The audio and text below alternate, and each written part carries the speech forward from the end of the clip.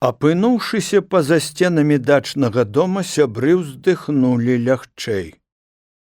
Спачатку яны там адчувалі сябе нібы звязанымі, пакуль не прыгледзеліся да новых і незнаёмых ім людзей і не перакінуліся сім-тым з іх некалькімі словамі. Удзельнікі патайной нарады як людзі рабілі добрае ўражанне, асабліва Кастогін. У ім самім і ў яго словах адчувалася ўнутраная сіла і праўда. Найболей супярэчлівым здаваўся стары нарадаволец, буйны землеўласнік, рэвалюцыянер, а чаму не аддае зямлі сялянам? У цэлым жа гаворкі прадстаўнікоў розных рэвалюцыйных плыняў крыху расчароўвалі. У галовах неспакушаных у грамадскіх справах былых настаўнікаў стваралася яшчэ большая блытаніна.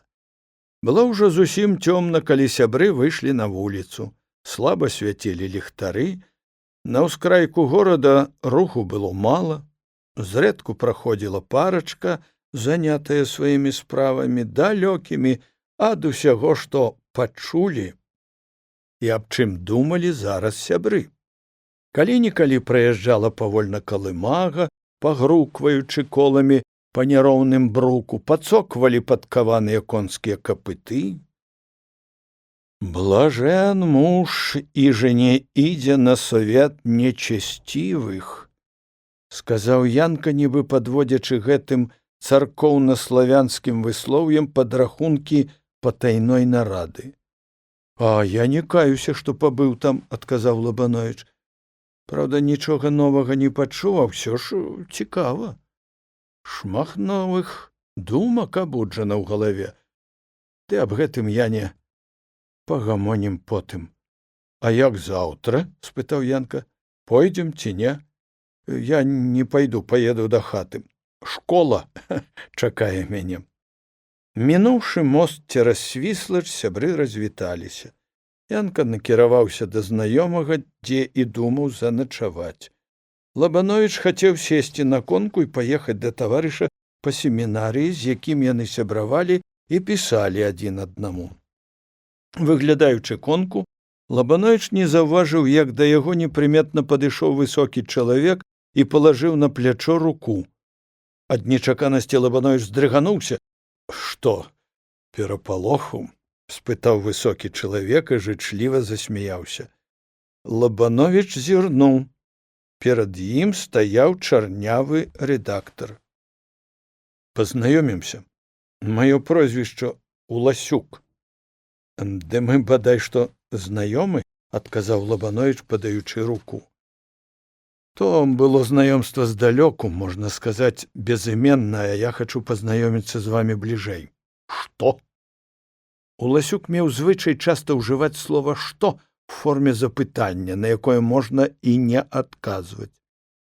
«Мне вельмі прыемна», — адказаў Лабановіч, крыху засаромеўшыся, і ў той жа час таксама трохі і насцярожыўшыся. «Ось і добра. Тады пойдзем да мяне. Я спыніўся тут непадалёку». «Дзякую і не пярэчу. Прабачайце, як ваша імя і па бацьку?» «Мікіта Александрович», — адказаў Уласюк і дадаў. «Я, прызнацца, шукаў вас, каб пагаварыць і прыцягнуць да работы ў нашай беларускай першай газеце». «Што?» Дом, у які Уласюк прывёў Лабановіча, сапраўды быў непадалёку. Тут кватараваў нейкі адвакат-ліберал. Зараз яго дома не было, ён уступіў кватэру на пэўны час свайму добраму знаёмаму Уласюку. Аканіцы ў кватэры былі шчыльна зачынены, Уласюк запаліў агонь, адвакацкі кабінет быў прасторны. У ім стаяла некалькі шафаў з кнігамі, галоўным чынам па адвакацкай спецыяльнасці. «Сядайце, дядзька Андрэй», — паказаў Уласюк на мяккае крэсла каля стала. «Я хутка прыстараюся чаю ці гарбаты. Як лепей называць па-беларуску, чай ці гарбата? Як не назавеш, усё будзе добра, абы смачна», — адказаў жартам Лабановіч. Ды не адным чаем жыў будзе чалавек, пашукаю чаго колечы і да чаю на патрэбу чалавеку. Што? Ласюк то знікаў, то з'яўляўся, гатуючы вячэру. Кожны раз ён казаў што-небудзь, адпускаў жарты, сам смяяўся густым басам. Дом гэты якраз змяшчаецца на паліцэйскай вуліцы. Пад носам, можна сказаць, у паліцыі, а бліжэй да паліцыі яно смялей, спакайней. Што? О-о-о! Гаварыў Ласюк і бестурботна смяяўся. Нарэшце вячэра была прыгатавана, гаспадар паставіў на стол чайнік, а каб чай лепей настояўся, накрыў чайнік старым адвакацкім капелюшом. Потым дастаў шафы талерку з падсохлымі лустачкамі хлеба, выцягнуў кавалак каўбасы, як відаць, немалой даўнасці, парэзаў яе на тонкія скрылікі. Всякая ежа куды смачнейшая, калі з густам пададзена. Што? Казаў Ласюк, не дужа спяшаючыся з вячэрай. Ужо ў самым канцы паставіў кручок гарэлкі, разліў яе пароўну ў чаркі. Вячэра небагатая, затое дэмакратычная. Што? О, дык вып'ем і за наша знаёмства, і за новую беларускую газету, сказаў Ласюк, паднімаючы ўгору чарку. Выпілі. Узялі па кавалачку хлеба і па скрыліку каўбасы. Як глядзіце вы, дзядзька Андрэй, на выхад у свет першай беларускай газеты? Запытаў Ласюк. Для мяне гэта такая радасць, такое шчасце, што я баюся нават верыць у тое, што газета такая можа выйсці, азваўся Лабановіч. Выйдзе, сказаў Ласюк. Ужо і матэрыялу сабрана столькі, што і ў нумар не ўмесціш. Рад, вельмі рад, і ад усяго сэрца вітаю нараджэнне новага выдання першай газеты, якая будзе выходзіць на беларускай мове. Я не раз думаў, што для беларускага народа даўно патрэбен такі часопіс, які моваю народа, матчынаю моваю, зварачаўся б да яго са словам праўды. Але якое слово праўды, скажаце вы яму, калі за праўду астрогі саджаюць? Запытаў Лабановіч, і ў тоне яго запытання чуліся страх і трывога за лёс роднага слова. Ласюк пагладзіў свае пышныя чорныя вусы, зірнуў на Лабановіча касымі вачамі. Нічога, дзядзька Андрэй, не клапацецеся і не бойцеся. Мы, беларусы, хітрыя, чорта абдурым. Кожны артыкул, прызначаны для друку, мы будзем узгадняць з юрыстамі. Можна яго змяшчаць ці не можна, каб захаваць газету. Будзем пісаць так, каб камар носа не падсунуў. Мы збіраем і згуртоўваем вакол нашай заўтрашняй газеты свядомых беларусаў, лепшыя сілы народа. Вось я і вас запрашаю да нашай талакі. Я з мілаю душою гатовы працаваць, як толькі здолею на карысць агульнай грамадскай справы, адказаў Лабановіч. Яму было дужа прыемна, што яго запрашаюць на такую важную працу. Толькі брала сумненне, ці няма тут якой-небудзь памылкі, непаразумення. І ён запытаў: але чым я заслужыў, што вы запрашаеце мяне на работу ў газеце? І чаму вы іменно шукаеце мяне? Вы так гаварылі? Ласюк закурыў папіросу, пакасіўся на цёмны куток пакоя.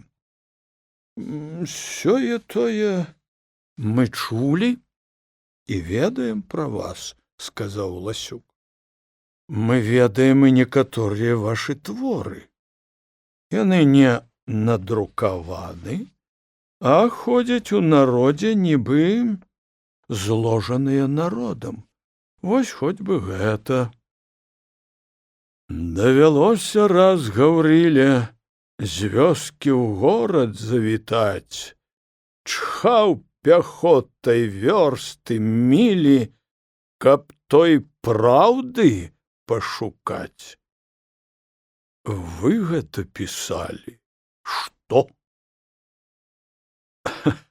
Калі б такое пытанне я пачуў ад следчага, дык сказаў бы, што не я, пасміхнуўся Лабановіч. Праўда, нешта падобнае калі складаў я. Ад вас жа я пачуў новы варыянт. Такі ўжо лёс гуртовай народнай творчасці, заўважыў Ласюк. Важна, што народ прымае аснову, а рабіць змены ў тэксце яго права. Ніякі юрыст пад гэта не падкапаецца. Што? Супраць гэтага і я нічога не маю, сказаў узрадаваны Лабановіч, а потым шчыра і прастадушна прызнаўся: ведаеце, Мікіта Александрович, я прабаваў пісаць і па-руску, і па-беларуску. Ёсць такое моцнае жаданне. Сам я адчуваю, што па-руску пісаць мне цяжэй, і напісанае выходзіць нязграбна. Апроч таго, руская мастацкая літаратура такая багатая, што пракласці сабе дарогу на гэтым шляху цяжка. Як моцна трэба напісаць, каб напісаныя табою чыталі з цікавасцю пасля Пушкіна, Лермонтова, Крылова, Гоголя. Пісаць мне па-беларуску шмат лягчэй і прасцей, бо сваё, роднае, матчына слова мацней закранае струны сэрца. Даруйце мне такі кніжны выраз. Дарогі ж для напісанага беларускаю моваю не было.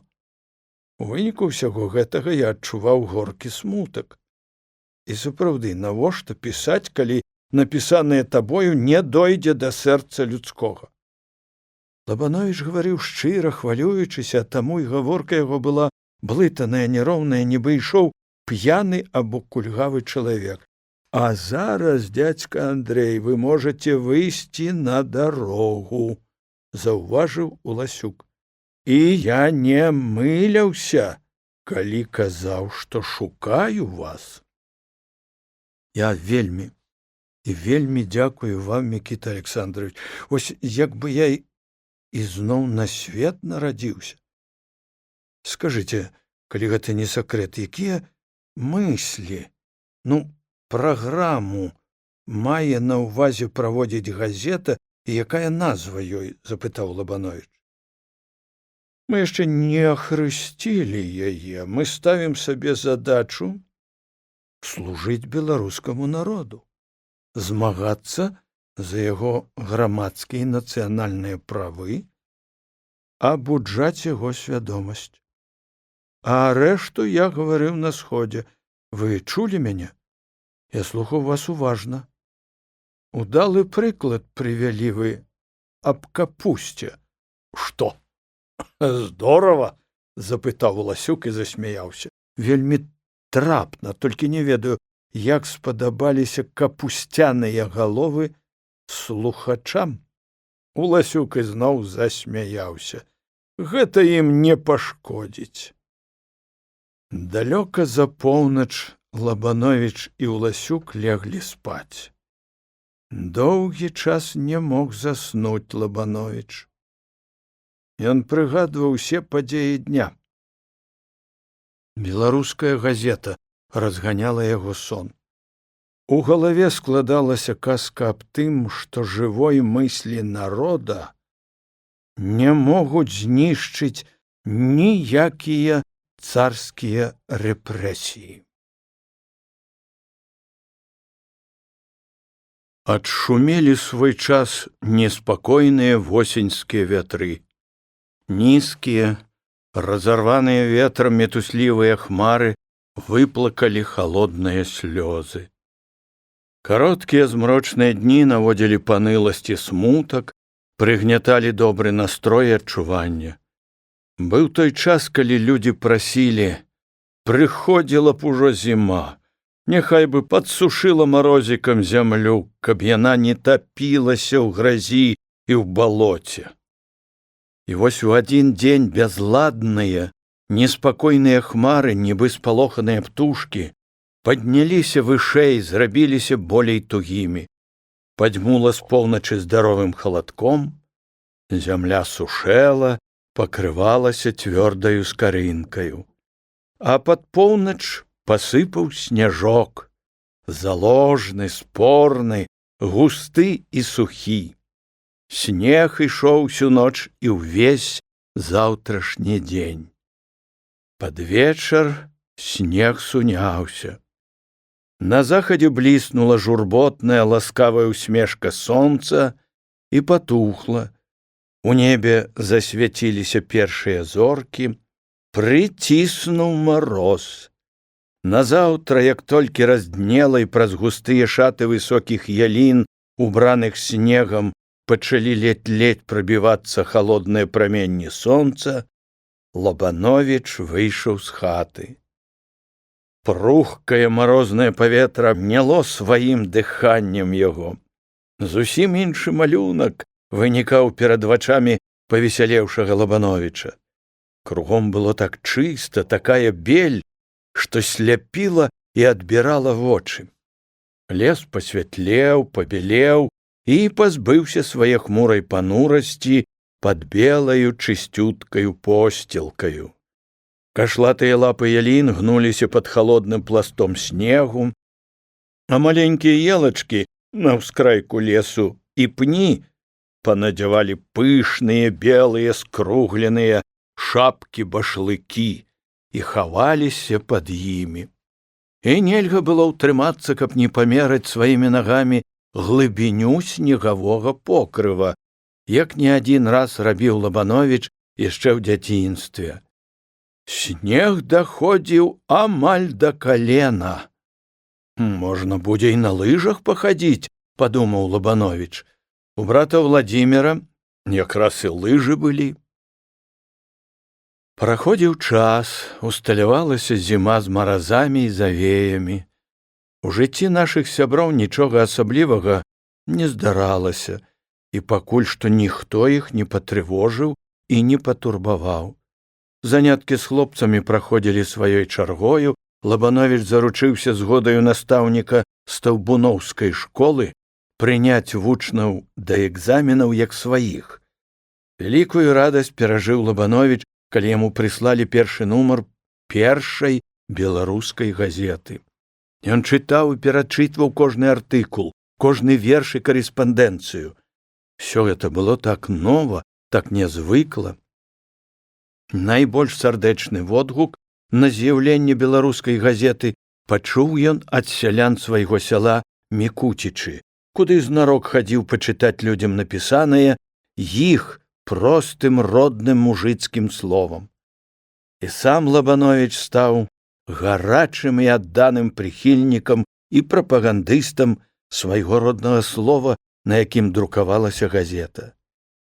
Але кожны нумар газеты падпадаў пад рэпрэсіі царскіх чыноўнікаў і цэнзуры.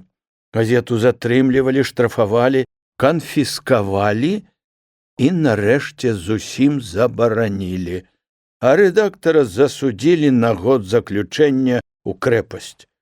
Замест забароненай пачала выходзіць газета болей памяркоўная, з ліберальна-буржуазным ухілам. Аднак і гэту рахманую газету царскія чыноўнікі заціскалі рознымі прыдзіркамі, прыгняталі штрафамі і белымі плямамі. Некалькі пісем напісаў Лабановіч лідачцы.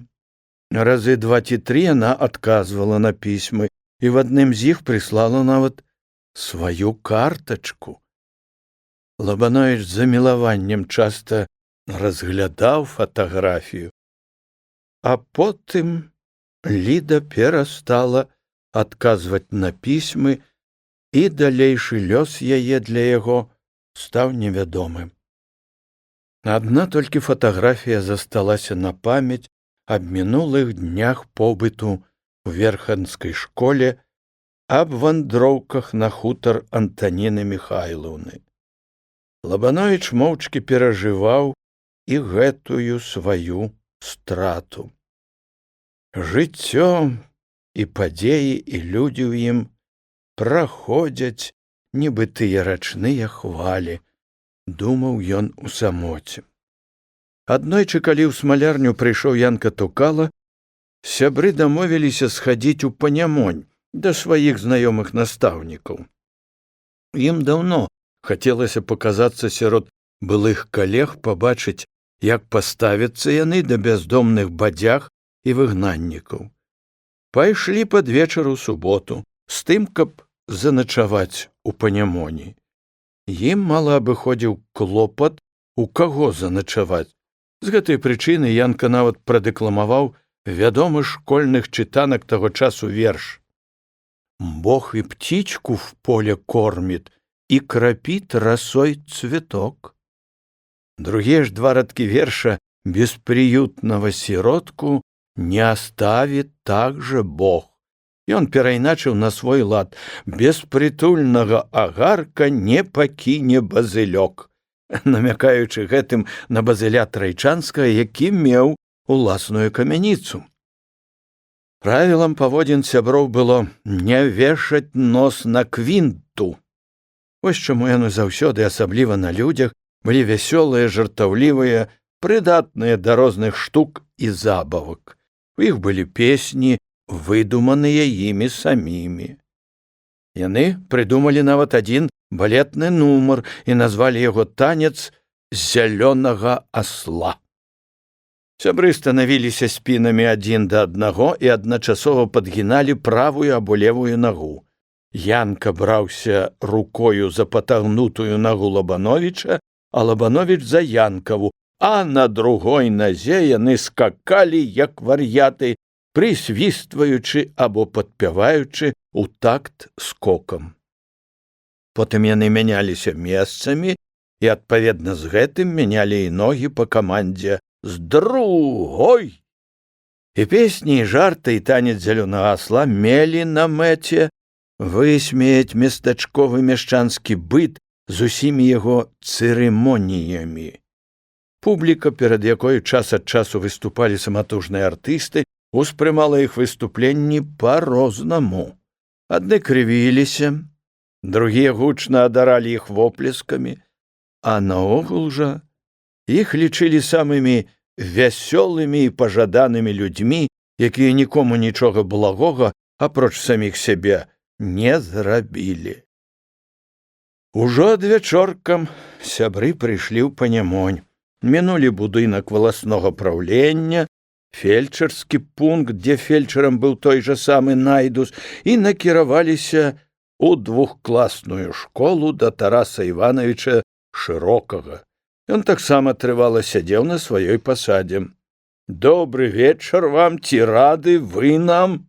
Дружна в адзін голас прывіталі сябры гаспадара, пераступіўшы парог кватэры. Гаспадар стаяў перад імі. На яго твары адбілася здзіўленне і тое няўлоўнае пачуццё, якое можна было назваць непакоем, страхам і нечаканасцю бачыць перад сабою такіх гасцей. Але гэта быў адзін толькі момант. Тарас Іванович авалодаў сабой і прыйшоў стан звыклага, прыўзнята-бурнага настрою. «Ой, браточки мае, а пакутнікі вы нашы! Заходзьце, заходзьце, распранайцеся!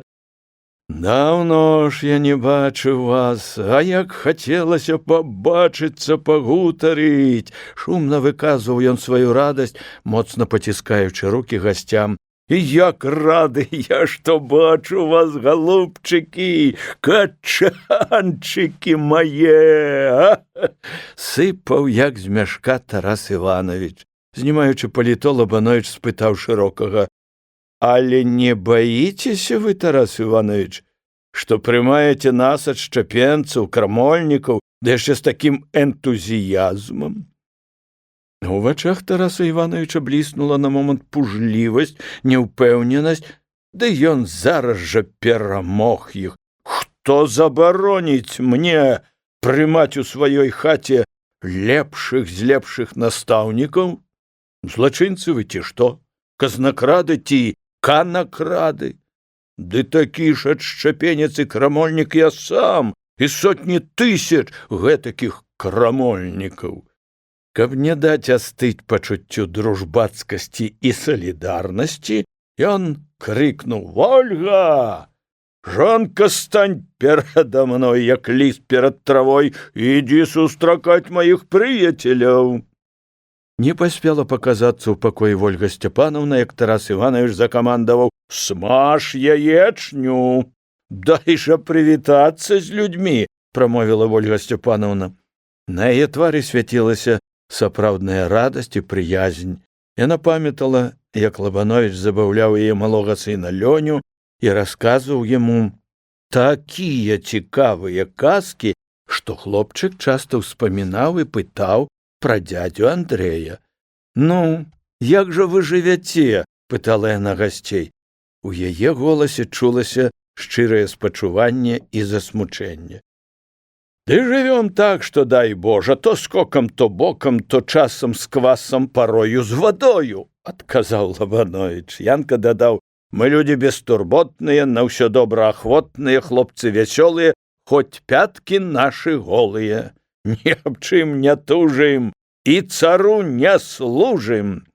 Тарас Іванович замахаў рукамі: «Так гаварыць небяспечна», але гучна засмяяўся. «Раешнік! Ха-ха-хай!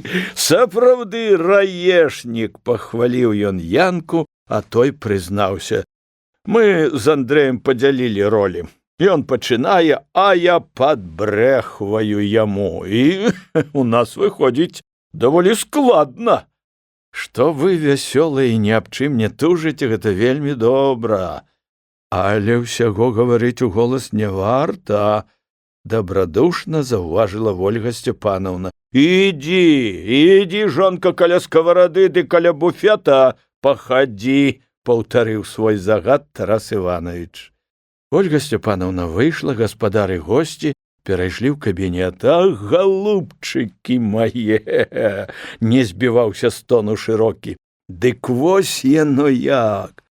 Нягледзячы на бурнае выказванне радасці, Тарас Іванович, заўважалася, быў нібы ім звязаны, і сапраўднай буры, уласцівай яго характару, не атрымлівалася. «А скажыце, Тарас Іванович, што пра нас ваша асяроддзе гаворыць, як расцэньвае самы факт нашага няўдалага сходу?» – спытаў Лабанович. «Якое тут асяроддзе?» – абурыўся Тарас Іванович. «Разумныя людзі спачуваюць вам, дурні прахвосты ганяць, а болей хітрыя і подлыя маўчаць. Да ведаеце вы», раптам ён перайшоў на новую пазіцыю, «толькі, хлопцы, маўчок». Прыцішыў ён голас. «На вас данёс наш гад, валасны старшыня Язэп Брыль. Сам асабіста хадзіў да станавога прыстава з даносам». «А як ён даведаўся? Ай, шмат хто з маладых настаўнікаў, удзельнікаў сходу, не лічыў патрэбным трымаць язык за зубамі. Толькі, браткі, ні шэп, нікому ні гугу, што гэта я вам сказаў». Сябры пераглянуліся. «Тарас Іванович, мы магіла», – запэўніў шырокага Лабанович, а Янка пацвердзіў. У кабінет прасунула галаву Вольга Сцяпанаўна. «Прашу да стала», – прамовіла яна. «Пойдзем». Тарас Іванович узяў пад руку гасцей і павёў сталовую. Стол быў акуратна накрыты. На ім стаялі прыборы, чаркі, бутэлька наліўкі, вендліна і ёмкая скаварада яечні з дзябёлымі сакаўнымі скваркамі. «Да не оскудевает рука дающего», — сказал Янка. Выпілі па чарцы, па другой, павесялелі. Завялася гутарка аб панямоні, аб панямонскіх людзях, аб зменах. Выявілася, што Тамара Алексеевна выйшла замуж за Найдуса. І такім чынам на гарызонце неба Італіі пагасла адна зорка. Затое ж з'явіліся 3 новыя. Сюды прыехаў ветэрынарны фельчар Адам Ігнатавіч, а з ім 2 дарослыя дачкі. За старэйшаю учашчае Базыль Трайчанскі. Ёсць і 3-я, Аксана. Нішто дзяўчына, хоць і ураднікава дачка. Выявілася таксама, што сягоння ў Адама Ігнатавіча дзень нараджэння і што Тарас Іванович з Вольгай Сцяпанаўнай запрошаны на вячэру. Тарас Іванович у прадчуванні банчка пасля наліўкі прыйшоў у экстаз. «Пойдзем да Адама Ігнатавіча», — загарэўся ён, зварачаючыся да гасцей. «Там будуць не толькі рады вам, вас на руках насіць будуць». У доказ гэтых слоў на парозе паявіўся Ёсель з пісьмом.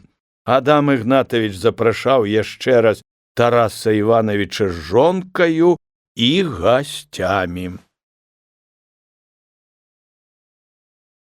Па малалюднай вуліцы Панямоні спаважна ішлі госці.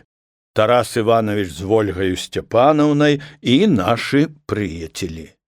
Прысыпаная свежым снегам вуліца была ўжо ўтоптана людскімі нагамі, палазамі саней і конскімі капытамі. Вокны ўздоўж вуліцы былі шчыльна зачынены аканіцамі. Кампанія ішла не спяшаючыся, сяды-тады перакідалася кароткімі словамі або заўвагамі. Лабановіч маўчаў і думаў свае думкі. Шмат уплыло часу з тых веснавых дзён, калі ён з Садовічам заходзіў у Панямонь. Не так даўно было ад яго пісьмо з Балтіморы.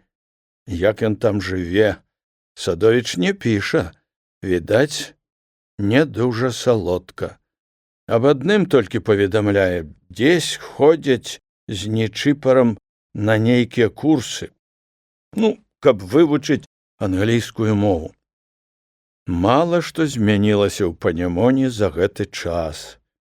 Той жа шумны, яшчэ болей тоўсты Тарас Іванович, тыя ж вечары местачковай так званай інтэлігенцыі з карцёжнаю гульнёю, той жа Ёсель з яго ранейшымі абавязкамі. Чым жывуць тут людзі? Аб чым яны мараць?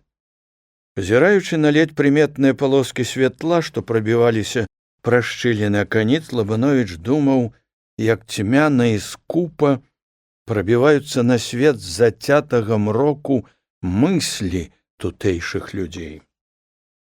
В чым жа іх радасць і шчасце? У затхлай цішыні, у нерухомым спакоі, засланым тоненькаю пялёнкаю вадзяной каросты, што пакрывае стаячую ваду ціхіх затокаў. Якія ж патрэбны навальніцы і громы, каб ускалыхнуць гэтую цішыню і абудзіць чалавечыя думкі, пачуцці, імкненні.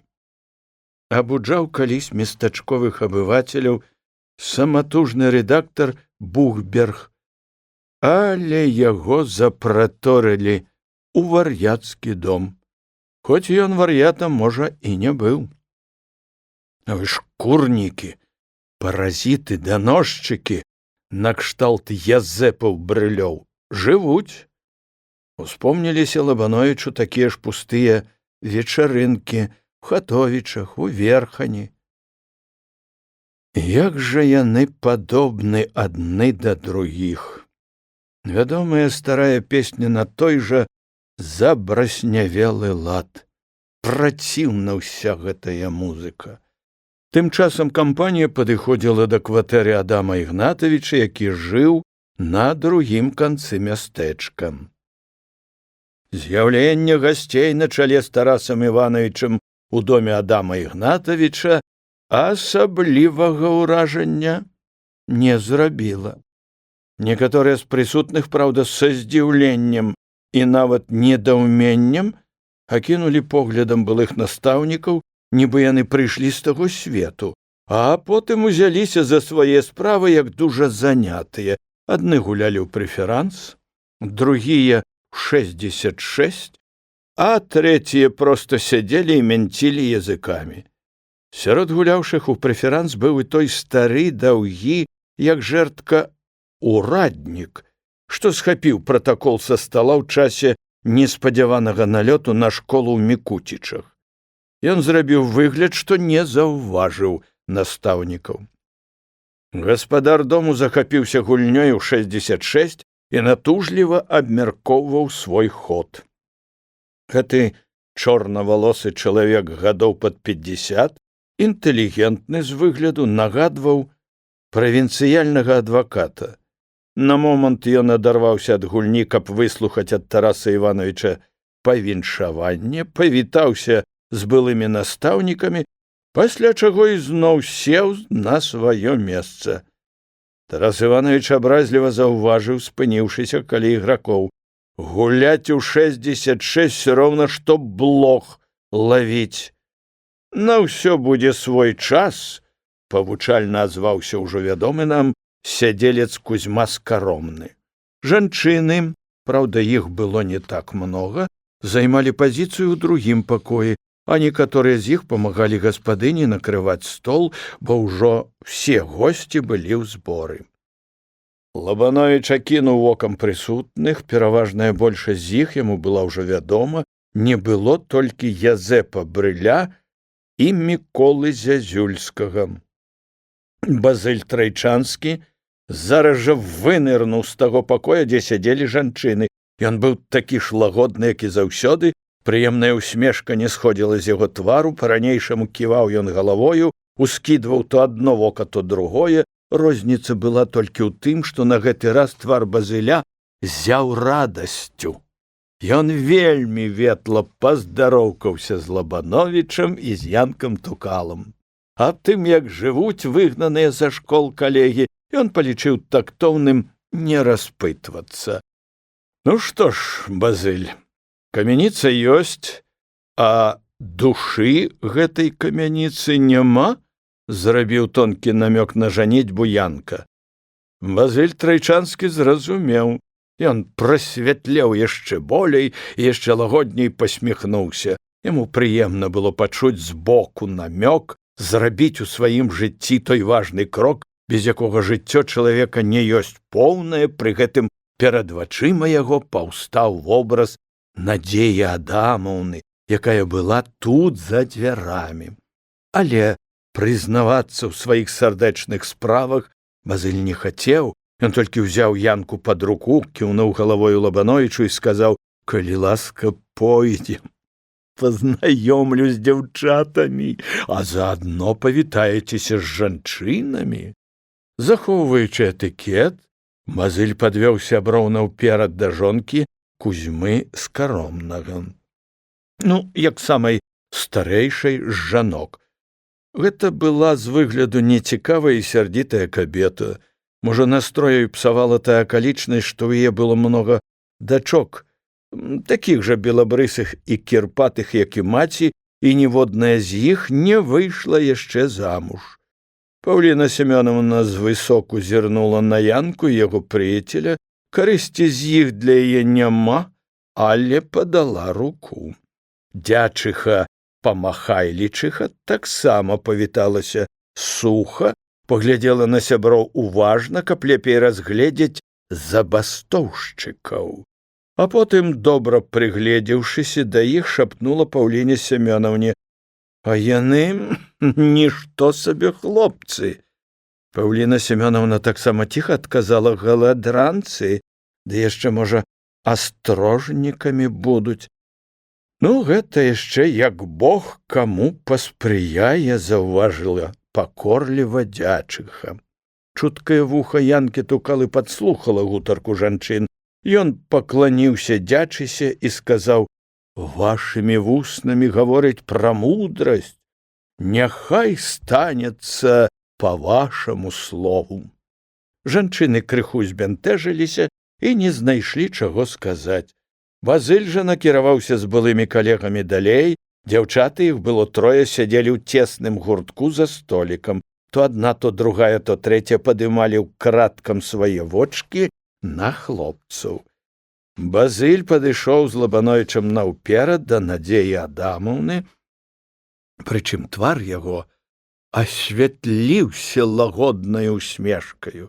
Янка, як ужо знаёмы, здароўкаўся з Аксанаю. Надзея Адамаўна, Марыя Адамаўна Смалянскія, называў Базыль кожную сястру, прадстаўляючы ім па чарзе Лабановіча. «Будьце знаёмы, не цурайцеся адны другіх», сказаў у заключэнне Трайчанскі, пераходзячы на вясёлы жартаўлівы лад, але дасціпныя жарты яму не ўдаваліся. Аксана пазнаёміла Янку з сёстрамі Смалянскімі і сама пазнаёмілася з Лабановічам. Это была бялявая, высокая дзяўчына. Лабановіч азірнуў яе кароткім поглядам, яе партрэт, напісаны Янкам, зусім адпавядаў сапраўднасці. «Сядайце, пасядзіце, калі ласка, з намі», прамовіла Надзея Адамаўна нізкаватым, крыху нібы сіплым голасам. З трох дзяўчат яна была самая мілавідная. Рысы твару былі даволі буйныя, вочы карыя, добрыя. Маня была не падобна да сястры.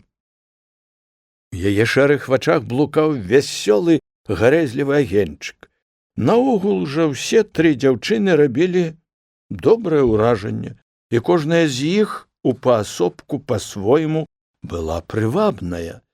Ускідваючы зрэдку погляд на Аксану, Лабановіч прыгадваў бацьку яе, старога, даўгавязага ўрадніка, які каршуном наляцеў на пратакол. Не верылася, што яна дачка гэтага злога Кашчэя. «Чаму вы так рэдка бываеце ў нашым мястэчку?» запытала настаўнікаў Надзя. «Часта бываць тут нам небяспечна», адказаў Лабановіч і прыняў міну сур'ёзнага чалавека. «Чаму?» зацікавіліся дзяўчаты. Аксана, як здалося яму, з некаторым неспакоем чакала адказу. «Быць у Панямоні і не пабачыць вас, трох грацый, панямонскіх красунь, было б злачынствам з нашага боку», пажартаваў Лабановіч. «А бачыць вас разы 2-3, дык лёгка можна і сэрца пакінуць у Панямоні», падхапіў Янка Тукала. Дзяўчаты трохі засароміліся, а потым і засмяяліся. «Ну і што ж такога?» бліснула хітра шэрымі вачамі Маня. «Вам вядома, всё роўна.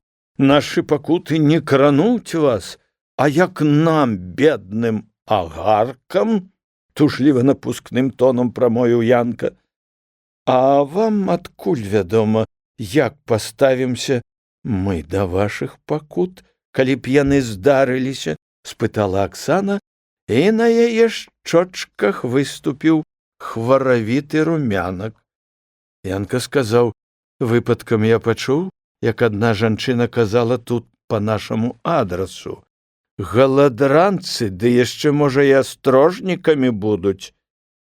Аксана апусціла вочы. Румянак яшчэ ярчэй выступіў на яе шчоках.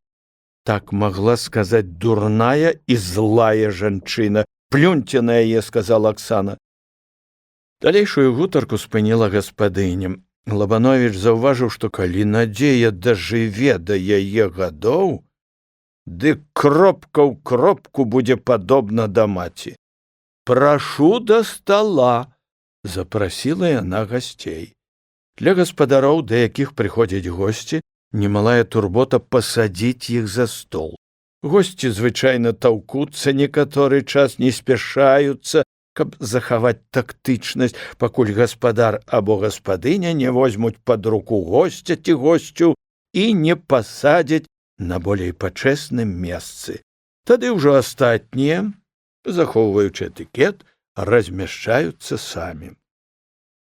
Па суседству з гаспадаром селі Тарас Іванович, Найдус. Тамара Алексеевна не могла прыйсці, Кузьма Скаромны, ураднік. Базыль Трайчанскі сеў у закутку з дзяўчатамі і з былымі настаўнікамі. Тарас Іванович падняў тост за здароўе гаспадара. «Панове, увага!» — грымнуў ён, падняўшыся з месца і трымаючы высока чарку. «Наша дружная сям'я панямонскай інтэлігенцыі папоўнілася новым выдатным членам — Адамом Ігнатовичем, чалавекам высокаінтэлігентным, можна сказаць, прафесарам ад ветэрынарыі, высокагуманным, бо яшчэ ў святым пісанні сказана: «Блажен муж, і же скоты мілует». Гэта першы чалавек, які ўзначальвае ў нас ветэрынарыю. Дык вып'ем жа да дна за Адама Ігнатовича і пажадаем яму поспехаў, здароўя і шмат гадоў жыцця. Дружна выпілі за гаспадара, потым пілі за гаспадыню, за гаспадарскіх ясных зорак дачок. Выпілі і за Базыля Трайчанскага, за павелічэнне насельніцтва ў яго камяніцы. З кожнаю чаркаю госці ўсё болей і болей весялелі, а гутарка станавілася ўсё болей і болей шумнаю. Першапачатковая сталасць, з якой госці садзіліся за стол, парушылася. Яны шумелі, крычалі, рагаталі, адпускалі не зусім прыстойныя жарты, падымаліся са сваіх месцаў, падыходзілі да тых, хто сядзеў далей, чокаліся, выпівалі, выказвалі самыя прыязныя прызнанні. Першым падышоў да дзяўчат, з якімі сядзелі Базылі нашы прыяцелі, Тарас Іванович.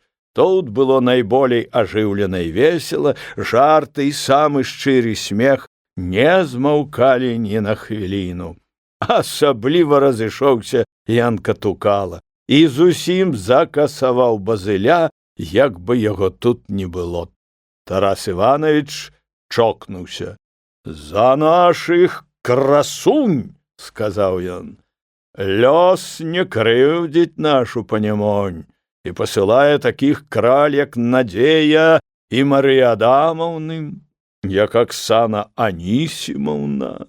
Дык няхай жыве хараство, няхай красуе маладосць!» Шырокі зрабіў агаворку. Праўда, Базыль Антонович ужо выйшаў з кругу маладосці, але даць жару яшчэ можа. Тарас Іванович доўга не затрымліваўся, яго болей цікавіў банчок, які ўжо арганізоўваўся. Калі госці павылазілі з-за стала, да Лабановіча падышоў ураднік і сеў каля яго, ветла павітаўшыся. «Вы, напэўна, думаеце пра мяне, як пра злога паліцэйскага служаку. Што зробіш? Такая наша служба. На свеце жыць трэба.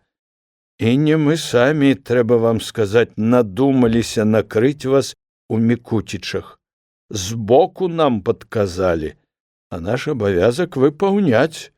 Вы думаеце, — казаў далей стары ураднік, — я не бачыў, як вы, седзячы на канапцы, скублі нейкі недазволены рукапіс? Ён, можа, быў горшы за ваш пратакол, а я і пальцам не паварушыў, каб вам перашкодзіць.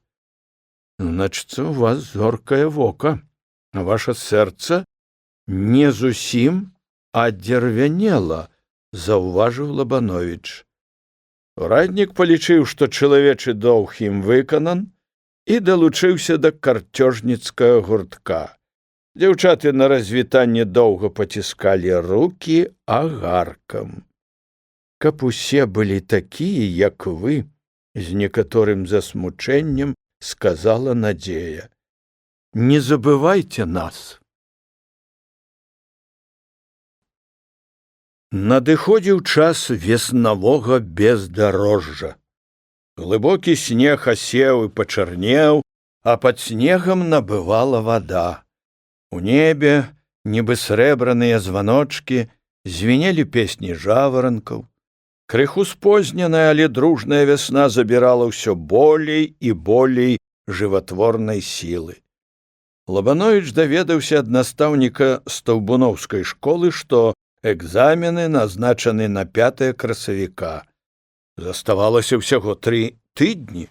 Гэта вестка ўсхвалявала і ў той жа час парадавала 3 вучняў Лабановіча, якія меліся здаваць экзамены за курс пачатковай школы. Тыдні 2 яны старанна паўтаралі пройдзенае за зіму, пісалі дыктоўкі, практыкаваліся ў граматычным разборы, рашалі задачы. Нарэшце настаўнік даў ім перадышку і час разабрацца самім у тых пытаннях, якія здаваліся для іх найболей труднымі. Непрыкметна прайшоў час, і настаў дзень экзаменаў. Лабановіч загадзя даставіўся з вучнямі ў стаўбуноўскую школу, каб яны азнаёміліся з новаю для іх абстаноўкаю і пачуваліся болей упэўнена і смела. Сам жа Лабановіч на гэты раз, як бяспраўны настаўнік, сядзеў далей ад стала экзаменатара ў якасці старонняга і пасіўнага наглядальніка. Яго настаўніцкае сэрца адчувала нейкую неакрэсленую крыўду. Затое яго вучні шчаслівымі варочаліся пад вечар дамоў. З радасці яны выпілі піва, і Тодар Бярвенскі, ідучы, спяваў песні сваім хрыпаватым, як у маладога пеўніка, голасам. Бацькі вучняў сумленна расплаціліся з настаўнікам, а сам ён падзяліўся сваім заработкам з Уладзімірам, чыім хлебам карміўся. Некалькі дзесяткаў заробленых рублёў зараз даваліся Лабановічу значным капіталам, з якім весялей заглядалася ў заўтрашні дзень. Але разам з гэтым надыходзіў і той трывожны неспакой, звязаны з пытаннем, а што будзе далей? Заставацца ў гэтай глухой смалярні, дзе заработкі скончыліся, не выпадала. Сядзець жа на хлебе брата, а хлеба таксама было в абрэз, нязручна. Такім чынам трэба было збіраць манаткі і падавацца ў іншае месца. Вось толькі б падсохнулі дарогі.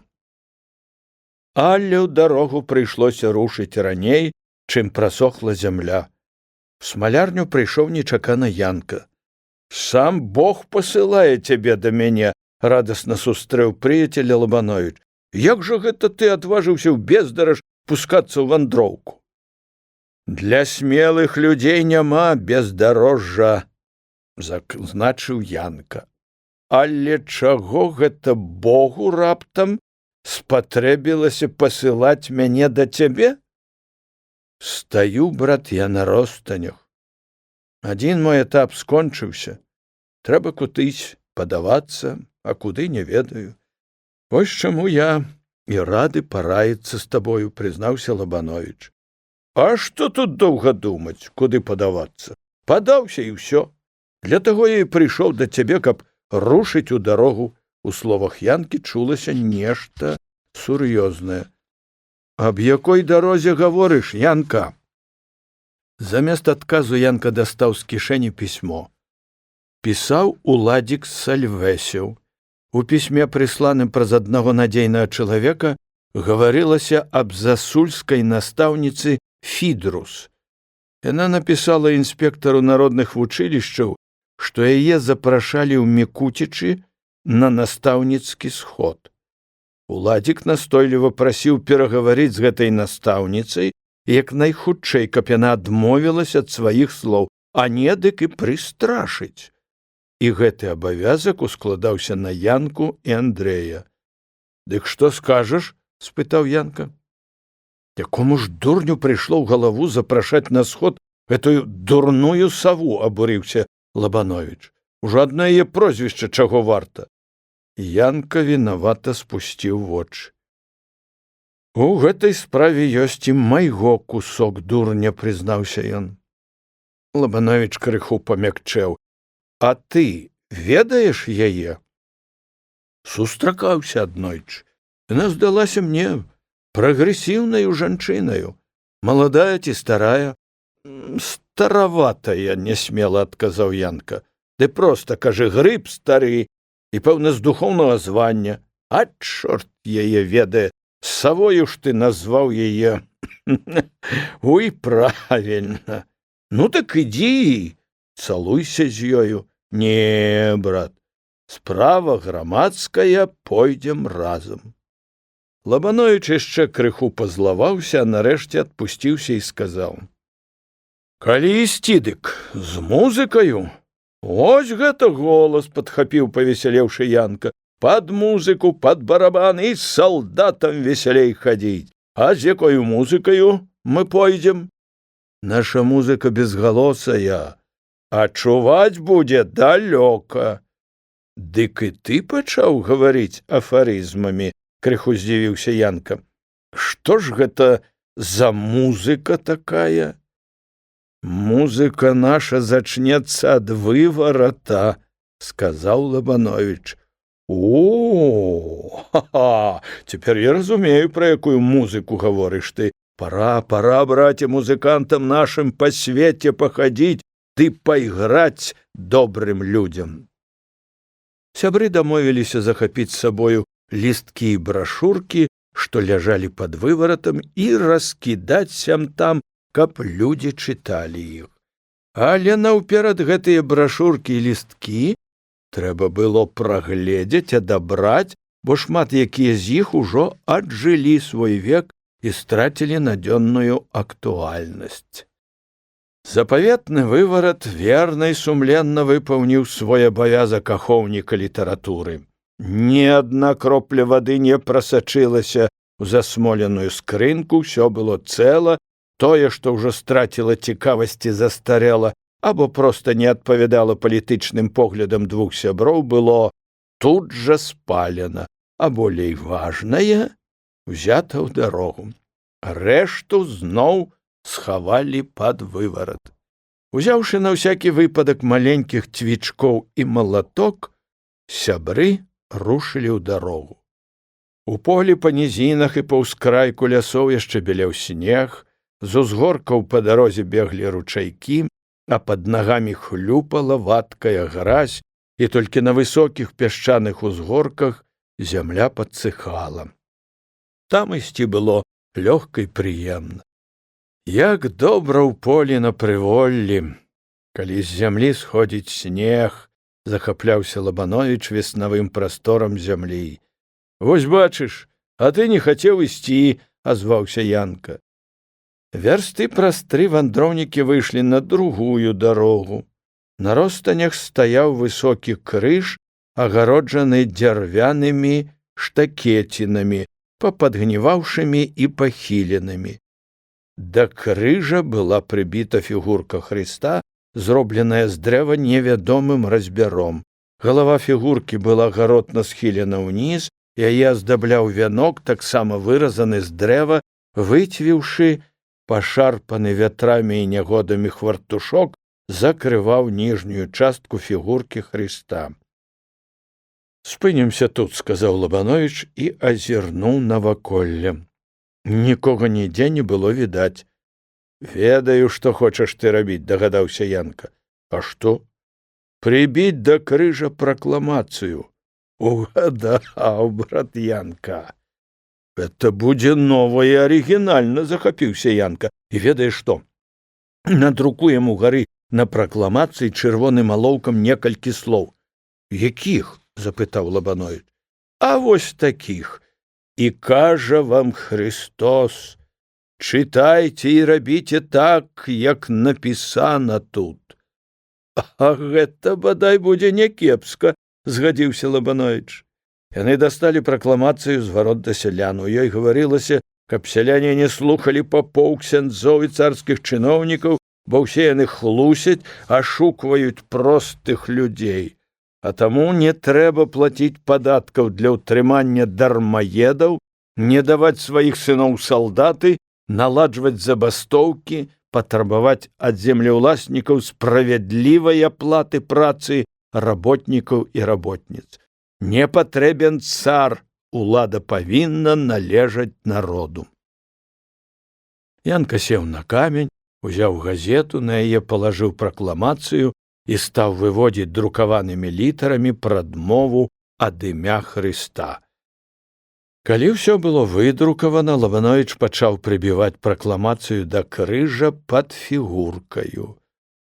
Ты, брат, глядзі, каб не насунуўся хто, бо мы робім падвойнае злачынства, разносім пракламацыі і чынім блюзнерства, казаў Лабановіч, прымацоўваючы даўгаваты лісток. Дарма, адказаў смеючыся Янка, у гэта злачынства замешан і сын Божы. А ўсё-такі давай, браце, замяцём свае сляды і звернем з гэтай дарогі і пойдзем тою сляпою сцежкаю, абагнём вёсачку і выйдзем на свой шлях з другога боку. Тваімі вуснамі мудрасць гаворыць, згадзіўся Янка.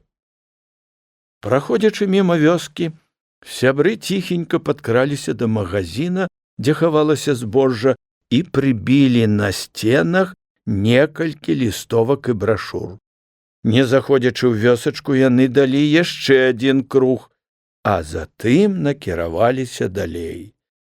Сябры выйшлі зноў на засульскую дарогу. Зрэдку пападаліся падарожныя людзі, з адным стрэчным вандроўнікі нашы жычліва прывіталіся. Спыніцеся, дзядзька, на хвілінку, звярнуўся да яго Лабановіч. Селянін спыніўся. Гэта быў чалавек сярэдніх гадоў, у суконным добрым пільчаку хатняга вырабу, у ботах, відаць, не бедны гаспадар. Ён спакойна і уважліва зірнуў на сяброў. Скажыце, калі ласка, ці далёка да ячонкі? Спытаў яго Лабановіч.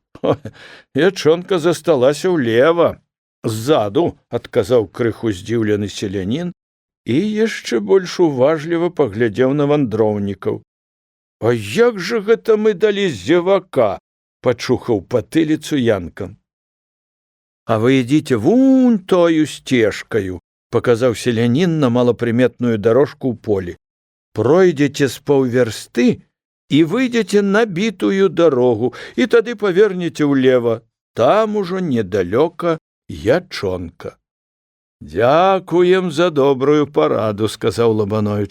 Вазьміце ад нас вось гэтую кніжачку і пару лістовак. Прачытайце самі і другім дайце пачытаць. Ды чытайце іх уважна, як святую малітву. Селянін крыху замяўся, яшчэ раз недаверліва зірнуў на сяброў, але ўзяў кніжачку і пракламацыі. Ён пайшоў сваёю дарогаю, раз-пораз аглядаючыся назад. Сябры звярнулі на сцежку, хоць у гэтым патрэбы не было. Ведаеш, Андрэй, ці не ўліплі мы з гэтым дзядзькам? Нешта ён не дужа прыязна пазіраў на нас, заўважыў Янка. І мне ён здаецца небяспечным, азваўся Лабановіч. Як толькі дзядзька знік з вачэй, сябры павярнулі з глухой дарожкі, прайшлі зараснікамі, беручы кірунак на сухі ялоўцавы груд. У лагчыне дарогу перагароджвала неглыбокая, але даволі быстрая рачулка, на дне якой ляжаў лёд. Сябры спыніліся. Варочацца назад небяспечна. Наперад, Янка! Сябры разуліся, знялі нагавіцы і патупалі па слізкім лёзе на другі бок. Вада апякала ногі, па лёдзе ісці было цяжка, але яны шчасліва перабрылі рэчку, выскачылі на бераг, адзеліся, абуліся, потым зашыліся ў яловец, выбраўшы такую пазіцыю, з якой можна было аглядаць усё наваколле. Давай крыху перачакаем, параіў Лабановіч. Музыка безгалосая пачуецца далёка, з некаторым непакоем і з насмешкаю з саміх сябе сказаў Янка. І ісці зараз да Мальвіны Фідрус не выпадала. Сябры абмяркоўвалі новы план. І раптам бачаць, дарогаю імчыцца нехта верхам на кані, падскакаў да сцежкі, якую паказваў сябрам селянін, і павярнуў на яе. «Ураднік! Стаўбуноўскі ўраднік!» — вымавіў Янка. «Няхай ловіць ветра ў полі! Ха-ха! Разумна зрабілі, Янка, што пераправіліся за рэчку!» Толькі над вячоркам сябры прыйшлі ў Панямонь, адмераўшы дзесяткі лішніх вёрст, каб замесці свае сляды. Сустрэцца і пагаварыць з настаўніцай Фідрус Янку і Андрэю давялося ўжо другім разам. Ёсць свой дадатны бок у пэўнай абмежаванасці твайго дабра і багацця, калі ты можаш спакаваць яго ў скрынку або ў чамадан, закінуць за плечы і ісці, узяўшы кій у рукі, куды табе трэба. Такое становішча было зараз і ў Лабановіча. Як толькі пацяплела надвор'е і падсохла зямля, сабраў ён сваю маёмасць, а ўсё лішняе і не дужа патрэбнае пакінуў у брата, развітаўся з ім і рушыў у дарогу. На ўскрайку лесу Лабановіч прыпыніўся і кінуў вокам смалярню, двор і хату, невялічкі садок, дзе ўжо збіралася зацвітаць маладая дзікая груша. Можа, не давядзецца болей пабачыць мне гэты часовы прыпынак, падумаў ён. Мінуўшы глухія цёмныя ляды, Лабановіч павярнуў улева, трымаючы кірунак на Мікуцічы. Малапрыметнымі ляснымі дарожкамі і сцежкамі абышоў застенак, дзе было лясніцтва, і дзе амаль усе людзі ведалі яго выгнанніка. Дарога ішла праз лес, чысты, высокі, стромкі бор. Бор гэты меў назву Сустрэнаўка.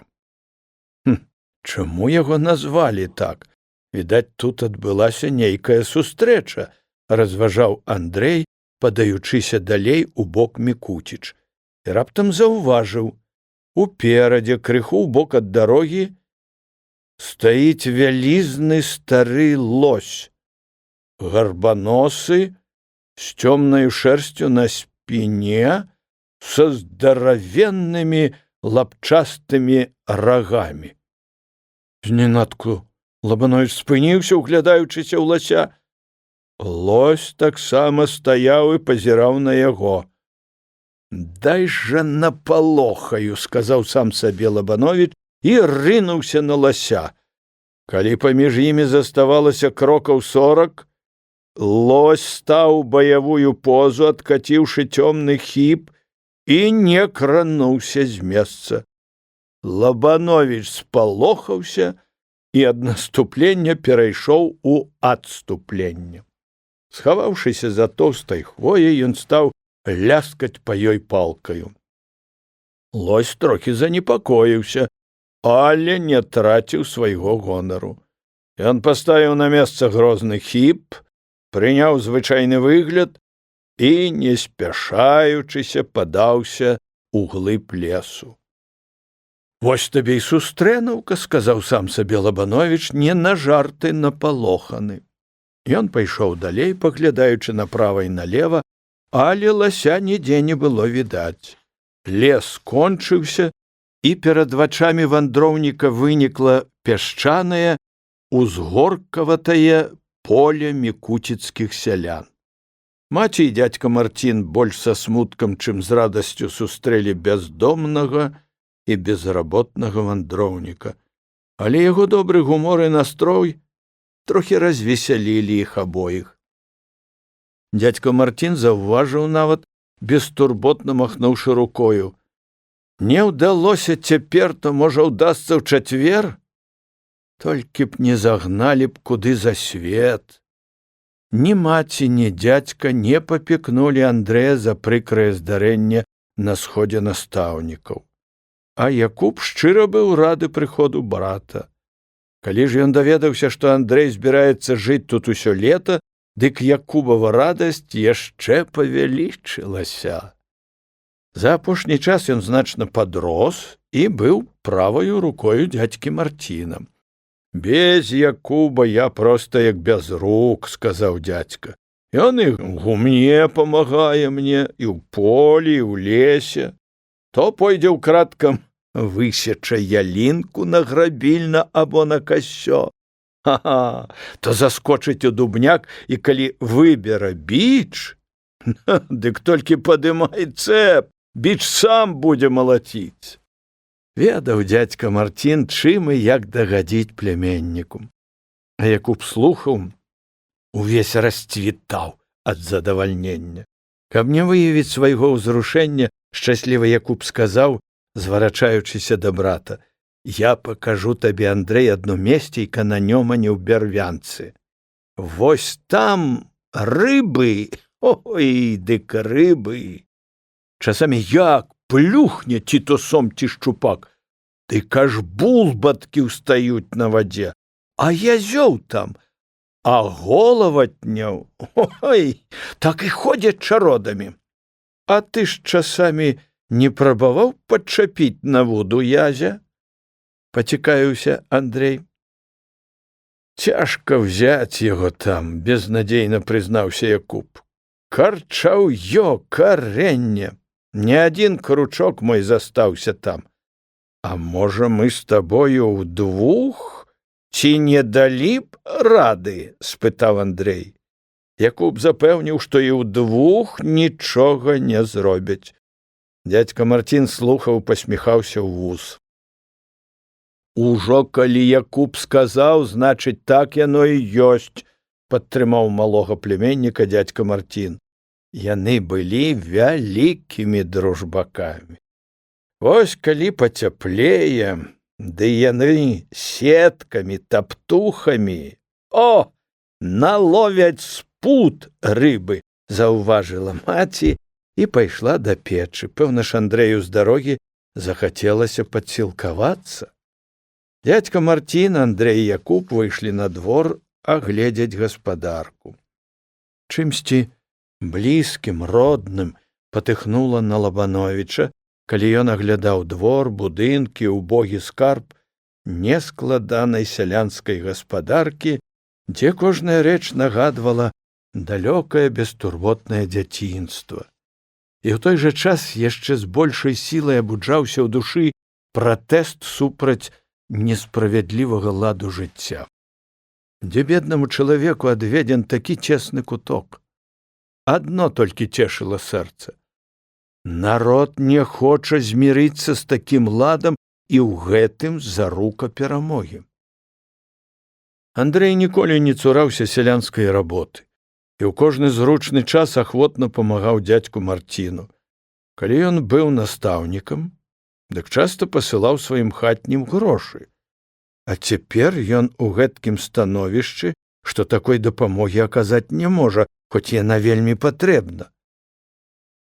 Прамільгнула невядома адкуль вынікшая думка аб тым, колькі новых месцаў прыходзіцца змяніць чалавеку на сваім жыцці.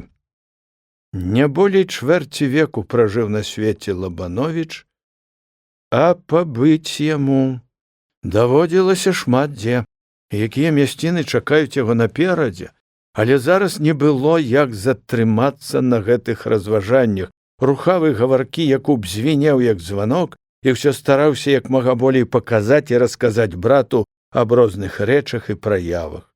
У гумне ён падвёў Андрэя да шырокага дубовага шула. На ёмкім гвазду гэтага шула паважна адпачывалі цапы. Якубу хацелася паказаць цэп з тым хвацкім бичом, пра які расказваў дзядзька Марцін. Біч высечаны у дубняку самім Якубам. Сапраўды, біч хвацкі, азваўся Андрэй, зняўшы з гвазда цэп і разоў пару падняўшы яго ўгору. З хаты выйшла маці, руплівая, працавітая, заўсёды заклапочаная жанчына. Яна паклікала Андрэя снедаць. Дзядзька Марцін і Якуб у хату не пайшлі, спаслаўшыся на тое, што яны нядаўна добра пад'елі. Маці палажыла на стол дзярвяны кружок, паставіла на яго скавараду з яечняй, засмажанай на тлустых скварках.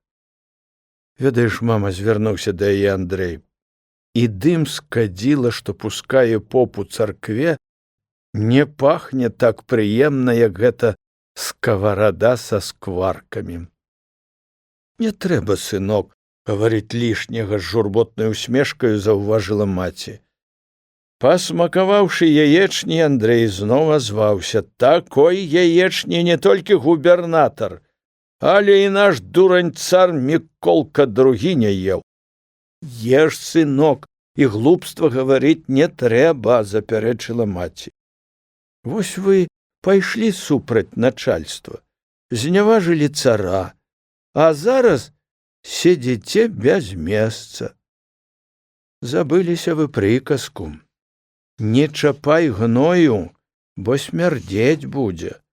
Лабановіч громка зарагатаў.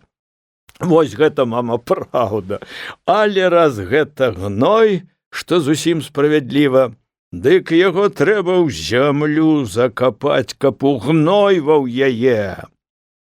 Андрэй падышоў да маткі, пацалаваў яе ў руку. «Дзякую, мама, за снеданне. Даруй мне за непрыемнасці, за прыкрасці, што я прычыніў вам. Смуткаваць жа і плакаць няма чаго. Вось калі б я зрабіў злачынства людзям, простым людзям, дык тады можна было б адвярнуцца ад мяне і ў хату не пусціць, хоць я і родны ваш сын. Я ж хачу, і многія сотні тысяч такіх, як я, хочуць, каб простым людзям жылося добра, каб самі яны былі гаспадарамі над сабою, і каб не чынілі над імі здзекаў паны, чыноўнікі, пачынаючы ад урадніка і губернатара і канчаючы царом. У імя ж цара, і ад імя цара творыцца творацца ўсе гэтыя несправядлівасці. Мужикам на зямлі, рабочым на фабрыках і заводах. А ці маем жа мы права сядзець, злажыўшы рукі, і спакойна пазіраць на ўсю гэтую пачварнасць? Калі праменні сонца не знішчалі вясною снегу і лёду, дык зямля б не вызвалілася ад холаду, і не было б вясны. Няхай мяне выгналі, няхай я сяджу без работы, хоць, праўда, работу всякую такую знаходжу, няхай мяне судзяць і засудзяць. Я ніколі здавацца не буду, бо ведаю, у імя чаго змагаюся». Маці слухала і плакала. «Ох, сынок, калі ўжо так трэба, дык трэба», і выцерла хвартухом слёзы. За Мікуцічамі у гору па Нёману, за паўвярсты ад сяла, ёсць высокі прыгожы груд, дзе раслі пышныя разложыстыя хвойкі. Вся гэта мясціна мела адну назву — Клешчыцы. Тут быў тады малады яшчэ лясок і маляўнічыя зацішныя далінкі, куды любілі сходзіцца летам мікуцкія настаўнікі лавіць рыбу і наладжваць таварыскія маёўкі. Глыбока ўнізе, пад зрывістым пясчаным берагам, струменіўся быстры Нёман, праносячы па чыстым жолабе веснавыя воды і падразаючы высокі свой бераг. Тут, як расказвалі старыя людзі, знаходзілі чалавечыя чэрапы і косці. Тыя ж людзі сцвярджалі, што тут быў калісь курган, магіла забітых на вайне са шведамі салдатаў. Нёман яшчэ не ўвайшоў свае берагі, даволі шырокая даліна была заліта веснавою вадою.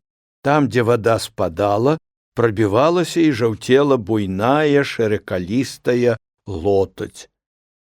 На процілеглым баку даліны раскінуліся палеткі, вузкія палоскі узгоркаватай зямлі з-за нямонскіх сялян, дзе туліліся закрытыя пагоркамі невялікія вёскі, якія мелі агульную назву сёлы. Якраз насупраць клешчыц на тым баку даліны узнімаўся досыць высокі курган. На самым версе кургана красаваўся выступ, нібы круглая шапка. У Мікуцічах яго называлі Дзямянавым гузам. Лабановіч стаяў на самым высокім пункце берага, адкуль яму вельмі добра былі відаць Дзямянаў гуз, Мікуцічы, мястэчкі Панямонь, Стаўбуны і сіняя палоска сіняўскага гаю, малюнак, якім нельга было не залюбавацца. Але вочы Андрэя Лабановіча пільней узіраліся ў Дзямянаў гуз. Там зараз павінна была з'явіцца постаць чалавека, імя якому Янка Тукала. Перш чым пакідаць смалярню і перабірацца ў Мікуцічы, Андрэй паведаміў аб гэтым Янку і сказаў: «Без цябе, Янка, мне горка на свеце жыць. Давай не будзем разлучацца і надалей. Дык вось што, мой дружа, зрабі і ты сабе канікулы, тым болей, што не за гарамі Вялікдзень, і перабірайся да бацькоў у Нягертава, за Нёман, у вашы славутыя сёлы». Янка на гэта ўзнёсла азваўся: «Твоя радасць, моя радасць, твоё гора, маё гора, твой Бог, мой Бог, няхай будзе благаславёна імя яго, і няхай станецца па слову твайму». Адчуваю, Янка, і ведаю, што ты мой сапраўдны друг. А калі так, дык давай наладзім наша наступнае спатканне у Вялікую пятніцу і наладзім яго у прасторах. Да гэтага я ўсё разумеў. А вось спатканне ў прасторах не дайшло, заўважыў Янка. Растлумачу табе. Ведаеш, Дзямянаў гуз? Запытаў прыяцеля Андрэй. Ведаю, добра ведаю. А пра клешчыцы ты чуў? І клешчыцы ведаю, і гарэлку там піў, і смачную юшку еў. Ну, дык так, мой браце, у 12 гадзін у Вялікую пятніцу ты ўзыдзі на гару высокую, сірэч на Дзямянаў гуз. Я ж у гэты час буду стаяць над Нёманам на высокім беразе ў клешчыцах. З гэтага берага добра відаць Дзямянаў гуз, а з Дзямянавага гуза яшчэ лепей відны клешчыцы. Калі ты ўзыдзеш на Дзямянаў гуз, я 2 разы махну табе хваёваю галінаю, а гэта будзе азначаць: «Здароў, Янка!» А паколькі лесу у раёне Дзямянавага гуза няма, дык ты прымацуй да ёмкага кія, ну, дзярушку, хустку, ці проста анучуй такім саматужным сцягам, памахай мне. І я буду ведаць, што ты пабачыў і зразумеў мой сігнал, і ў адказ пасылаеш мне сваё прывітанне. Янку Тукалу высокай ступені было ўласціва захапленне. Яму дужа спадабалася Андрэева выдумка. «Цікавейшая думка!» – адгукнуўся Янка. «Арыгінальная выдумка! Ды ты ведаеш, брат, мы створым цэлую сістэму сігналаў, каб гаварыць на адлегласці, або, як трапна ты сказаў, наладзім спатканне ў прасторах». Прыгадваючы гэтую гутарку з прыяцелем, Лабановіч зрэдку паглядаў на Дзямянаў гуз. 5 хвілін не хапала да 12, і раптам з-за схілу кургана паказалася чалавечая постаць. Не было ніякага сумнення, што гэта Янка. Узыходзячы на самую макушку Дзямянавага гуза, ён трымаў добра прыметны саматужны сцяг, хоць адлегласць паміж сябрамі была не меней вярсты. Паветра было празрыстае. На фоне неба фігура Янкі вырысоўвалася вельмі выразна. Узрадаваны Лабановіч падняў угору даволі ёмкую хваёвую галіну і павольна махнуў ёю 2 разы. Зараз жа над Дзямянавым гузам узвіўся янкаў сцяг. Ён таксама пасігналіў, як было дамоўлена раней. Сябры абмяняліся прывітаннямі. Тады Лабановіч зноў падаў сігнал, зрабіўшы галінай круг над галавою. Тое самае зрабіў і янка на Дзямянавым гузе, а гэта азначала «здаровы, новага пакуль не чуваць». Наступны сігнал і быў такі. Лабановіч адной рукою падняў над галавою галіну, а другую руку працягнуў у бок. Янка адказаў такімі ж рухамі. Гэта значыла, з аднаго боку хачу пабачыць цябе зблізку, а з другога я таксама хачу. Пасля гэтага Лабановіч 2 рукамі падняў галіну ўгору і стаў махаць ёю ў свой бок, даючы гэтым знак, каб янка сыходзіў з кургана і накіроўваўся да грэблі, што пачыналася зараз жа за Нёманам насупраць Мікуціч і пралягала праз усю Нёманскую даліну. Другім сваім канцом грэбля ў сутыч падыходзіла да Занямонскага поля, зараз яна была заліта вадою. Пабачыўшы сігнал, янка падняў свой сцяг і некалькі разоў махнуў ім у бок Андрэя. «Зразумеў, іду і буду чакаць пераправы». Лабановіч шпарка накіраваўся ў сяло, каб узяць лодку і плысці да янкі. На ўсе Мікуцічы было не болей 3 лодак, хоць у сяле налічвалася каля 200 двароў. Былі, праўда, чаўны, але каб плысці на чаўне, трэба мець спрыт, бо пры такой вадзе перапраўляцца на ім небяспечна. Якраз насупраць грэблі, над самым Нёманам, на грудку стаяла хата старога Базыля, у якога была лодка. Да яго і звярнуўся Лабановіч. Праўда, сам Базыль ужо не мог упраўляцца з лодкаю. Ён ёю распараджаўся ўжо старэйшы сын Паўлюк. Але павага да старасці вымагала звярнуцца наўперад да Базыля. Стары сядзеў на прызбе ў кажусе і пасмоктваў сваю піпку, якой ён ніколі не выпускаў з рота, хіба толькі тады, калі садзіўся за стол падсілкавацца або калі спаў. Лабановіч ветліва павітаўся, прыпаднёс старому пачак махоркі. Базыль паўглядаўся ў Лабановіча. Вочы не дужа добра ўжо свяцілі старому. «А чый жа ты?» – запытаў Базыль. Лабановіч сказаў, чый ён і хто такі. Стары Базыль яго добра ведаў, а зараз не пазнаваў, бо не дабачваў. «Ну што ж, вазьмі, вунь там, Паўлюк на дрывотні. Ідзі да яго, дзеткі, няхай дасць ключ ад лодкі». З Паўлюком справа была зроблена хутка, і хвіліны праз 2 Лабановіч сядзеў у лодцы. Шмат прыйшлося яму памахаць вяслом і затраціць сілы, пакуль не прызвычаіўся да кіравання. Быстрая вада, шырока выліўшыся з берагоў, несла лодку ўніз па плыні. Часамі на перавалах, дзе разводдзе бушавала з нястрыманаю сілаю, кідала лодку як трэску, прыходзілася налягаць на ўсю змогу на вясло, каб выбрацца з небяспечных віроў.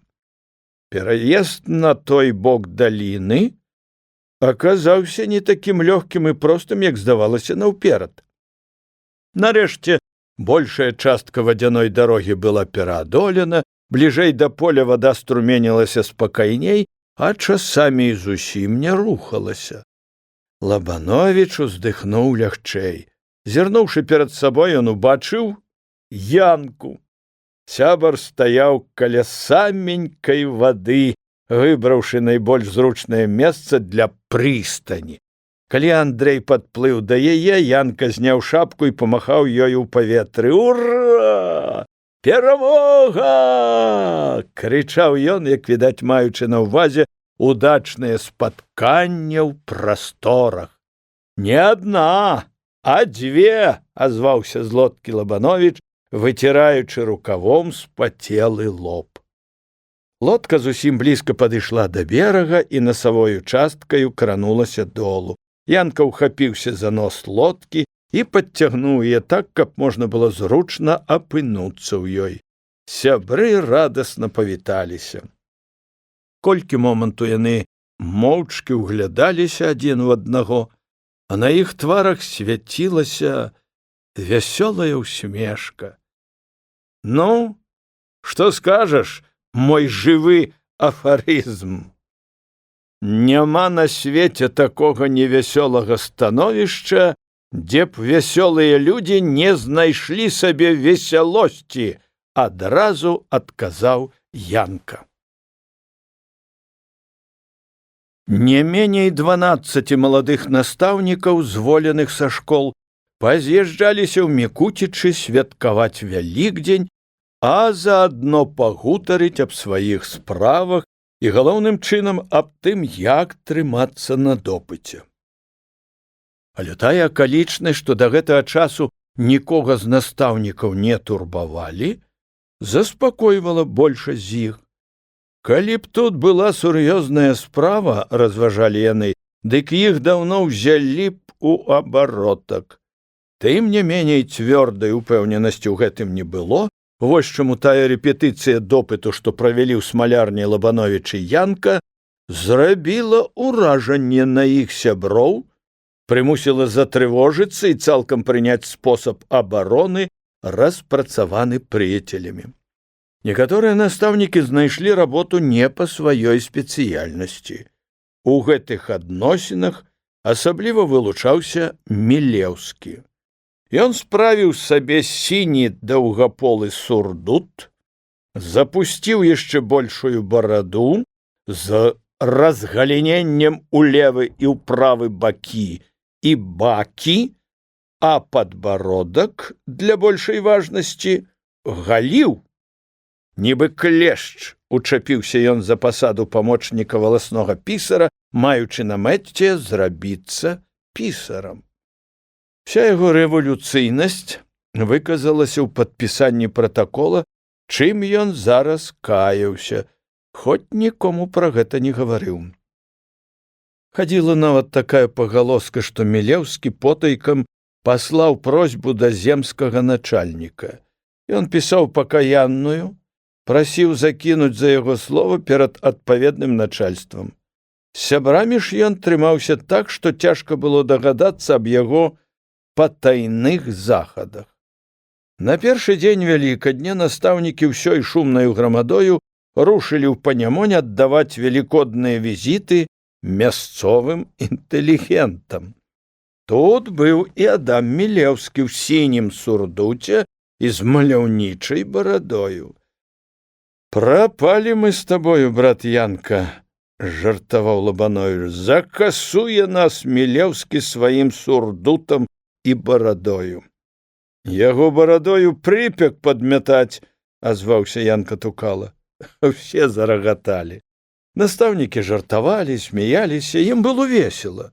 Забаўляла іх і сама думка аб тым, які страх нагоняць яны на гаспадароў і гаспадынь, і якую шкоду прычыняць іх велікодным сталам, калі ўваляцца ў хату гэткаю грамадою. «Стойце, валачобнікі! Сціхніце! Паслухайце песню, што мы злажылі з Андрэем!» – выгукнуў Янка Тукала. «Ну, давайте песню!» – аклікнуліся настаўнікі. «Пачынай, Андрэй, твоя першая скрыпка. Так ужо мы дамовіліся, ты пачынаеш, я падбрэхваю, а вы, валачобнікі, далучайцеся да нас, прыпеўку спяваем усе!» – не сунімаўся Янка. «Што ж, давай!» – згадзіўся Лабановіч.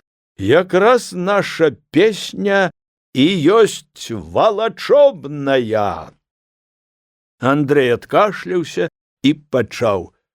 Ходять валачобнікі без дарог. Янка падхапіў. Яны не шкадуюць ні горла, ні ног. Прыпеўку! Звярнуўся да ўсіх, запявала. Памагай, Божа, прыспарай, Божа, Христос воскрос, Сын Божий. Лабанович. Ходять валачобнікі з дому ў дом. Янка. А хто іх не прыме, таго забі гром. Все. Памагай, Божа, прыспарай, Божа, Христос воскрос, Сын Божий. Лабанович. Скіньте, дзяўчаткі, сцяснення ярмо. Янка. За ваш пацалунак яечка дамо. Усе. Памагай, Божа, прыспарай, Божа, Христос воскрос, Сын Божий. Песня наладзілася, і ўжо далей яе спявалі з захапленнем у тым жа парадку. Прывітанне ў хату вам, дядька Тарас, не шкадуй гарэлкі нам і кілбас. Пад Тарасам разумеўся Тарас Іванович Шырокі. З яго натоўп настаўнікаў пастанавіў пачаць свае візіты. Апошні куплет меў варыянт на той выпадак, калі прыйдзецца зайсці з павіншаваннем да Базыля Трайчанскага. Жыві і красуйся, трайчанскі Базыль, віся каля надзенькі, як матыль. Для сядзельца Кузьмы Скаромнага быў зложан асобны куплет. О, Кузьмы Скаромнага дом, як сад, нібы майскіх кветак нарасло дзяўчат. Складальнікі песні не мінулі таксама і ўрадніка, што схапіў пратакол. Ёсць у панямоні ўраднік Кашчэй, але мы не пойдзем да яго дзвярэй. Не забыліся валачобнікі і пра валаснога старшыню Язэпа Брыля, што данёс на настаўнікаў земскаму начальніку. Ёсць у панямоні Брыль старшыня, маленькі сабачка быў і ёсць шчаня. Канчалася валачобная песня так. Што ж, канчаем песню, бо канчаць пара. Добрым панямонцам выгукнем «Ура!». Песня яшчэ болей узняла вясёлы настрой валачобнікаў. Некаторыя куплеты яе выклікалі дружны смех. Складальнікаў песні Андрэя Лабановича Янку Тукалу не адзін раз віталі па-сяброўску прыязнымі словамі адабрэння. А бадай вы папруцянелі. Былі, праўда, і крытычныя заўвагі. У ролі крытыка выступіў Мілеўскі Адам. Ну, якія там у Кузьмы Скаромнага майскія кветкі. Ды яго дочкі проста пудзілы. Супраць такой знявагі абурыўся Янка Тукала. Няхай сабе сядзельцавы дочкі не дужа прыгожыя. Ды ці ж пра гэта казаць ім у вочы, галава твая капусцяная? А калі мы пахвалім іх у песні, дык і самі яны, і бацькі іх, будуць на сёмым небе і пачастуюць цябе так, што і сурдута на пупе не зашпіліш. Брава, Янка! Каб крытыкаваць нашу песню, сказаў заахвочаны пахвалою Янка, табе трэба падмесці сваёю барадою не прыпек, а цэлы двор. Янку зноў падтрымалі громкім смехам. Валачобнікам было весела ў дарозе не столькі ад жартлівай песні, колькі ад цеплыні і яснасці веснавога дня, калі ўсё, што трапляла на вочы, выглядала так ласкава, молада, утульна і хіліла да сябе. Асабліва было прыемна зірнуць з дзервянога моста на шырокую наднямонскую даліну у гору Панёмане. Рака ўжо амаль што ўвайшла ў берагі, на лугавых нізінах сям-там яшчэ стаяла вада, а над ёю лапушнымі кусцікамі жаўцела лотаць, рассцілаючы буйныя лісты. з лугу патыхала веснавою вільгаццю, берагі Нёмана, багата напоеныя разводдзем, яшчэ не прасохлі. Там прабівалася густая, жаўтавата-зялёная, яшчэ кволенькая мурожная траўка, як светка ажывання і аднаўлення зямлі. Над Нёманскай далінай узвышалася поле з глыбокімі равамі, пракладзенымі снегавою і навальнічнаю вадою, з высокімі пагоркамі, заросшымі хмызам. Далёка на поўдні выступала блакітная вежа Мікуціцкай царквы.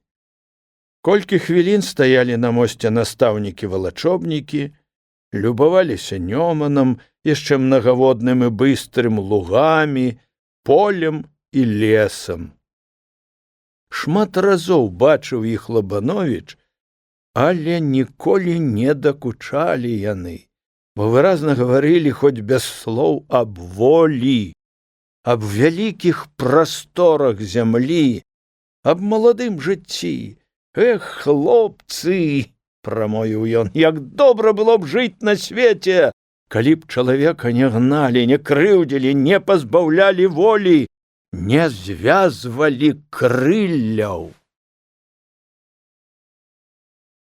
Амаль паўвека прайшло з таго часу, калі мае валачобнікі, а з імі і я, хадзілі ў Панямонь з велікоднымі візітамі і павіншаваннямі.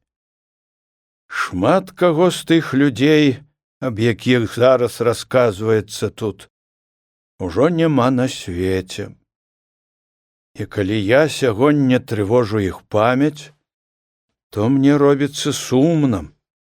Быць можа, не так сказаў пра іх, як гэта было ў сапраўднасці.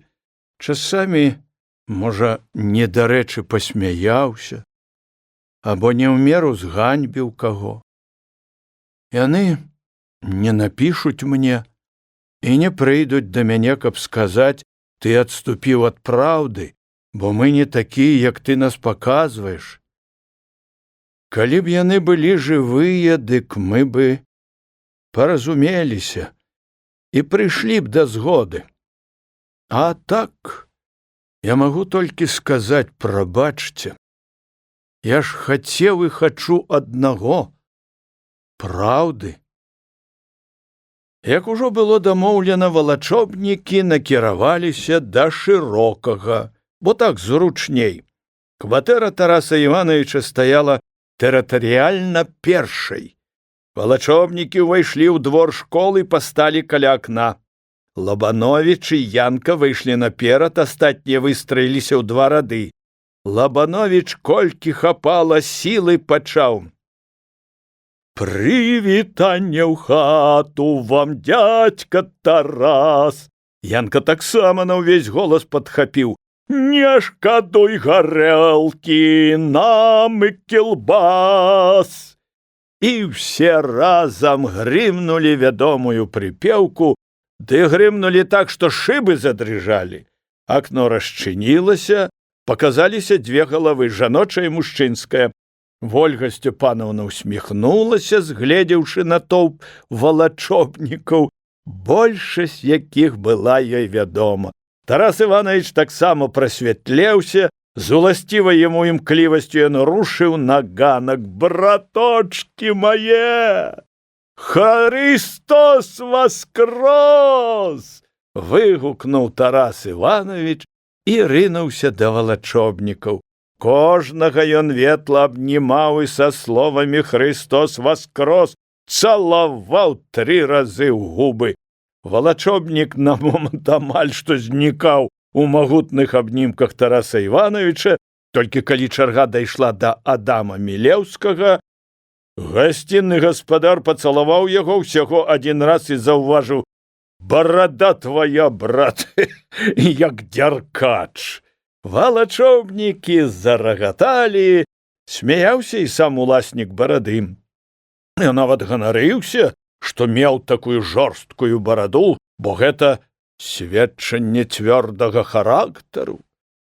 Тарас Іванович зараз жа запрасіў сяброў у кватэру, самы большы пакой, а ён знаходзіўся пры ўваходзе ў кватэру быў прыстасаваны спецыяльна для велікодных візітаў.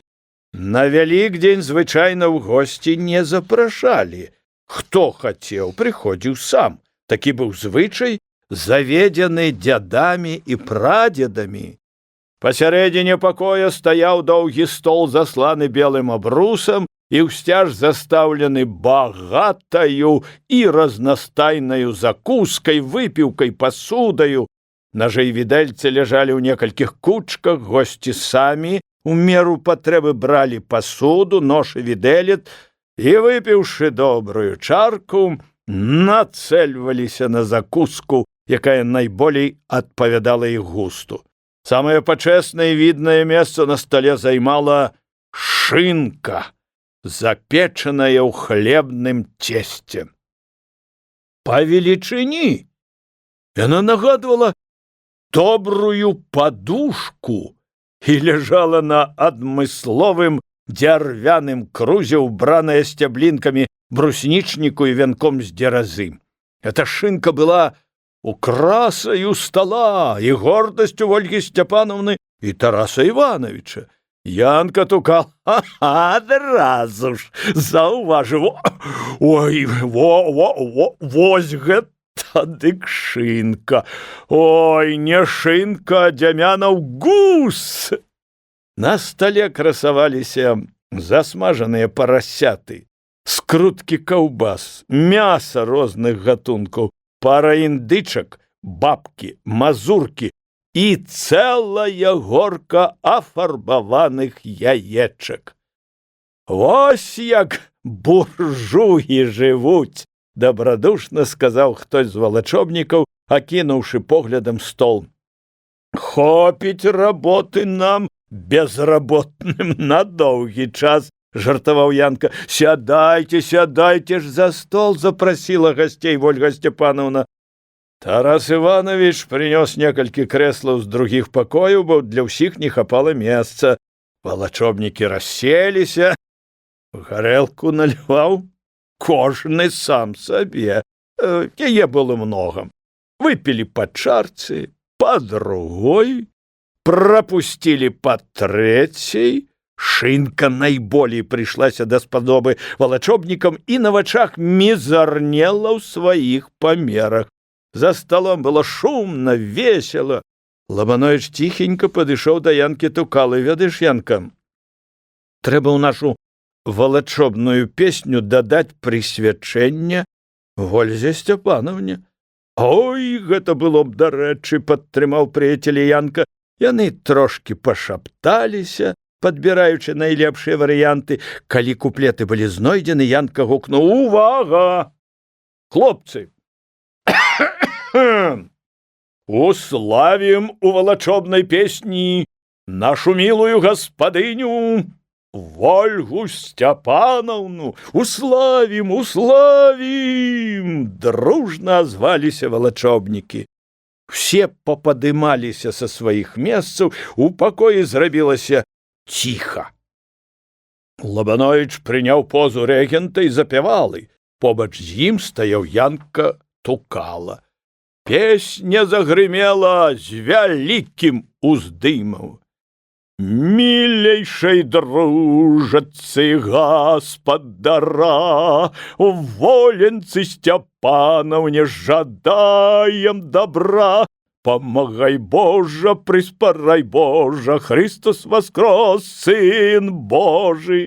Живите на свете 40 000 дён, коли мы не любы, гоните нас вон.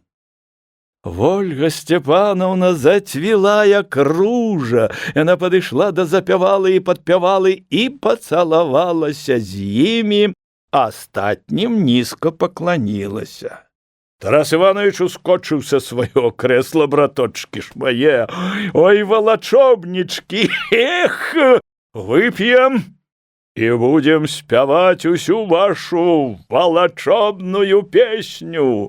Яны ж і пра мяне не забыліся, сказаў ён да жонкі. Я хачу спяваць з вамі.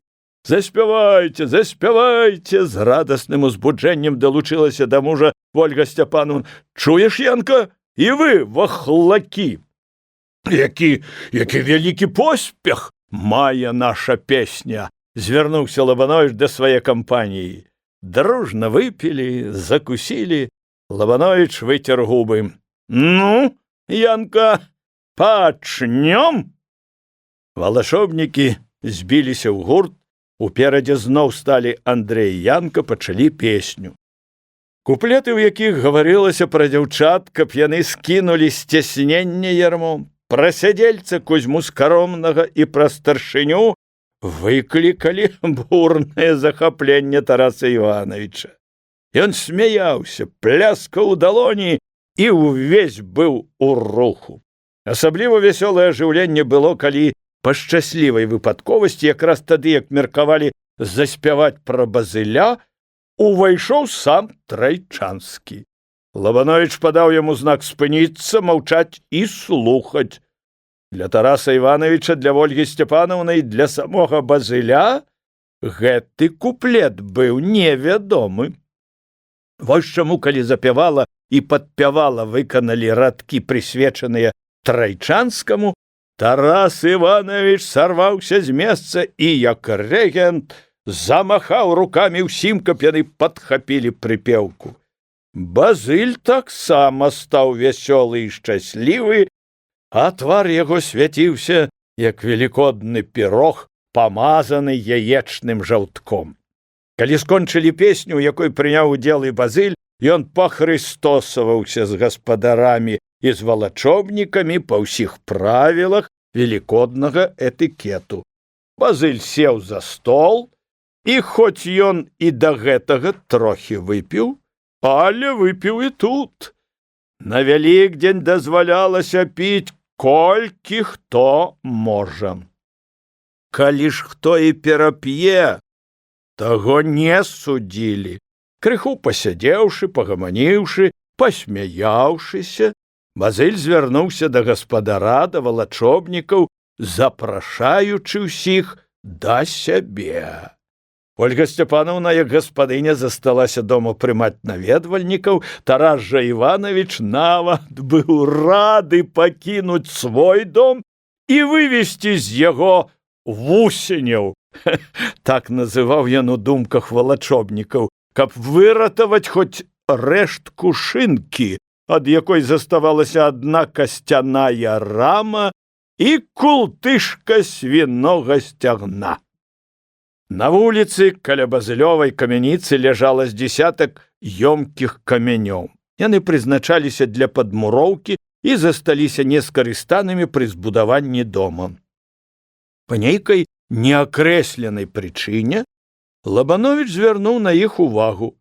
Можа, таму, што яшчэ ў дзяцінстве ён любіў сядзець на кучы камення ў полі. Гэта куча называлася крушня, слухаць і пазіраць, што адбываецца навокал. Вось і цяпер яму захацелася прыпыніцца каля каменя і пасядзець. Але гаспадары Тарас Іванович узялі цвёрды курс на Базылёў велікодны стол, які таксама абяцаў быць багатым і разнастайным. У пакоі за сталом сядзелі нейкі чыноўнік, родам з Панямоні па прозвішчу Булах, маці Базыля, нізенькая і тоўстая, як кадушка, дзве сястры Смалянскі і Кашчэева дачка Аксана. З'яўленне такога натоўпу зрабіла ў доме цэлы пераварот. Старая маці Базыля паважна паднялася з месца. Чыноўнік Булах, не трацячы свае годнасці, павольна прыўзняўся. Дзяўчаты ж узляцелі, як матылі на агонь, кінуліся сустракаць гасцей. Лабановіч даў знак валачобнікам спыніцца, каб заспяваць ужо вядомую песню. Калі дайшлі да куплета, у якім гаварылася, каб дзяўчаты скінулі сцясненне ярмо, Базыль кінуўся да Надзі, а Надзя адапхнула яго і сама кінулася да Янкі Тукалы з тым, каб потым ужо на законнай падставе пахрыстосавацца з Андрэем, якога яна проста па-дзявочы упадабала. Шчакаўшы, Надзя і Лабановіч выйшлі з-за стала і прыселі ў больш-менш зацішным куточку. Госці падгулялі, шумелі і не зварачалі на іх увагі. Толькі Базыль зрэдку паглядаў у той бок. Ён не дужа быў упэўнены, што Надзя не адмовіцца ад яго, хоць ён і ўласнік знатнай камяніцы. «Калі ж выходзіце вы замуж?» – запытаў Лабановіч Надзю. «За каго?» – таксама запытала і Надзя. «Яшчэ і пытаецеся? Вядома, за каго? За Базыля? Пра гэта ўсё па-нямонне гаворыць. Чалавек ён добры і не брыдкі, мае такі слаўны дом. Вось бачце, ну, буду вашым сватам». Надзя паглядзела на Андрэя, хітравата пасміхнулася. «Каб за свата? Дык пайшла б. А за Трайчанскага не пайду». У гэты час падышоў Базыль. «Як бачыце, сон у руку», – заўважыў Лабановіч. «Але даруйце, мяне мучыць прага».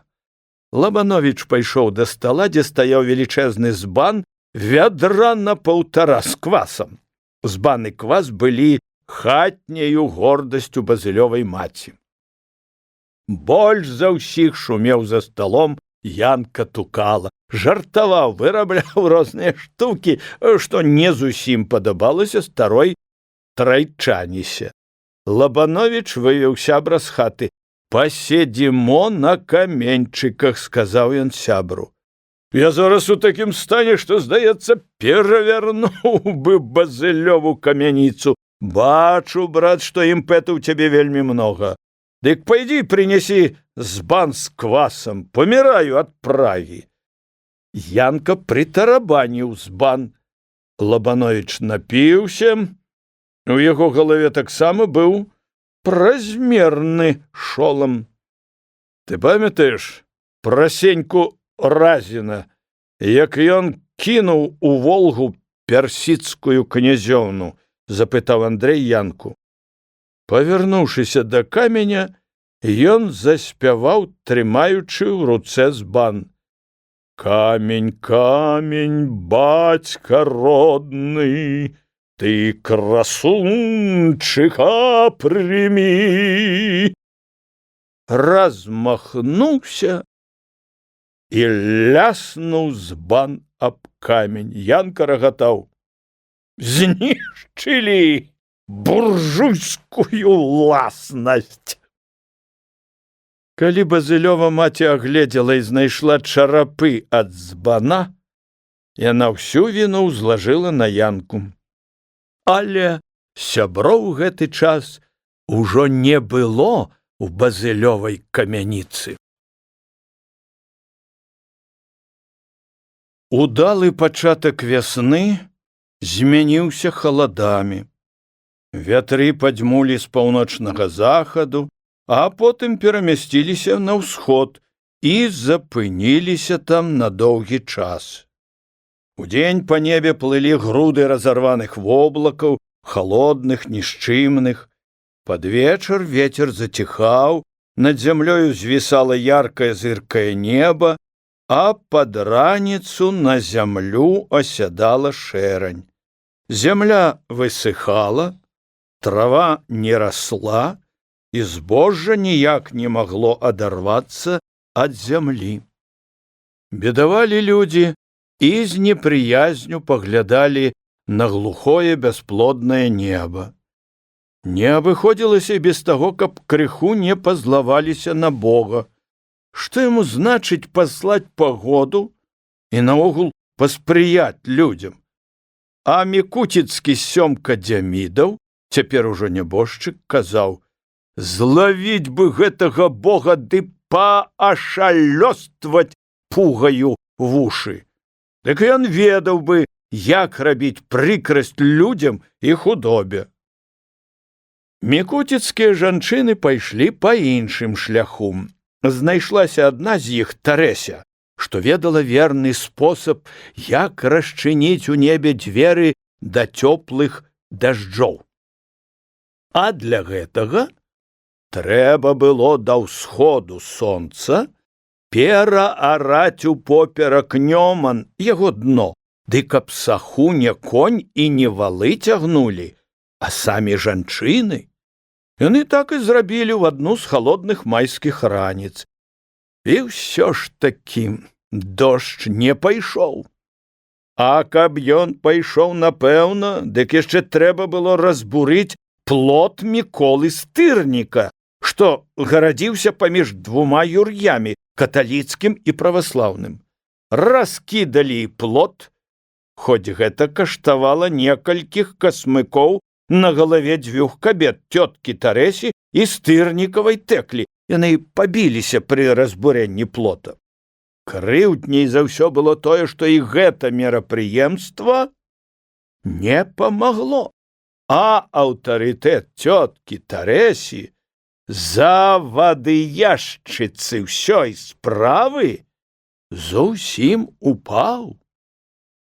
Так і не было дажджу і цяпла аж да самага чэрвеня. У гэтае сухое непрыемнае надвор'е, калі вакол чуліся адны толькі скаргі і нараканні, да Лабановіча прыйшло пісьмо з Вільні, пісаў яму Уласюк. Паважаны дзядзька Андрэй, калі вы не маеце дужа прыбытных заробкаў, дык прыязджайце да нас, работа для вас знойдзецца. Даволі вам сядзець у шчыліне, трэба выходзіць у людзі. У гэтым мы вам можам памагчы і з часам зрабіць з вас адукаванага чалавека, паслаць вас туды, дзе вучыцца цётка Пашкевічанка. Трымайцеся, дзядзька, і трымайце хвост трубою. З пашанаю да вас, М.У. Невялічкае, крыху дзікаватае пісьмо павярнула зусім у іншы бок думкі Лабановіча. Перш за ўсё было прыемна, што запрашаюць яго ў рэдакцыю. Рэдакцыя здавалася яму тады самаю высокаю і самаю разумнай установай у свеце, дзе сядзяць самыя разумныя людзі. А важней за ўсё, у пісьме быў намёк, што яго пашлюць для навукі ва ўніверсітэт, а гэта была даўняя мара Лабановіча. Сядзець жа дома, не маючы пэўных заняткаў, было нецікава. Вось чаму пісьмо так усхвалявала яго і падняло настрой. Было моцнае жаданне зараз жа паказаць каму-небудзь гэтае пісьмо, пагутарыць аб яго змесце. З кім жа, як не з Янкам Тукалам, падзяліцца мыслямі і пачуццямі. У гэтыя дні Янка гібеў бацькоў. Была б добрая вясна, дык ужо ў такі час выраслі б цыбуля ў агародзе, шчаўе на лузе і самалуды ў лесе на пасеках. Зараз жа нічога такога не было, хіба толькі зрэдку перападала яечка. Всё ж ён быў сын у маці.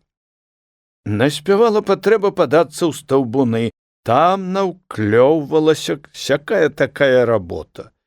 Да Янкі і накіраваўся Андрэй Лабановіч, узяўшы невялікі кавалачак сала і кручок гарэлкі. Вада ў нём не апала, мікуціцкія людзі гаварылі, што зараз і курыца пяройдзе раку ў брод. Лабановіч перабрыў Нёман і хвілін праз 40 падыходзіў да Нейгертава, дзе жыў Янка. Вёсачка тулілася на ўзгорку, малапрыметная і маленькая. У ёй была адна толькі вулачка. Сам жыхар вёскі Янка так азначаў даўжыню свае вуліцы.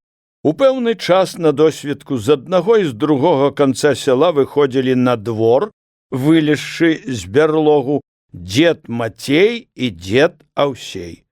Яны рабілі сваю справу, пазіралі на зоры, на неба, гадалі аб надвор'і. І кожны гук ад аднаго дзеда зараз жа перадаваўся другому. Лабановіч пераступіў высокі амаль на локаць парог, і спыніўся каля дзвярэй. У хаце, апроч Янкі, нікога не было. «Здароў, Янка! Няхай не падзе на цябе цень бярозы, пад якою сядзеў грэк». Янка не чакаў прыходу прыяцеля. Ён сядзеў з краю просценьска сялянскага століка, чытаў кніжку «Так гаварыў Заратустра». На покуці над столом віселі абразы у просценькіх саматужных асадках, але пад шклом, каб мухі не забруджвалі твары святых угоднікаў. На адным канцы століка ляжаў загорнуты ў даматканы абрус акраец хлеба. Хлеб, як бы ні было яго мала, не павінен сыходзіць са стола. Янка здзівіўся і ўзрадаваўся. «Каго я бачу? Ці не зманьваюць мяне мае вочы?» Выгукнуў ён і выскачыў з-за стола. «Вітаю чалавека, які шукае сабе пагібелі, каб стаць чалавекам», дадаў Янка і горача павітаўся з прыяцелем. «Вось гэтага я цябе яшчэ не чуў. Ці не ад Ніцшэ запазычыў?» спытаў Лабановіч. «Ад яго сабачага сына», прызнаўся Янка і пры гэтым выказаў жаль, што ў хаце нікога няма, ўсе ў полі, а таму і пачаставаць няма чым і няма каму. «Не аб адным хлебе жыў будзе чалавек», азваўся Лабановіч. Ён ведаў, што Янкава сям'я жыла бедна. «Я прыйшоў да цябе не для таго, каб ты мяне частаваў», заўважыў Лабановіч і дадаў. «Можа, і сапраўды кажаш ты праўду, калі гаворыш пра чалавека, які шукае сабе пагібелі, каб стаць чалавекам». Лабановіч выняў з кішэні пісьмо ад Уласюка. «Вось, прачытай». Янка ўзяў пісьмо і ўпіўся ў яго вачамі, а Лабановіч пазіраў, якое ўражанне робіць пісьмо на прыяцеля. Прачытаўшы, Янка моўчкі доўга глядзеў на Андрэя, па твары было відаць, што ён узрадаваны, ўсцешан. «Гэта навіна! Я ж табе казаў, што нашага брата, бадзягу бяздомніка, голымі рукамі не возьмеш, ад зямлі не адарвеш, бо яго карэнні глыбока сядзяць. Валяй, браце! Абедзвюма рукамі благаслаўляю цябе ў дарогу. Няхай будзе яна пасыпана жоўценькім пясочкам». Янка моцна паціснуў руку Андрэю. «Дык ты раіш мне ехаць?» «Ад усяго сэрца», пацвердзіў Янка. «Ну, калі так, дык будзем піць барыш». Лабановіч выняў кручок гарэлкі, паставіў на стол і палажыў сала, загорнутае ў паперу. Янка з захапленнем пазіраў на гэта дабро.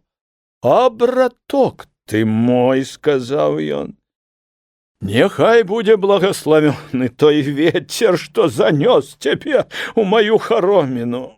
Ён рухава метнуўся да дзервянога шафіка, дастаў адтуль дзябёлую сялянскую чарку, борздзенька разгарнуў настольнік, адрэзаў лусты 2 хлеба. Лабановіч тым часам адкаркаваў мерзаўчык і наліў чарку. «Дык давай, Янка, вып'ем за тых, у каго, як сакрамант, ляжыць на стале акрайчык хлеба, з такою любасцю і пашанаю, загорнуты ў просценькі даматканы абрусік. Няхай гэтага хлеба стане болей, і няхай не дадаюць да яго мякіны або тоўчанай бульбы. Няхай вольна, шчасліва і багата жывуць працоўныя людзі. Ах ты, глядзі ты, які з цябе прамоўца», заўважыў Янка. А Лабановіч кульнуў чарку, наліў яе гарэлкі і перадаў прыяцелю. Янка узяў чарку. «Хоць і вялікае маё жаданне выпіць гэту чарку, але яшчэ большае жаданне таксама сказаць што-небудзь перад тым, як выпіць.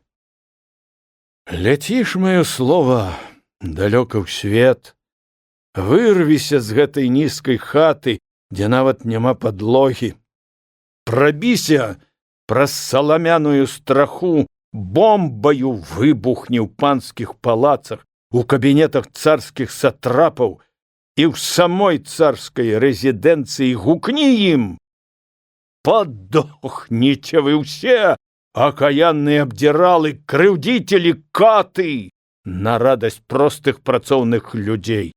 Адным духам Янка апаражніў чарку. «А здорова ты сказаў. Закасаваў ты мяне, Янка, маладзец!» Янка ўзяў кавалачак хлеба і сала. «Пры табе, Андрэй, я магу сказаць прамову. Вось калі б я выступаў перад натоўпам людзей, дык нічога не выйшла б», прызнаўся Янка.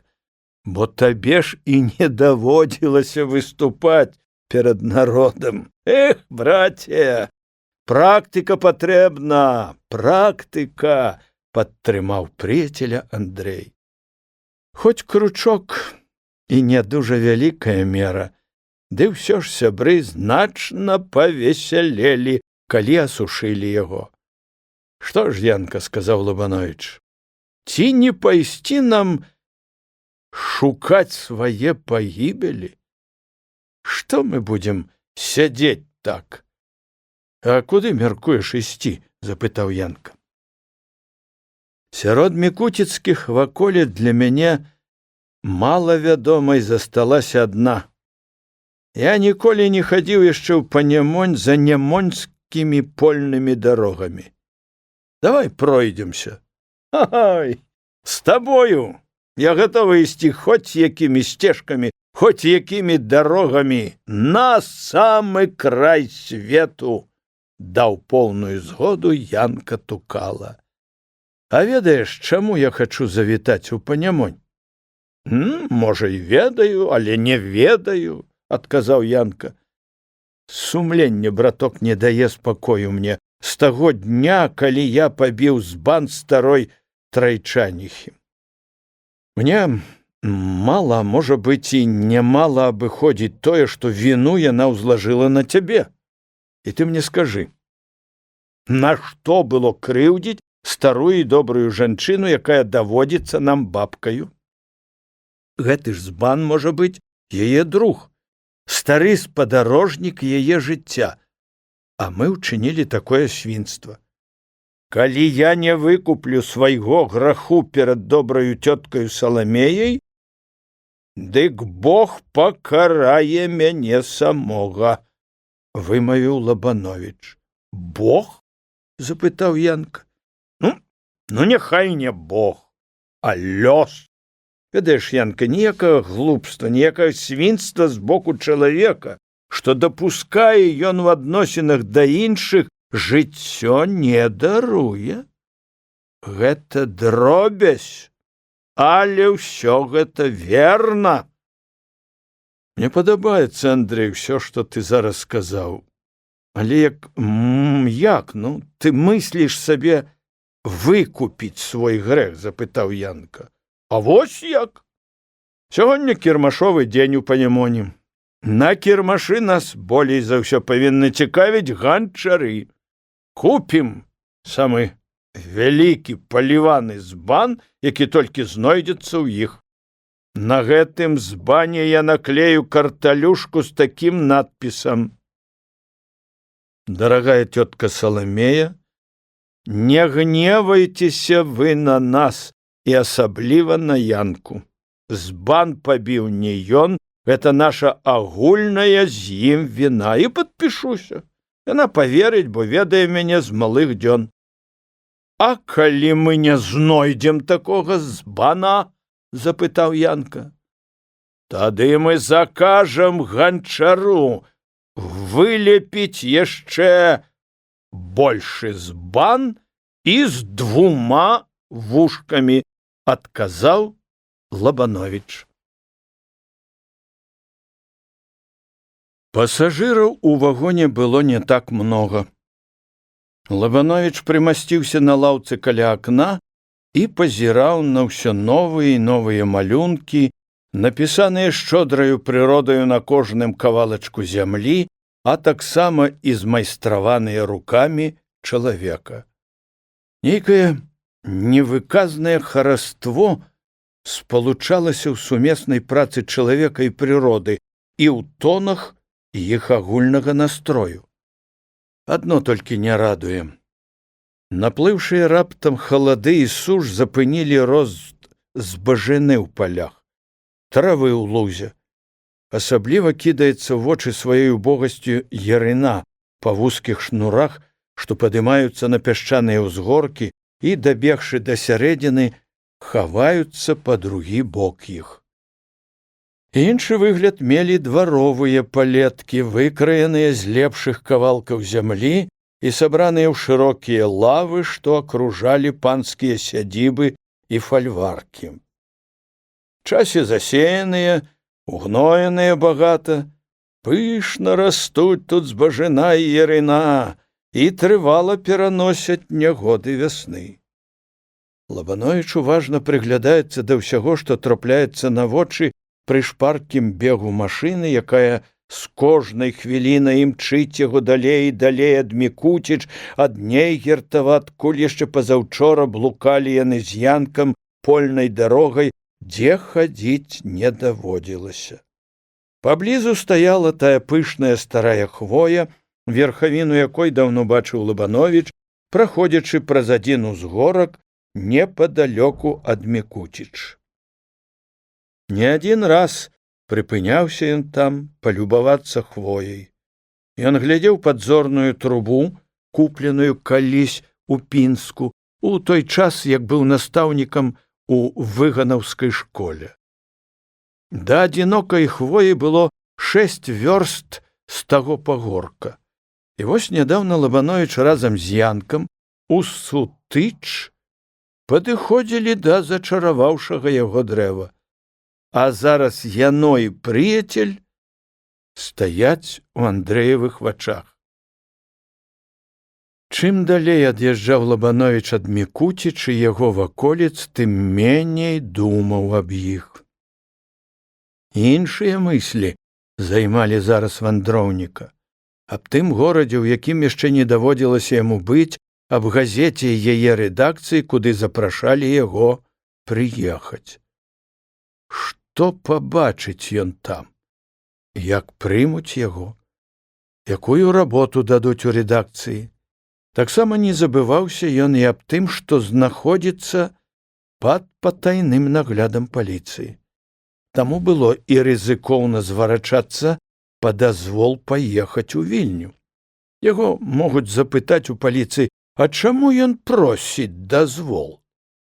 Можа выявіцца, што паднагляднаму вядомы яго стасункі да паліцыі. Дык лепей паехаць цішком, а там што будзе, то будзе, абы не кіснуць на адным месцы. Ужо зусім добра развіднела, калі Лабановіч пад'язджаў да Вільні.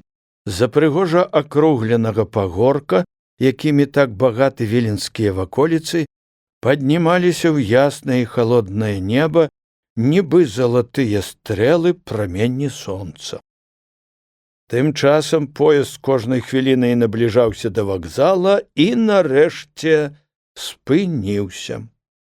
Лабановіч з невялікім чамаданчыкам у руцэ з першых сышоў з вагона і пайшоў следам за народам, з захапленнем пазіраючы на падземныя тунелі, што вялі на вакзал і ў горад. Тут шмат было паваротак, і каб не напісы, дык новы чалавек мог бы лёгка заблудзіцца.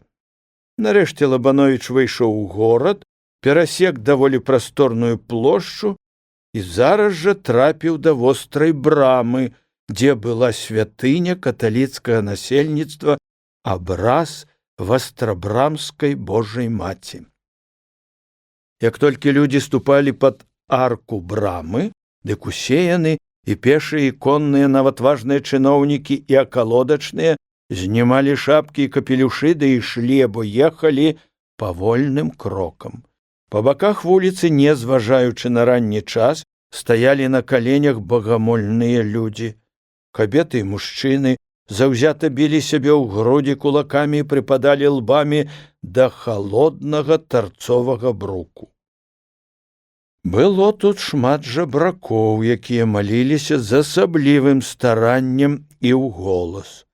Лабановіч таксама мусіў зняць шапку, прычым яму прыгадаўся адзін паляшук, якога сілаю заганялі ў царкву. Па дарозе ён казаў: «Хоць і пайду, але ні рукою, ні губою не мяльну».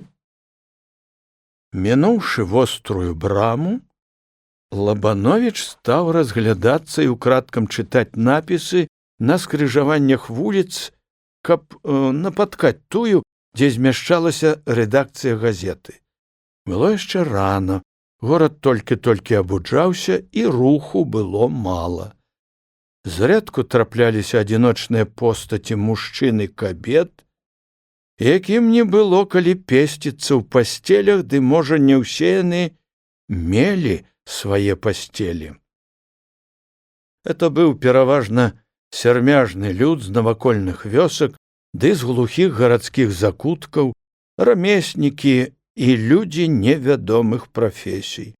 Худыя, абарваныя, заклапочаныя, яны кудысьці спяшаліся для здабывання кавалка надзённага хлеба. Лабановіч уважліва і са спачуваннем прыглядаўся да іх і думаў: як многа такіх людзей, якім жывецца шмат горай за тых настаўнікаў, што павыганяны са школ. Не спяшаючыся, ён заходзіў у глухія цесныя закавулкі, на якія быў багаты горад, каб лепей азнаёміцца з імі. Завулкі заводзілі часамі вандроўнікаў тупікі, дзе далей не было дарогі. Ён варочаўся назад і губляў арыентацыю ў горадзе, якога не ведаў, ішоў у другім кірунку, ды зноў упіраўся ў тупікі. Нарэшце ён выбіўся на болей прасторныя вуліцы. На кожным кроку кідаліся ў вочы манастыры, кляштары, касцёлы, цэрквы, кірхі і капліцы са своеасаблівымі скульптурамі каталіцкіх святых. Гэта былі свайго роду сімвалічныя летапісы, што расказвалі пра многавяковае жыццё горада, пра яго гістарычныя лёсы. Блукаючы па вуліцах і завулках, Лабановіч забраўся ў такія раёны, дзе ўжо страціў надзею без дапамогі людзей знайсці патрэбную яму завальную вуліцу. А Вільня тым часам абудзілася і пачала сваё абыклае жыццё ў рэчышчы паліцэйска-чыноўніцкага тагачаснага ўкладу губернатарскага горада царскай імперыі. Яшчэ праз паўгадзіны Лабановіч нарэшце спыніўся каля рэдакцыі. Побач размясцілася даволі вялікая багатая крама з пышнаю размаляванаю шыльдаю, на якой было напісана па-руску: «Торговая фірма Амстэрдама». Можна было падумаць, людзі так і думалі спачатку, што гэта гандлёвы дом, адчынены тут якім-небудзь багатым кумцом з Амстэрдама. У сапраўднасці ж крама належала мясцоваму гандляру па прозвішчу Амстэрдам, які гандляваў цыкорыяй і кофе. Несмела, з некаторым хваляваннем і нават страхам, пераступаў Лабановіч парог дома, дзе была рэдакцыя.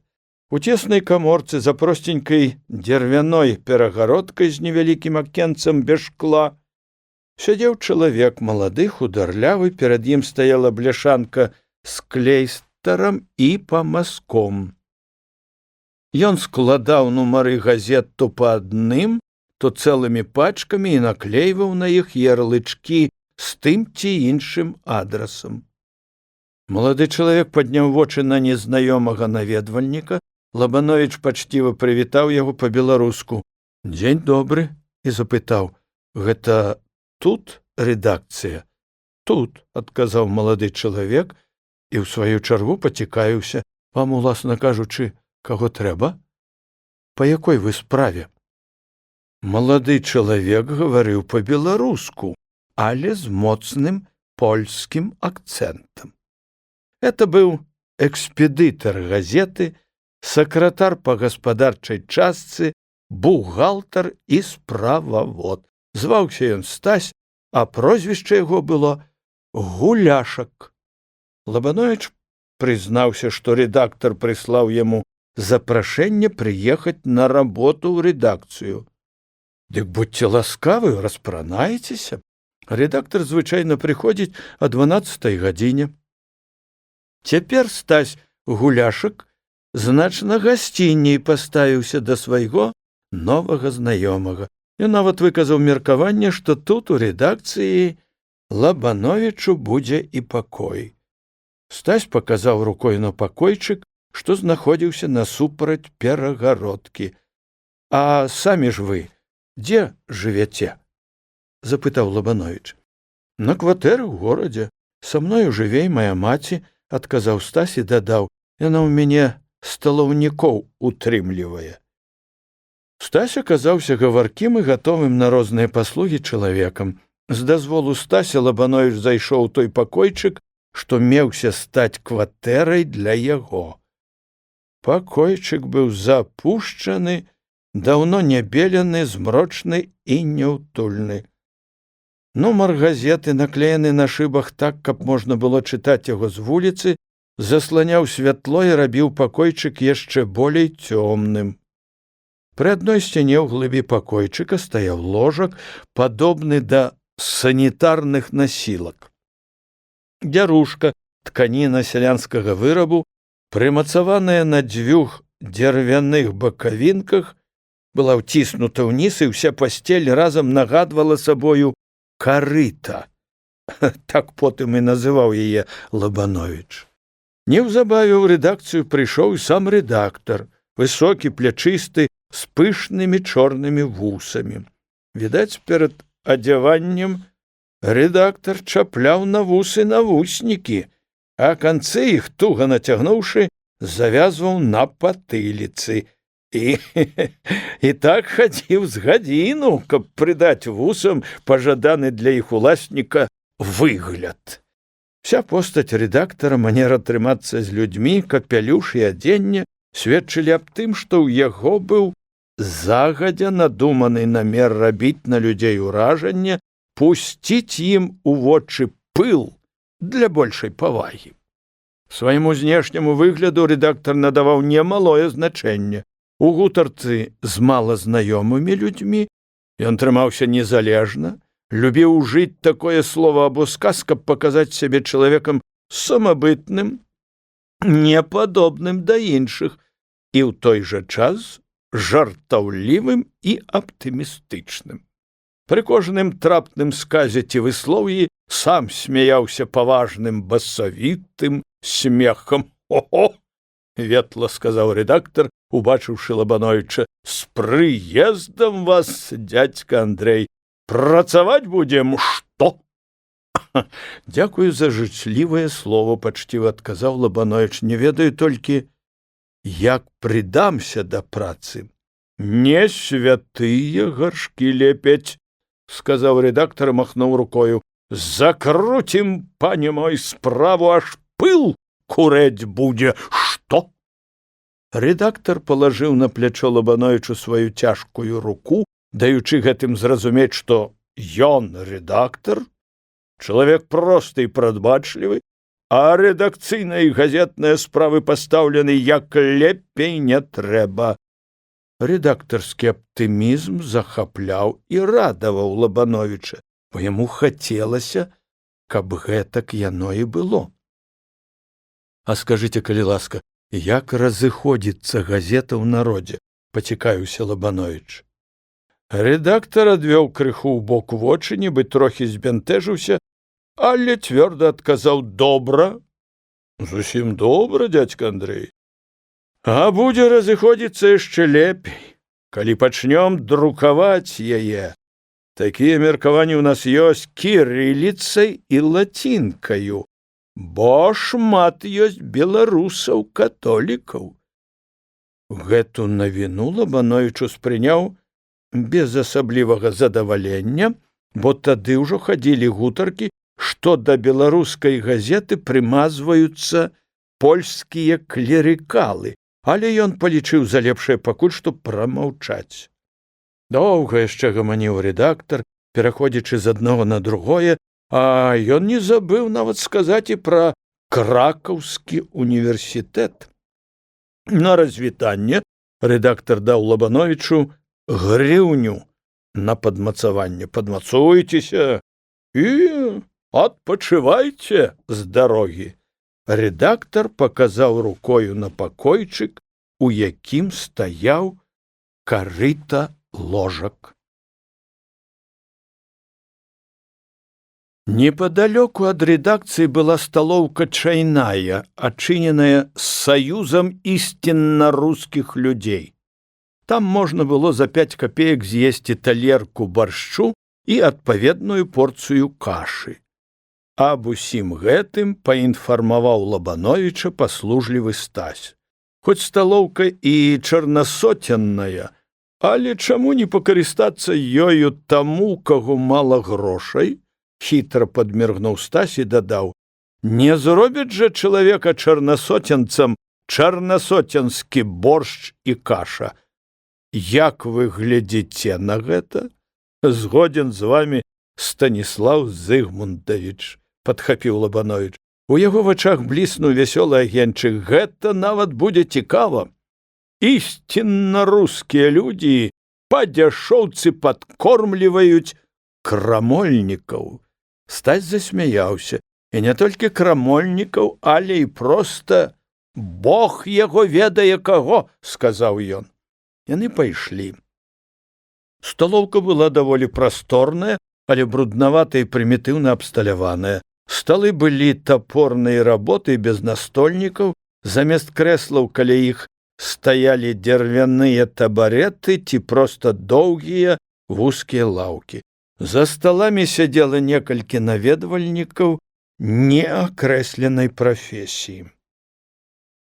Лабановічу нават здавалася, што паміж іх ёсць звычайныя тарбахваты.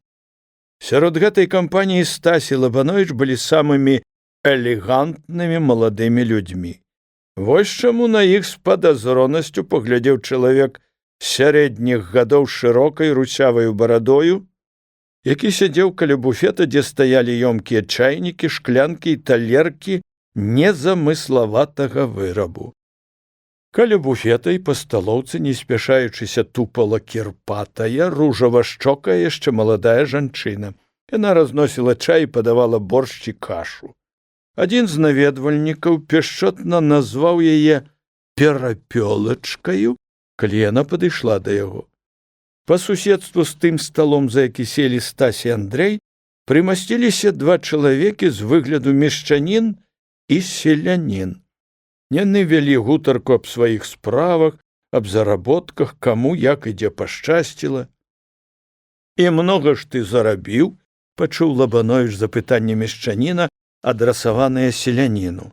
Селянін уздыхнуў, правёў рукою па вусах, зірнуў на мешчаніна і сур'ёзна адказаў: руб і 2 ноздры круп. Лабановіч не пакаяўся, што зайшоў сюды. Тут можна і пасілкавацца, і спакойна наглядаць людзей, пачуць трапнае слова ці выслоўе, можна таксама пабачыць і цікавыя сцэны. Ён успомніў Янку Тукалу. Эх, было б добра, каб і ён быў тут. Ужо, напэўна, не абышлося б без таго, каб ён выдумаў які-небудзь афарызм, напрыклад, такі: і ў чарнасоценным брудзе можна знайсці крупінкі золата. Лабановіч меў на ўвазе выслоўе селяніна аб яго заработку. Пачынала вечарэць, калі Лабановіч, абышоўшы значныя раёны горада, часамі надзвычай маляўнічыя, апынуўся зноў у рэдакцыі. Стась скончыў свой рабочы дзень, падаўся на кватэру. Лабановіч застаўся адзін і таксама пашыўся ў сваю спачывальню, дзе стаяў вядомы ўжо ложак карыта. Пажылая кабета, што прыбірала ў рэдакцыі, прынесла дзярушку і жмут нейкіх лахманоў замест падушкі. Андрэй паслаўся, лёг і пасміхаўся. Ніводзін цар, напэўна, не адчуваў сябе так добра ў сваёй пасцелі, як адчувае ў гэтым карыце Лабановіч. Доўгі час яму не ўдавалася заснуць. Ён прыгадваў розныя падзеі, ўражанні пражытага на новым месцы дня, гадаў, думаў, як сустрэне заўтрашні дзень, што новага напаткаецца ў ім. Узнікала шмат пытанняў у сувязі з выданнем газеты, на якія сродкі яна выдаецца, якія перспектывы яе ў будучым. А неўгамонны горад шумеў. За акном тарахцелі на вуліцы колы цяжкіх павозак, рытмічна цокалі па бруку падкаваныя конскія капыты, чуліся людскія галасы, залівісты спеў рэек і колаў старамоднай конкі на крутых паваротах. Всё гэта злівалася ў глухі несціханы шум. Пад гэты прыглушаны шум Лабановіч заснуў моцным сном. Але як толькі развіднела і заспявала конка, ён прачнуўся і некалькі часу ляжаў. Спяшацца не было куды. Пачынаўся новы дзень з яго клопатамі і турботамі. У першую чаргу трэба было так ці іначай вырашыць пытанне аб тым, як і на якія грошы жыць у рэдакцыі. На рэдактарскіх траяках і пятаках далёка не заедзеш. Стась учора паведаміў, што для выдання газеты спецыяльных грошай няма, што супрацоўнікі газеты, праўда, іх не так многа, працуюць больш з-за ідэі, чым з-за ганарару. І сам Стась атрымлівае ўсяго 3 рублі ў месяц, ды невялікі працэнт ад продажу газет, але ён любіць беларускую газету, спачувае і спрыяе ёй як можа. 1:10 раніцы Стась першы завітаў у рэдакцыю. Ён ветла паздароўкаўся з Лабановічам. Як жа адпачывалі? Запытаўся Стась. Дзякую. Адпачываў, можна сказаць, не горш за губернатара. Губернатар дрыжыць за сваё жыццё, ён баіцца тэрарыстаў. А мне чаго баяцца? Далей высылкі і астрога дарог для мяне няма, прамовіў Лабановіч. Няхай лепш у высылку і ў астрогі ідуць губернатары, заўважыў Стась. Яны разгаварыліся. Стась быў больш-менш знаёмы са справамі газеты і яе ўнутраным механізмам, але не ўсё выкладаў. Можа, ён і не ўсё ведаў, а можа, проста не хацеў пра ўсё расказваць. Ад Стася даведаўся Лабановіч, што рэдактар Уласюк адыгрывае ў газеце другарадную ролю, з'яўляецца афіцыйнаю асобаю, прадстаўніком рэдакцыі, юрыдычным рэдактарам. Сапраўдныя ж кіраўнікі і заправілы газеты, браты Ліскоўскія, Стафан і Ясь. Фактычным рэдактарам з'яўляецца Стафан Ліскоўскі. Старэйшы брат Ясь – скарбнік газеты. Большую частку сваёй дзейнасці ён праводзіць далёка за межамі рэдакцыі, галоўным чынам у раз'ездах. Што гэта былі за раз'езды, Лабановіч даведаўся потым.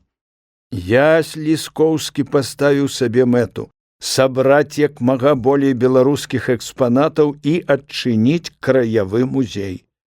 Не апошнюю ролю ў гэтай справе адыгрывалі і меркаванні пэўнай эканамічнай выгады.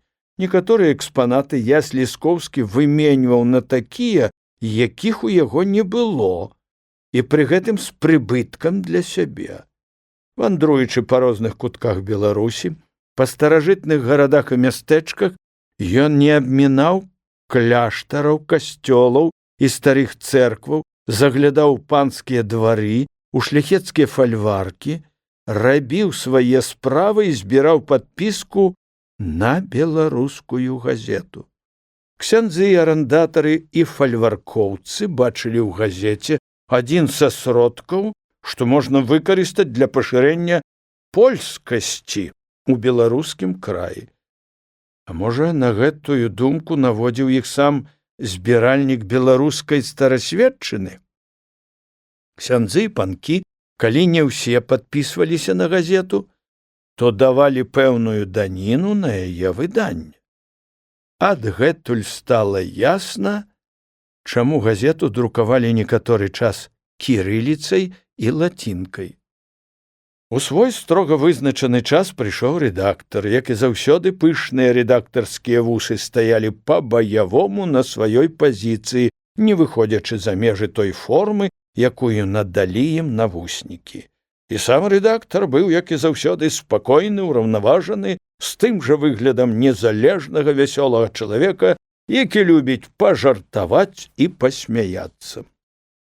«Ну, як адчуваеце сябе на новай кватэры і ў новай, пане мой, абстаноўцы?» – запытаў рэдактар Лабановіча, павітаўшыся з ім і са Стасем.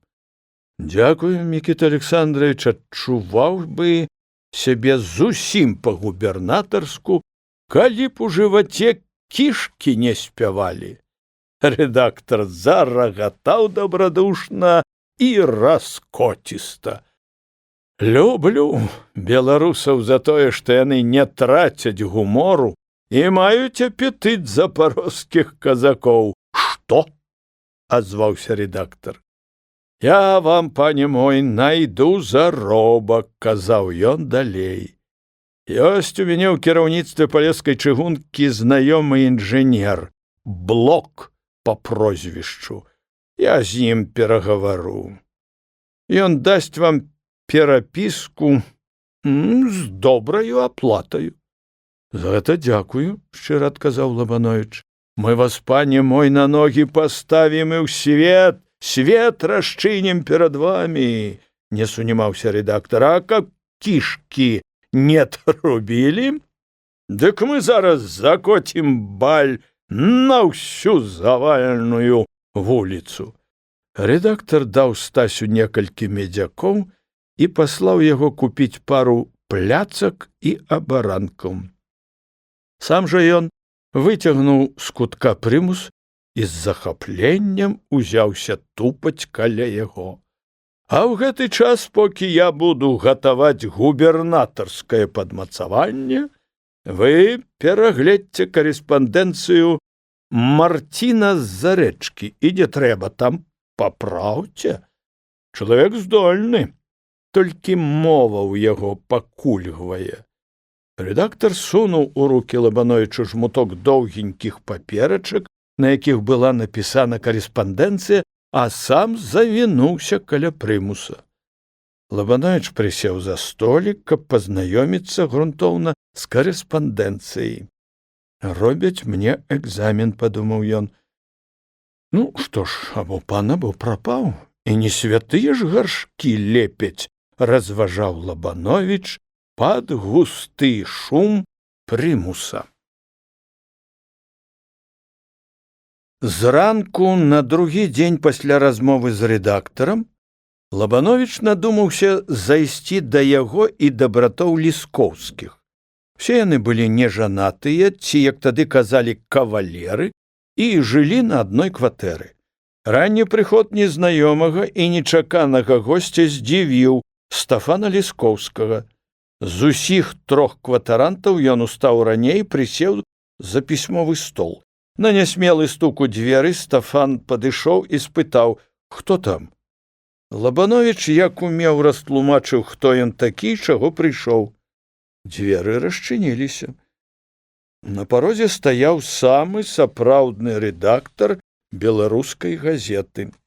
Малады, невысокі чалавек, з белым, даволі прыгожым тварам, з цёмна-шэрымі вачамі. Ён паціснуў руку Лабановічу і з прыемнай усмешкаю павёў яго ў кабінет. «Ну, сядайце, калі ласка», Стафан паказаў на крэсла, а сам сеў за стол. На стале было некалькі нумароў газеты, рукапісы, розныя артыкулы і карэспандэнцыя. Стафан апрацоўваў іх да чарговага нумара газеты. Сярод гэтых рукапісаў ляжала і карэспандэнцыя Марціна з Зарэчкі, папраўленая ўчора Лабановічам. На стале быў поўны парадак. Рукапісы і газеты акуратна пакладзены, кожная рэч на сваім месцы. Лабановіч акінуў вокам кабінет. Ні ў якае параўнанне не ішоў ён з катухом у рэдакцыі, дзе асталяваўся Лабановіч і дзе стаяла яго карыта. Параю дзвярэй кабінет быў злучаны з другімі пакоямі кватэры. Стафан Ліскоўскі ўзяў са стала Марціна з Зарэчкі, лагодна кіўнуў галавою налева і направа, як бы кладучы гэтым пачатак гутаркі.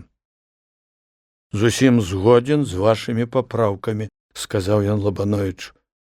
«Вельмі рады чуць гэта», – азваўся абнадзеяны Лабановіч. «А як вам падаецца газета наша?» – запытаў Стафан. «Пра мяне і гаварыць няма чаго, люблю яе. Люблю ўжо таму, што гэта першая беларуская газета. А самае важнае тое, што яе ахвотна чытаюць простыя людзі, для якіх яна прызначаецца». Такі адказ Лабановіча выклікаў новую усмешку на губах Стафана. «Вельмі, вельмі прыемна чуць гэта і асабліва ад вас», – прамовіў Стафан. У яго тоне Лабановічу пачулася нотка фальшу. Але ён змаўчаў. У гэты час дзверы, што былі насупраць, павольна адчыніліся, і адтуль выйшаў Ясь Ліскоўскі. Лабановіч паспеў убачыць на сцяне пакойчыка некалькі старасвецкіх шабель і пісталетаў, але ўсё гэта толькі мільганулася ў вачах, бо дзверы зараз жа зачыніліся. Ясь Ліскоўскі быў зусім не падобен да брата і на цэлую галаву вышэйшы за яго. На ясевым твары ўвесь час блукала ўсмешка, часамі дужа салодкая, ліслівая, а часамі хітрая і няшчырая. «Пазнаёмся, новы супрацоўнік нашай газеты таленавіты», – прадставіў Стафан Лабановіча. Усмешка на ясевым твары расплылася яшчэ шырэй і прыемней. «Дужа рады бачыць вас у нашым асяроддзі», – салодка прамовіў Ясь. «Фактычна, да я ж знаёмы з вамі, правда, завочна. Ведаеце, прафесія мая – вандроўніцтва. Я вандрую з аднаго кутка Беларусі ў другі, прыглядаюся да ўсяго, прыслухоўваюся, аб чым гамоняць людзі. Адным словам, шукаю ўсяго таго, што складае асаблівасць беларусаў. І аб вас я таксама шмат чаго чуў, разумеецца, добрага. Я зараз вельмі рады, што бачу вас перад сабою». Лабановіч маўчаў, слухаў гэтага дыпламата і спрытнага чалавека. А Ясь казаў далей: «Расце наша беларуская грамада, шырыцца. Так і збіраецца вакол нашай газеты гурт свядомых беларусаў. Хутка мы аб'яднаемся нашы лепшыя сілы», – гаварыў я з захапленнем. На губах з'яўлялася папераменна то салодкая, то хітрая усмешка. Якраз у самы разгар ясевага ўзнёслага красамоўства з другіх дзвярэй высунуўся Мікіта Александрович, босы, в адной толькі ніжняй каротенькай сародцы. Вся яго постаць нагадвала дзябёлую чыгунную тумбу. Нельга было без смеху глядзець на гэтую амаль зусім голую фігуру. Пад носам у Ласюка красаваліся навуснікі, канцы якіх былі завязаны на патыліцы. Такі урачысты выхад рэдактара абразіў эстэтычны густ Яся Ліскоўскага. Нічога не кажучы, ён шпарка выйшаў у свой пакой, зняў са сцяны адну са старасветскіх шабель, не вымаючы клінка, пляснуў разоў пару ножнамі па рэдактарскаму заду. Рэдактар ніколечкі не пакрыўдзіўся і толькі сказаў: «Не паненкі ж тут сядзяць», павярнуўся і пайшоў у свой пакой. Там у яго былі гіры і штанга, і ён прыступіў да гімнастычных практыкаванняў, а потым заняўся туалетам. Браты Шліскоўскія гаварылі многа, з вялікай перакананасцю, гаварылі так, як бы толькі ў іх адчынены вочы на ўсе праявы жыцця. І ўсё малявалі яны у ружовых колерах. Не абмінулі таксама і Кракаўскага універсітэта, дзе вучыцца не адна толькі Элаіза Пашкевіч, цётка, але і шмат іншых беларусаў. Ім дапамагае беларуская грамада, беларускае зямляцтва. Лабановічу таксама не загароджана дарога ў Кракаўскі універсітэт. Вы ведаеце, шаноўны сябра Андрэй, не сунімаўся Ясь Ліскоўскі, культура ідзе да нас і далей на ўсход з захаду. На апошнім слове ён зрабіў націск. А як акрэсліць межы гэтага захаду? Запытаў Лабановіч. Ясь Ліскоўскі прабачліва усміхнуўся. Які ж ты, браце, невук, калі ставіш такое пытанне?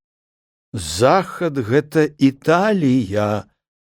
З рымскім папам ці без папы? Кінуў рэпліку невук Андрэй. Ясь Ліскоўскі прапусціў яе міма вушэй, казаў далей: Нямецчына, Францыя, калі хочаце, Польшча. Галоўным чынам культура захаду ішла і ідзе да нас праз Польшчу. Ды Польшчы цяпер як такой няма.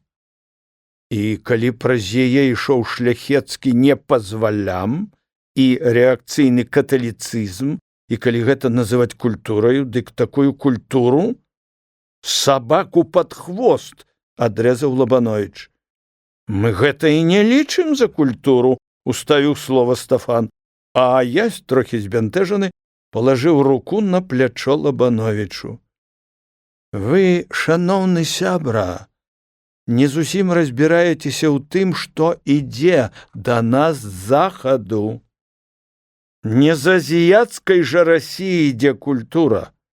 Адразу заўважаецца на вас уплыў рускай школы і русіфікатарства, і ў гэтым ваша памылка. Вы мне даруйце, шаноўны дзядзька Ян, лагодна заўважыў Лабановіч. Вы валіце в одну кучу рускую школу і русіфікатарства. Русіфікатарства — гэта самаўладная царская нацыянальная палітыка. Не прызнаю яе, змагаюся супраць яе, як умею.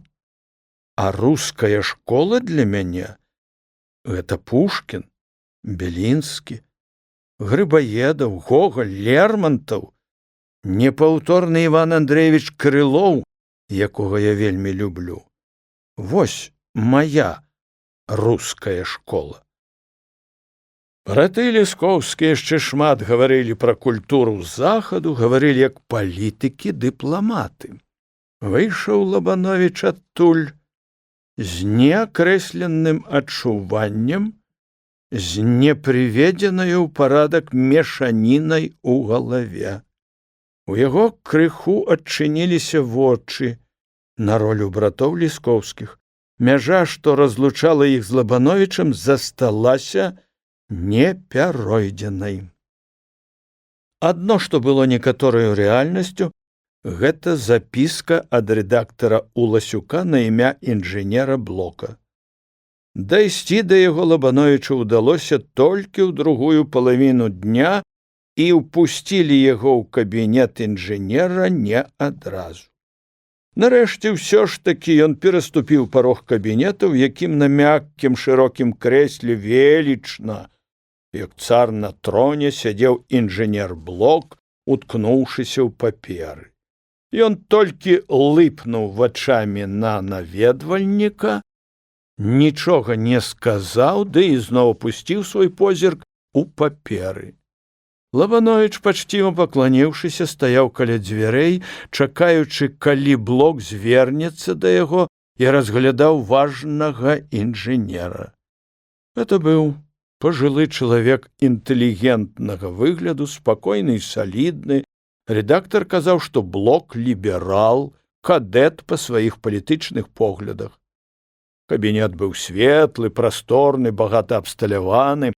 На сцяне вісеў партрэт міністра шляхоў зносін, але Блок, здавалася, касаваў яго сваёю персонаю, сваёй лысінаю на 3/4 галавы і пышнаю, кароткаю, але шырокаю барадою, у якой прабіваліся срэбраныя ніці сівізны. Праз некалькі хвілін інжынер адарваўся ад папер, падняў галаву, зірнуў на Лабановіча такім поглядам, нібы ўзважваў яго ў сваіх мыслях. «Вы да мяне?» – спытаў Блок. «Так, господин інжынер, у мяне ёсць пісьмо да вас», – адказаў Лабановіч, падышоў бліжэй да стала і перадаў канверт, у якім ляжала запіска ад рэдактара. Блок прачытаў запіску і ўжо болей уважліва з зацікаўленасцю паглядзеў на Лабановіча. «Да», – неакрэслена мдакнуў інжынер і яшчэ раз зірнуў на наведвальніка. «Сказаць такой падыходзячай для вас работы, знайсці мне, трудновато». Інжынер прымоўк, а Лабановіч усхвалявана чакаў выніку. «А ўрэшце, бадай што сёе-тое магу вам запрапанаваць», – сказаў Блок.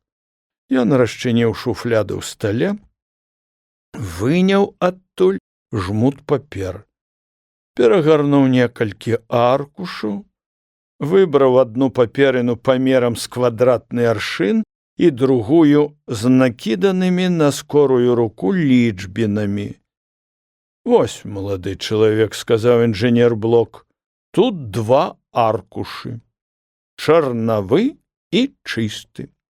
На чысты аркуш вы перанесяце папраўленыя лічбы.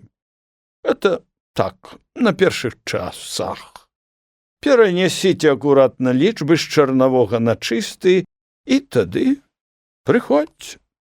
Да таго часу, можа, знойдзецца для вас што-небудзь болей падыходзячае. Всяго добрага».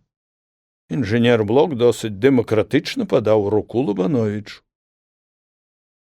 Выйшаў Лабановіч з 7павярховага дома кіраўніцтва чыгунак. Настрой у яго быў добры. Жыць на свеце можна і безработнаму выгнанніку агарку. У гэты ж вечар ён цвёрда пастанавіў напісаць вялікае пісьмо свайму другу Янку Тукалу. Уражанне ўжо так многа, што пісаць ёсць пра што, і напісаць можна вельмі цікава. З такімі думкамі ішоў Лабановіч у свой прытулак, дзе чакала яго вядомая карыта. Этую кватэру яна хрысціць, пішучы пісьмо да прыяцеля вертепам Венеры пахавальнай. Тое, што спачатку ўяўлялася Лабановічу вялікаю радасцю ўдачаю, потым сталася для яго крыніцаю вялікага клопату і згрызот. Лабановіч сядзеў у сваім закутку, схіліўшыся над вялізнымі аркушамі разлінованай паперы. У гэтых аркушах было не меней як па 100 клетачак, падобных адна на другое, як 2 кроплі вады. На чарнавым аркушы стаялі лічбы, часамі перакрэсленыя і папраўленыя. Іх трэба было перанесці на чысты аркуш у такім жа парадку. Як не ўзіраўся Лабановіч у клеткі, якія толькі вылічэнні і зверкі ён не рабіў, каб адна клетка супадала з адпаведнаю другою. Але пры напісанні лічбін у чыставым аркушы яны не-неды пападалі не ў адпаведную графу. Калі памылка выяўлялася, Лабановіч адчуваў непрыемнасць. Напісанае пяром прыходзілася выскрабаць ножыкам, бо сцірка не памагала. На месцы выскрабеных лічбін заставалася плямка, праз якую прасвечвала папера. Некалькі дзён марнаваўся няўдалы перапісчык над простаю, чыста механічнаю работаю і часта збіваўся з тропу. Адна памылка выклікала другую. Як жа ён будзе глядзець у вочы рэдактару? Як будзе здаваць такую работу інжынеру? Прыйшлося, як дарадзіў Стась, шукаць па аптэках такія кіслоты, што вытраўлялі сляды чарнілам. Гэтыя кіслоты Стась называў чарнільнаю смерцю. Калі праз тыдзень Лабановіч закончыў перапісванне лічбін у чыставы аркуш, дык гэты чыставы выглядаў горай за чарнавы. Цяпер толькі Лабановіч папікнуў самога сябе ў тым, што не папрасіў у Блока запаснога чыстага аркуша паперы. Але тады гэта справа паказалася яму лёгкаю. Або яшчэ лепей, трэба наўперад лёгенька пісаць алоўкам, а потым, калі лічбіны пападалі не туды, куды трэба, проста сцерці іх і напісаць правільна.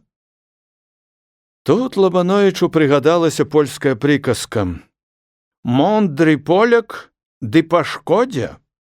Глянуўшы на стракаты аркуш з павыскрабанымі плямамі, ён сказаў сам сабе: «Гэта табе, брат, не Марцін з-за рэчкі».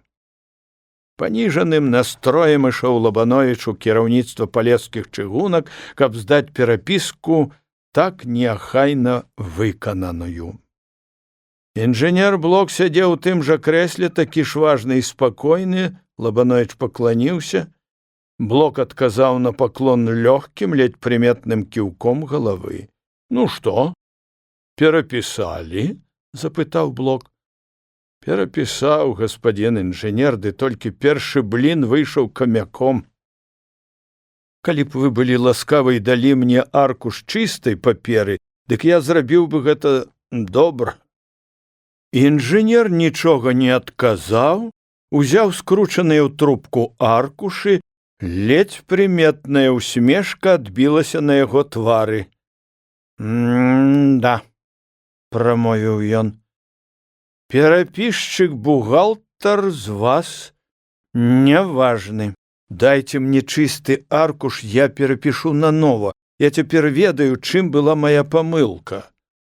Блок нічога на гэта не сказаў, палажыў у стол аркушы, а потым выняў з кішэні бумажнік, даў Лабановічу 10-рублёўку і моўчкі кіўнуў галавою, даючы гэтым зразумець, што болей гаварыць няма аб чым і што работы болей не будзе.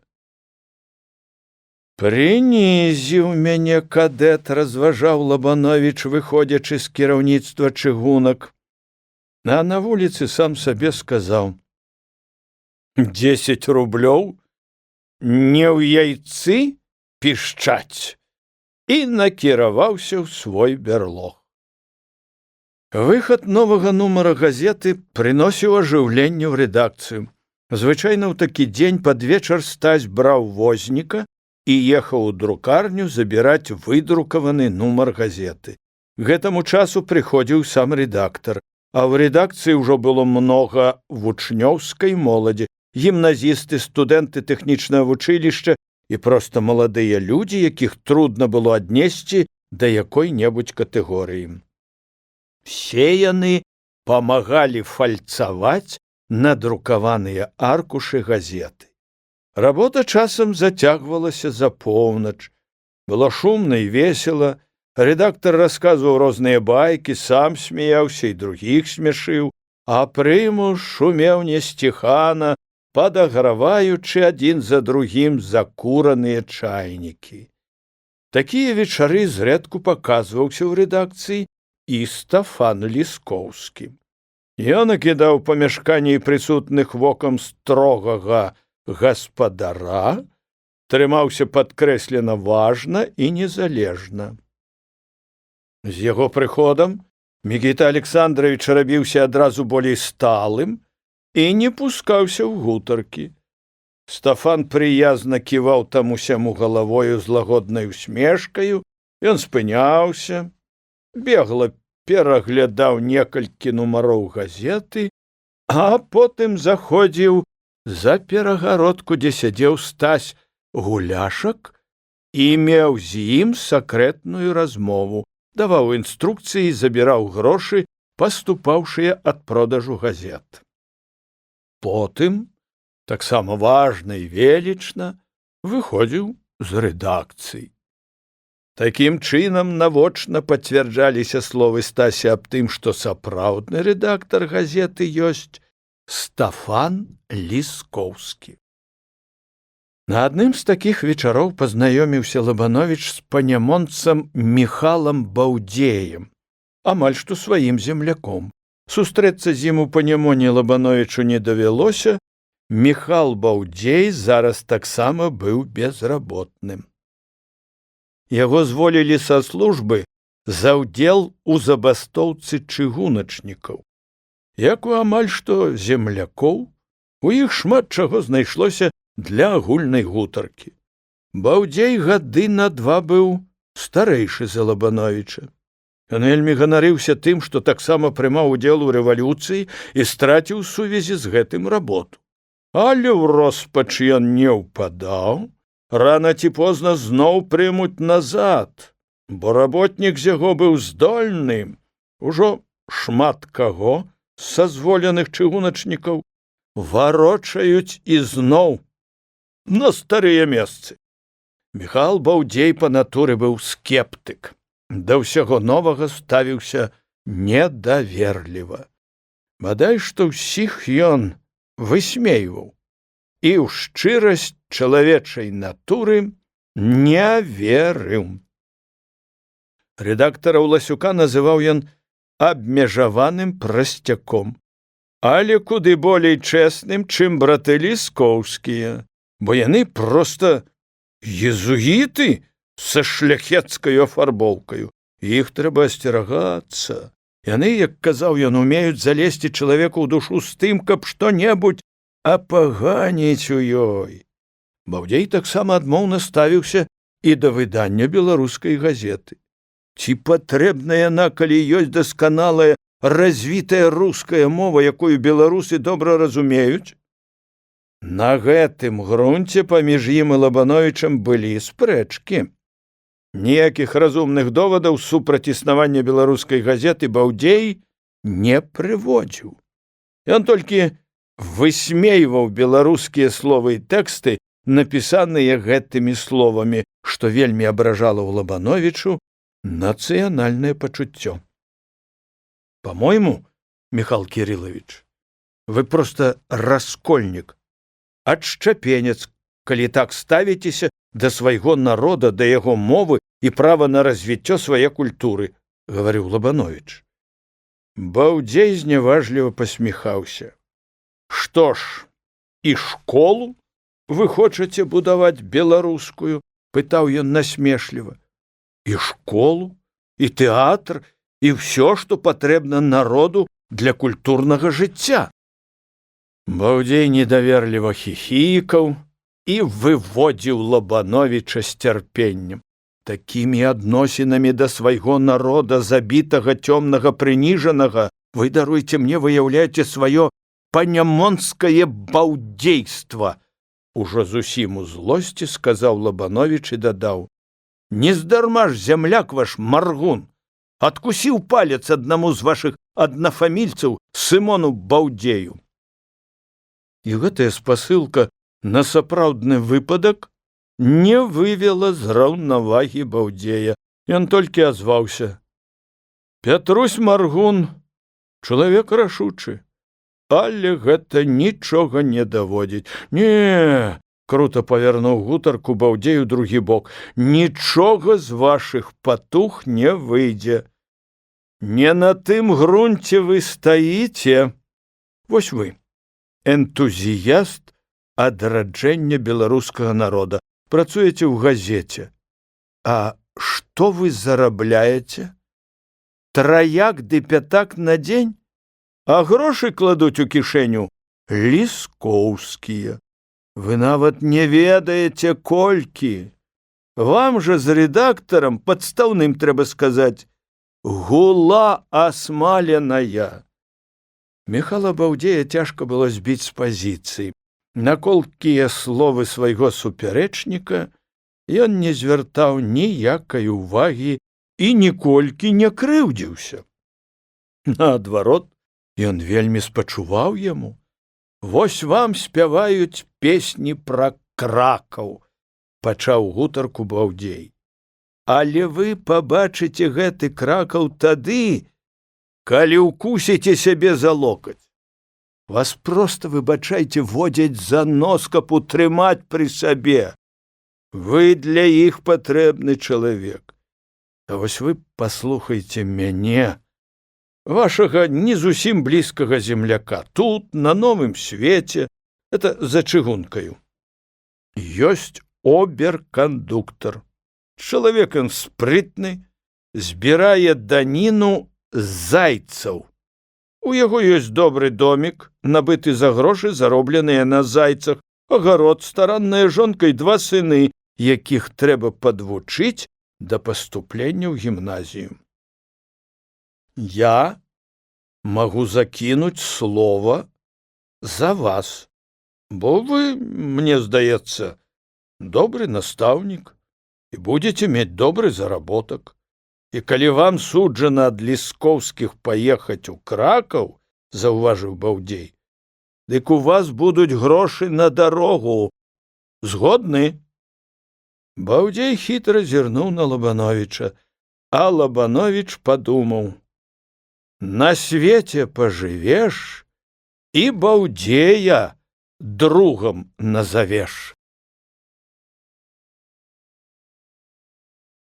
З запіскаю ад Баўдзея пайшоў Лабановіч на новы свет, дзе пераважна жылі чыгуначнікі, шукаць таго спрытнага оберкандуктара, што жыў на грошы ад правозу безбілетных пасажыраў або зайцаў, як іх тады называлі. Оберкандуктар Эдуард Рымашэўскі збіраўся ў чарговы рэйс па палескай чыгунцы. Гэта быў чалавек гадоў 40, далікатны і абыходлівы, нічога ў яго абліччы не кідалася ў вочы, ўсё было ў меру і на сваім месцы. Ён прачытаў запіску і зірнуў на Лабановіча. Вы знаёмы з панам Баўдзеем? Запытаў оберкандуктар, каб пачаць гутарку. Ён амаль што мой земляк, але пазнаёміўся я з ім тут у Вільні. Вы былі настаўнікам у школе?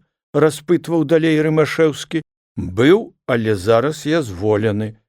Не буду пытаць, за што вас зволілі, мне важна, каб у маіх дзяцей быў добры настаўнік. Оберкандуктар паклікаў сваіх сыноў Эдзіка і Юзафа. Вось вам дырэктар. А вы слухайце і вучыцеся старанна, сказаў ён. Асабліва ж Эдзік. Хлопчыкі зірнулі на дырэктара і зараз жа апусцілі вочкі ў дол. Яны рабілі ўражанне выхаваных і дысцыплінаваных хлопчыкаў. Эдзіку было 9 гадоў, а Юзаф на год маладзейшы. Калі з вашага боку перашкод не будзе, дык я прашу пачаць навучанне сягоння ж, звярнуўся оберкандуктар да Лабановіча. Час заняткаў вызначце самі, як вам зручней, а сынам зноў сказаў: вучыцеся, дзеткі, слухайце пана дырэктара. А з вамі, пане дырэктар, мы паразумеемся. Я буду плаціць вам 15 рублёў у месяц, а там будзе відней. Зараз жа я еду ў сваю дарогу». Ён падаў руку Лабановічу, пацалаваў сыноў і, узяўшы дарожны чамаданчык, накіраваўся ў кухню развітацца з жонкаю і перакінуцца з ёю параю слоў. У часе гутаркі мужа з дырэктарам яна сюды не заходзіла. Лабановіч паўзіраўся на сваіх вучняў. Яны здаліся яму сімпатычнымі хлопчыкамі. «Дык што ж, арляняткі мае, будзем вучыцца?» – спытаў ён. Хлопчыкі маўчалі, а потым Юзаф ціха прамовіў: «Будзем». Ён нясмела зірнуў на настаўніка. Таксама зірнуў на яго і Эдзіка, і гэта азначала, што ён згодзін з братам. «А дзе мы будзем займацца?» – звярнуўся да іх Лабановіч. На гэты час увайшла гаспадыня, і яшчэ з парога яна ветліва прывіталася, несучы на пухлявых губах прыемную усмешку, уласцівую толькі жанчынам. Лабановіч устаў, пакланіўся. «А мы вось тут дагаварваемся, дзе займацца», – сказаў Лабановіч, падышоўшы да гаспадыні. Мальвіна Казіміраўна прыязна зірнула на сваіх хлопцаў, на Лабановіча. Ёй спадабалася, што настаўнік дамаўляецца з сынамі, якіх яна вельмі любіла. Калі пан дырэктар не мае нічога супраць, можна займацца і ў гэтым пакоі, ветла заўважыла оберкандуктарка, адданая маці для дзяцей, добрая жонка для мужа і дбалая гаспадыня ў доме. «Лепшага пакоя для заняткаў і не трэба», – згадзіўся Лабановіч. Сапраўды, пакой быў светлы, чысты, прасторны, утульны. «Дык з вашага дазволу мы прыступім да заняткаў. Калі ласка», – гаспадыня прыязна кіўнула галавою і з той жа добрай усмешкаю пакінула настаўніка і вучняў. Лабановіч загадаў выхаванцам прынесці кнігі, сшыткі, якія ў іх ёсць, і ўсё, што патрэбна для навучання. Наўперад, хоць збольшага трэба было азнаёміцца з вучнямі, у якой меры яны падрыхтаваны. «Вось, Эдзік», – звярнуўся Лабановіч да старэйшага вучня, – «скажы, як многа ты можаш лічыць?» «Да 1000 і болей», – адказаў Эдзік. «Добра. Вось ты налічыў, скажам, 598. Як ты будзеш лічыць далей?» 599, 600. Маладзец, Эдзік. А цяпер папрабуй лічыць пяцёркамі. 5, прылажыць яшчэ 5, 10, 15, 20. Выявілася, што Эдзік можа лічыць пяцёркамі і дзесяткамі. Юзаф, хоць яго настаўнік не пытаў, таксама адказваў разам з Эдзікам, часамі апярэджваў яго. Болей за гадзіну гутарыў Лабановіч з хлопчыкамі. Яны аказаліся здольнымі да навучання, умелі лічыць, разбіраліся ў чытанні, маглі напісаць паасобныя словы і просценькія сказы. Настаўнікі вучні не заўважалі, як хутка праходзіў час. У дзвярах ізноў паказалася Мальвіна Казіміраўна. Яна несла на падносіку шклянку кавы, а на талерацы некалькі піражкоў з мясам, тоўстенькіх, пухленькіх, яшчэ гарачых. «Вось, калі ласка, падмацуйцеся трошкі, а дзеці няхай пабавяцца пару хвілінак», – лагодна сказала гаспадыня. «У нас, праўда, крыху зацягнулася лекцыя, хоць гэта яшчэ не сапраўдныя заняткі. Я проста знаёміўся з вашымі дзеткамі, наколькі яны падрыхтаваны. І якое ж уражанне ў пана дырэктара?» – з некаторым неспакоем запытала Мальвіна Казіміраўна. «Першае, што можна сказаць, хлопчыкі здольныя. З імі можна займацца з поспехам. А што да Юзафа, так мне здаецца, што ён можа абагнаць Эдзіка». Мальвіна Казіміраўна зацвіла, як ружа. Юзаф быў яе любімы сын. «Ну, то я не буду вам перашкаджаць». З прыемнай усмешкаю Мальвіна Казіміровна выйшла з пакоя. Лабановіч зараз жа прыступіў да падмацавання. Кава была салодкая, араматная, піражкі самі раставалі ў роце. «Эх, Янка, — сказаў ён сам сабе, — пакаштаваў бы ты такога піражка. Добра жывуць оберкандуктары». Пасля кароткага перапынку Лабановіч даў работу вучням для самастойных заняткаў і дамовіўся, у які час ён будзе хадзіць займацца з імі. Не адзін раз успамінаў Лабановіч свайго амаль што земляка Міхала Баўдзея. Ніхто лепей не паклапаціўся аб ім. Заняткі з малымі рымашэўскімі прыносілі адно толькі задаваленне. Вучыліся яны старанна, былі паслушнымі, уважлівымі вучнямі. Кожны раз, калі Лабановіч прыходзіў на заняткі, хлопчыкі выбегалі яму насустрач. Адзін браў настаўніка за адну руку, другі за другую, і так усе разам уваходзілі ў свой пакой. Мальвіна Казіміровна ўзяла за звычай кожны дзень частаваць дырэктара пахучаю каваю і смачнымі піражкамі. Пасля такіх падмацаванняў і на сэрцы было весялей. Сам жа Рымашэўскі, паэкзаменаваўшы потайкам сваіх сыноў, застаўся дужа задаволены. «Вы не толькі вучыце, але і выхоўваеце іх», — прыязна сказаў ён Лабановічу, і ўжо сам па сваёй добрай волі накінуў яшчэ 3 рублі за навучанне. Адным словам, жыць можна было, праўда, і работы хапала. Рэдактары загадалі Лабановічу весці ў газеце раздзел аб дзяржаўнай думе.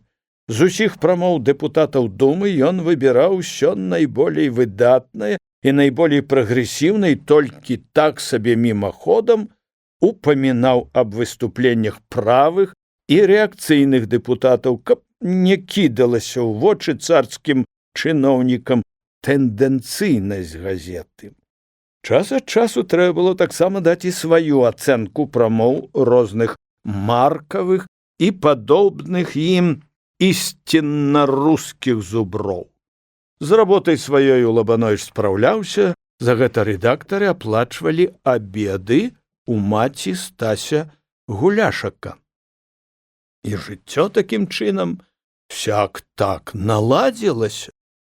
Пад вясёлую хвіліну Лабановіч складаў песні пра тое, як беспрытульная галота разбурыць царскі трон, скіне цара, а з яго пазалочанай парфіры пашые сабе штаны. Але нічога не вечна пад ясным месяцам. Не гадаў Лабановіч, што яго віленскаму дабрабыту прыйдзе нечаканы канец. В адну ноч, калі горад сцішыўся, а Лабановіч сніў сны, смачна сплючы ў сваім карыце, раптам пачуўся грук у дзверы рэдакцыі. Лабановіч прачнуўся, прыслухаўся, у дзверы загрукалі яшчэ мацней, не было сумнення, што кулак быў здаравенны і напрактыкаваны па часці груку ў дзверы познім начным часам. Лабановіч нацягнуў нагавіцы, накінуў на плечы пільчак і пад барабанны бой кулака басанож падышоў да дзвярэй. «Хто там?» — запытаў Лабановіч. «Адчыняй!» — уладна пачуўся голас за дзвярэй. «Я ж не ведаю, каму адчыняць. Можа, вы якія грабежнікі? Адчыняй, кажуць, табе не грабежнікі, а паліцыя!» У галаве Лабановіча мільганулася думка, што лепей, грабежнікі ці паліцыя.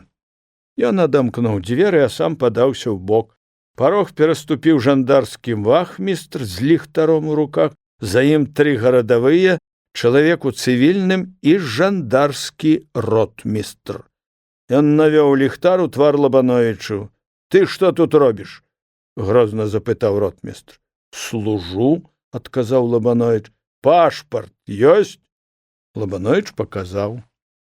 Ротмістр перагартаў пашпарт, а потым зірнуў на Лабановіча і ўжо болей чалавечна прамовіў: «Дзе вашы рэчы?»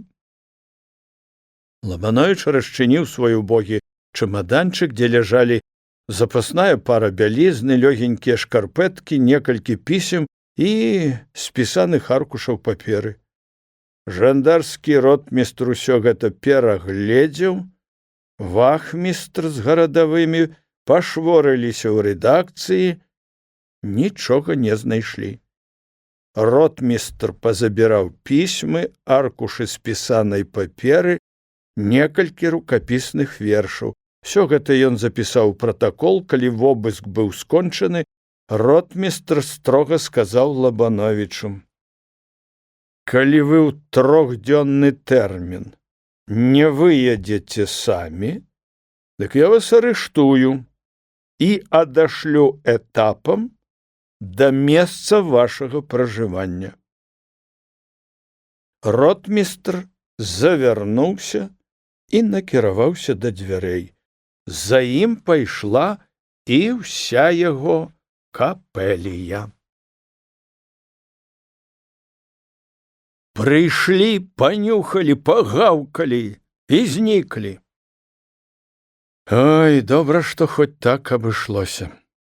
І ўсё ж клопату нарабілі шмат. Спаць Лабановіч ужо не мог. Вырысоўваўся новы этап жыцця і новая праграма дзеяння. Нечаканы візіт жандараў і гарадавых разбурыў усе планы. 3 дні. За гэты час трэба ліквідаваць усе справы. Па-першае, паведаміць оберкандуктару, каб ён шукаў для сваіх сыноў новага дырэктара і развітацца з яго домам. Па-другое, зайсці да рэдактараў. Можа, яны чым-небудзь памогуць. Ды спадзявацца на іх падтрыманне марная справа. Меў рацыю Баўдзей, калі гаварыў, што ў Кракаў зямляк яго паедзе тады, калі ўкусіць свой локаць. Дык няхай хоць паклон перададуць свайму Кракаву. Іншыя думкі круціліся ў галаве, як зрабіць, каб ізноў вярнуцца ў Вільню. І раптам нечакана вырашыў выкарыстаць орган віленскага генерал-губернатара «Віленскі веснік» і пры яго дапамозе адхіліць перашкоды, што паўсталі на дарозе. А для гэтага трэба наведаць рэдакцыю, ды не з пустымі рукамі. Лабановіч сеў за стол і пачаў пісаць невялічкае апавяданне. Вельмі памяркоўнае, не было ў ім рэвалюцыйнасці, але не мела яно і нічога агульнага з чарнасоценствам. Да 10 гадзін раніцы работа была скончана, апавяданне спадабалася аўтару. Ён падпісаўся «Іван Торба». Захапіўшы рукапіс, Лабановіч накіраваўся ў рэдакцыю віленскага весніка, якая змяшчалася ў шыкарным доме. Памяшканне было прасторнае, багата абсталяванае. Рэдактара яшчэ не было. Лабановіча прыняў сакратар рэдакцыі, малады, бялявы, прылізаны чалавек. «Сядайце», — паказаў ён на крэсла і дапытліва зірнуў на наведвальніка. «Прашу прабачыць мяне за ранні візіт», — сказаў пачціва Лабановіч. «Я еду ў правінцыю. Мне ж хочацца быць карэспандэнтам і наогул супрацоўнікам вашай газеты. На першы пачатак прынёс вам невялічкае апавяданне». Сакратар узяў рукапіс, прагледзеў яго, зірнуў на подпіс. «Это ваше сапраўднае прозвішча?» — запытаў сакратар. «Не, это мой псеўданім». «Здорова гучыць», — усміхнуўся сакратар і дадаў: «Ваш расказец мне падабаецца. У чарговым нумары газеты будзе змешчан. Толькі напішыце ваша сапраўднае прозвішча і адрас. Яшчэ чым магу служыць?» Узрадаваны Лабановіч прамовіў: «Мне хацелася б мець нейкі дакумент, скажам, карэспандэнцкі білет, у якім значылася б, што я супрацоўнік або карэспандэнт віленскага вестніка. Гэта памагло б мне быць болей карысным для газеты супрацоўнікам. Гэта можна, згадзіўся сакратар. Хвілін праз 5 Лабановіч меў на руках акуратна напісаны на добрай цвёрдай паперы з выразнаю пячаткаю карэспандэнцкі білет ад віленскага вестніка. Гэтая ўдача акрыліла Лабановіча, але ён сам яшчэ не ўсведаміў і належнай ступені яе значэння. Рэдактары нібыта былі засмучаны вымушаным выездам Лабановіча. Яны паківалі галовамі, выказалі шмат спачуванняў. А калі б замест выезду на месца пражывання узяць ды махнуць у Кракаў, з прытоеным насміханнем запытаў Лабановіч Стафана і Уласюка. Стафан вінават апусціў вочы, а Уласюк адвёў іх у бок. Стафан прамовіў: «Час яшчэ не прыйшоў». Помаўчаўшы, ён дадаў, палажыўшы руку на плячо Лабановічу: «Не тратьце надзей». Уласюк павярнуў твар да Лабановіча і даў такую дараду: «Вось што, дзядзька Андрэй, зайдзіце ў Мінску да адваката Семіпалава. Ён свой чалавек і можа параіць вам што-колечы добрае. На тое ж ён і адвакат, што?»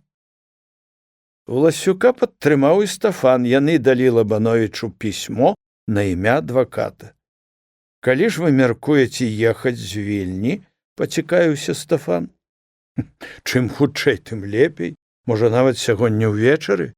Даводзіць да таго, каб жандары павезлі як арыштанта, не дужа прыемная рэч. А ўрэшце, можа, такім спосабам дабірацца дамоў выгадней? Дарога нічога не будзе каштаваць», – сказаў Лабановіч з горкай усмешкай. «На дарогу мы вам сёе-тое перакінем», – супакоіў Лабановіча Стафан. Лабановіч нават не падзяліўся з рэдактарамі сваёю ўдачаю. Нашто? Ён цвёрда пастанавіў выехаць з Вільні ў гэты ж дзень. Зборы невялікія, зайсці ж да оберкандуктара, паведаміць аб усім і развітацца, часу хопіць. Гаспадар і жычлівая Мальвіна Казіміраўна шчыра пашкадавалі, што дзеці іх застануцца без дырэктара. Ды самі вучні былі засмучаны, яны прывыклі да свайго настаўніка. Оберкандуктар сумленна разлічыўся з Лабановічам з накідкаю 3 рублёў да 15, а на развітанне сказаў: «Калі б паехалі па палескай чыгунцы, дык да Баранавіч я завёз бы вас бясплатна». Лабановіч падзякаваў. Ехаць на Баранавічы яму было не з рукі. Развітаўся ён таксама і са Стасем Гуляшакам. Затым зайшоў у свой катушок, дзе стаяла карыта, прыпыніўся каля яго. «Эх, карыта маё, карыта!» – сказаў у думках Лабановіч. «Песціла ты мае мары аб Кракаве, ды ім не суджана здзейсніцца». Ён узяў свой чамаданчык і пехатой падаўся на вакзал. Поезд з Вільні ў Мінск ішоў не болей 6 гадзін. На ўсходзе сонца Лабановіч прыбыў у Мінск. Сухое і не па часе халоднае надвор'е змянілася цёплымі начамі і гарачымі днямі. З вакзала па дарозе ў горад Лабановіч зайшоў да былога сябра Балоціча, з якім ён дружыў у семінарыі і які быў цяпер настаўнікам у школе сляпых. Балоціч трымаўся старых правіл паводзін, з дарогі добранадзейнага чалавека не саступаў і рэвалюцыі не спачуваў, але старога прыяцеля сустрэў ветла, хоць і жартаваў з яго няўдачнага ўдзелу ў рэвалюцыі. «Ты, брат, пастой смяяцца», – сказаў Лабановіч. «А вось што скажаш пра гэта?» Ён дастаў з кішэні карэспандэнцкі білет, а потым перавёў вочы на прыяцеля. Значыць, адумаўся? Ха-ха! І над крамолаю паставіў крыж? Запытаў крыху здзіўлены Балотіч. Не, браце. Крыж мяркую паставіць над дурнямі, але аб гэтым яшчэ рана гаварыць, заўважыў Лабановіч. Балотіч крыху нібы збянтэжыўся. На што ківае прыяцель? Як разумець твае словы? Запытаў ён Лабановіча. Калі б з намі быў Янка Тукала, дык ён адказаў бы табе якім-небудзь афарызмам. Балотіч губляўся яшчэ болей, нічога не разумеў. Які афарызм, сказаў бы ён? Лабановіч развёў рукамі. От яго думак адгадаць не так-то лёгка. Ён мог бы сказаць нешта накшталт загадкі біблейскага Самсона, напрыклад, ад пад'ядаючага выйшла тое, што можна есці, і ад дужага атрымалася салодкая. Цяпер Балотіч развёў рукамі. Напускаеш ты мне нейкага туману. Чым далей в лес, тым болей дроў. Адно можна сказаць, усміхнуўся Балотіч. Ты той заяц, за якім ганяюцца ганчакі, ты закручваеш петлі, каб збіць іх з тропу. О, во, падхапіў Лабановіч. Нарэшце і ты можаш напасці на след. Яны трохі пасмяяліся. А што думаеш рабіць зараз? Сказаць табе праўду і сам не ведаю.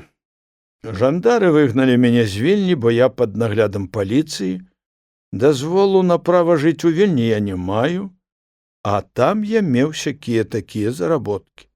Дык ты зараз з Вільні? Атуль, браць. Адгэтуль куды падасіся? Лабановіч паглядзеў на яго. А што, калі ты прытуліш мяне на сваёй кватэры? Балотіч зірнуў на Лабановіча. Ну, што ж, дзень-два пажыві у мяне. А вы скажы ты мне праўду.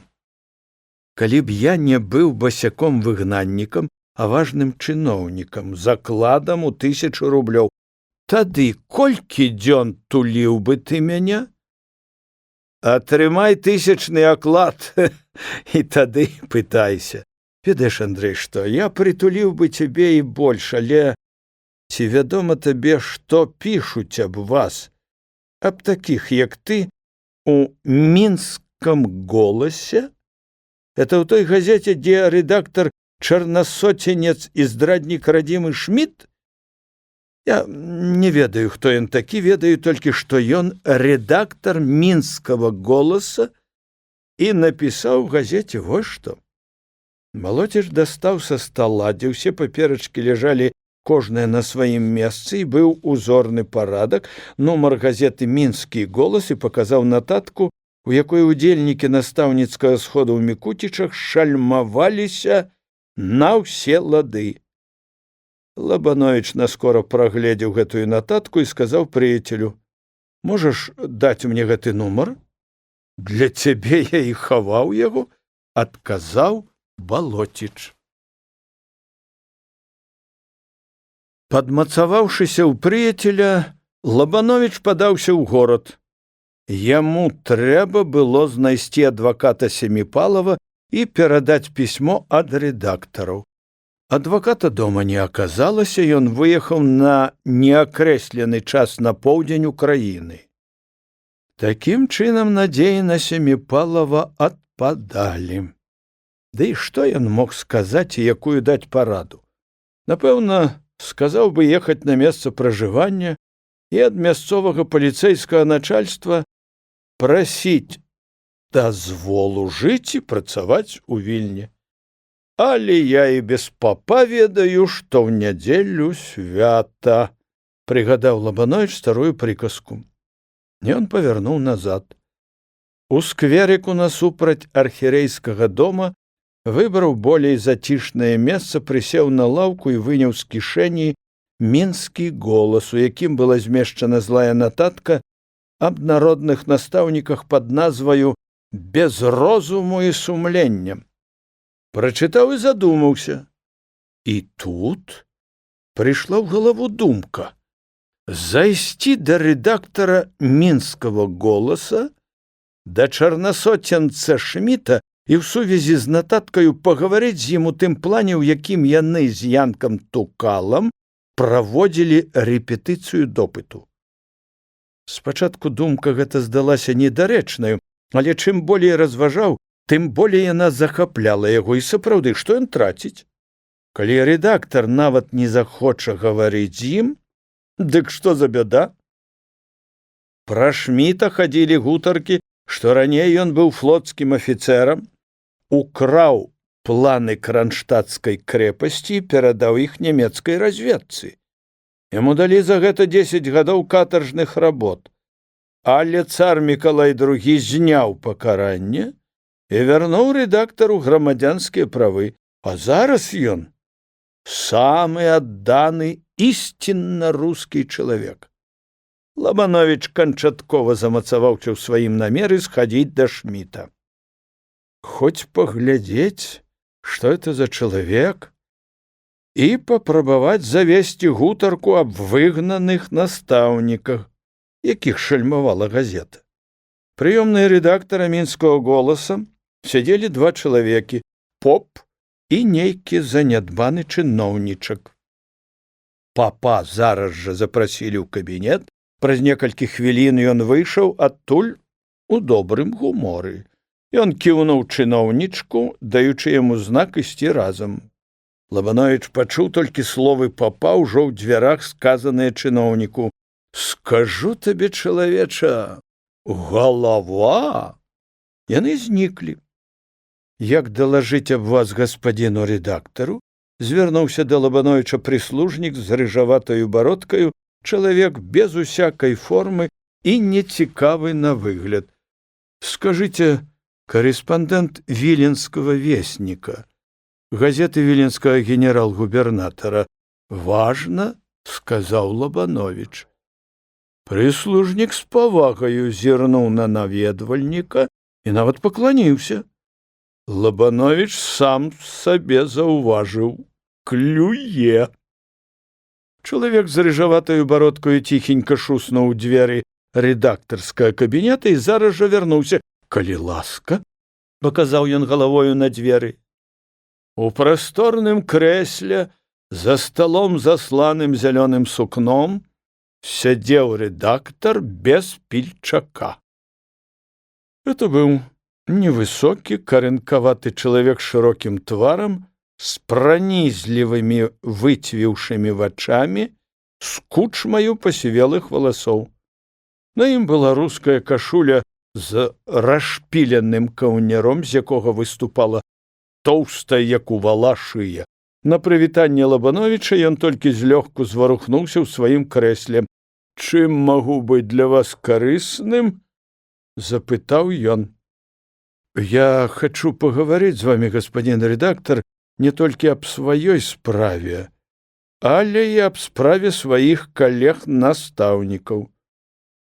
Рэдактар крыху шырэй расчыніў вочы, але маўчаў, нарыхтаваўшыся слухаць далей. Лабановіч зрабіў невялікую паўзу. «Я вас слухаю», — ужо нецярпліва прамовіў рэдактар. Лабановіч выняў з бакавой кішэні акуратна зложаны нумар мінскага голаса і разгарнуў яго, знайшоўшы нататку «Без розуму і сумлення» і паказаў на яе рэдактару. «Я, гаспадзін рэдактар, і ёсць адзін з тых, што ў нататцы вашай газеты значыцца пад такім тытулам». Рэдактар узяў з рук Лабановіча нумар газеты, зірнуў на нататку. Твар яго адразу змяніўся.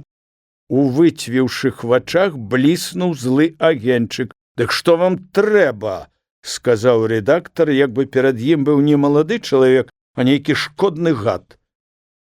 Калі чалавека незаслужана абліваюць памыямі, спакойна, з адценнем гарчэчы ў голасе адказаў Лабановіч, Дык зусім натуральна, гаспадзін рэдактар, што гэты чалавек хоча ачысціцца ад такога бруду.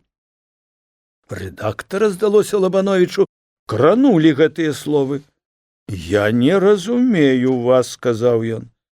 «Справа вось у чым, гаспадзін рэдактар, тое, што пішацца пра нас у вашай газеце, ні ў найменшай меры не адпавядае сапраўднасці». Рэдактар недаўменна зірнуў на Лабановіча. «Як жа гэта так? Але ж быў у вас недазволены законам забаронены сход? Нават і пастанову напісалі вы», — запярэчыў рэдактар.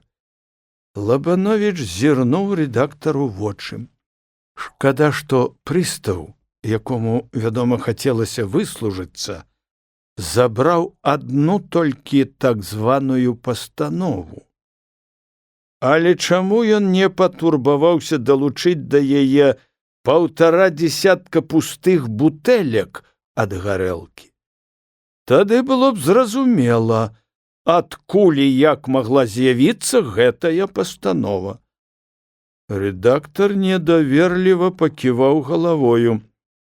Чым жа растлумачыць той факт, што ў адным сяле сабралася звыш 2 дзесяткаў настаўнікаў?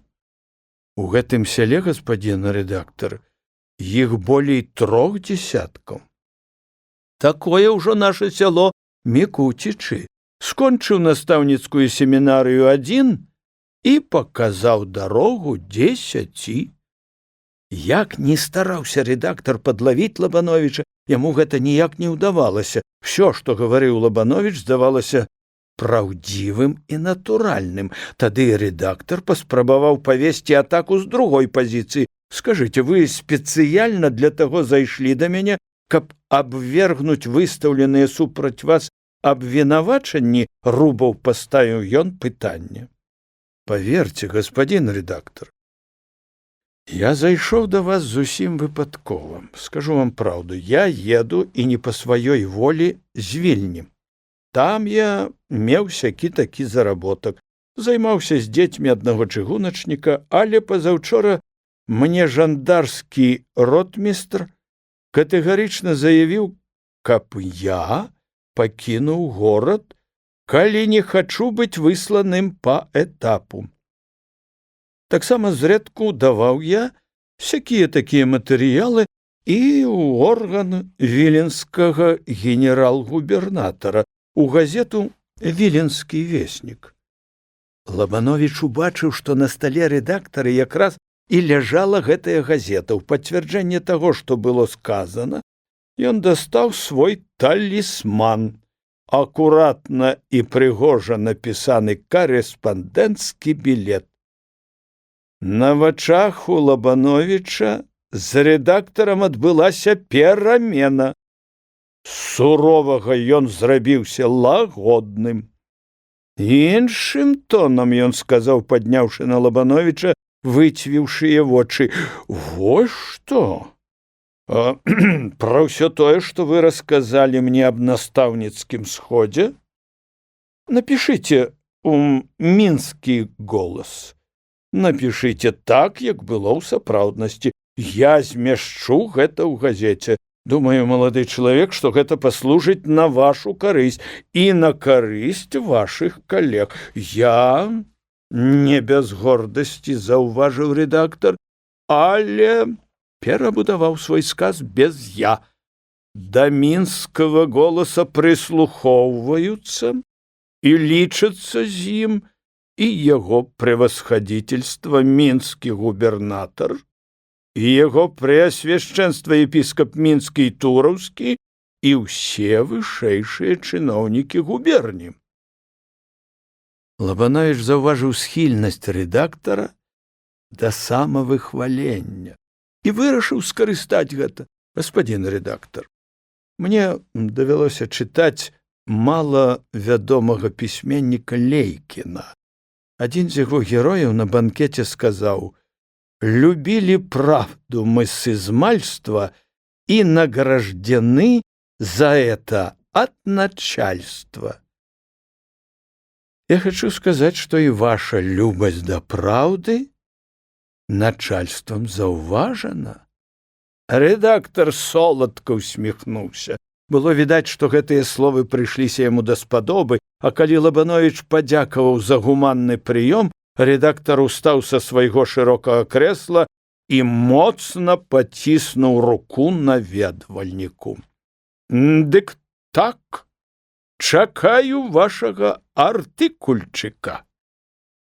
Калі Лабановіч ішоў з мінскага голаса, яму здавалася, што за плячамі разгарнуліся крыллі.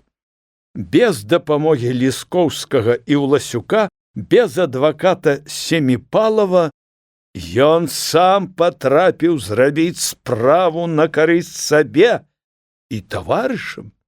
Не затрымліваючыся нідзе, ён шпарка ішоў на кватэру Балоціча. Там ён наважыўся напісаць артыкульчык. За гэты час Балоціч упыніў свае справы, сядзеў у кабінеце, наводзіў парадак у пісьмовым стале, хоць гэты парадак быў і без таго на належнай вышыні. Калі Лабановіч увайшоў, Балоціч адразу заўважыў вясёлы, узбуджаны настрой свайго сябра. Ну як, Андрэй? С победой, Гришка, поздравляю, и с расцарапанной щекой? Спытаў ён. Вось што, балотиму з балота. Дай мне пару-другую аркушаў паперы, і ты паглядзіш, што я на іх напішу. Куды і для каго? Балоціч шчыра і весела смяяўся, выслухаўшы апавяданне Лабановіча аб гутарцы з рэдактарам і аб выніках спаткання. Гэта называецца правесці папа ў рэшаце, заўважыў Балоціч. Ён выняў са стала з дзесятак аркушаў добрай гладкай паперы. Пішы, колькі ўлезе, не пераставаў жартаваць Балоціч. Лабановіч выбраў спакойны куток у кватэры і сеў за работу. Артыкул Лабановіча пад назваю «Як яно было» быў надрукаваны праз дзень у мінскім голасе за подпісам «Кудеснік». Калі Балоціч прачытаў яго, то шырока расплюшчыў вочы і некаторы момант моўчкі пазіраў на прыяцеля. Вось папрабуй разабрацца, дзе праўда, а дзе хітрая выдумка, сказаў ён. Паміж праўдай і выдумкаю, падобнаю да праўды, трудна, мой дружа, правесці мяжу, заўважыў Лабановіч. Канву ж для іх дае само жыццё. Завілавата гаворыш, мой браце, не выпіўшы чаркі добрай настойкі, нічога не разбярэш. Сказаўшы так, Балоціч падаўся да свайго даволі прыгожага і нават утульнага буфеціка, дастаў ёмкую пляшку і паставіў на стол. Это, браце мой, накшталт польскай старкі. Доўгі час я хаваў яе на ўрачысты выпадак. Гэтым самым, дарагі мой Балотимус, ты даводзіш, што ты мой сапраўдны друг, якім быў і ў семінарыі. Наліваючы настойку ў чаркі, Балоціч сур'ёзным тонам заўважыў: а ты ведаеш, Лабуня, гэты артыкул зробіць, калі не пераварот, дык поўнае замяшанне ў галовах судовых чыноўнікаў, а таксама і ў паліцэйскіх, бо мінскі голас — гэта іх сімвал веры. Што ж, азваўся Лабановіч, падняўшы чарку, дай Божа нашаму цяляці воўка зваяваць ім. Вечарам, сардэчна развітаўшыся з Балотічам, Лабановіч накіраваўся да вакзала. Ён захапіў з сабою некалькі экземпляраў мінскага голаса, у якім быў выдрукаваны яго артыкул.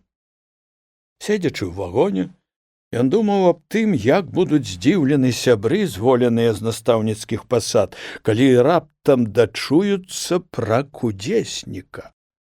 Нікому і ў галаву не прыйдзе, што гэта напісана ім, Лабановічам. Яму было весела і разам з тым смешна.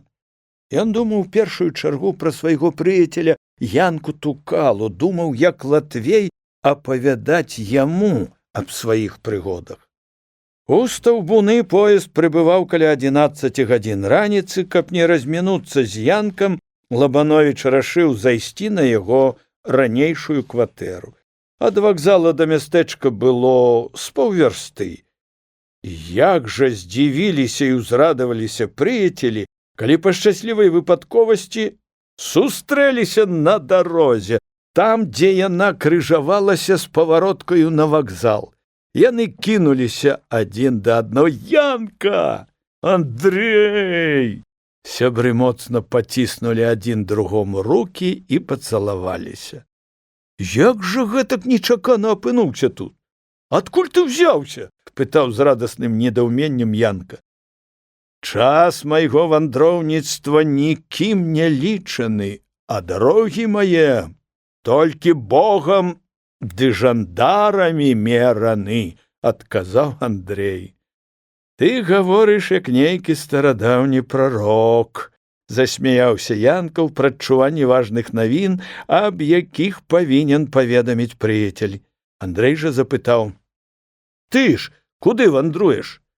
«Не сам я вандрую, мае ногі несуць чэрці», — у тон прыяцелю адказаў Янка. «Збіраўся ў Мінск, але калі пабачыў цябе, дык чэрці ад мяне адступіліся па боку Мінск».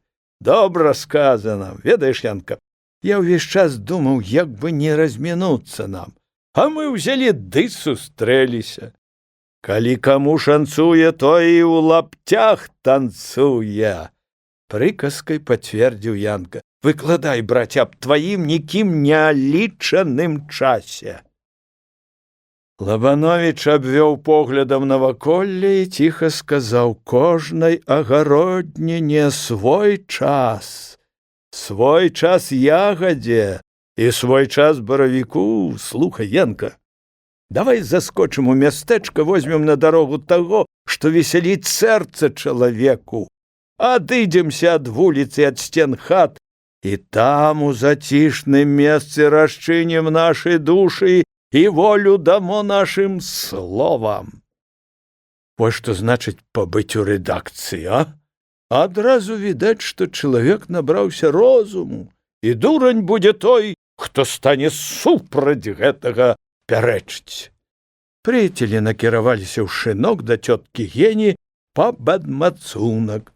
На першым утульным месцы над днёманым яны спыніліся. «Вось тут мы і расчынім вусны нашы», — сказаў Лабановіч. «Садзіся, брат Янка». Яны селі на зялёнай траўцы за пышным лазовым кустом, што раскінуў тонкія гнуткія дубцы над самым Нёманам. Патрывожаная лугавая мята разліла навокал востры пах, унізе пад зрывістым берагам несупынна гнала рака празрыстыя хвалі, нібы жывое срэбра. «Што скажаш, Янка?» «Хораша, утульна, спакойна тут», — сказаў, азіраючыся навокал, Лабановіч. «Што хораша, то хораша. Але не гэта я спадзяваўся пачуць ад цябе», — заўважыў Янка. «Выходзіць, з вялікага грому малы дождж?» Андрэй засмяяўся. «Ведаеш, брат, я ўсё думаў, як пачаць расказваць пры спатканні з табою пра ўсё, што здарылася за гэты час. І нібы не знаходжу такога пачатку, які б задаволіў мяне і цябе. Тады адкаркоўвай пляшку. Можа, яна развяжа табе язык», — сказаў Янка і дадаў: «Чуе маё сэрца, што скажаш нешта цікавае». Лабановіч выцягнуў з кішэні кручок, загорнуты ў паперку, кавалак каўбасы і хлеб. Янка ў чаканні не зводзіў вачэй з прыяцеля. Андрэй сказаў: «Покі я буду накрываць стол і ўходжвацца каля яго, ты прачытай вось гэтую нататку». У руках Янкі апынуўся мінскі голас. Ён так і ўпіўся вачамі ў артыкульчык. Лабановіч рэзаў каўбасу і ўкрадкам сачыў за прыяцелем, а Янка ў меру таго, як чытаў, мяняўся ў твары, збіваўся з тропу, некалькі разоў варочаўся да пачатку артыкула, глядзеў на подпіс, на назву, нарэшце працёр вочы і доўгім позіркам паглядзеў на Андрэя. «Што скажаш, Янка, на гэта?» – спытаў Лабановіч. «Браткі мае, матухны і татухны!» Ледзь не вар'яцеў Янка. «Ці табачваюць мае вочы? Ці не аслеп я? Ці не чорт водзіць мяне ў лузе?» Янка весела перахрысціўся. «Што ж гэта значыць?» Развёў ён рукамі і раптам і рвануўся да пляшкі. «Выпіць, выпіць за таго добрага чалавека, што падаў за бяздомных агаркаў голас у мінскам голасе!» «Выпіць!» – падтрымаў прыяцеля Андрэй. «А вось пра чарку мы забыліся. З чаго будзем піць? Ой, як з чаго? Абыдземся без вяроўкі, была б кароўка!» Янка перадаў пляшку Андрэю. «Гарэлка твая і твая навіна. Благаславіся, ойча Андрэю, палыкні з горла ў горла!» Андрэй выбіў з пляшкі корак. «Дык што, браце Янка, узрадуемся і узвесялімся. Няхай адступіцца ад нас ліха, а добра пачатае няхай добром і скончыцца. Здароў будь!» Гарэлка забулькала ў роце Лабановіча за частаколам зубоў. Добрую чарку ўліў ён у рот. Глынуў. «Столькі ж, браце, вазьмі і ты!» Перадаў ён пляшку Янку і адмерам пазногцем на шкле, колькі таму належала выпіць. Янка ўзяў пляшку, зірнуў у бок панемоні і стаўбуноў, потым павярнуўся тварам да Мікуціч, падняў вочы на Дзямянаў гус. «Чуеце вы, мястэчкі і сяло, і ты, Дзямянаў гус, і вы дарогі, па якіх мы хадзілі, ходзім і будзем хадзіць. Здаровы будьце! Будь здаровы і ты, добры чалавек, што закінуў за нас добрае слова ў мінскам голасе. Няхай табе лёгка ікнецца ў гэты час. І ты, Нейгертава, будь здарова!» Лабановіч пасміхнуўся. Янка глынуў у два захады сваю порцыю, крактануў, абцёр губы, пачухаў нос і заўважыў: «Ай, мусі быць, яшчэ вып'ем». «Ды гарэлка яшчэ ёсць», – патрос Лабановіч пляшку. «Давай закусім». Янка паглядзеў на пляшку, прыкінуў на вока, ці столькі ён выпіў, як было адмерана, і заявіў: «Ах, халера, трошкі перабраў. Ведаеш, натура ўжо моя такая, пры рабоце не дабіраю меры, а пры выпіўцы перабіраю». «Ну, ты ўжо трохі клеплеш на сябе, Янка». «Кляплю, бо мне весела, і гарэлка пачынае шаламіць». Сябры сядзелі над ракою пад кустом, закусвалі, жартавалі, прыкладаліся да пляшкі, а калі апаражнілі яе, Янка даў поўную волю сваім пачуццям. Ці ёсць на свеце такі вяльможа, якому я пазайздросціў бы сягоння? Ці ёсць такі замак або палац, які памяняў бы я на гэты куст над Нёманам? Нічога падобнага няма. Янка энергічна махнуў рукою. «Адкуль жа ў цябе такое шчасце? З дзвюх крыніц. Адна артыкул, а другая вось гэтая пляшка, на жаль, пустая.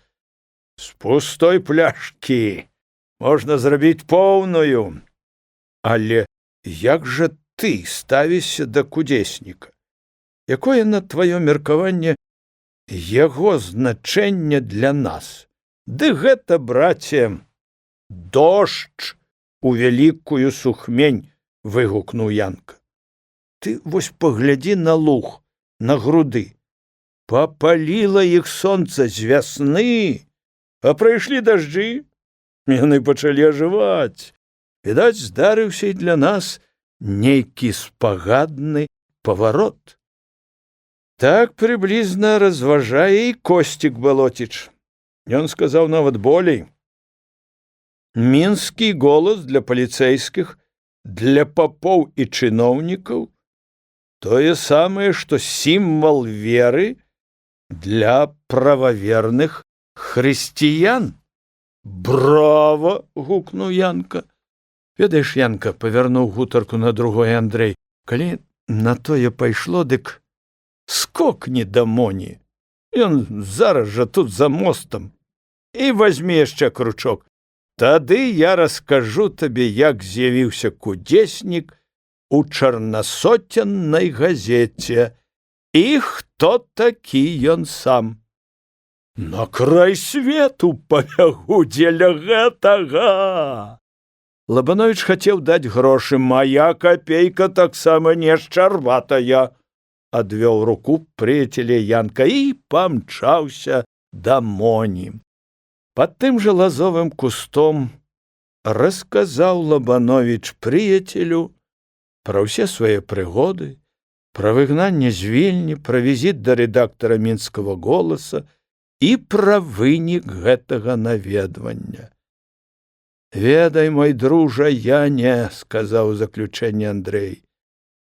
Праўда, прыкрытая дзярушкаю, цікавей за голую праўду. І мне здаецца, што ты нават расчараваны гісторыяй кудесніка. Наша рэпетыцыя не прапала дарма. Янка сказаў у захапленні. Кудеснік, ты хітры стары. Андрэй і Янка асталяваліся на няпэўны час у гумне дзядзькі Марціна.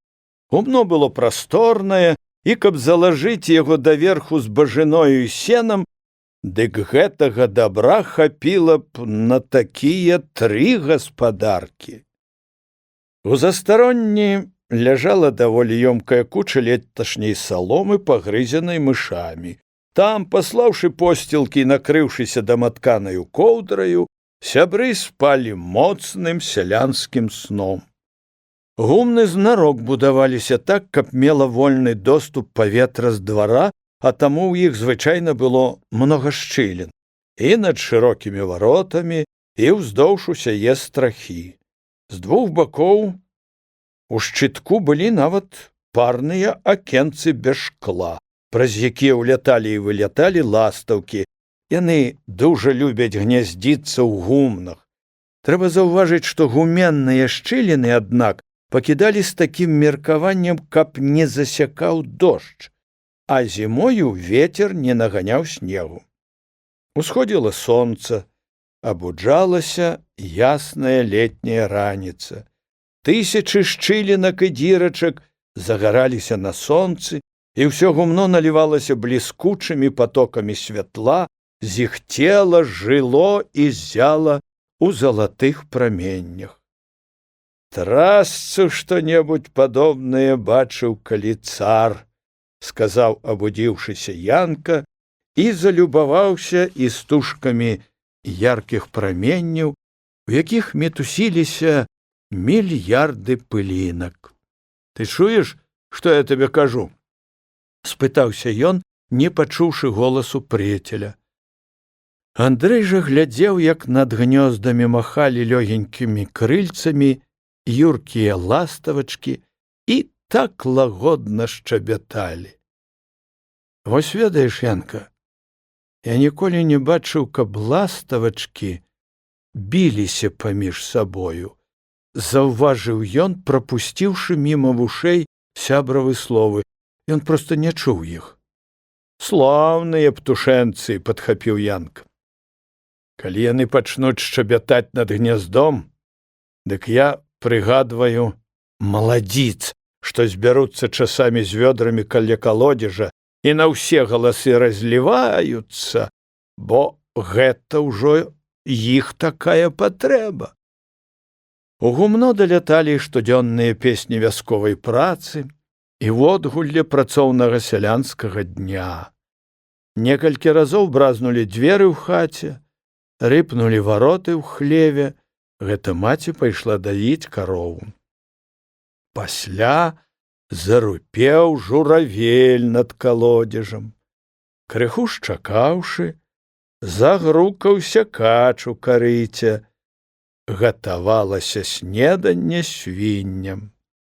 Потым пачуўся нездаволены голас Юзіка, другога Андрэевага брата. Ён выганяў на пашу жывёлу, ды не даспаў, быў сярдзіты і сваю злосць спаганяў на каровах. Дзядзька Марцін спыніў Юзіка таксама сярдзітым вокрыкам: «Што ты хвошчаш пугаю карову?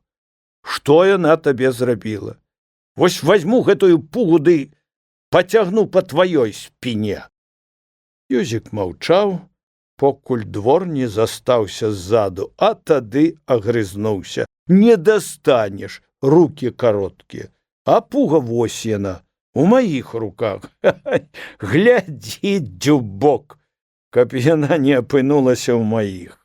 Дзядзька Марцін сядзеў на плашцы і кляпаў касу. Аднастайны стук малатка па жалезнай бабцы, забітай у калодку, уторыў ранішнім гукам, што разносіліся па двары. Да ўсіх ранейшых гукаў зараз далучаўся спеў гарластага пеўня. Лабановіч успомніў, якая зараз гарачая пара. Дзядзька Марцін ладзіў касу, надыходзіў час касьбы. Трэба было спяшацца, бо калі русінаўцы скосяць свае шнуры, дык яны адразу і коней пусцяць на пакошу. А застануцца там два шнуркі дзядзькавай сенажаці, дык і іх патравяць, патопчуць коні. Сумленне Лабановіча казала, што трэба памагчы Марціну. Сябры моўчкі ляжалі, кожны думаў сваё, і раптам Лабановіч перарваў маўчанне. «Ведаеш, Янка, які афарызм скажу я табе?» «А ну?» – ажывіўся Янка, нібы прахапіўшыся. «Всяму на свеце ёсць канец», – прамовіў Андрэй. «Это правда. Як правда і тое, што калі чалавек галодны, дык ён хоча есці», – падпусціў жука Янка. «Аль калі правда, дык годзе нам ляжаць. А ну, давай падымацца». «Падыманне не варта такога афарызму», – ўсё яшчэ жартаваў Янка, але вылез з-пад коўдры і сеў на саломе, сказаўшы: «І добра ж, брат, спаць тут. Не спіш, а боскае пітво п'еш. Гумно гэта дача на дачы, рай, які не сніўся Адаму і Еве». Сябры зараз жа адзеліся і пайшлі мыцца ў Нёман. На сцежцы, што была пратоптана каля гумна і вяла да ракі, сябры спыніліся і паздароўкались з дзядзькам Марцінам. Ён сунуў з ілба на патыліцу варшаўскую шапку. Калісь Марцін насіў яе ў святочныя дні. Цяпер яна састарылася, страціла ранейшы панскі форс, форму і колер, але нават і ў такім выглядзе нагадвала шапкі, якія насілі фальваркоўцы. «Ну, як спачывалі?» – запытаў дзядзька прыяцеляў і смаркануў направа і налева, упёршыся кулаком спачатку в адну ноздру, а потым у другую. «Ой, спалі як пшаніцу прадаўшы», – азваўся Янка. Андрэй запытаў: «Ёсць у дзядзькі запасныя косы?» «Чаму ж няма? Ёсць і не адна». «Дык наладзь іх харашэнька. Пойдзем разам касіць. А русінаўцы няхай наматаюць сабе на вуз. Калі занадта улягуць у касьбу, то каб не былі ў іх пяты падрэзаны», – сказаў Андрэй. Дзядзька Марцін засмяяўся. Ён любіў Андрэя як племянніка і як выдатнага касца. Ён ведаў, што з такім памочнікам у хвасце не застанешся. Досвідкам наступнага дня дядька Мартін і Андрэй, пабраўшы косы, прыхапіўшы малаток і бабку, пайшлі на касьбу ў Ёлава. Янка з Якубам павінны былі прынесці ім туды снеданне і ўзяць з сабою граблі. Работы хопіць для ўсіх. Андрэй з ранняга дзяцінства любіў Ёлава. Там было многа такіх магутных дубоў, што 4 чалавекі ледзь-ледзь маглі абняць камель. Дубы пераважна стаялі над ракою, іх верхавіны чарнелі буслінымі гнёздамі. У глыбі лугу рос густы арэшнік, а нёман так прыгожа павіваўся, утвараў такія лукі, што імі нельга было не залюбавацца. У Ёлаве быў дужа добры луг, асабліва бліжэй да нёмана. Луг і зямля, на якой знаходзілася сядзіба дзядзькі Мартіна, належалі князю Радзівілу. Яе наўперад арандаваў Моўша Перац, які трымаў у Мікуцічах карчму. Калі Вітэ увёў манаполію на гарэлку, Моўша ліквідаваў свае справы і перабраўся ў Панямонь, а скарбовую зямлю заарандаваў дзядзька Мартін. Ад хутарка дзядзькі Мартіна да Ёлава лічылася 4 вярсты. Нашы касцы прыйшлі на луг, калі з-за лесу ледзь-ледзь паказвалася сонца. Дзядзька Мартін не зводзіў часу. Ён убіў у дол касу, павесіў на кульку торбу, дзе ляжалі малаток і бабка, а сам пайшоў правяраць граніцы свайго шнура сенажаці. Агледзеў, ці на сваім месцы стаяць палі, а потым дробненькімі крокамі пайшоў ад палі да палі рабіць брод, каб у часе касьбы не зрабіць перакосу. У людзей было так мала сенажаці, што яны калаціліся за кожную пядзю. Дзядзька Мартін і Андрэй пастанавілі пачаць касьбу ад лесу, з нізіны, дзе луг быў перамешаны быдлячымі нагамі, сляды якіх заставаліся на доўгі час.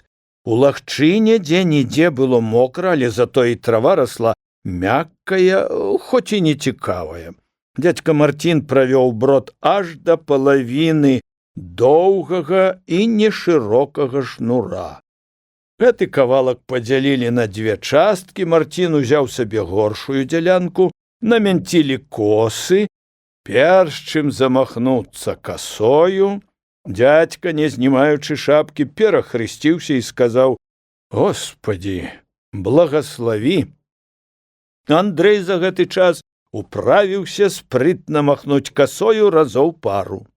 Трава была маладая, ранішняя раса рабіла яе вільготнаю, мяккаю. Добра наклёпаныя і наладжаныя косы толькі пасвіствалі. Трава лёгка паддавалася і пакорна лажылася ў роўныя пракосы. Касцы хоць і былі далекавата адзін ад другога, але стараліся ваўсю. Сонца паднялося ўгору і стала прыпякаць, паскідалі шапкі, на лбе выступаў пот, паскідалі і кашулі, абодва былі мокрыя ад поту, але ніводзін не паддаваўся другому. Ужо заставаліся адны толькі шматкі няскошанай сенажаці, калі Андрэй, менцячы касу, заўважыў Янку, а з ім і Якуба. Углядацца доўга не было калі, бо дзядзька Мартін ужо дакошваў сваю дзялянку. Аднак Андрэй паспеў згледзець над галавою Янкі сетку-таптуху, нібы шлем старадаўняга багатыра і збан у руцэ, напэўна, з кіслым малаком. Дзядзька Мартін любіў яго. Якуб нёс на плечах пару грабель, а ў руцэ ёмкую торбу з лігомінай, як называлі па-плытніцку харчы. Андрэй сам не ведаў, чаму яму раптам стала весела. Хвілін праз 10 грабцы падышлі да дзядзькі Мартіна. Вось якраз у самы час прыйшлі. Малайцы, хлопцы! Мартін падаўся разам з хлопцамі да Андрэя, які дабіваў астатні пракос. Дзядзька весела сказаў: «Касі, каса, пакуль раса! Расадалоў, касец дамоў. Всёю грамадою касцы і грабцы падаліся пад дуб на бераг Нёманам. Вось добра, што ўзялі з сабою сетку. Дай Божа здароўя таму, чыю галаву прыйшла такая выдатная думка, азваўся Андрэй. Гэта Якуб распарадзіўся, сказаў Янка. Ой, Якуб золата, а не хлопец, сказаў Андрэй. Дядька Мартин дадаў: вы яшчэ не ведаеце, што за галава на Якубавых плячах. Мартин і сам быў рады, што Якуб дагадаўся захапіць сетку. Для Якуба самаю вясёлаю і радаснаю парою года быў час сенакосу. Да ідзе столькі разгону для твае жвавасці, для твайго спрыту, для тваіх забавак, як не на казьбе. І сказаць жа, работа на лузе не цяжкая. Чаго варты пахучыя хвалі скошанай, прывяўшай травы?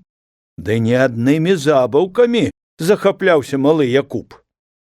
Якіх толькі відовішчаў не сустрэнеш на сенажаці.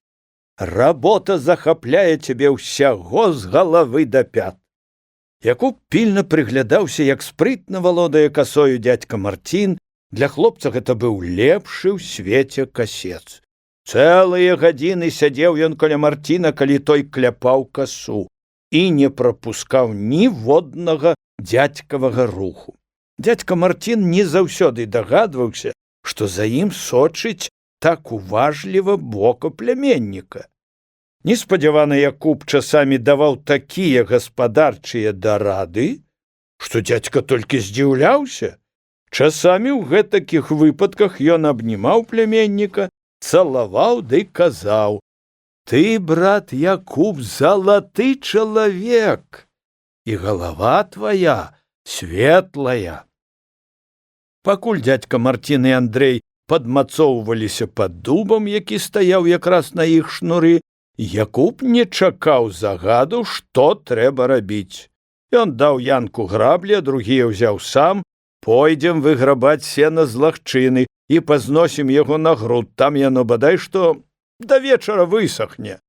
Янка не пярэчыў Якубу, бо той гаварыў праўду. Сушэйшага мурагу яны прынеслі па пярэберычу пад дуб. Пасля падмацавання захочацца паляжаць на цені ў цяньку. Сам Янка не дагадаўся б зрабіць гэтага, у чым потым і прызнаўся. Касцы доўга не ляжалі, хоць хацелася прыдрамаць. Прычына гэтаму была сетка-таптуха, якая стаяла тут жа пад дубам кулём угору. Дядька Мартин вельмі любіў лавіць рыбу наогул. А тут і месца добрае, і ніхто з рыбакоў яшчэ не патрывожыў прыбярэжных заток. Аб рыбе маглі таксама думаць Андрэй і Якуб, але ў першую чаргу трэба падагнаць работу. Адзін толькі Янка заставаўся абыякавым у дачыненні рыбы. Ён не пазнаў яшчэ асалоды у лоўлі сеткаю-таптухаю. Заставалася яшчэ з паўгадзіны часу да захаду сонца, а сена было ўжо ўсё згрэблена і зложана ў копы, каб не рыжэла ад расы. Другі шнур таксама быў скошан на вялікае задавальненне дзядзькі Мартина, яшчэ дзень-другі пагоды, і сена будзе прыбрана з лугу і звезена ў гумно. Ну, як, хлопцы, пройдземся каля беражкоў з сеткаю? Запытаў Мартин сваю рабочую грамаду. Цяпер самы час паплюхацца, стала прамовіў Якуб. Даўно пора, падтрымаў яго Андрэй. Ну, то давайте пачнём. Ты, Якубок, будзеш насіць тытун і скручваць нам цыгаркі, бо калі ловіш рыбу, дык асабліва хочацца курыць. І асабліва тады, калі яна ловіцца, заўважыў Андрэй. Дядзька аддаваў далейшую каманду, а ты, брат Янка, пільнуй адзежу, бо прыйдзецца зняць усё апроч шапак. Не, канешне, стаяць над ёю крукам, зрабіў агаворку Марцін, а з вока спускаць не трэба. Рад служыць агульнай справе, як салдат азваўся Янка. Дядька Марцін узяў сетку і першы спусціўся ў нёман. За ім падаўся і Андрэй. Абодва былі голыя толькі ў адных шапках. Лазіць голаму па вадзе па жорсткай траве не дужа прыемная рэч. Зусім іншая справа была б, каб надзець рыбацкую адзежу, але яе не ўзялі, бо нязручна было несці ўсё разам. «Вось давай, брат, патрасём гэту завоінку», – сказаў Марцін. Завоінай называлася паласа стаячай вады пры беразе. Звычайна яна зарастала розным зеллем, лотаццю, макрыцай, сетняком. З самага дна падымалася доўгая на ўсю глыбіню трава, нібы тонкія ніці. Выбіўшыся на паверхню, яна рассцілала на вадзе акруглыя белаватыя лісцікі. Трапляліся часамі пры беразе чароты і аер. У гэтым вадзяным зарасніку хавалася рыба, адпачывала пасля жыравання ці проста ратавалася ад сваіх заклятых ворагаў, шчупакоў і акунёў. У рыбацкай справе вёў рэй дзядзька Марцін як самы сталы і спрактыкаваны па часці лоўлі рыбы. Ён узяўся за адзін бераг абруча сеткі, а памочнік яго за другі. І абодва ціхенька пачалі выкрадацца да берага. Сетку лёгенька вялі бліжэй да берага у вадзе. Бывалі такія выпадкі, калі які-небудзь дурнаваты язь або лешч, уцякаючы на ваду, трапляў у сетку. Дзядзька выбіраў месца, дзе магло што-небудзь злавіцца, і каманду свайму памочніку падаваў шэптам: «Асцярожней! Асцярожней! Ну, спускай сетку на дно! Ціхенька, ціхутка! Ты глядзі, каб яна не завісла на корані або на купіне, бо рыба пад ніз пойдзе! Ну, стаўляй!»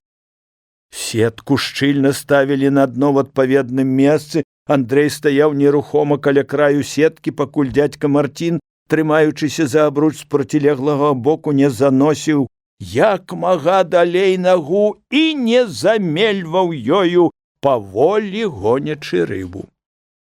Калі такі рух быў зроблены, таксама заносіў нагу і боўтаў Андрэй, каб рыба не заставалася пры беразе. Тады ўдвух падымалі сетку, прычым падымаць трэба было хутка. Так адбываўся першы зачын. Раптам пры першым зачыне, калі паднялі сетку, з куля бухнуў здаравенны шчупак, высока падскочыў угору, апісаў у паветры дугу і вось-вось быў гатовы пляснуцца ў ваду. Дзядзька Марцін ірвануўся, як тыгр, і падставіў сетку, каб падхапіць яго. Збегліся Якуб, вартаўнік, Янка. Якая была агульная радасць, калі шчупак фунтаў з 5 пачаў біцца ў кулі сеткі. «Ха-ха-ха! Не, брат, дудкі!» – прамовіў Марцін. Удвух з Андрэем неслі яны сетку на бераг, трымаючы вусцем угору, і толькі адышоўшыся далей ад вады, перавярнулі яе кулём надол. Ладны шчупак, яшчэ, можа, большы, чым здалося адразу, доўга трапятаўся, падскокваў гору, пакуль не аслабеў. «Ну і спрытняк вы, дзядзька Марцін, каб не вы, ай, плаваў бы шчупак у нёмане», – у шчырым захапленні казаў Янка. «Это, брат, рэдкі выпадак, проста пашанцавала», – заўважыў Марцін. «Але калі яму прызначана трапіць у гаршчок або на патэльню, дык тут ужо нічога не папішаш». Дзядзька Марцін рэдка калі дазваляў сабе выхваляцца спрытам, хоць і быў чалавек дасціпны і спрытны. І ўсё ж пышны вус Марціна стаяў яшчэ доўгі час на пазіцыі шчаслівай усмешкі. «Так, браты, я зраблюся хутка рыбаком», — сказаў Янка. Выпадак са шчупаком прынёс многа вясёлага ажыўлення. Дзядзька Марцін і Андрэй зараз жа зноў палезлі ў нёман. Сонца яшчэ не зайшло, але яго вялізны чырвоны круг ужо апускаўся на паверхню зямлі. Завоена ж была амаль уся наперадзе. Рыбакі яшчэ больш асцярожна пасоўваліся ўздоўж берага, шапталіся, ставілі сетку, падымалі яе. Дзядзька Марцін ціха гаварыў Андрэю: «Калі пачуеш, як у сетку таўхане што, дык хватай угору. Гэта, напэўна, будзе шчупак». Амаль у кожны заход траплялася сякая такая дробная рыбка, попадалася і ніштаватая. Трывогі рыбакам і наглядальнікам нагнаў язь. Праўда, ён быў фунты 2, а лопату ў сетцы нарабіў фунтаў на 4. І тым не меней усе былі задаволены, тым болей, што апроч язя у сетцы плюхаліся ніштаватыя ляшчы. Часта трапляліся плоткі, акуні, яльцы. Укаціўся ў сетку малавёрткі ментус і адзін дужа паважны і гультаяваты лінь. Ён ляжаў у сетцы так спакойна, што дзядзька Марцін спачатку не заўважыў і ледзь быў не выкінуў яго ў ваду. Надыходзіў вечар, змяркалася. Трэба было вылазіць з вады, але Марцін, што б там ні стала, захацеў яшчэ раз паставіць сетку каля купінкі аеру. Прылаўчаліся доўга, асцярожна. Нарэшце дзядзька мельнуў нагою, патапталіся трохі. Марцін з вялікаю надзеяй падняў сетку. Рыбы не было. Затое паважна сядзела дзябёлая зялёная жаба і са здзіўленнем пазірала на незнаёмую абстаноўку. Якуб так і паехаў са смеху. Злавілі плотку, што не лезе ў глотку. Рагатаў малы. Дзядзька Марцін вытрас сетку, а потым выпаласкаў з яе розны бруд і твань на чыстай бягучай вадзе. Рыбакі старанна вымыліся і палезлі на бераг адзявацца і падлічваць трафеі. Лоўля аказалася болей чым удачная. Дзядзьку ж Марціну прыйшла думка: буйнейшую рыбу занесці заўтра раненька, або яшчэ лепей сягоння ў панямонь, а заўтра якраз пятніца, вечарам заходзіць яўрэйскае свята Шабас. У такі час на рыбу надзвычайна вялікі попыт. Дзядзькаву думку падтрымалі, дома рыбу перабралі, драбнейшую пакінулі сабе, адборную ж Андрэй і Янка патарабанілі ў панямонь. За парогам Янка сказаў: «Плакаў, плакаў, а Бог быў аднакаў. Пачаў танцаваць, пачало шанцаваць. Мы трапілі ў добры струмень», — згадзіўся Лабановіч. «А што прынясе заўтрашні дзень? Няхай яно таксама будзе радасным. Добра на лузе у час сенакосу», — прызнаўся Янка. Часамі, як кажуць, чалавек трапляе ў шчаслівы струмень, што так лагодненька носіць цябе па хвалях жыцця. І ты моцна жадаеш, каб гэты струмень як мага даўжэй калыхаў і песціў, гойдаў цябе, нідзе не страсянуўшы, не падкінуўшы на выбоіне. Але так бывае вельмі рэдка і вельмі нядоўга. струмень твой раптам расплывецца, развеется, як лёгкі ранішні туман, і ты застанешся пры тым жа старым разбітым карыце. Андрэй і Янка захапіліся рыбацтвам. Ім спачатку шчасціла. На рыбе яны трохі падмацаваліся. Янка гаварыў часамі: «Чорт яе бяры настаўніцкую службу, перавяду стрэлкі на рыбацтва». Янка нават марыў набыць другую таптуху, бо калі адною сеткаю яны ў сярэднім лавілі па 10 фунтаў, дык у 2 зловяць паўпуда. Андрэй з гэтай прычыны сказаў Янку: «Аднойчы ішоў я праз мост у Панямонь. Пад мостам ляжала старое рэчышча, нямнішча, заросшае лотаццю і рознаю травою. Там было мелка і гразка, у гэтай азярыне тапталася з брадніком чарада жанчын. Калі яны захоплівалі рыбу, дык шумелі, крычалі, лямантавалі. Адна ўжо немаладая панямонская кабета, трымаючы ў зубах і смокчучы, як суслу ёмкую папяросу, з захапленнем казала: «Вось налаўлю рыбы і, далі Бог, куплю коня». Дык ці не падобен і ты да той жанчыны? І нашто ж ты разбіваеш мае, можа, самыя лепшыя мары? Няўжо ж чалавек не мае права хоць у думках пабыць шчаслівым? — сказаў Янка. І тая жанчына была шчаслівая ў сваіх думках, а вось ці купіла яна коня за налоўленую рыбу, не ведаю. Напэўна, не. Касьба шчаслівая пара тым часам скончылася. Дядька Мартин сказаў аднойчы Андрэю: «Сёлета сенам у нас, браце, скупавата. Прыйдзецца цялушачку прадаць. А шкада, удалая цялушка». Андрэй адказаў: «Ведаеш, дядька, а што калі ўзараць кавалак поплаву каля агарода, дзе капуста?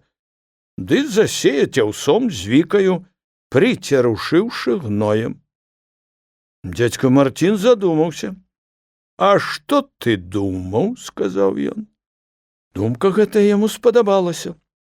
Назаўтра Андрэй з Янкам, прыйшоўшы з рыбы, убачылі завораны поплаў, старанна выбаранаваны і нават прыгладжаны валікам.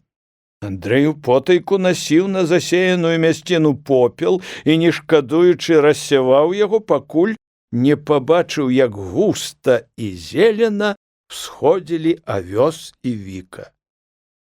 Яшчэ ў часе касавіцы да Лабановіча прыйшло пісьмо ад Райскага, сакратара неіснуючага настаўніцкага бюро.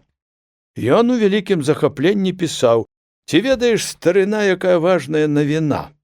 І хто б мог паверыць? Шміт, редактор Мінскага голаса, адвёў месца ў сваёй газеце для артыкула аб нашым няўдачным сходзе, бярэ нас пад абарону.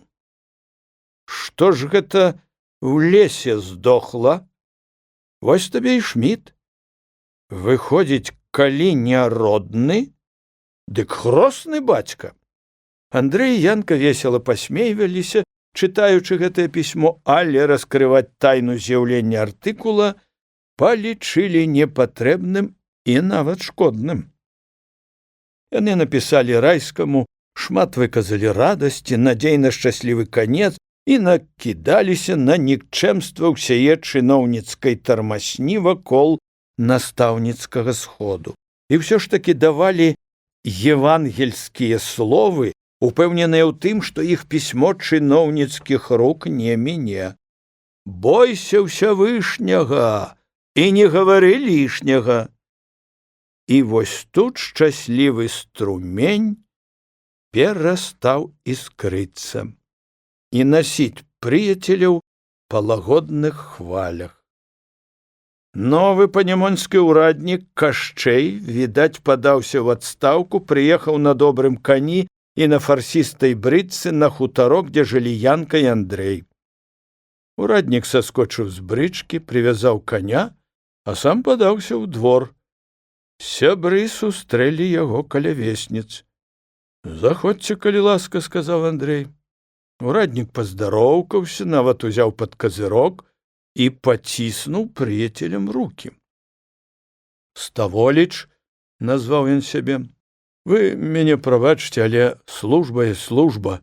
Хто Андрэй Лабановіч?» — запытаў ён, быстра акінуўшы позіркам сяброў. «Я», — сказаў Лабановіч. Ставоліч выняў з партфеля, такога ж фарсістага, як і сам ураднік, пакет з паважнаю пячаццю мінскага жандарскага кіраўніцтва. «Папрашу вас распісацца», — сказаў Ставоліч, паказваючы ў спісе месца для подпісу. Лабановіч распісаўся. Ураднік развітаўся, зноў узяўшы пад казырок, сеў у брычку і паехаў.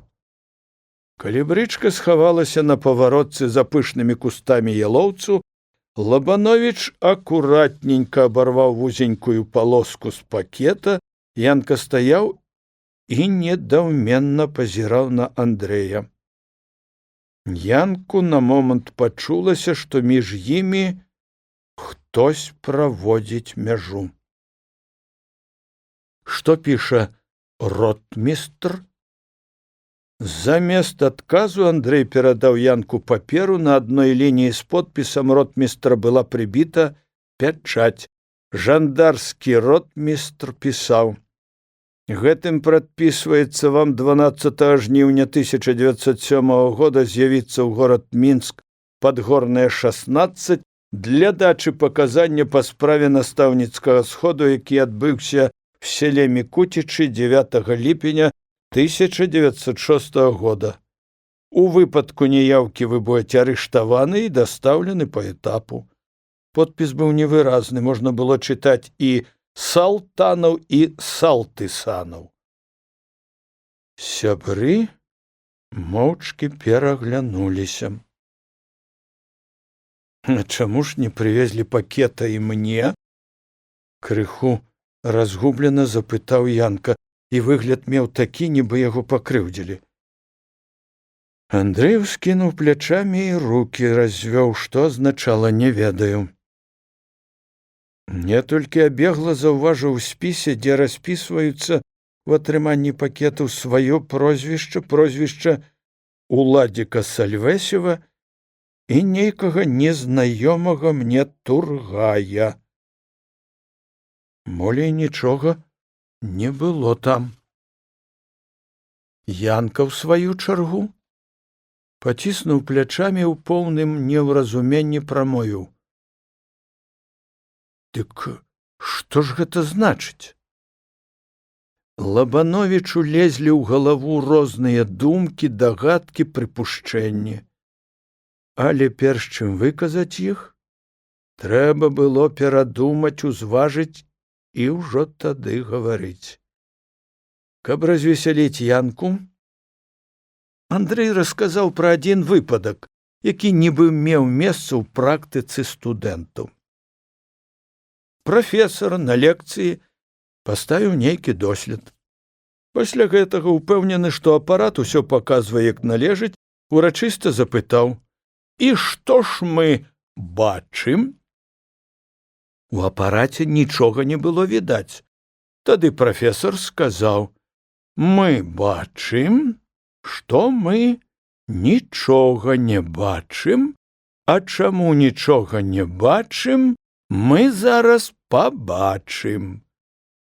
«Дык і я магу сказаць», — дадаў Андрэй, — «нічога не вядома». «А чаму невядома?» «А таму, што нічога не вядома. Пасля допыту буду ведаць».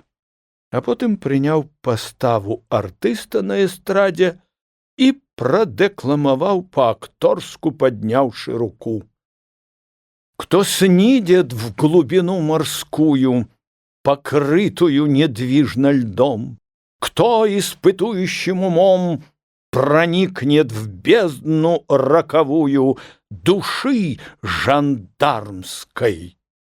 Жандармской Андрэй ужыў замест каварнай. Ніякай загадкавай тайны няма у жандарскай душы, бо яна голая, як калена, без ніводнага валаска. Вся ж сутнасць жандарская месціцца ў словах «ташчыць і не пушчаць», сказаў Янка.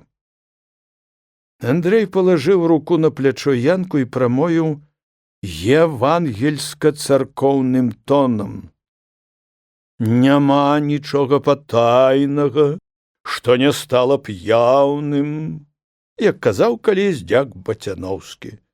«Пачакаю трохі.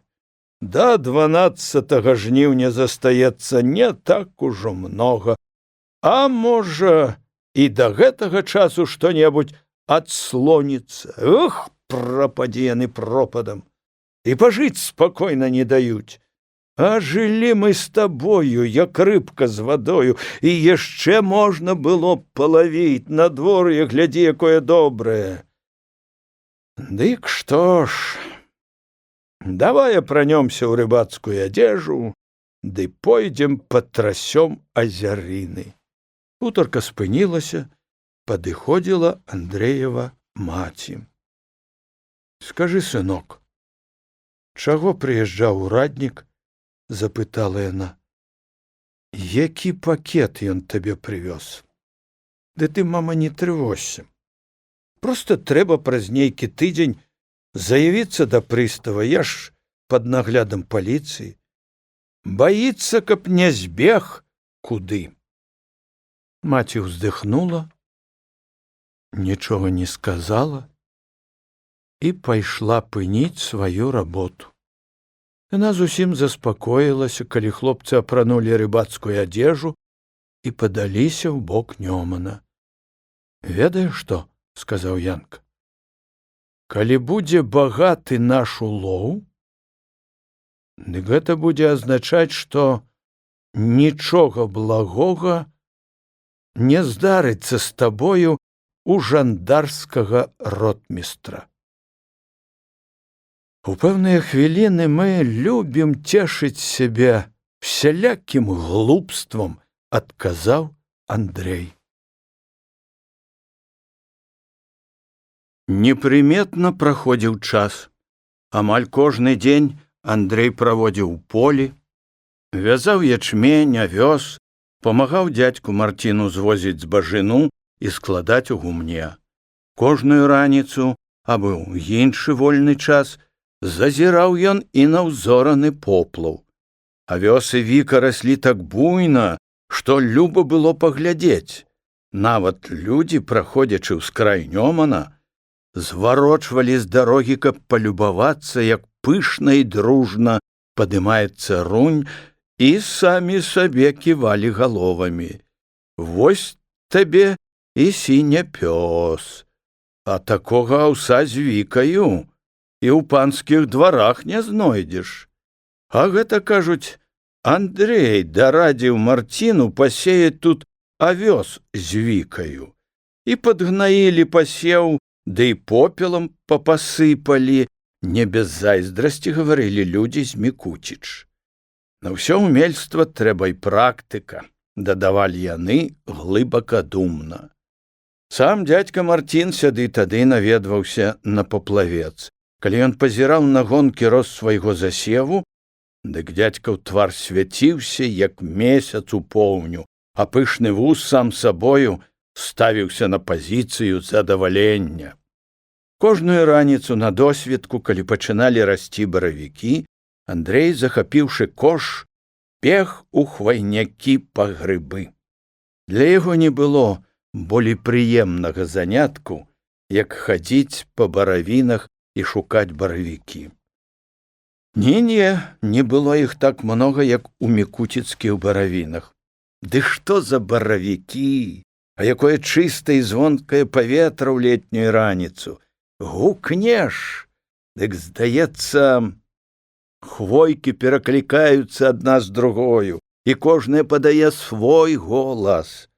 А якая радасць для сапраўднага грыбніка, калі насунешся на мнагалікую сям'ю рознага ўзросту чорных з адценнем срэбранага налёту на маладых пруккіх шапках, а? Ладных, ні з чым не параўнаных баравікоў. Всё тады забываеш на свеце, нават жандарскага ротмістра.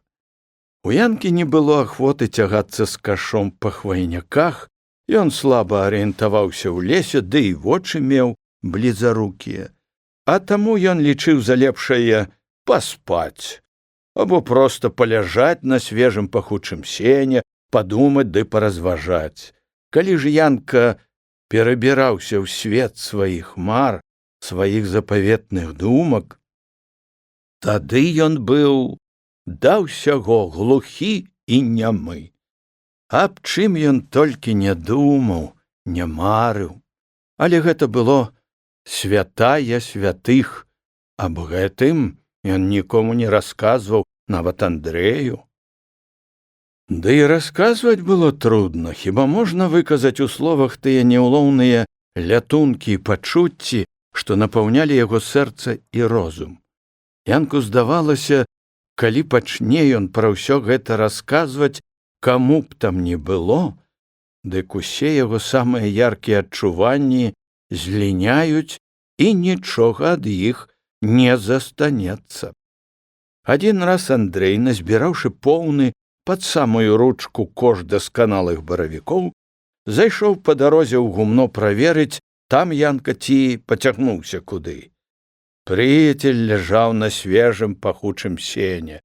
«Янка, ты тут?» «Тут, браце», — азваўся Янка. «Што ж ты качаешся, абібок ты?» Па-прыяцельску папікнуў Андрэй. «Злазь, купацца пойдзем». Янка борздзенька нацягнуў майткі, верхнюю кашулю, хадакі ўзяў у руку і спусціў на ток. «Хоць бы ты пайшоў, палавіў рыбы вудаю».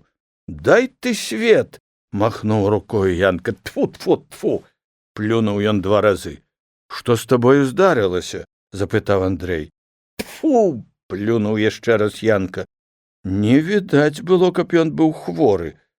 «Ведаеш, брат, такая прыснілася брыда, што і цяпер яшчэ праціўна ў роце. Што ж ты сніў?» «Сніў, браце, што хадзіў па лузе, збіраў горкі чэмер і еў». Нельга было без смеху глядзець на Янкаву скрыўленую міну. Лабановіч аж клаўся са смеху, слухаючы прыгоды, што прысніліся яго прыяцелю. Можна сказаць, сон біблейскі. Раздзеўшыся, Янка кінуўся ў нёман, плыў, набіраў у рот ваду, паласкаў рот і адплёўваўся. «Багаты будзеш, Янка, раз прысніў такі сон». «О, калі б гэта была праўда, дык я гатоў яшчэ прысніць яго», — жартаваў Янка. А потым павярнуўся да Андрэя і сказаў: «А можа, і сапраўды пабагацею? Ведаеш, мой дядька Сымон, настаўнік якшыцкай школы, прыслаў пісьмо, каб я прыехаў да яго. Кажа, добры заработак ёсць. Вось бачыш, сон табе ў руку. Эх, а калі атрымаў ты пісьмо?» «Нядаўна Якуб прынёс, пераслалі з Мікуціч. Як ты мне раеш, ехаць ці не ехаць?» «А чаму ж не паехаць? Вазьмі толькі дазвол ад паліцыі».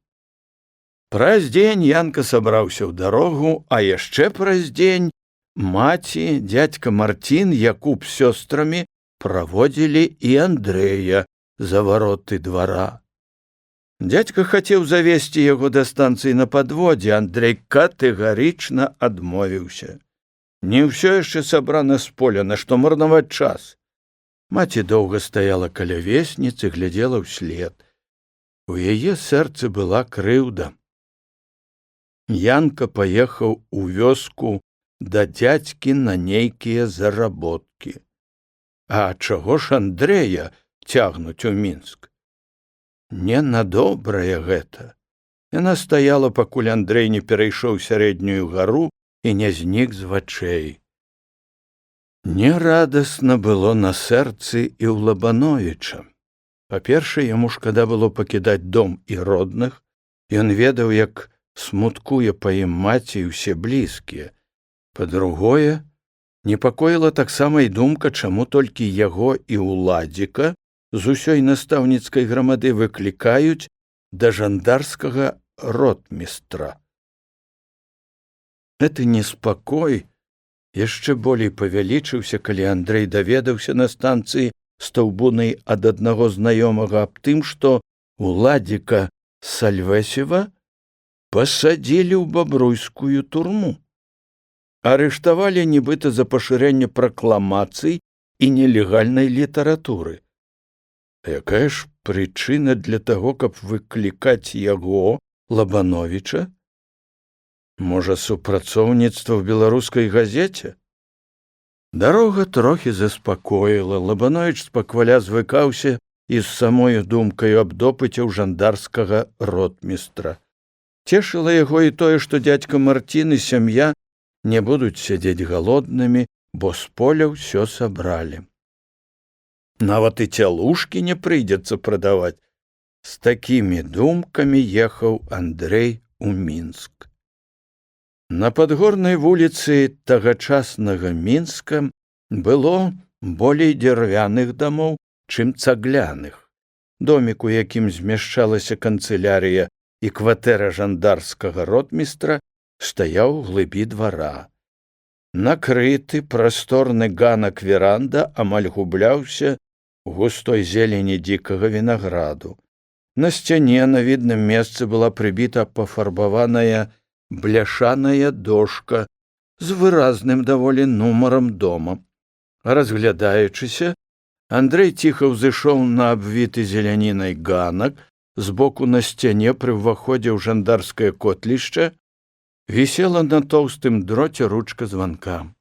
Лабановіч пастаяў трохі, паразважаў, зірнуў на гадзіннік. Была палавіна 11, час, калі чыноўнікі сядзяць ужо за сваімі сталамі. Лабановіч пацягнуў за ручку і стаў прыслухоўвацца. Неўзабаве пачуліся павольныя, цяжкія крокі. Дзверы адчыніў здаравенны жандарскі вахмістр. Ён акінуў Лабановіча пранізлівымі, сярдзітымі вачамі і сурова запытаў: «Вам што трэба?»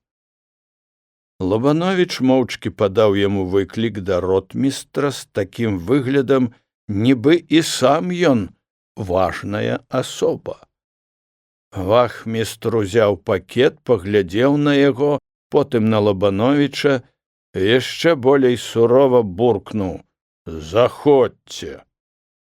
Ён правёў Лабановіча ў прыёмную, паказаў на жорсткую дзярвяную канапу: «Чакайце тут!»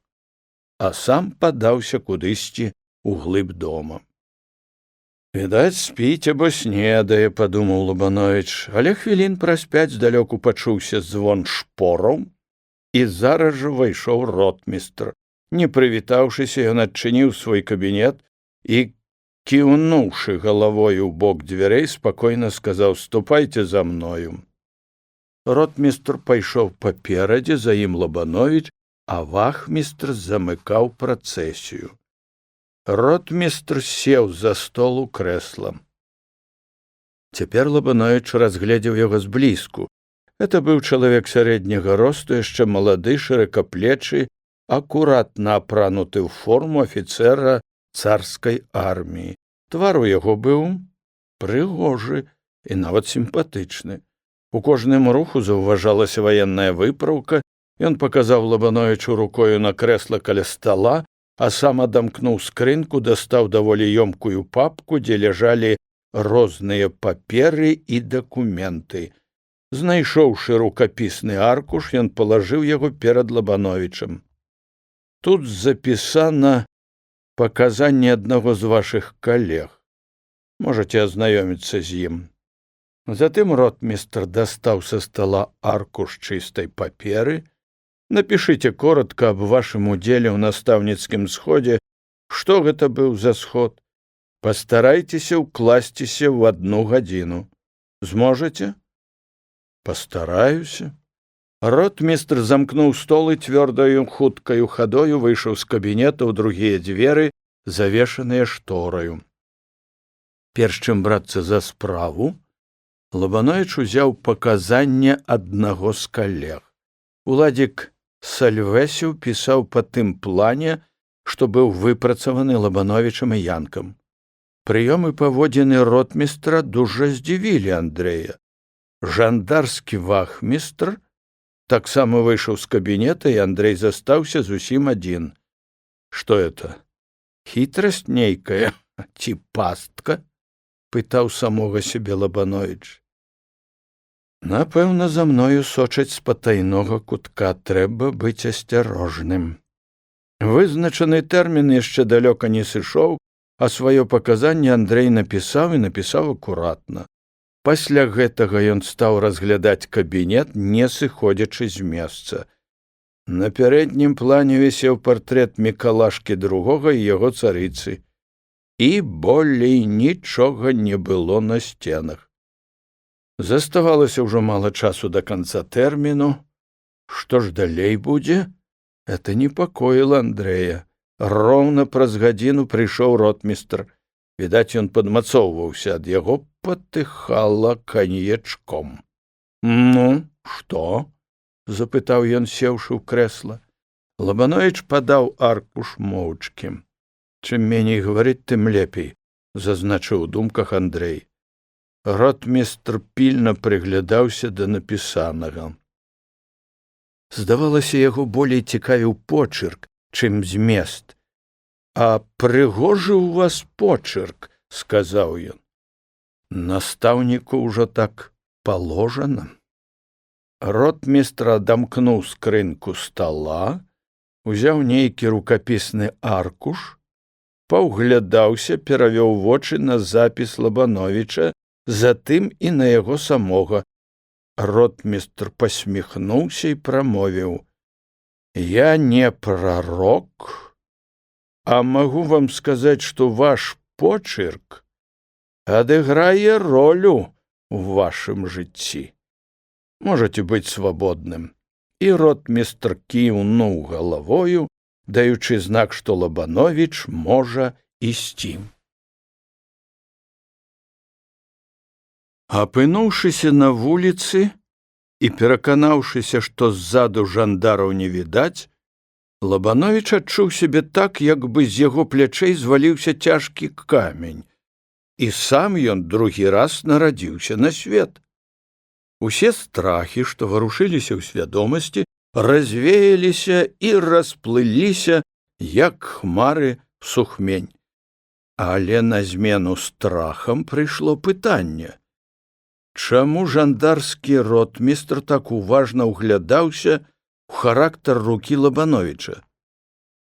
Праўда, гэта магла быць проста выпадковасць, тым болей, што ён і ад сяброў чуў пра свой прыгожы почырк. І ўсё ж на гэтае пытанне дакладнага адказу не знаходзілася.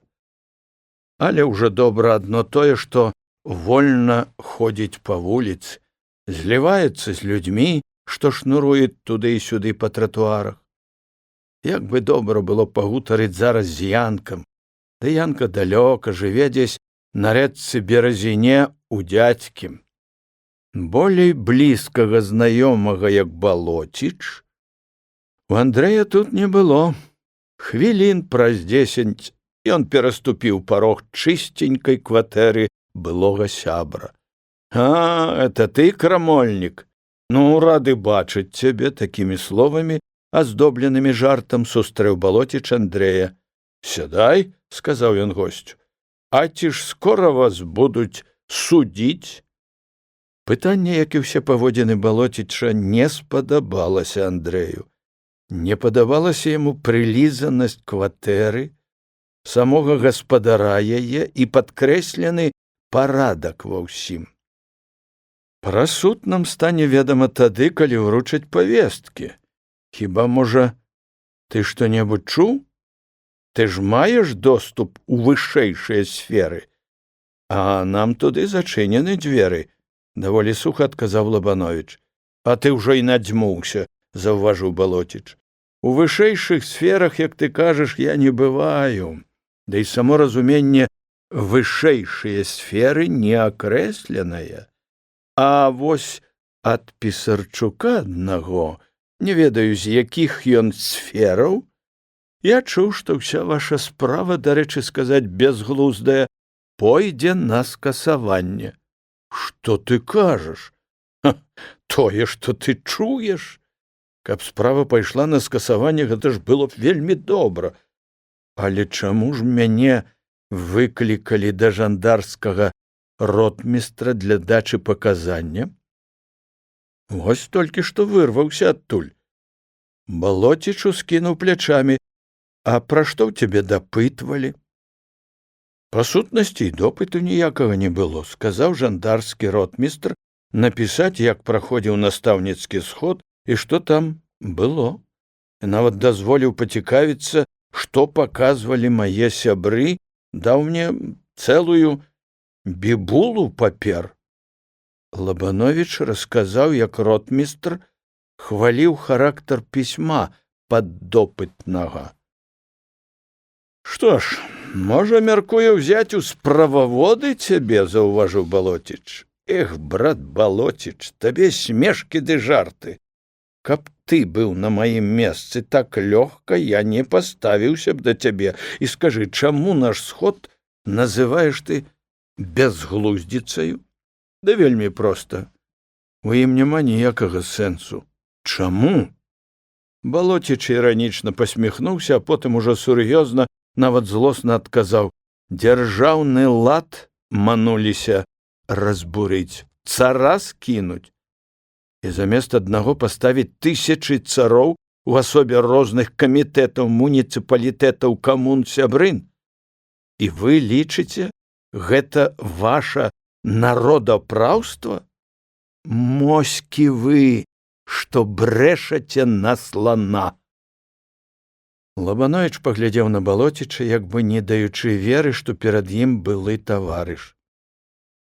Стрымліваючы вострую спышку абурэння, ён даволі спакойна і з адценнем суму сказаў: «Эх, Косцік, як моцна засеў у цябе князь Мяшчэрскі і ўся закваска чыноўніцка-папоўскай семінарыі, як усё перамяшалася ў тваёй галаве. Не ведаю, каго болей перамяшалася», — агрызнуўся Балоціч. Відаць, ён быў не ў гуморы. «Не будзем спрачацца, ў чыёй галаве большая мешаніна», — адказаў Андрэй. «Але нашто гаварыць тое, чаго ты не ведаеш і не разумееш? Пэўна ж, лягчэй, зручней і выгадней спяваць «Боже, царя храні», чым заступацца за абяздоленых, галодных людзей і мець за гэта штурхелі жандараў і паліцыі ды косыя погляды чарнасоценцаў усіх масцей. Даволі я наслухаўся ўсякіх агітатараў і начытаўся розных пракламацый. Дык ты мне такіх песень не спявай», — перапыніў Андрэя Балоціч. Лабановіч паглядзеў на яго, памаўчаў, а потым прамовіў: «Прабач, песні ў нас розныя, і нашы дарогі скірованы ў процілеглыя канцы. Ды хто ведае? Жыццё не стаіць на адным месцы. Адно толькі магу сказаць: па дарозе князёў Мяшчэрскіх, Дубровіных і Гамзеяў-Гамзеевічаў я не пойду. Это твоя справа.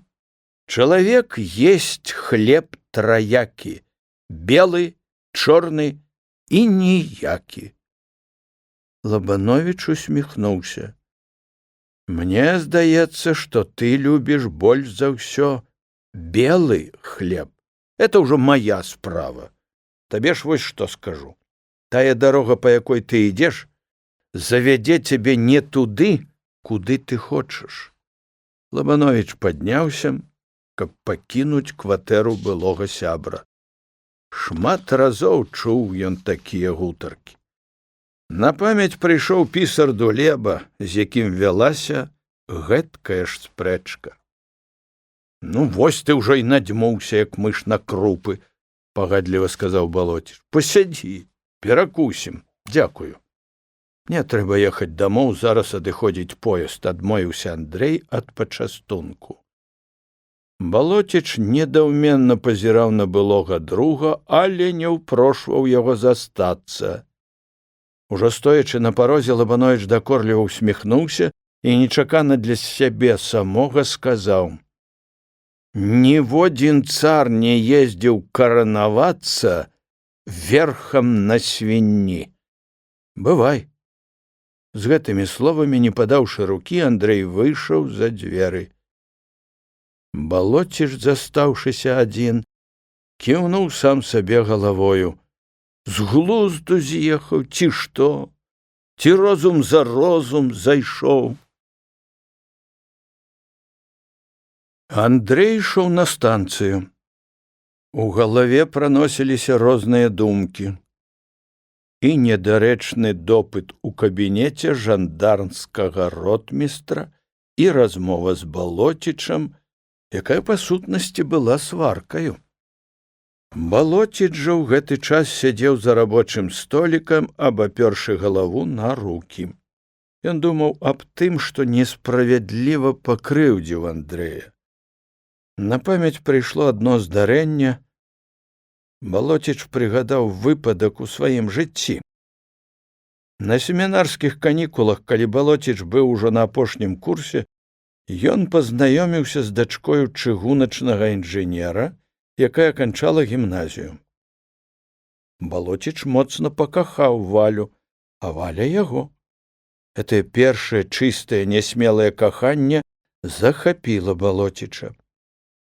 Яму цяжка было захаваць пачуццё у глыбіні свайго сэрца. Трэба было знайсці такога друга, якому ён мог бы даверыць каханне і падзяліцца сваімі пачуццямі. І лепшага ахоўніка сардэчнай пячаці ён не мог знайсці апроч Лабановіча. Цэлую ноч, прылёгшы на адзін ложак з Андрэем, расказваў Балоціч пра Валю, якая яна мілая, прыгожая і як кахае яго. А назаўтра ў дзень паказаў дзяўчыніну фатаграфію, чытаў яе пісьмы. Лабановіч свята ахоўваў даручаную яму юнацкую тайну і прыняў удзел у сардэчных справах сябра. Часамі яны разам складалі пісьмы да Валі, гаварылі аб ёй, усё гэта зблізіла сяброў, парадзіла паміж імі шчырую дружбу.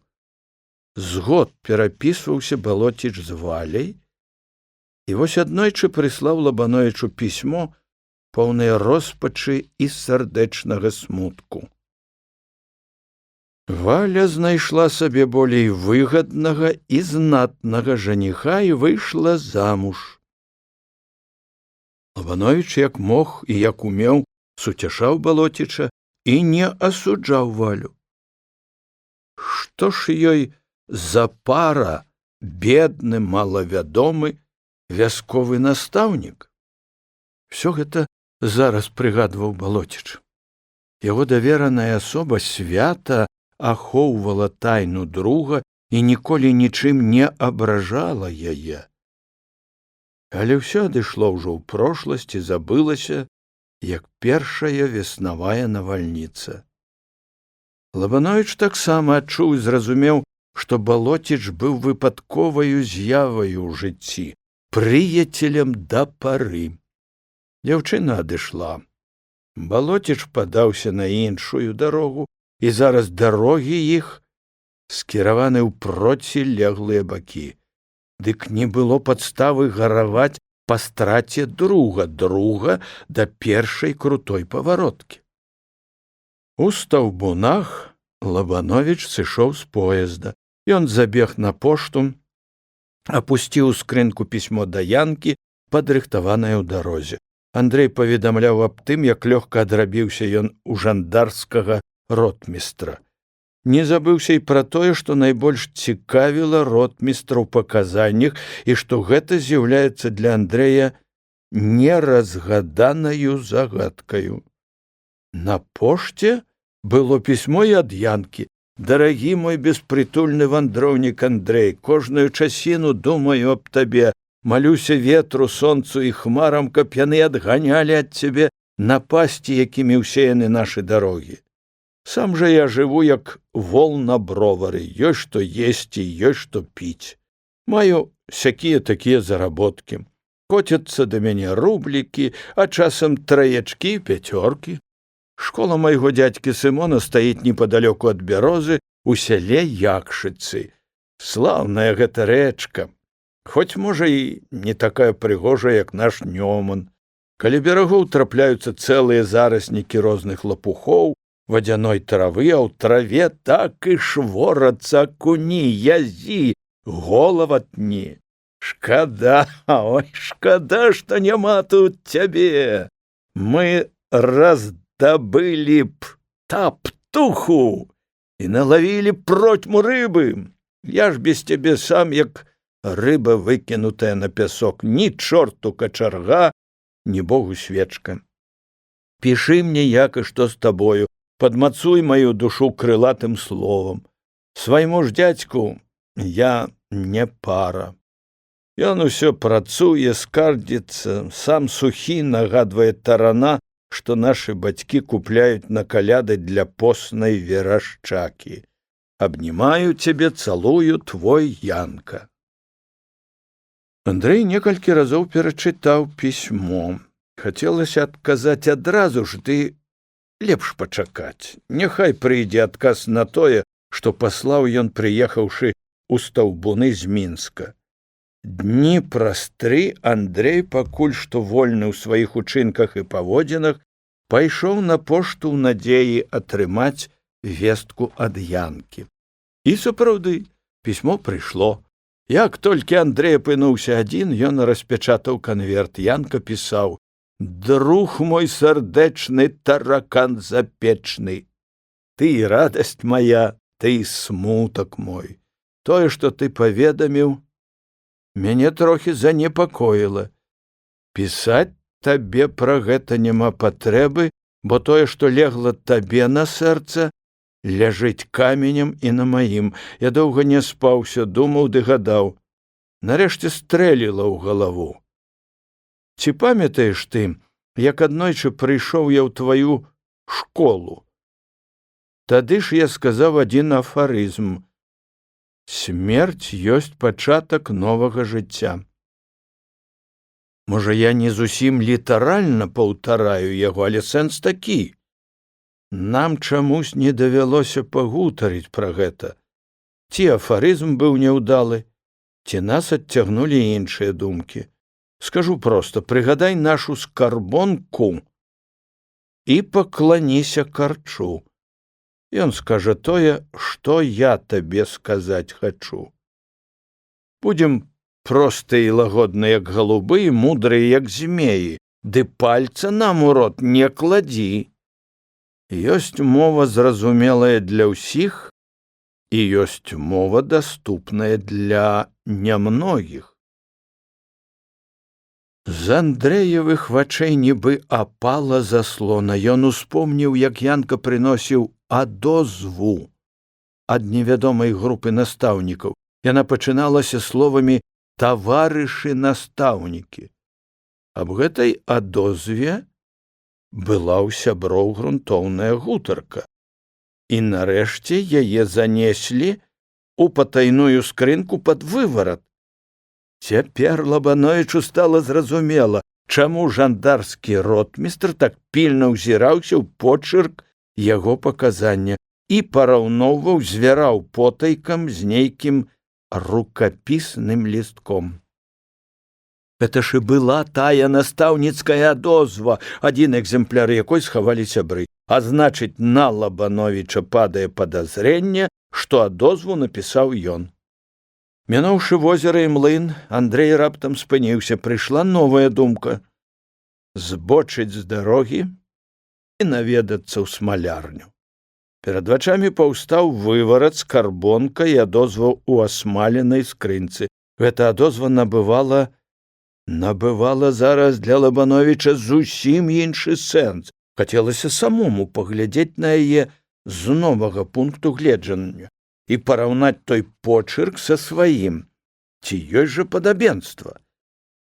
Каб не сустракацца з людзьмі, Лабановіч ішоў хмызнякамі і зараснікамі, трымаючы кірунак на смалярню.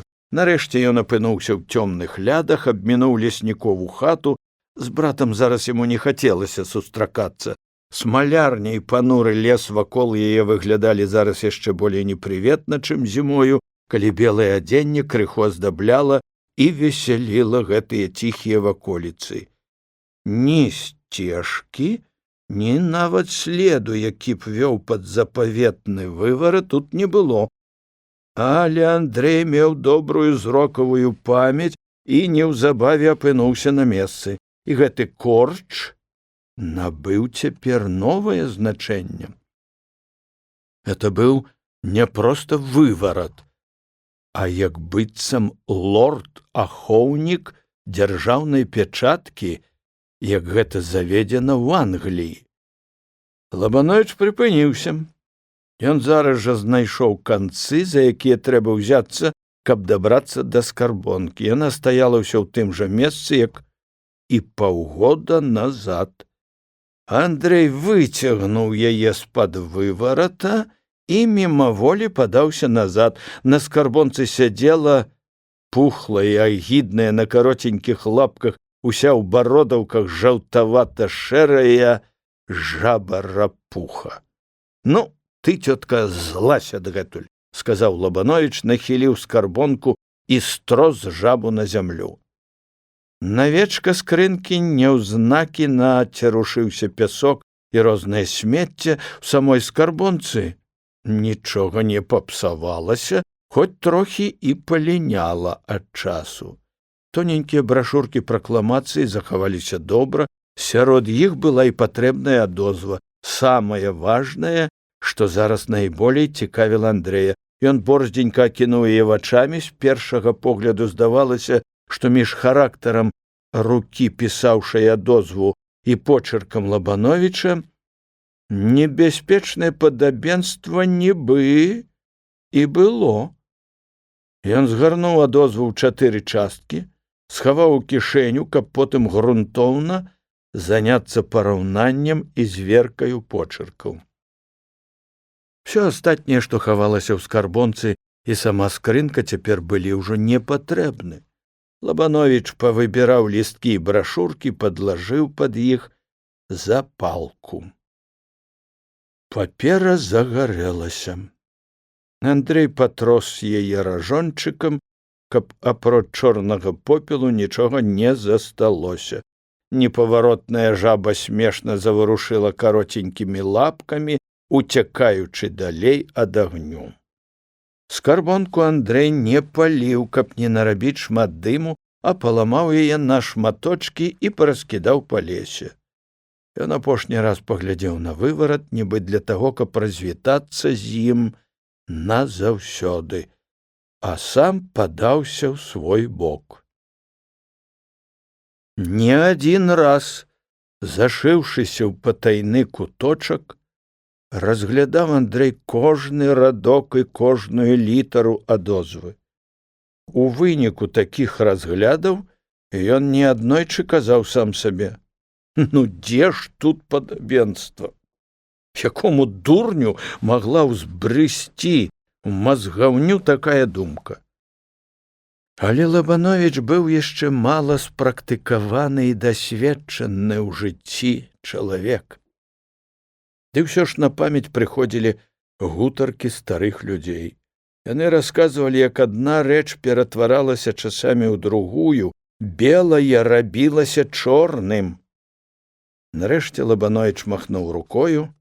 Няма чаго гадаць ды забягаць наперад. Можа, гэта адны толькі страхі. У выніку такіх разважанняў Андрэй сеў за стол пісаць янку. «Дзе ты, мілы белабрысы, дзе ты, адгукніся?» Андрэй пачаў пісьмо словамі песні, як некалі ў Цельшыне. «Слухай, дружа, я пакланіўся карчу, і ён даў мне тое, чаго мы не шукалі.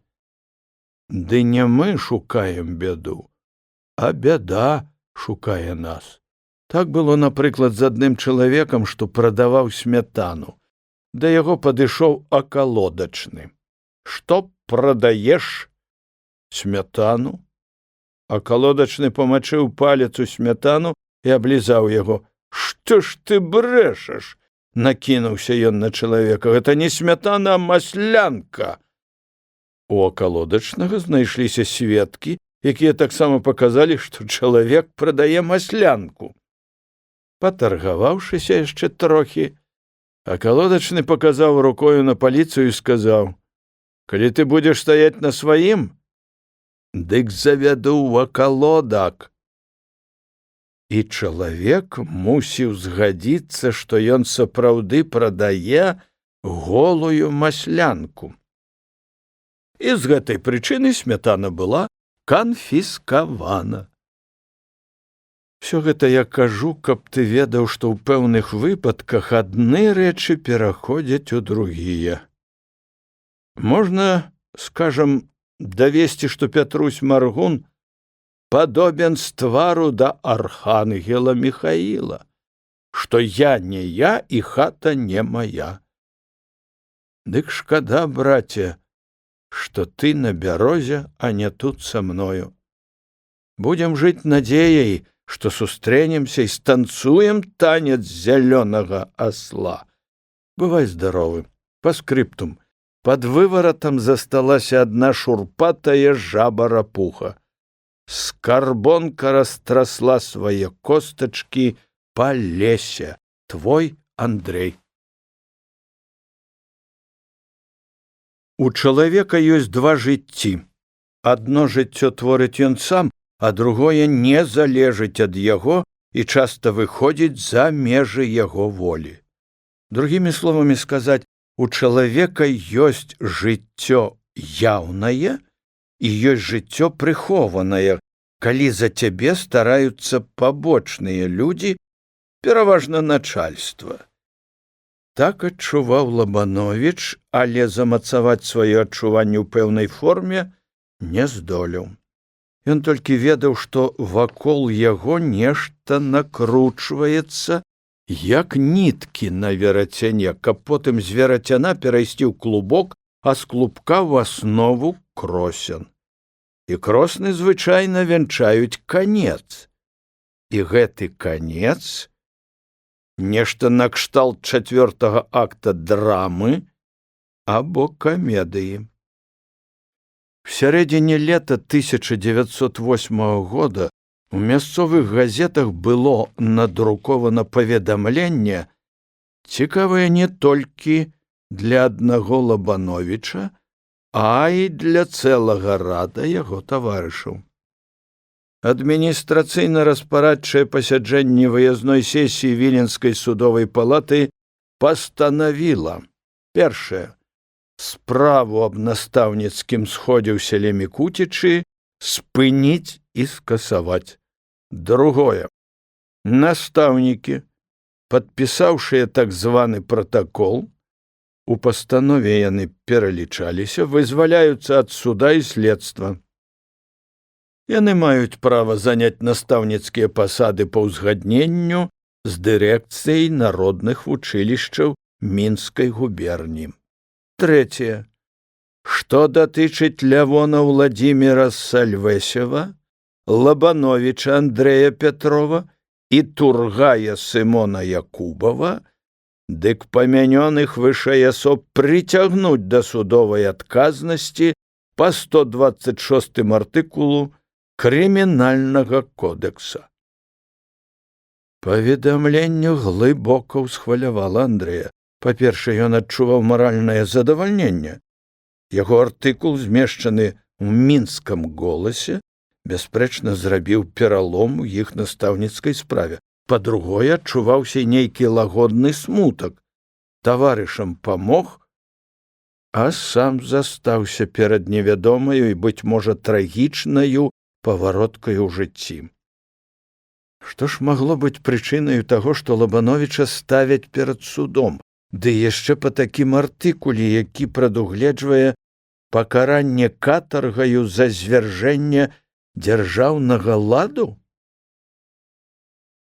Абвінаваўчага акта Андрэю яшчэ не ўручылі, заставалася думаць і пераконвацца ў тым, што адозват таварышы настаўнікі ёсць асноўная таму прычына. Лабановічу прыгадаліся словы жандарскага ротмістра: «Ваш почерк адыграе ролю ў вашым жыцці». Андрэй чакаў далейшага развіцця падзей. Дзіўным і незразумелым здавалася тое, што ў справу быў замешан нейкі Тургай. Андрэй ніколі не чуў пра яго і ніколі не бачыў вочы. Як жа так магло стацца, каб у адну цялежку упрэглі такую тройку? Уладзіка арыштавалі і пасадзілі да суда у Бабруйскі астрог за пашырэнне пракламацый, забароненай літаратуры і за агітацыю супраць існуючага самадзяржаўнага ладу. Тургая, як неўзабаве даведаўся Лабановіч, злавілі ў Карэлічах на пошце і загналі у Навагрудскі астрог. Апроч усёй іншай крамольнай дзейнасці, Тургаю ставілі ў віну і агітацыю сярод вяскоўцаў, каб яны не хадзілі на работу панскія двары, бо все маёнткі павінны належаць народу. Шмат было няяснага ў той павуціне, якую выткалі для іх трох царскія юрысты-павукі. У чаканні падзей і таго ці іншага канца іх Андрэй жыў у сваіх родных на Нёмане. Адлучацца куды-небудзь з дому было зараз нязручна. Ён толькі хадзіў збіраць грыбы, а іх было многа. У лесе было так ціха, і нішто не замінала думаць думкі, ствараць у галаве такія малюнкі, ад якіх рабілася весялей, але якія рэдка калі ажыццяўляюцца. Кожны дзень чакаў ён і пісем ад сваіх былых сяброў, але яны маўчалі. Нават Янка, такі ўжо шчыры адданы друг, і той не падаваў голасу. Хіба гэта не крыўдна? Не, крыўдзіцца няма чаго. Былыя сябры і самы блізкі з іх Янка зараз думаюць, як замацавацца ў якой-небудзь школе. Восень не за гарамі, дык што ім ён, Андрэй? Яны цяпер чыстыя, палітычна надзейныя. Дык навошта мець зносіны з крамольнікам, якога наперадзе чакае суд? Андрэй адчуў вялікую адзіноту, але не паддаваўся паныламу настрою. Проста было крыху смутна на сэрцы. У гэту ноч Андрэю не спалася. Вільготная зямля і начная цішыня даносілі разнастайныя гукі неўгамоннага жыцця. Ось па дарозе мякка прашумелі ў пяску колы сялянскай цялежкі. Хтось, запазніўшыся, павольна ехаў у свой двор, у свой дом. За Нёманам мілагучна свіснула нейкая таксама бяссонная птушка. З нізінкі па гэты бок Нёмана заложна, несціхана аднатонна кракталі жабы, і гэтае крактанне злівалася ў адну аднастайную і нібы засмучоную песню жальбы. Як усё гэта блізка, знаёма з самага дзяцінства. Заснуў ён толькі пад раніцу, калі сонца ледзь-ледзь прабівалася скрозь бліскучыя акенечкі недалёкага лесу. Першыя ж праменні сонца, завітаўшыя ў гумно, дзе звычайна праводзіў ноч Андрэй, пабудзілі яго. Заснуць болей ужо не мог, а варочацца з боку на бок не хацелася. Лепей даўжэй пабыць на прасторнай зямлі, дзе, аднак, людзям цесна пад ясным небам, якое таксама засцілаецца хмарамі і шуміць грознымі навальніцамі. Ці не будзе і сягоння навальніцы? Андрэй заўважыў, што перад навальнічнымі дажджамі яго наведвае бяссонне. Ды ён любіў навальніцы, Няхай лепш не даспіцца, абы толькі была гучная навальніца. Ён падняўся са свае пахучай пасцелі на мяккім сене, борздзенька адзеўся і падаўся на Нёман, каб у свежай, чыстай, празрыстай вадзе сагнаць сляды стомленасці пасля маласоннай начы. І сапраўды, пасля купання Андрэю стала лёгка. Цела нібы налілося новаю сілаю, і мускулы сталі прухкімі. Адзеўшыся, Андрэй прысеў на бераг. У добрае надвор'е ён любіў пабыць тут. Размераная плынь нёманскай вады заспакойвала, навявала такія лагодныя мары. Над зямлёю распасцёрся ясны купал бяздоннага неба, толькі крыху лявей Мікуціч на паўднёвым захадзе паказалася тонкая даўгаватая хмарка, нібы нейкі мастак, збіраючыся напісаць малюнак, правёў упэўнена і смела першую цёмную палоску. На палосцы пачалі вынікаць вычварныя белыя клубочкі, як гарохавінкі вежы, розныя завітушкі, яны то раслі, то раставалі, і на месцы растаўшых з'яўляліся новыя, яшчэ болей вычварныя. Лабановіч сядзеў і любаваўся. Са сваіх назіранняў ён ведаў, што такія хмаркі з'яўляюцца на небе перад навальніцаю. У хуткім часе палоска знікла, сонца паднялося вышэй, дыхнуў вецярок, густы, цёплы, паўднёва-заходні, дажджавы, падумаў Лабановіч. Ён пайшоў у хату. Маці паставіла на стол снеданне. Ячмень ляжыць на просте не звязаны, ужо і высах. Каб часамі дождж не пайшоў, нешта прыпарвае, сказала мімаходзь яна. Андрэй успомніў, што дзядзька з Якубам паехалі раніцаю на Сямёнаўкі, там засталося з паўвоза сена. Паснедаўшы, Андрэй узяў пару ёмкіх скруткаў перавясел, загатаваных загадзя, і пайшоў вязаць ячмень, скошаны на процілеглым канцы той палоскі зямлі, на якой стаяла іх сядзіба непадалёку ад хвойніку. Гадзіны праз паўтары ячмень быў павязаны ў снапы. Андрэй акуратна паклаў іх у капу, на ўсякі выпадак умацаваў жэрдкамі, каб не разбурыў яе вецер у часе навальніцы. Наверх палажыў рэшту перавясел, а на іх сноп-шапку, распраўлены накшталт парасона. Але гэта работа была лішняя. З двара выязджалі драбіны. Дзядзька Марцін прывёз сена, а зараз ехаў разам з Якубам забіраць ячмень. Андрэй памог накласці воз, а сам пашыбаваў на сярэднюю гару, якую любіў з самых юнацкіх дзён. Там было ціха, спакойна, утульна. Адзін схіл гары быў пакрыты жоўтым глыбокім пяском, сям-там пракідаліся чэзлыя кусцікі ялоўцу, убогія купінкі чабору і астраўкі белага баравога моху. Больш за ўсё падабалася Андрэю гара за тое, што з самага высокага пункта яе разгортваўся прыгожы краявід. Асабліва цікава было зірнуць у бок гасцінца, што ішоў праз Панямонь на Нясвіж. У полі каля гасцінца стаяла і тая чароўная хвоя, непадалёку ад якой незадоўга да паездкі ў Вільню праходзілі Андрэй з Янкам. Яна вельмі выразна узнімала з-за грэбеня занямонскіх узгоркаў кучаравую шапку вершаліну і дзве магутныя галіны, сіметрычна размешчаныя па абодва бакі.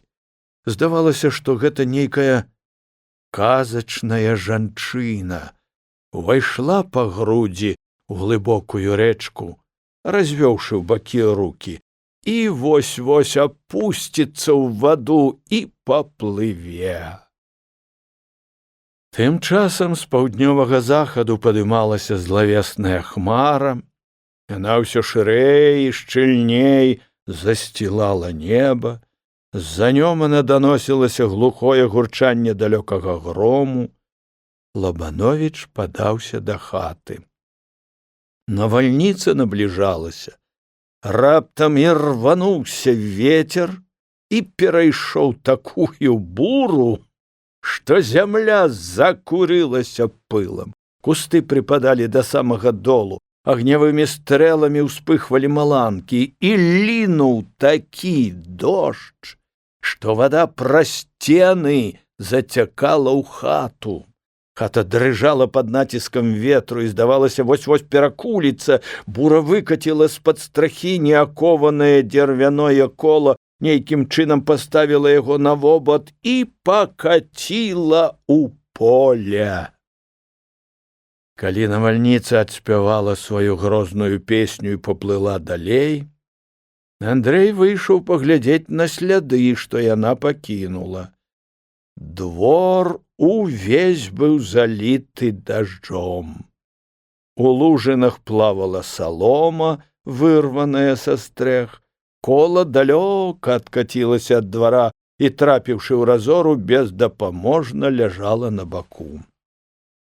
Падымаючы яго з мокрай зямлі, Андрэй азірнуўся навокал, каб ніхто нават не падслухаў думкі, і сказаў сабе самому: ці не пагоніць у поле, як і гэтае кола, мяне варожая сіла. Лабановіч ішоў з лесу і нёс кошык баравікоў. Не даходзячы з паўвярсты да хаты, ён пачуў за сабою мяккі грукат калёс. Андрэй азірнуўся. У лёгкай даволі зухаўской брыдцы ехаў ураднік Ставоліч. Сумнення не было. Гэты госць ехаў да яго, Лабановіча. Ён сышоў крыху з дарогі і спыніўся. Параўняўшыся, ураднік спыніў каня. «Дзень добры», — прывітаў ён Лабановіча. «Сядайце, падвязу. Хоць, праўда, тут і недалёка. Вы, пэўна, з нейкім паведамленнем да мяне?» — запытаў Лабановіч, сеўшы ў брычку. «Угадалі, ёсць такая справа», — адказаў ураднік і змоўк. Маўчаў таксама і Лабановіч. Да хаты зусім блізка, там усё стане вядома. Выказваць жа нецярплівасць перад ураднікам ён не хацеў. Заехаць у двор ураднік адмовіўся, не меў часу. Ён спыніў каня каля частаколу, закінуў лейцы на шула, узяў партфель і разам з Лабановічам пайшоў у хату. Андрэя вельмі кранулі паводзіны Якуба. Ён збегаў у гумно і прынёс жмак лепшага сена для ураднікавага каня. Гэтым, відаць, хлопец думаў паддабрыць урадніка, нібы ад яго залежала даць Андрэю палёгку. Занепакоена была і маці, яна ведала, што такія наведванні нічога добрага не прыносяць. У хаце ураднік зняў шапку, што крыху здзівіла Андрэя, і сеў за стол. Не спяшаючыся, расчыніў партфель і выняў з яго паперку. «Вось распішыцеся ў атрыманні», — сказаў ураднік, разгарнуўшы разлінаваны журнал. Лабановіч зірнуў на паперку. Гэта была позва да Віленскай судовай палаты. З'явіцца на суд 15 верасня 1908 года об 11 гадзіне дня. У позве было прыпісана папярэджанне, што ў выпадку няяўкі ў паказаны час падсудны будзе арыштаваны і дастаўлены ў суд пад канвоем. Лабановіч распісаўся і ўзяў павестку. Прачытаўшы яе яшчэ раз, ён прамовіў, ні да каго не зварачаючыся: «Каціся, маё кола, пакуль коціся». Ураднік не зразумеў, на што ківае Лабановіч, ды і для самога Андрэя сказ гэты быў не зусім выразны, хоць у ім быў нейкі сэнс. Відаць, тое кола, што нядаўна выкаціла бура з двара ў поле, навяло на такое выказванне. «Ведаеце што?» – сказаў ураднік. «Давайте поедем у Панямонь. Чаго вам заставацца тут аднаму? Праветрыцца трэба». Андрэй здзівіўся. Ураднік яму спачувае і хоча адвесці ад сумных думак. Вось табе і ураднік, паліцэйскі чын. А можа, тут якія хітрыкі? Лабановіч падзякаваў. «Баюся, што затрымаю вас. Я не снедаў яшчэ», – адмаўляўся ён. «Якая ж гэта затрымка, снеданне? Можаце пацярпець з паўгадзіны, а за гэты час мы будзем на хутарку, там і паснедаем. Паедзем?» І сапраўды, чаму ж не паехаць? Яны селі ў брычку, праехалі мікуцячы, адтуль цераз Нёман уброд выбраліся на дарогу, праехаўшы паўз Нейгертава, дзе жыў Янка Тукала. Андрэю стала сумна, ён падумаў: «Эх, Янка, ці гадаў ты, што я паеду з ураднікам каля твае хаты і не зайду ў яе? Але цябе тут няма, і ты маўчыш, не прамовіш мне ніводнага слова. Няўжо ж ты памёр для мяне?» Думкі перабіў ураднік. «У чым жа вас абвінавачваюць?» – запытаў ён. «За што судзяць? Чаму ўсіх вызвалілі з-пад суда, а вас не?» Лабановіч усміхнуўся і сказаў: «У народнай казцы расказваецца так. Ішоў кот лесам. Сустрэў яго воўк. Куды ідзеш, кот? Іду судзіцца. А ў чым твая крыўда? Пытае воўк. Як жа не крыўда, адказвае кот, нашкодзіць кошка, а віну складаюць на кота. Дык вось так і са мною. Хтось напісаў адозву да настаўнікаў, а мяне за яе судзіць будуць. Як жа гэта так? Здзівіўся ўраднік. Лабановіч растлумачыў, як стаіць справа і чаму так выйшла. Ураднік слухаў, верыў і не верыў, а потым азваўся: «Калі не вы пісалі, дык за што судзіць вас? Хіба тут, можа, яшчэ што замешана? Вось гэтага не ведаю. А калі замешана, дык не па маёй віне і не з майго боку», – адказаў Лабановіч і падумаў: «А ўрэшце, чорт яго ведае, можа, падгледзелі, як я з Янкам прыбіваў да крыжа пракламацыю? Не, тады і Янку ўзялі б на цугундзер». Тым часам з-за ўзгорка выплыў хутарок, сядзіба дробнага арандатара. Сюды павярнуў каня ўраднік. Пры ўездзе ў двор стаяла высокая брама, над архітэктурай якой, відаць, ламалі галовы мясцовыя архітэктары, а можа і сам гаспадар. Брама складалася з двух дзябёлых дубовых слупоў, роўных, старанна выгабліваных, на якія была паложана таксама дубовая шапка. Адступіўшы з аднаго і другога боку шапкі на аршын, на ёй прымацавалі яшчэ 4 бярвенцы, кожная вышэйшая сіметрычна укарочвалася і было з канцоў счэсана наўскасяк.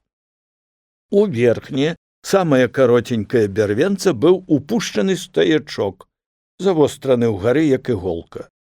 «Ось выштукаваў сабе браму Язэп Глынскі», – прамовіў ураднік, спыняючы каня. Андрэй выскачыў з брычкі, праз веснічкі ўвайшоў у двор, каб адчыніць вароты, але ў гэты час выйшаў з хаты сам гаспадар, лысы сярэдніх гадоў чалавек у расшпіленай камізэльцы. Глынскі быў шляхціц і хоць чым-небудзь імкнуўся адрознівацца ад простага мужика. «Калі ласка, калі ласка!» – борздзенька гаварыў Глынскі, расчыніўшы вароты. Калі брычка спынілася, ён падбег да ўрадніка і патрос яго руку абедзвюма рукамі. Дзень добры, дзень добры, ай-яй-яй-яй, а як жа вы ў часе заехалі, якраз на полудзень, пойдзем жа ў хату. Лабановіча ён не заўважыў, хоць і ведаў яго, і рукі не падаў.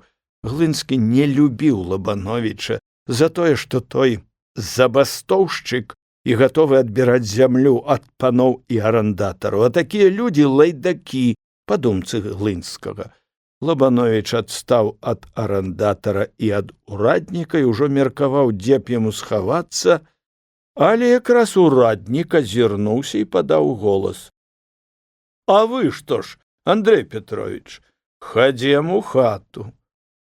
Тады ўжо і гаспадар змяніў свае паводзіны ў дачыненні да забастоўшчыка. Ён падбег да Андрэя, узяў яго пад руку і павёў да дзвярэй. Калі ласка, заходзьце, колісь мы з вашым нябожчыкам бацькам былі добрыя знаёмыя.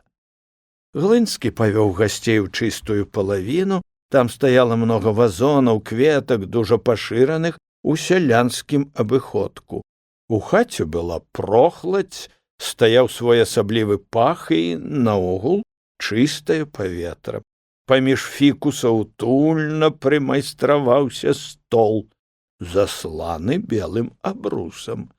Глынскі папрасіў гасцей садзіцца, а сам адамкнуў буфетик і дастаў ёмкую бутлю вішнёвай настойкі на чыстым спірытусе. Потым, папрасіўшы прабачэння, адлучыўся ў другую палавіну хаты. Вярнуўся ён разам з гаспадыняй, яшчэ маладой, дужа прывабнай кабетай. Яна хораша прывіталася з гасцямі, рассыпаючы самыя прыязныя ўсмешкі. У дзверы ўсунулі галовы сын і дачка гаспадароў. Лабановіч толькі на кароткі момант мог заўважыць, што дачка падобна да маткі, а сын да бацькі. А Глынскі зараз жа загадаў ім пайсці ў сад, дзе было многа вішань, і назбіраць каробку для пана ўрадніка. Тым часам на стале з'явіліся відэльцы, нажы, талеркі, і следам паплылі. Ах, цакаўныя вэнджаныя кілбасы! Цэлая талерка па-мастацку нарэзаных з крылікаў паляндвіцы, чырвоных, як пялёсткі вяргіні, сыр свежы, запраўлены смятанай і чорненькімі кропкамі кмену, і сыр крыху падсушаны. Адным словам, багаты пачастунак. Ураднік, уважлівы, далікатны кавалер, звярнуўся да прыгожай гаспадыні пані Анелі. Сядайце, пані, за стол. Без вас не будзе парадку. Гаспадар наліў ёмкія чаркі настойкі і сказаў цэлы тост, а гаспадыня пераводзіла вочы то з мужа на ўрадніка, то наадварот. Лабановіча абмінала. Глынскі казаў: вып'ем за дарагога нашага гостя, Герасіма Павловича. Няхай Бог паможа яму лавіць злодзеяў, канакрадаў і ўсякіх забастоўшчыкаў, што становяцца ўпоперак дарогі начальству. Добра сказалі, пані Юзаф, пахваліў Андрэй, толькі б трэба было дадаць і казнакрадаў. Ай, гэта само сабою разумеецца, азваўся гаспадар. Вылучыўшы зручную хвіліну, Андрэй падзякаваў, папрасіў прабачэння і выйшаў з-за стала. Пане Лабанович, сказаў Язэп Глынскі, прашу вас зайсці ў мой садок, ды пашчыпаць вішань, колькі выстарчае вашай душы. Такіх спелых, буйных вішань Лабанович ніколі ў жыцці не бачыў. Калі банкет скончыўся і брычка выехала з хутара, ураднік запытаў Лабановіча: «Не каецеся, што паехалі са мною?» «Не, не каюся. Наадварот, вельмі дзякую». Брычка ўзяла кірунак на Панямонь. Не так ужо далёкі суд змусіў Лабановіча паехаць у Мінск. Ён прыгадаў адваката Семіпалава, да якога накіроўвалі яго ў свой час рэдактары Уласюк і Стафан Ліскоўскі. Семіпалаў якраз быў дома. Гэта быў яшчэ малады чалавек, ён толькі што рабіў сваю адвакацкую кар'еру. Адвакат выказаў жывы ўдзел у справе Лабановіча і ў яго лёсе. «Па якім жа артыкуле закону вас прыцягваюць да судовай адказнасці?» – запытаў Семіпалаў і зыркімі шэрымі вачамі зірнуў на Лабановіча. «Па 126-м, па першай частцы», – адказаў Лабановіч. «І што канкрэтна ставіцца вам у віну?» – цікавіўся далей адвакат, перабіраючы пальцамі сваю акуратную цёмна-русую бародку, падстрыжаную знізу пад завостраны колік. «Абвінаваўчага акта я не маю, ён дзесь вандруе па паліцэйскіх інстанцыях, але па ўсім відаць, што мне прыпісваюць аўтарства ў складанні адозвы да настаўнікаў». «Але гэта вашы дагадкі?» – не адступаўся адвакат. «Так, дагадкі, але яны маюць пад сабою грунт». Лабановіч расказаў Семіпалаву пра допыт у жандарскага ротмістра. Адвакат памаўчаў, падумаў, а потым, хітра усміхнуўшыся, запытаў: «А вы ж маеце якое-колечы дачыненне да аўтарства, як сказалі вы?» Пасля дадаў: «Мне вы можаце гаварыць праўду. У вашых інтарэсах гэта мае значэнне. Пракурору і следчаму можна салгаць, абы толькі гладка», – зусім прыязна усміхнуўся адвакат. Візіт закончыўся на тым, што Семіпалаў паабяцаў у гэты ж дзень азнаёміцца з матэрыяламі следства і ўжо тады даць пэўную параду. «А 5-6 гадзіне вечара зайдзіце да мяне», – сказаў адвакат і падаў руку Лабановічу. Марудна цягнуўся час да вечара. А такіх добрых знаёмых, да якіх можна было б зайсці, каб прабавіць час, Лабановіч цяпер не меў. Дружба з Балоцічам скончылася, да ісці да яго ў такіх абставінах было проста нязручна. Лабановіч пайшоў вандраваць па вуліцах старога, пераважна драўлянага Мінска. Нарэшце зайшоў у танненькі рэстаранчык, каб падмацавацца. Тым часам набліжалася і запаветная пара. Было 5 гадзін вечара. З пачуццём некаторага хвалявання Лабановіч пайшоў да Семіпалава, адвакат ужо быў дома, ён весела зірнуў на свайго кліента і павёў яго ў кабінет. «Сядайце».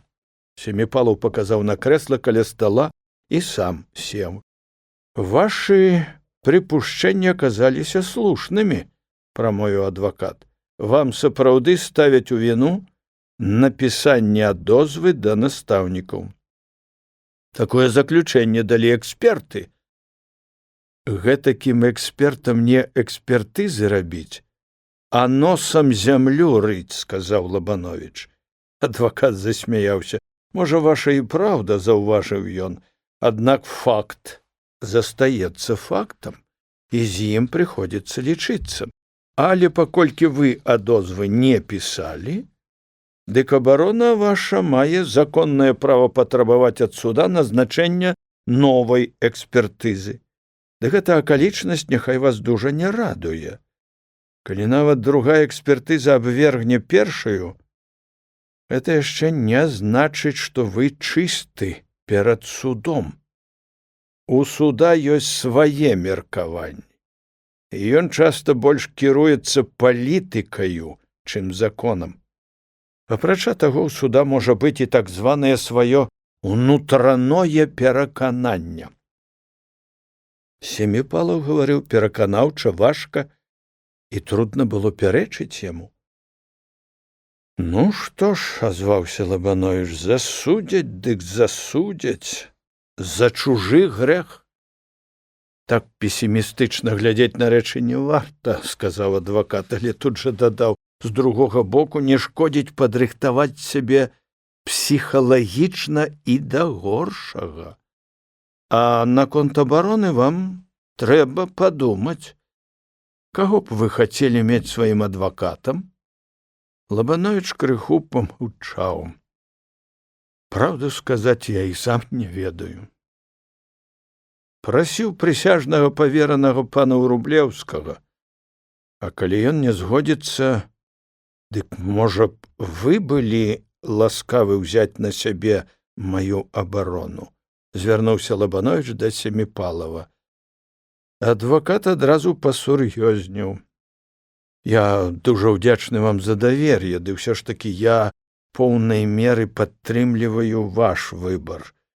Звярніцеся да Врублеўскага. Ён вядомы сярод усіх юрыстаў Расіі, і з ім пракурор мусіў бы сур'ёзна лічыцца. Пракуроры ж звычайна, і асабліва пракуроры па палітычных справах, падбіраюцца злыя, пякучыя, языкатыя, адным словам, прайдзісветы. А калі Врублеўскі па якіх-небудзь прычынах не зможа ўзяць на сябе абарону мяне і маіх сяброў, з адным з якіх я зусім і не знаёмы, нават гэтак, здзівіўся крыху Семіпалаў. Адвакат і яго кліент памаўчалі. Вось што, давайте зробім так. Даручыце мне весці перамовы ад карпарацыі прысяжных павераных горада Мінска з панам Врублеўскім. Вы ў гэтых справах не напрактыкаваны. Лабановіч устаў з месца. Я вельмі ўдзячны за дапамогу, якую вы мне абяцаеце. Ну, вось і добра, сказаў Семіпалаў. Так ці іначай ваша абарона ў судзе будзе забяспечана. Адвакат запісаў адрас Лабановіча, абяцаў неўзабаве зрабіць усё, што трэба і што можна зрабіць, а потым аб усім паведаміць. Лабановіч горача паціснуў руку Семіпалаву і развітаўся з ім. Ідучы на вакзал, Андрэй прыгадваў паслужлівага юрыста, што вызваліў яго ад клопату і турбот ад лішніх выдаткаў на паездкі да адвакатаў. Здавалася, усё ідзе добра.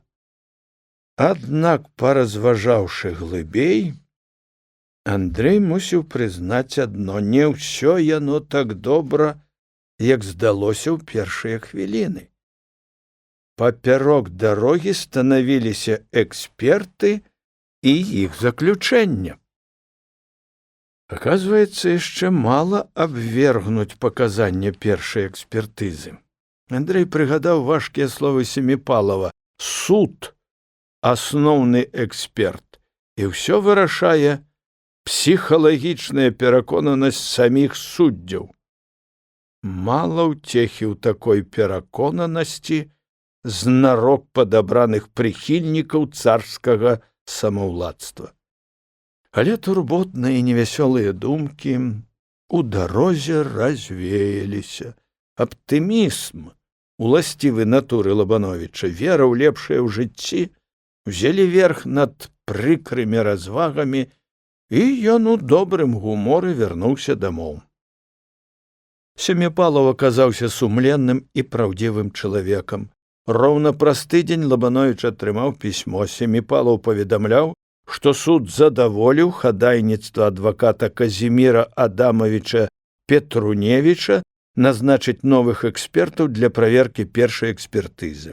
Врублеўскі, пісаў Семіпалаў, ахвотна ўзяў бы ўдзел у абароне на судзе Лабановіча і яго сяброў, калі б не быў заняты на другім працэсе. Вось чаму ён дагаварыўся з прысяжным павераным Петруневічам і даручыў абарону яму. Лабановіч чуў, што Петруневіч лічыўся адным з лепшых адвакатаў Мінску. Чаго ж большага жадаць, разважаў Андрэй. Экспертыза забяспечана, адвакат ёсць. Але ж бывае, што хворага чалавека лечыць самы добры доктар, а ён возьме ды памрэ. Так можа здарыцца і тут. Захочуць суддзі засудзіць, дык і засудзяць. Лепш не думаць аб гэтым. Праз нейкі тыдзень усё стане вядомым. Да суда заставалася некалькі дзён. Маці, дзядзька Марцін, Якуб, Андрэевы сёстры все дагаджалі Андрэю як вялікаму, хоць яшчэ невядомаму пакутніку. Дні за 3 да суда Лабановіч узяў кошык, з якім звычайна хадзіў у грыбы. Хацелася паглядзець на свае грыбныя абходы і развітацца. Хто ведае, можа быць, надоўга з тымі мясцінамі, якія давалі яму столькі ўцехі і радасці. Грыбоў, праўда, было ўжо малавата, але той баравік, што пападаецца радзей і знаходзіцца трудней, робіць большае ўражанне. Андрэй узышоў на сярэднюю гару і спыніўся, развітальным поглядам абводзячы дарагія прасторы зямлі. Вось перад ім Мікуцічы. Гучна было тут улетку. Цяпер жа настаўнікі параз'язджаліся па школах. Напэўна, Янка Тукала ўвайшоў ужо у настаўніцкую каляіну. І вось жа да гэтага часу не падаў голасу. Правей ад Мікуціч за Нёманам, далёка на небасхіле сіняя палоска лесу, нібы піла, паложаная на зямлі зубамі ўгору, выплывае з празрыстай вераснёўскай сінечы. Правей выступаў Дзямянаў гус і занемонскія палеткі, сярод якіх туліліся невялічкія пасёлкі, вёсачкі, хутаркі. Не абмінула Андрэева вока і пышнай хвоі, што ўзнімала вершаліну над далёкімі пагоркамі. Шмат знаёмых малюнкаў разгортвалася перад вачамі заварожанага Андрэя. Налюбаваўшыся імі, ён павольна рушыў у бок маладых сасоннікаў. Сярод сыпучага жоўтага пясочку выглядалі часамі закінутыя пагоркі, зарастаўшыя маладым хвойнікам, прыземістымі кустамі калючага ялоўцу і белага моху. Да вечара снаваў Андрэй па грыбных баравінах, падняў дзесяткі-два прухкіх, крэпкіх баравікоў. Потым пайшоў на луг. Хацелася паглядзець на адзінокую хвою непадалёку ад Нёмана, на каржакаваты прысадзісты дубок. Яны так добра былі знаёмы Андрэю з самага ранняга дзяцінства. На схіленай вершаліне хвоі красавалася старадаўняе буслава гняздо. Ну што ж, бывайце, мілыя, дарагія сябры, у мыслях прамовіў Андрэй і лугам пашыбаваў да хаты. Доўгі час у вачах Андрэя стаяла гаротная постаць маці. Яна выйшла з двара і стала паводдаль ад хаты, каб правесці сына ў невясёлую дарогу. Андрэй з дзядзькам Марцінам ад'ехаліся ўжо далёка, а маці ўсё стаяла і пазірала ў той бок, дзе дарога, падняўшыся на горку, схавалася за выступам зямлі, каб ужо болей не паказацца. Тады маці глыбока ўздыхнула, абцерла хусткаю слёзы і пайшла ў хату. Дзядзька Марцін падвозіў Андрэя на вакзал. Перад самаю станцыяй фурманка спынілася, сядок і фурман злезлі з воза. Дзядзька Марцін доўга не выпускаў Андрэевай рукі, свае рукі, цвёрдай, шурпатай ад цяжкай сялянскай працы. Потым уважна і пільна паглядзеў у вочы пляменніку. У маленькіх шэрых дзядзькавых вачах стаялі слёзы. Ну, мой родны, дарагі, бывай здаровы, Няхай Бог цябе ацаліць, вяртайся хутка і шчасліва. Яны моцна абняліся, пацалаваліся. Як не трымаў сябе ў руках Андрэй, але і ў яго вачах бліснула слязінка. Раніцай у дзень суда Лабановіч быў у Мінску. Ён сядзеў на лаўцы ў скверыку насупраць будынка земскай управы, дзе меўся адбыцца суд. Пасяджэнне было назначана на 11 раніцы, заставалася чакаць яшчэ 1,5 гадзіны. І чаму так цягне мяне гэты будынак, думаў Лабановіч. Чаго мне чакаць ад яго? Гора ці радасць? Вось жа ёсць нейкая ліхая ды ўладная сіла, што прывязала мяне да яго. Зала суда была даволі прасторная і не дужа прывабная, асабліва для такіх асоб, як Лабановіч, каму прыходзілася тут выступаць у якасці падсудных. У канцы залы ўзвышаўся памост накшталт тэатральнай сцэны, адгароджаны ад публікі моцным, хоць і не склёпістым бар'ерам. У ім было некалькі праходаў для падсудных, для сведак і для розных асоб судовага персаналу. Пакой для суддзяў знаходзіўся за сцэнаю. Калі Лабановіч прыйшоў, у зале было амаль пуста. Патроху пачыналі сходзіцца людзі, мужчыны, жанчыны, для якіх суд, асабліва над палітычнымі, быў такім жа відовішчам, якім для тэатральных гледачоў з'яўляўся спектакль. Лабановіч сеў бліжэй да бар'ера, адкуль можна было наглядаць за ўсім, што будзе адбывацца на судзе і ў зале. Найбольшую ўвагу Лабановіча прыцягваў памост, які ён у думках назваў Галгофаю, што значыць месца пакуты. Пасярэдзіне памоста красаваўся вялікі стол, засланы зялёным сукном. Тут жа стаялі крэслы для адвакатаў і пракурора. Адвакаты Петруневіч і Мяцёлкін сядзелі сярод публікі непадалёку ад бар'ера.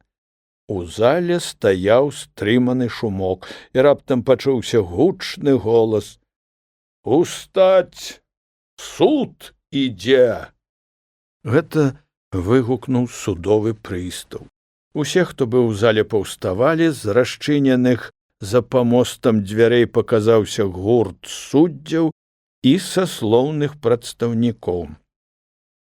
Уперадзе важна выступаў старшыня суда, член Віленскай судовай палаты, шырокі, сівабароды, грамозны чалавек.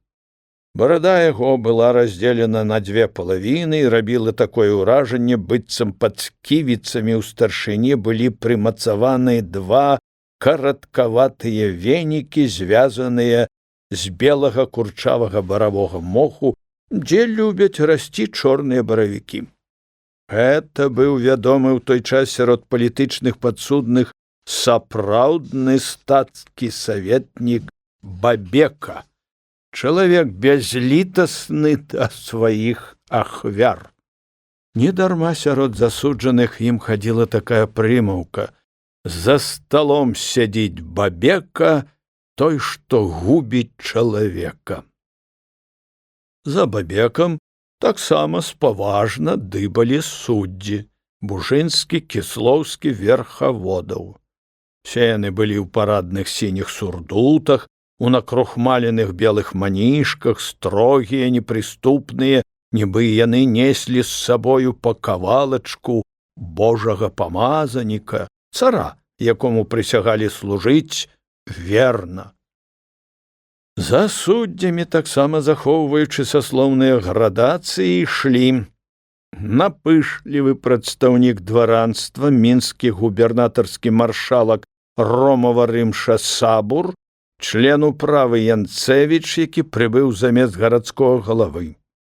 Замыкаў працэсію прадстаўнік ад сялян, валасны старшыня Пахальчык, апрануты ў браверку з простага даматканага сукна ў вялізных ботах, даўно не голены і, відаць, добра падмацованы. Бабека заняў самае віднае месца ў цэнтры і сеў у самае высокае крэсла. Пахальчык прымасціўся з краю стала у групе саслоўных прадстаўнікоў. Асобнае месца заняў на памосце пракурор, чалавек ужо не малады, з невялічкаю сівізною, сярэдняга росту, панурага выгляду, даволі ёмкі ў целе. Кончыкі яго вушэй крыху выступалі наперад, як завітушкі барановых рожак. Са свайго назірання Лабановіч устанавіў, што людзі з такімі вушамі маюць здольнасць да красамоўства.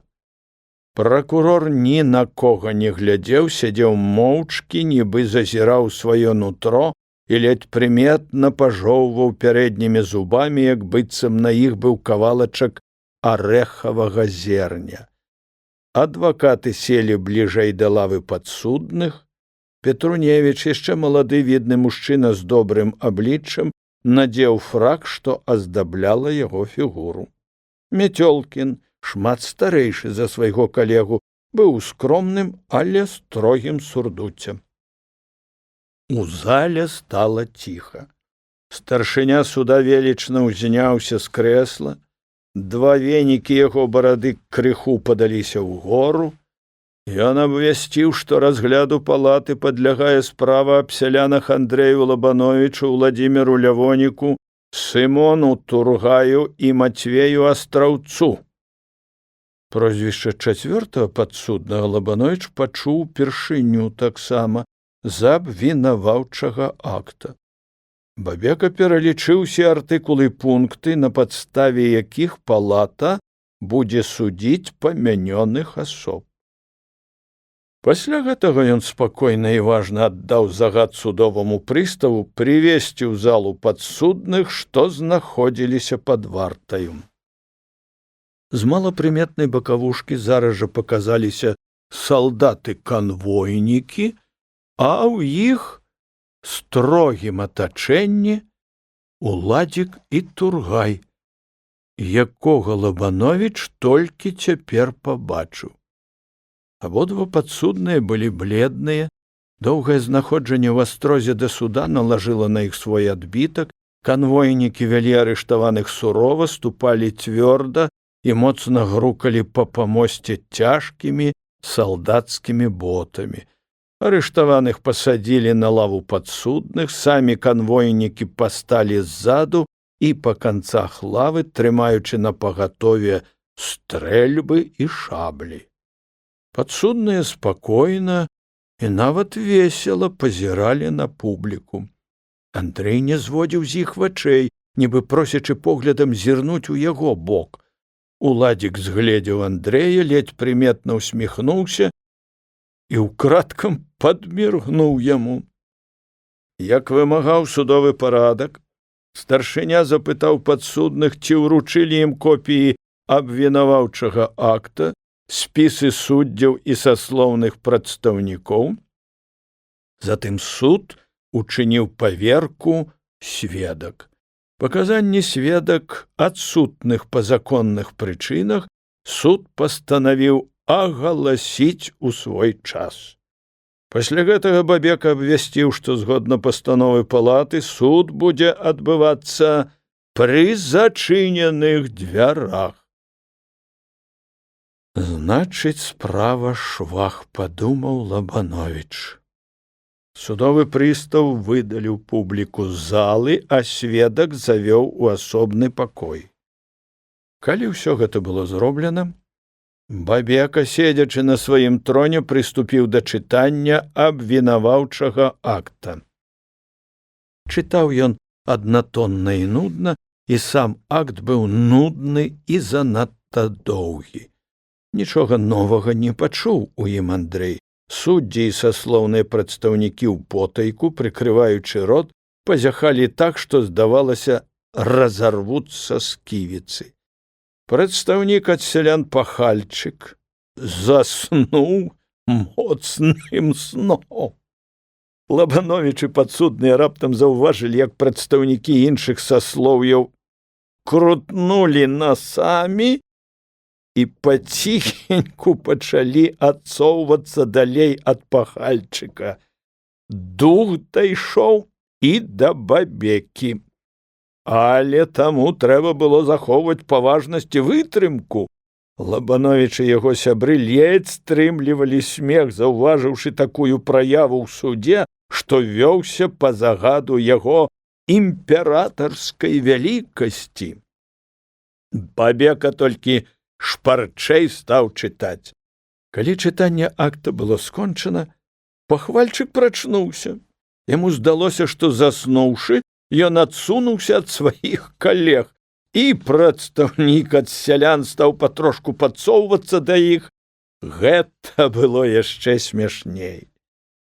Бабека тым часам запытаў наўперад Лабановіча, затым і астатніх, ці прызнаюць яны сябе вінаватымі ў тых злачынствах, аб якіх гаварылася ў акце. Лабановіч адказаў упэўнена і выразна: «Не». Уладзік, хвалюючыся, прызнаў сябе вінаватым у тым, што даваў свайму знаёмаму нейкаму Петрушу літаратуру, у тым ліку аповесці Гогаля, «Шынель», «Прапаўшая грамата» і іншыя. Ён катэгарычна адмаўляў свой удзел ва ўсерасійскім саюзе настаўнікам, гаворачы, што толькі меў намер уступіць. Сымон Тургай прызнаўся, што ўваходзіў ва ўсерасійскі саюз настаўнікаў і напісаў адозву аб байкоце. Другія ж адозвы пісаў не ён. Таксама пісаў і не Андрэй Лабановіч. Все іншыя адозвы былі напісаны трэцяю асобаю. Гаварыў Тургай смела, упэўнена і пераканаўча. «Хто ж гэта трэцяя асоба?» – запытаў пракурор. «Я не сведка на гэтым судзе, а падсудны», – з годнасцю адказаў Тургай і дадаў: «Калі б я і ведаў трэцюю асобу, дык закон дае мне права на некаторыя пытанні не адказваць». «Другіх запытанняў не маю», – сказаў старшыні трохі абсечаны пракурор. Андрэй падзівіўся смеласці Тургая і яшчэ болей упадабаў яго. Па прапанове старшыні суда пракуроры і адвакаты азнаёміліся з доказамі па справе. Гэтых доказаў было не так багата. Настаўніцкі пратакол, захоплены ў Мікуцічах, статут Усерасійскага саюза настаўнікаў і дзеячаў народнай асветы, а дозва да ўсіх настаўнікаў і настаўніц, складанне якой прыпісвалася Лабановічу, зварот да настаўнікаў аб байкоце і іншая дробязь. Пачаўся допыт сведак, якіх прывёў да прысягі нейкі невядомы папок. Найболей цікавымі былі паказанні новых экспертаў. З напружанай увагай слухаў іх Лабановіч. Новы эксперт Гоман, выкліканы судом па хадайніцтву абароны, катэгарычна заявіў: «Господин старшыня, господа суддзі, я дзіўлюся, як магла ранейшая экспертыза на падставе зверкі почыркаў сцвярджаць, што адозву да ўсіх настаўнікаў і настаўніц напісаў Андрэй Лабановіч. Ніякага падабенства ў характары пісьма абсалютна няма». І Гоман пачаў падрабязна, літара за літараю, абвяргаць заключэнне ранейшай экспертызы. Пракурор яшчэ больш нахмурыўся, сук, на якім сядзеў ён, каб кідаць шышкі ў падсуднага Лабановіча, аказаўся падсечаны. І горш за ўсё, што і ранейшы эксперт Ярмін адрокся ад падпісанага ім заключэння. «Як жа гэта так? Вы ж падпісвалі экспертызу», – сурова заўважыў пракурор. «Экспертызу рабіў нябожчык Асмольскі. Ён падсунуў яе мне, я паверыў яму і падпісаў. Цяпер жа, калі я сам сваімі вачамі пабачыў, якія там почыркі, дык маё сумленне не дазваляе мне узводзіць паклёп на нявіннага чалавека. Не хачу браць грэх на душу, закончыў Ярмін. Здавалася, заключэнне новых экспертаў і асабліва слова Ярміна зрабілі ўражанне на пракурора і на суд. Зусім абыякава паставіўся да гэтага Бабека. Ён звярнуўся да пракурора і да адвакатаў. Ці маеце запытанні да сведак? Або, можа, хочаце дадаць што-небудзь? Пракурор і адвакаты запытанняў не мелі. Для абвінаваўчай прамовы старшыня даў слова пракурору. Як напрактыкаваны ў гэтых справах чалавек, пракурор павольна звярнуўся да суда. Голас яго спачатку быў ціхі, але выразны. Ён паступова павышаў тон. Вы чулі абвінаваўчы акт, у якім грунтоўна, лагічна, аб'ектыўна пададзена перад вамі, гаспада суддзі і гаспада саслоўныя прадстаўнікі, вся мерзотная дзейнасць злачыннай групы, паставіўшы перад сабою мэту разбурыць, звергнуць вякамі усталёваны дзяржаўны лад. Злачынцы, частка якіх сядзіць на лаве падсудных, а частка яшчэ знаходзіцца ў гэтай зале на становішчы свабодных людзей, не грэбавалі ніякімі спосабамі для ажыццяўлення сваіх злачынных мэт. Яны страцілі сумленне, забыліся аб сваім доўгу, аб сваёй ролі, якая адведзена ім, сеяць разумнае, добрае, вечнае. Чым далей, тым болей распаляўся пракурор, хоць гэты запал быў штучны, акцёрскі. Гаварыў ён доўга, не прамінуў ніводнай рысачкі з таго, што было адзначана ў абвінаваўчым акце, і аздабляў усё самымі згубнымі, бязлітаснымі ўкрасамі. Кожнаму падсуднаму ён даў асобную характарыстыку. Асабліва даставалася Тургаю і Уладзіку. Адносна Лабановіча пракурор заўважыў, што гэты падсудны хоць і мала фігуруе ў абвінавачанні, але, як гаворыць народная прыказка, па абліччы апостол, а па зубах сабака. Хоць заключэнні экспертаў разыходзяцца, але самым аўтарытэтным экспертам ёсць суд. Усе мы людзі граматныя, сказаў пракурор. Нам даводзілася чытаць розныя почыркі. Няхай суд скажа тут сваё слова. У заключэнне пракурор патрабаваў вышэйшай меры кары, што азначана ў артыкулах, па якіх адбываўся суд. З грунтоўнай прамовай, без выкрунтасаў, але і не без шпілек выступіў адвакат Петруневіч. Ён абараняў Тургая і Лабановіча.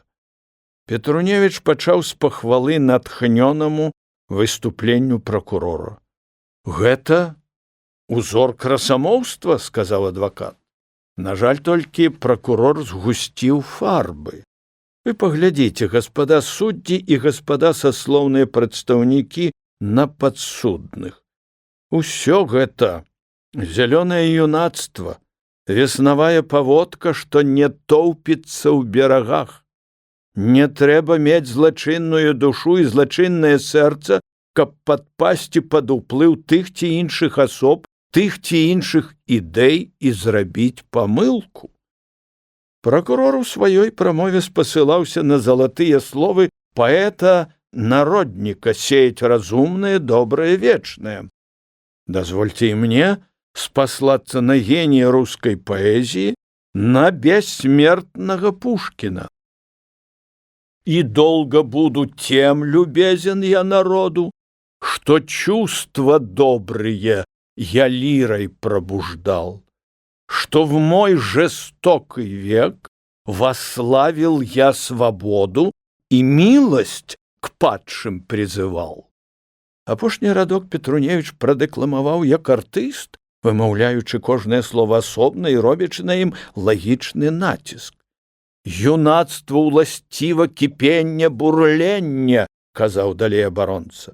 Колькі юнакоў студэнтаў прымала ўдзел у дэманстрацыях, у выступленнях, у бунтах супраць таго ці іншага грамадскага парадку, супраць закону. Хіба можна называць іх злачынцамі? Паводка ўваходзіла ў берагі, і бунтары канчалі універсітэты, паступалі на дзяржаўную службу, рабіліся стараннымі чыноўнікамі і дзеячамі у розных галінах жыцця. Яны былі адданымі суддзямі, таленавітымі следчымі і пракурорамі, асабліва ў палітычных справах. Бабека заварушыўся.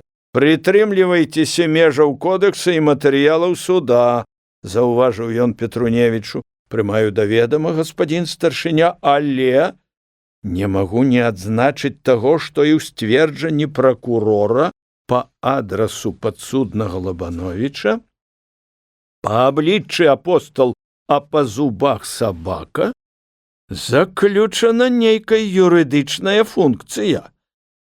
Пракурор пагладзіў сівавата-рыжы вус, але змоўчаў, а Петруневич правіў сваё адвакацкае права і скончыў прамову зваротам да суда з просьбаю прыняць пад увагу маладосць падсуднага Сымона Тургая і панесеную ім ужо кару 1,5 года зняволення в астрозе. Што ж датычыць падсуднага Лабановіча, то адзінае абвінавачанне, выстаўленае супраць яго, пабудавана на хісткім грунце, і, як давялі эксперты, рассыпалася, таму падсудны Лабановіч павінен быць апраўданы. Мяцёлкін сказаў кароткую лагодную прамову і, па прыкладу Петруневіча, прасіў суд уважыць і маладосць падсуднага, і яго пакаранне да суда, зняволення на год з чвэрцю. Астраўца Мяцёлкін прасіў апраўдаць, падсудны ні ў чым не выявіў свае незаконнае дзейнасці. Бабека запытаў кожнага з падсудных, ці хочуць яны сказаць сваё слова суду. Падсудныя адмовіліся. Тады старшыня зачытаў суддзям некалькі пытанняў, на якія суд павінен быў сказаць «вінаваты» або «не вінаваты». Пасля гэтага Бабека абвясціў перапынак на 2 гадзіны. Суд пайшоў спецыяльны пакой на нараду, прасцей сказаць, на абед, бо спрактыкаваны старшыня ужо меў у партфелі прыгавор. Лабановіч выйшаў з залы суда з такім адчуваннем, нібы ў яго галаве ляжала цэлая куча намалочанай, але не правеянай збажыны. Так многа было супярэчлівых думак, пачуццяў, вобразаў, уражанняў. Было ўжо каля 6 гадзін вечарам.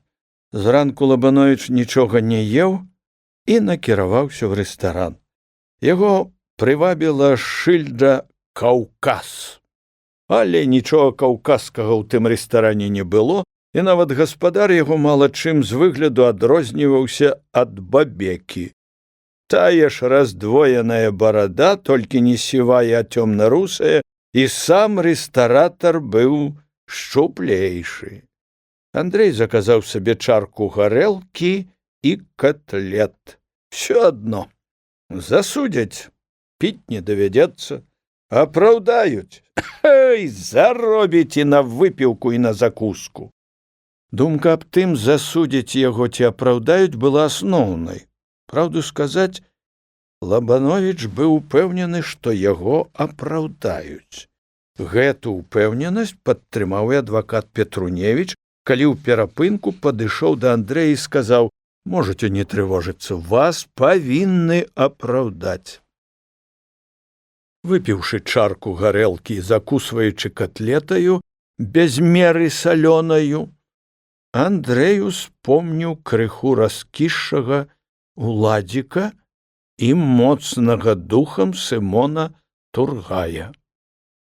«Засудзяць хлопцаў», – думаў Андрэй. Вялікае спачуванне да іх радзілася ў сэрцы яго. І сапраўды, як жа так, ён, Андрэй, будзе апраўданы, перад ім расчыніцца шырокі свет, а іх з суда ізноў павядуць у астрог, пазбавяць волі на невядомы час. Дык лепей няхай яго, Андрэя, засудзяць разам з імі.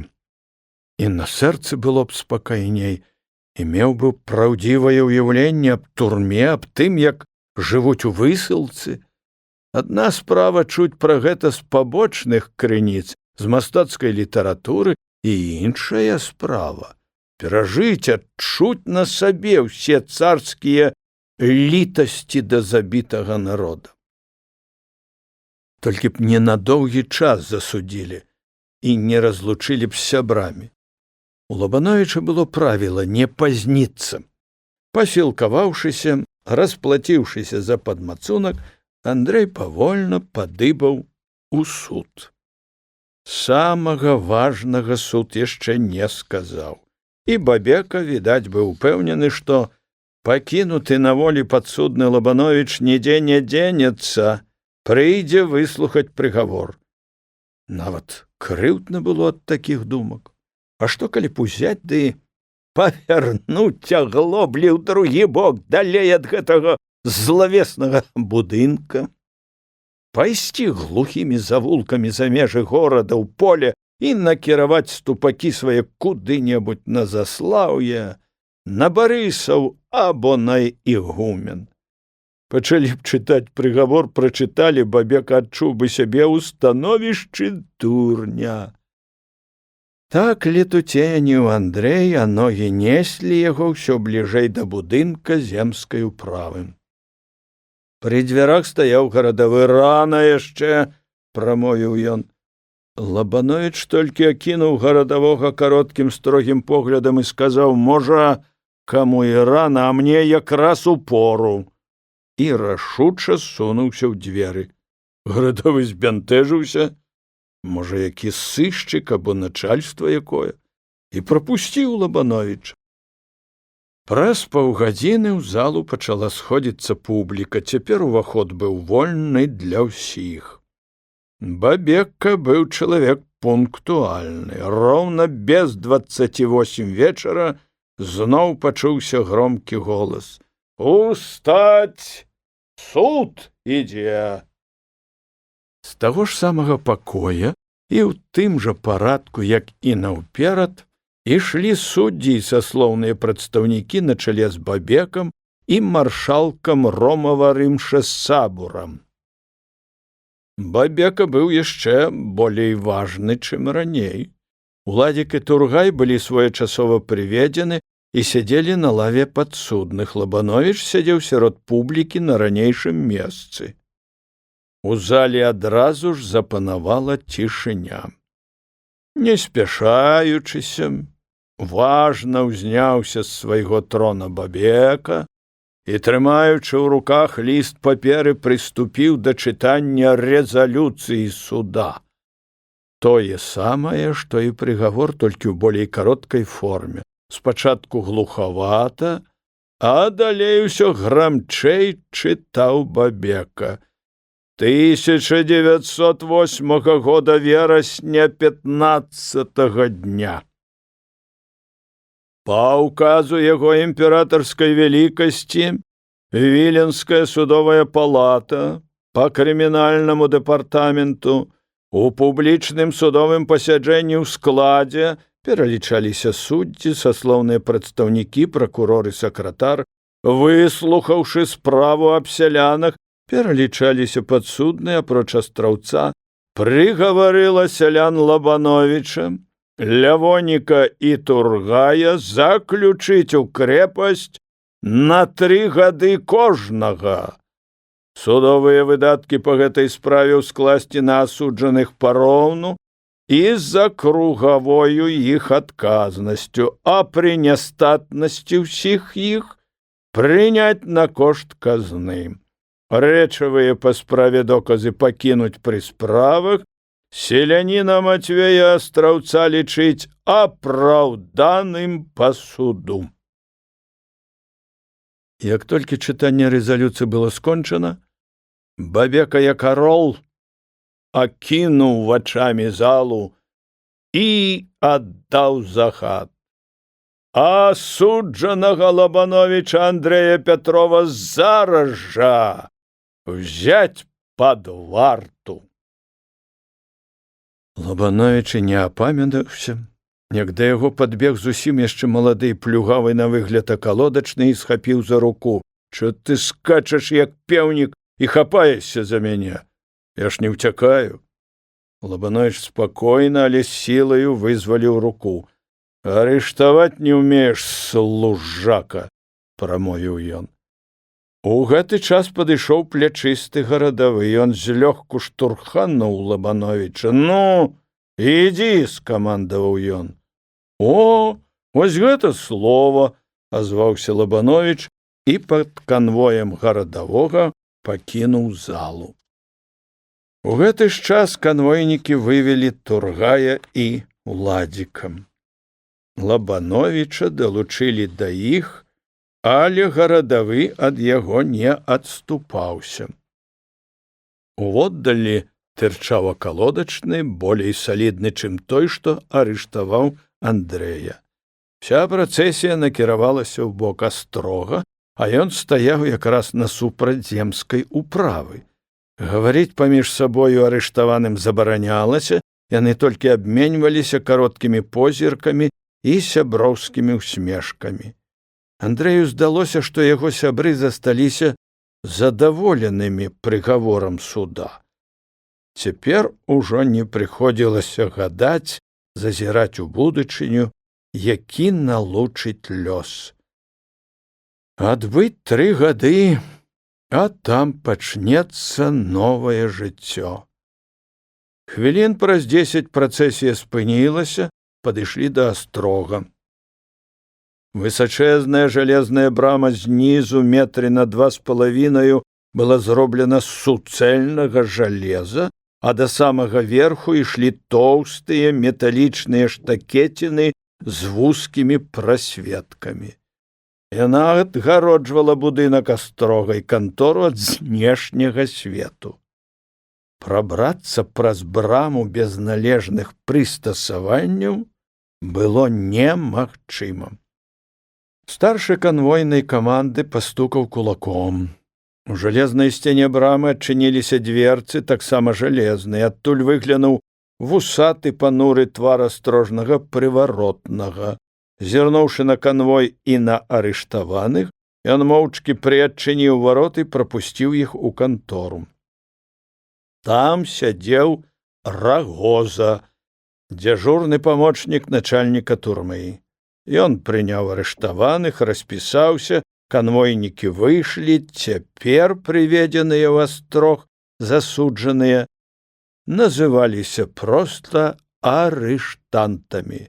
«Абыскаць!» – загадаў рышавусы Рагоза з чырвоным ад гарэлкі тварам.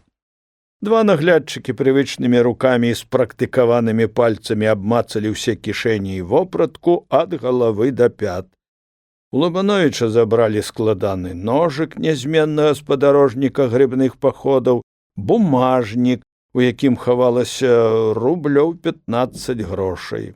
Таксама залезлі ў кашалёк, дзе было з паўрубля дробязі. Бумажнік і кашалёк павытрасалі, грошы палажылі на стол. Все адабраныя рэчы запісалі ў асобную кнігу. «Адседзіш свой тэрмін, пры вызваленні атрымаеш», – растлумачыў Рагоза Лабановичу. «Завесці ўсіх у першую камеру на другім паверсе», – аддаў загад старшы наглядчык Дожджык, падобны з выгляду да вядомага генерал-губернатара Мураўёва. «Ну, Пайшлі, скамандаваў наглядчык, якому быў дадзен загад весці арыштантаў. Пераступіўшы парог канторы і праціснуўшыся праз другія вузкія варотцы ў браме, сябры апынуліся на турэмным двары і пачуліся вальней. «Што, не спадзяваўся?» — запытаў Андрэя Сымон Тургай і паціснуў яму крэпка руку. «І спадзяваўся, і не спадзяваўся. Ну ды чорт іх бяры. Абы разам з вамі на адзін тэрмін», — адказаў Лабановіч. «Правільна гаворыш, Андрэй», — азваўся весела Сымон. Ужо было цёмна.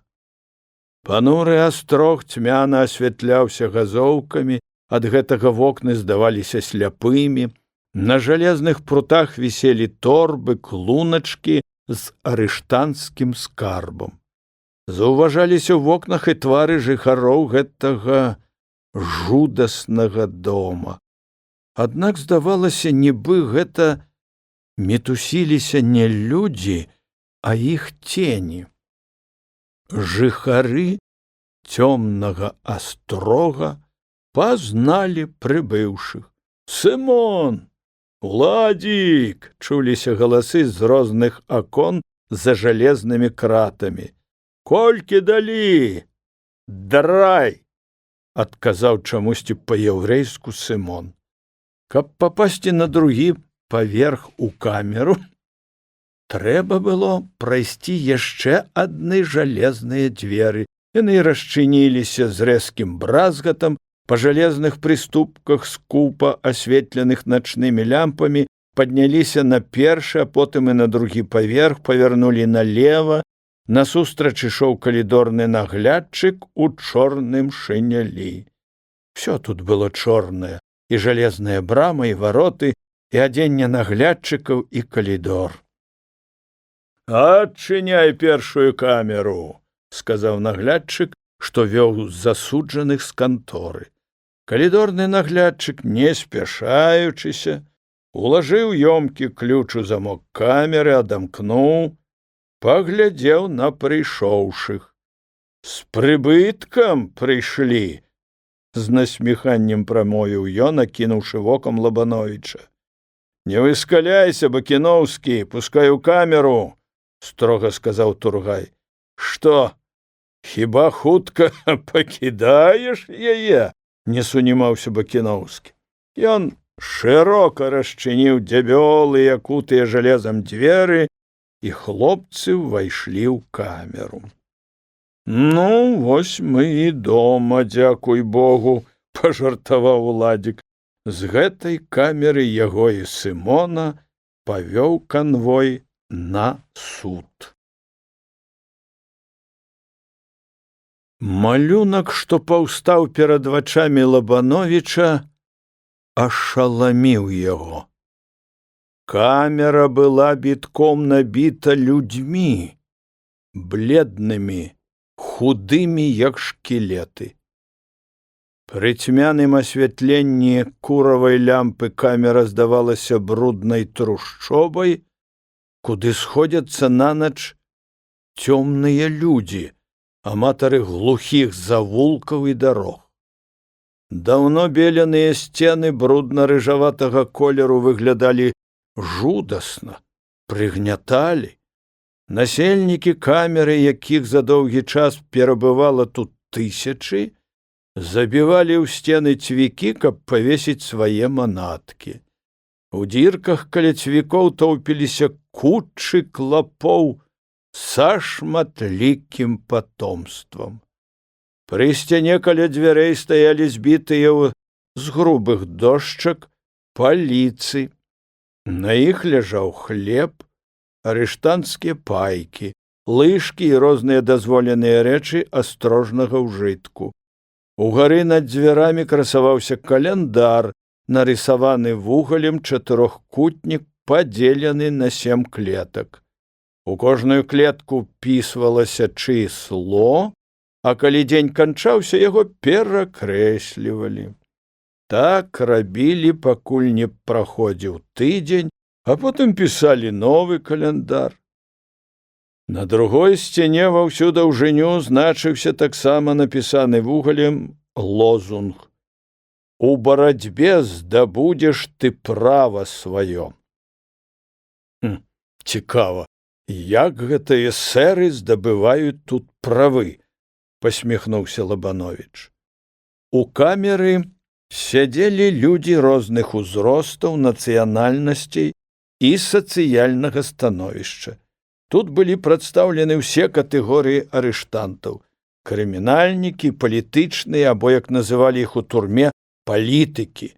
Былі засуджаныя на катаргу, высылку, у арыштанцкія роты, ў крэпасць, як Лабановіч і яго сябры. Былі і такія, што чакалі яшчэ суда. Засуджаныя на катаргу былі апрануты в арыштанцкае адзенне і закуты ў кайданы, злучаныя доўгім, цяжкім жалезным ланцугом. Каб зручней было хадзіць, ланцуг, згарнуўшы папалам, звычайна падвязвалі да раменнага пояса. Всё разнамасцёвае насельніцтва камеры гаманіла, гуло, часамі там-сям чуўся закацісты рогат. Многія ў зацятым маўчанні снавалі ў праходзе паміж двух нараў ад дзвярэй да акна і назад. Некаторыя стаялі каля дзвярэй, пазіралі на астрожны калідор праз жалезныя ёмкія пруты, устаноўленыя адзін да аднаго на такой адлегласці, што можна было прасунуць між іх руку. Крыху ніжэй прутоў у дзвярах быў прароблены ваўчок, круглая дзірка, каб варта магла бачыць, што робіцца ў камеры. З розных камер на калідоры таксама далятаў прыглушаны шум, чуўся звон і бразгат ланцугоў кайданаў. Все камеры былі замкнуты на замок, бо ўжо адбылася паверка, і парашы займалі пачэснае месца каля дзвярэй. Позна вечарам астрог угаманіўся. Адзін за адным пачыналі класціся людзі на сваіх шчупленькіх казённых сеннічках, умошчваючыся плячо ў плячо на цвёрдых і брудных нарах. Хто клаўся моўчкі, панура, а хто, уладзіўшыся ў сваім берлашку, казаў што-небудзь жартлівае. Эх, брат, дзе рай ды край! Лажыся спаць, калі хочаш, уставай, калі зажадаецца, або калі пакліча параша, а то і зусім не ўставай. І ахоўваюць цябе, як генерал-губернатара. Перад Лабановічам паўстала пытанне, як прымасціцца на ноч. Сымон і Владзік прыйшлі на дапамогу. Яны сунулі свае нішчымныя сеннікі ў сутыч і улегліся ўсе трое. Не дрейф, Андрей, заўтра ўладзімся лепей, падбадзёрваў яго Сымон Тургай. Уціснуўшыся паміж сяброў, ляжаў Лабановіч на кавалачку сенніка. Скаціцца не было куды, і справа і злева шчыльна ляжалі людзі. У галаве ўсё перамяшалася. Які доўгі быў дзень, колькі ўражанняў. Часамі здавалася, што гэта цяжкі пачварны сон, ад якога Андрэй абудзіцца, і ўсё знікне, калі абудзіцца. Ён прыгадаў той момант, калі Бабека чытаў прысуд. Тады 3 гады зняволення ў крэпасці вялікага ўражання не зрабілі. Андрэй памятае, як ён зірнуў на сяброў, пасміхнуўся. А цяпер, лежачы на цвёрдых нарах, сціснуты жывымі чалавечымі целамі, ён уявіў сабе 3 гады. 1095 дзён і начэй. Ён адчуў іх жыва, рэальна. 3 гады сядзець у гэтых брудных сценах, 3 гады насіць на сабе кляймо пазбаўленага волі арыштанта. 3 гады быць адарваным ад жыцця, ад народа, ад усяго, з чым зжыўся і што табе міла і дорага. На нейкі момант стала цяжка, нібы апала сэрца. Але Андрэй прыгадаў, што ў гэтай камеры ёсць людзі, пазбаўленыя ўсякіх чалавечых правоў, закутыя ў кайданы і засуджаныя на доўгія гады ў катаргу. З якою радасцю памяняліся б яны на лёс Лабановіча. Гэта разважанне прынесла крыху заспакаення Андрэю. Але заснуць ён не мог. Як на ліха клапы ўчулі свежага чалавека і сталі кусаць часта і моцна. Паволі камера заспакоілася. Прыціх звычайна шумны астрог. Па-ранейшаму цьмяна гарэлі лямпы. Зрэдку па калідоры крочыў турэмны наглядчык, падыходзіў да ваўчка камеры, прыглядаючыся, што робіцца ў ёй. Найчасцей яму даводзілася бачыць, як які-небудзь арыштант, зняўшы кашулю, садзіўся каля лямпы і пачынаў распраўляцца з паразітамі. Цяжка варочаліся на нарах катаржнікі, пазвоньваючы кайданамі. Навошта гэты здзек? Это дзікасць і гвалт над чалавекам, думаў, выбіўшыся са сну Лабановіч. Ды не, запярэчыў ён сам сабе, некаму гэта патрэбна. Вось жа і мяне ўпяклі в астрог, нават не паклапаціўшыся падперці прысуд доказамі. Нездарма казаў Семіпалаў, што ўсё дыктуе палітыка. Так яно і ёсць. Зараз патрэбілася скінуць з царскай дарогі небяспечных людзей, а заадно і такіх, што ў пэўны момант могуць стаць небяспечнымі.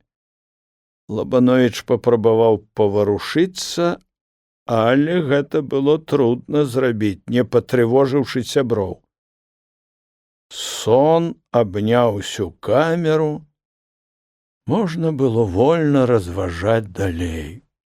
Значыць, самаўладства баіцца, думаў Лабановіч. Чыноўнікі, салдаты, закон, на варце якога стаіць суд, жандары, паліцэйскія кручкі і шпікі. Здавалася б, грамозная махіна, аднак і ёй можна нагнаць страху. Спалохаліся, што недзе ходзіць паволі беспрацоўны агарак. Выходзіць, што і агарак — сіла. Над гэтай думкі Лабановіч пачуў сябе мацней, усміхнуўся. У чым жа сіла такіх, як я? Запытаў сам сябе. На гэта ён адказаў, крыху шчакаўшы. Калі ты сам убачыў, што лад жыцця несправядлівы і адкрыў сяму таму вочы, дык так пакрысе і ўсе людзі стануць ведушчымі. А гэта і ёсць жывая пагроза царызму. Лабановіч прыгадаў Аксёна Каля з Высокага, што так старанна вучыўся грамаце, потым Шуську і Радкевіча на палявой сцежцы ў Мікуцічах. Далей успомнілася, як чакаў ён Вольгу Віктараўну ў Пінску, як пазнаёміўся з таварышамі Глебам і Грышам. Што з імі цяпер? Лабановіч абвёў вачамі зняволеных, што покатам ляжалі на нарах, цяжка храпучы і ўскрыкваючы цераз сон. Пэўна, і тут ёсць людзі, што ведаюць глыбіні і далечы рэвалюцыі. Знойдзецца з кім таварышаваць і павучыцца. Ва ўяўленні ўсплыла постаць сацыял-дэмакрата Кастогіна у доме на мінскай ускраіне. Вось каб давялося яшчэ сустрэцца. Перад Лабановічам паўстаў велічны вобраз грознай, хоць і залітай крывёю нядаўняй рэвалюцыі. Паветра дыхала навальніцай, полымя магло ўзгарэцца. Значыць, барацьба будзе, трэба больш гарнуцца да людзей. Тады... Што будзе тады, Лабановіч выразна не ўяўляў, але адчуў, што пакіруе сваё жыццё неяк інакш. Такі настрой рашучасці узняў яго дух. Толькі пад самую раніцу моцна заснуў Андрэй, і сон падмацаваў яго. Аднак абудзіўся ён рана, калі Уладзік і Тургай яшчэ спалі. Пры святле дня і камера, і насельніцтва яе выглядалі, здавалася, весялей. Лабановіч ляжаў моўчкі, наглядаў за ўсім, што рабілася тут. Было цікава прыгледзецца да жыцця, да людзей у новых абставінах. Тым часам то той, то другі паварушваўся на нарах, абуджаўся. Шмат хто з жыхароў камеры пачынаў дзень завілаватаю лаянкаю, ні да каго не адрасаванаю, пасля чаго парадкаваў сваё ложа ды ішоў умывацца. Умываліся над парашаю, бо ўмывальнікі знаходзіліся ў прыбіральні, і трэба было чакаць, пакуль адамкнуць камеру. Звычайна к гэтаму часу ўставалі ўсе, апроч самых заядлых лежабокаў. Ну, як старына, выспаўся? Дабрадушна і хітравата запытаў Андрэя Уладзік. Дзе тут выспіся, калі ты ўночы скрыгічаш зубамі так, нібы табе на іх трапіў бабек, адказаў жартліва за Андрэя Сымон Тургай, які ляжаў з другога боку. Нічога, Уладзік, трохі паспаў, жыць можна, махнуў рукой Лабановіч. Будзем падымацца, чорт ім тата, прамовіў Тургай і прысеў на нары. Як вымагаў камерны парадак, заведзены самімі зняволенымі, сябры падгарнулі свае сеннікі бліжэй да сцяны і накрылі грубымі казённымі коўдрамі, зробленымі немаведама з якога матэрыялу. Тым часам наглядчык адамкнуў камеру і выпусціў усіх на апраўку. У камеры былі свае дзяжурныя. Вынесці на дзень і прынесці на ноч парашу. Асобны дзяжурны быў для падмятання камеры і для наглядання за агульным парадкам у ёй. Дзяжурылі па чарзе, прычым дзяжурны меў пэўную ўладу. Напрыклад, калі ён падмятаў праход паміж нарамі, дык мог загадаць сесці на нары, каб не заміналі. І ўсе павінны былі слухацца яго, хто б ён там не быў.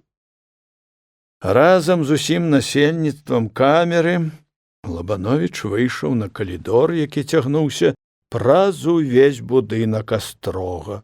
Все астатнія камеры былі зачынены, людзей выпускалі па чарзе. Невялікія акенцы ў адным і ў другім канцы калідора давалі мала святла. Ад таго, што сцены былі афарбованы напалавіну ў чорны колер, здавалася яшчэ цямней. Уладзік і Сымон, як старыя арыштанты, былі кансультантамі і паведамілі прыяцелю шмат цікавага застрожнага побыту, напрыклад, пра камеры ў вежах. На астрожнай мове яны называліся дваранскімі. Туды звычайна саджалі людзей важных, чыноўнікаў, пачынаючы з калежскіх асэсараў, паноў, калі ім даводзілася пападаць у астрог.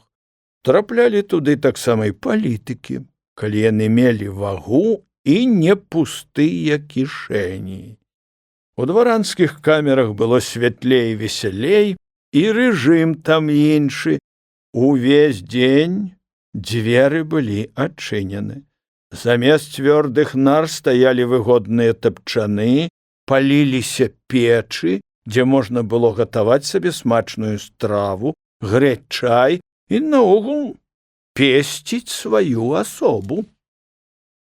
Папасці ў такую камеру звычайнаму смяротнаму было цяжка. Для гэтага трэба было мець за руку за сценамі астрога, каб добра дагадзіць адміністрацыі, або такія сродкі, якія расчынілі б дзверы ў дваранскую камеру. На гэтым грунце, як апавядалі старыя арыштанты, вынікалі часамі смешныя праявы. Неяк у адну з дваранскіх камер, дзе было вольнае месца, імкнуліся папасці два прэтэндэнты – эсэр і анархіст. Паміж імі пачалося змаганне. Адміністрацыя не спяшалася аддаваць каму-небудзь перавагу. Яна проста брала падаткі з аднаго і з другога да таго часу, пакуль хто-небудзь не перакрываў у значнай меры свайго канкурэнта. У першай камеры, дзе ўсё было гэта вядома, з цікавасцю сачылі за барацьбой кандыдатаў у дваране. Па камеры праносілася чутка: «Барыс, эсэр, сягоння дастае ў кантору 3 фунты масла». На гэта адказвалі: «Што там 3 фунты масла? Анатоль, анархіст, заслаў туды з паўпуда мёду». Масло і мёд падхватвалі на языкі і служылі тэмаю для жартаў і смеху. Украінскую песню «Взяў бы я бандуру» перайначылі і спявалі: «Взяў бы дзешку мёду, ды ў кантору даў, скажуць арыштанты, дваранінам стаў». Верх узяў Барыс. Праз некаторы час ён пераносіў свае манаткі на новае месца, а з другіх камер выгуквалі: «Дваранін, дваранін, Барыс, колькі каштавала табе дваранства?» За 2-3 тыдні Лабановіч азнаёміўся з астрожным жыццём у агульных рысах. Адгароджаныя ад усяго свету высокімі сценамі, паўздоўж якіх удзень і ўночы хадзіла варта, загнаная ў цесны смуродны астрог, акуты ў жалеза, гэтае жыццё было нецікавае, аднастайнае. Заведзены парадак не парушаўся ў сваіх асновах. Раніцай у пэўныя гадзіны адбывалася паверка, дзяжурны наглядчык шумам расчыняў дзверы камеры і камандаваў: «Смірна! Встать на паверку!» У камеру ўваходзіў дзяжурны памочнік начальніка астрога, старшы наглядчык Дожджык, які здаўся Лабановічу з першага погляду падобным да мураўёва вешальніка. На паверку падымаліся не адразу. Спачатку каманду дзяжурнага наогул не слухалі, толькі той-сёй самых адпетых падлізнікаў, хочучы падслужыцца да начальства, станавіўся на выцяжку, як салдат пасярод камеры. Пасля таго, як адбывалася паверка, камеры па чарзе адмыкаліся, арыштанты выходзілі на калідор, ішлі ўмывацца, прыводзіць сябе ў парадак. Вечарам, зрабіўшы паверку, наглядчыкі замыкалі камеру на ўсю ноч да наступнай раніцы. У пэўны час прыносілі з пякарні хлеб. Пякарня была свая, арыштанцкая. Хлеб загадзя рэзалі на пайкі у прысутнасці другога, старшага наглядчыка Алейкі. Ён сам кідаў пайкі на вагу. Кавалак хлеба, стукнуўшыся ў талерку вагі, цягнуў яе ўніз, быццам бы пайка важыла болей нормы, 2,5 фунты. Алейка быў спрытны махляр і нажываўся на арыштанцкім хлебе, гароху, капусце і сале. У турме быў устаноўлены штат арыштантаў, разносчыкаў хлеба, кіпню і гарачай стравы в абед, хлебапёкамі, кухаркамі, калідорнымі, падмятайламі былі толькі крымінальнікі, пераважна кароткатэрміновыя. Кожны крымінальнік лічыў вялікай радасцю і гонарам папасці ў гэты штат. Адна толькі пасада падмятайлы не дужа карысталася павагаю з боку арыштантаў. На справе ж падмятайлу было шмат весялей мець справу з венікам і памяцельнікам, зачысткаю прыбіралень, чым сядзець увесь дзень у камеры.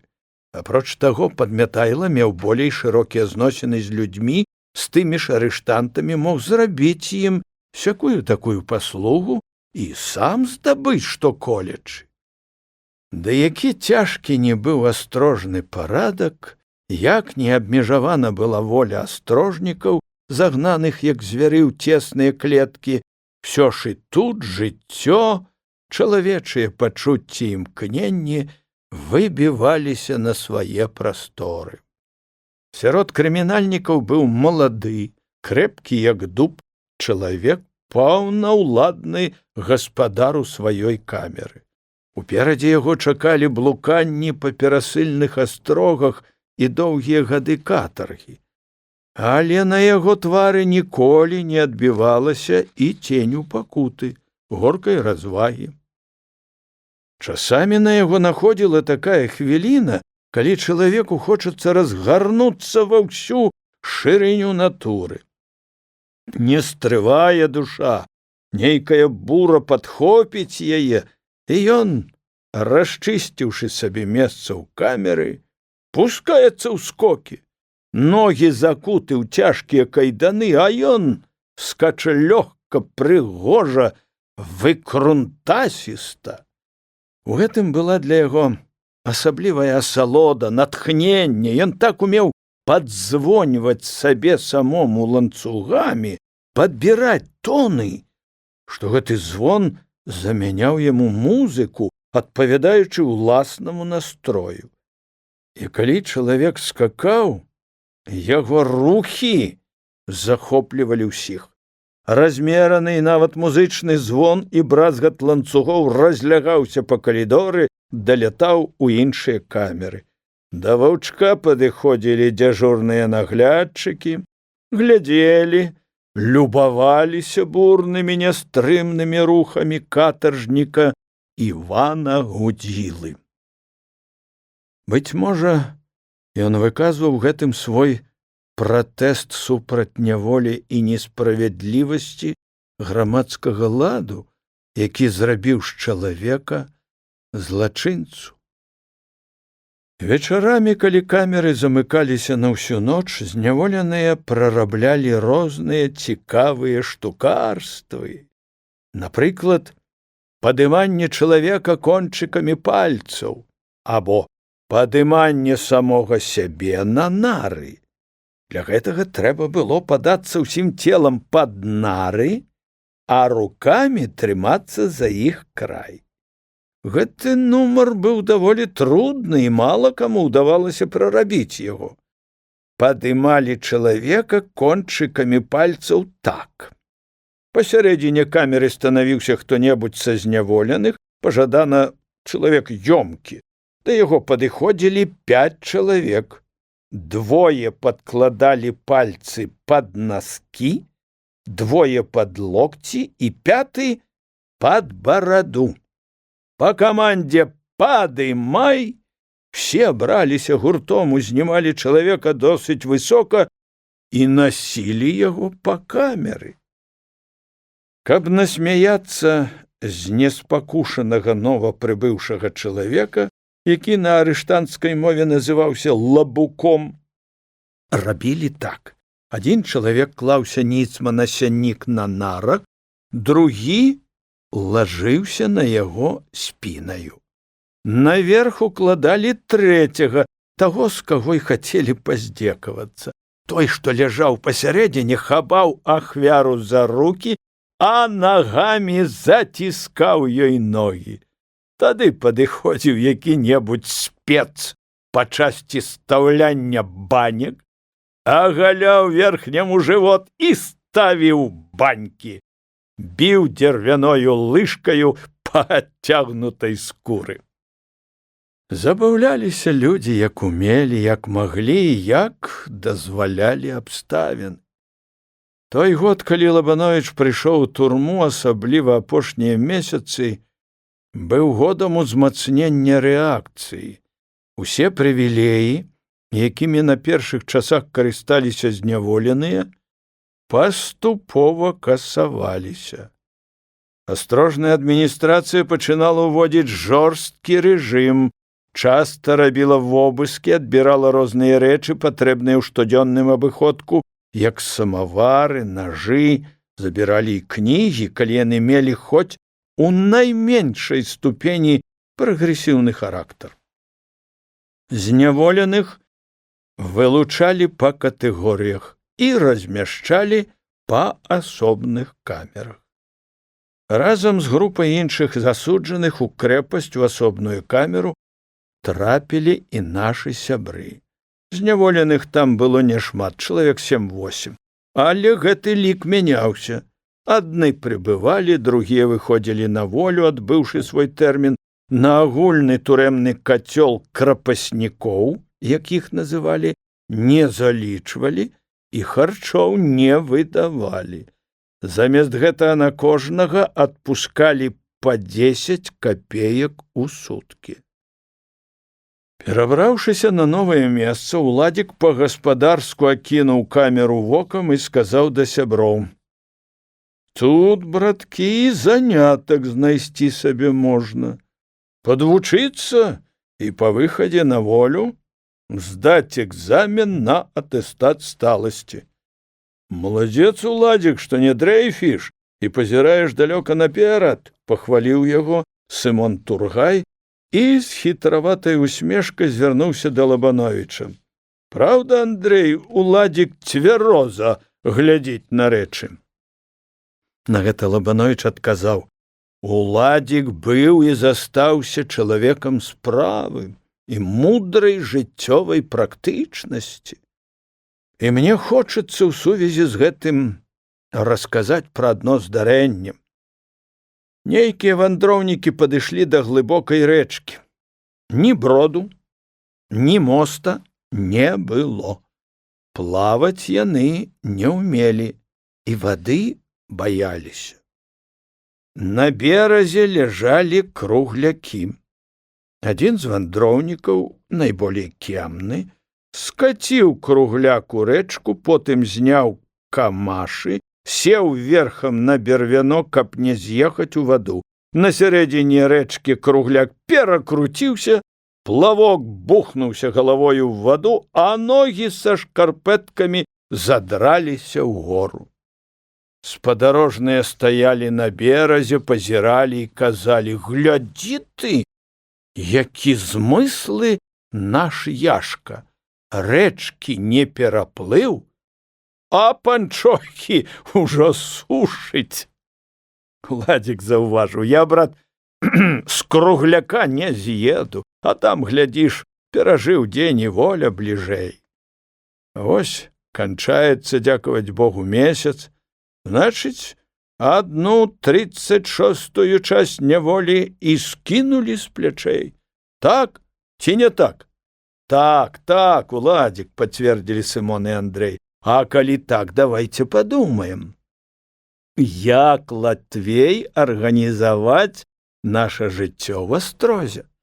Уладзік запрапанаваў стварыць камуну, каб усе грыўні былі ў адных руках і каб адзін чалавек меў права са згоды ўсіх іншых распараджацца гэтымі грашамі.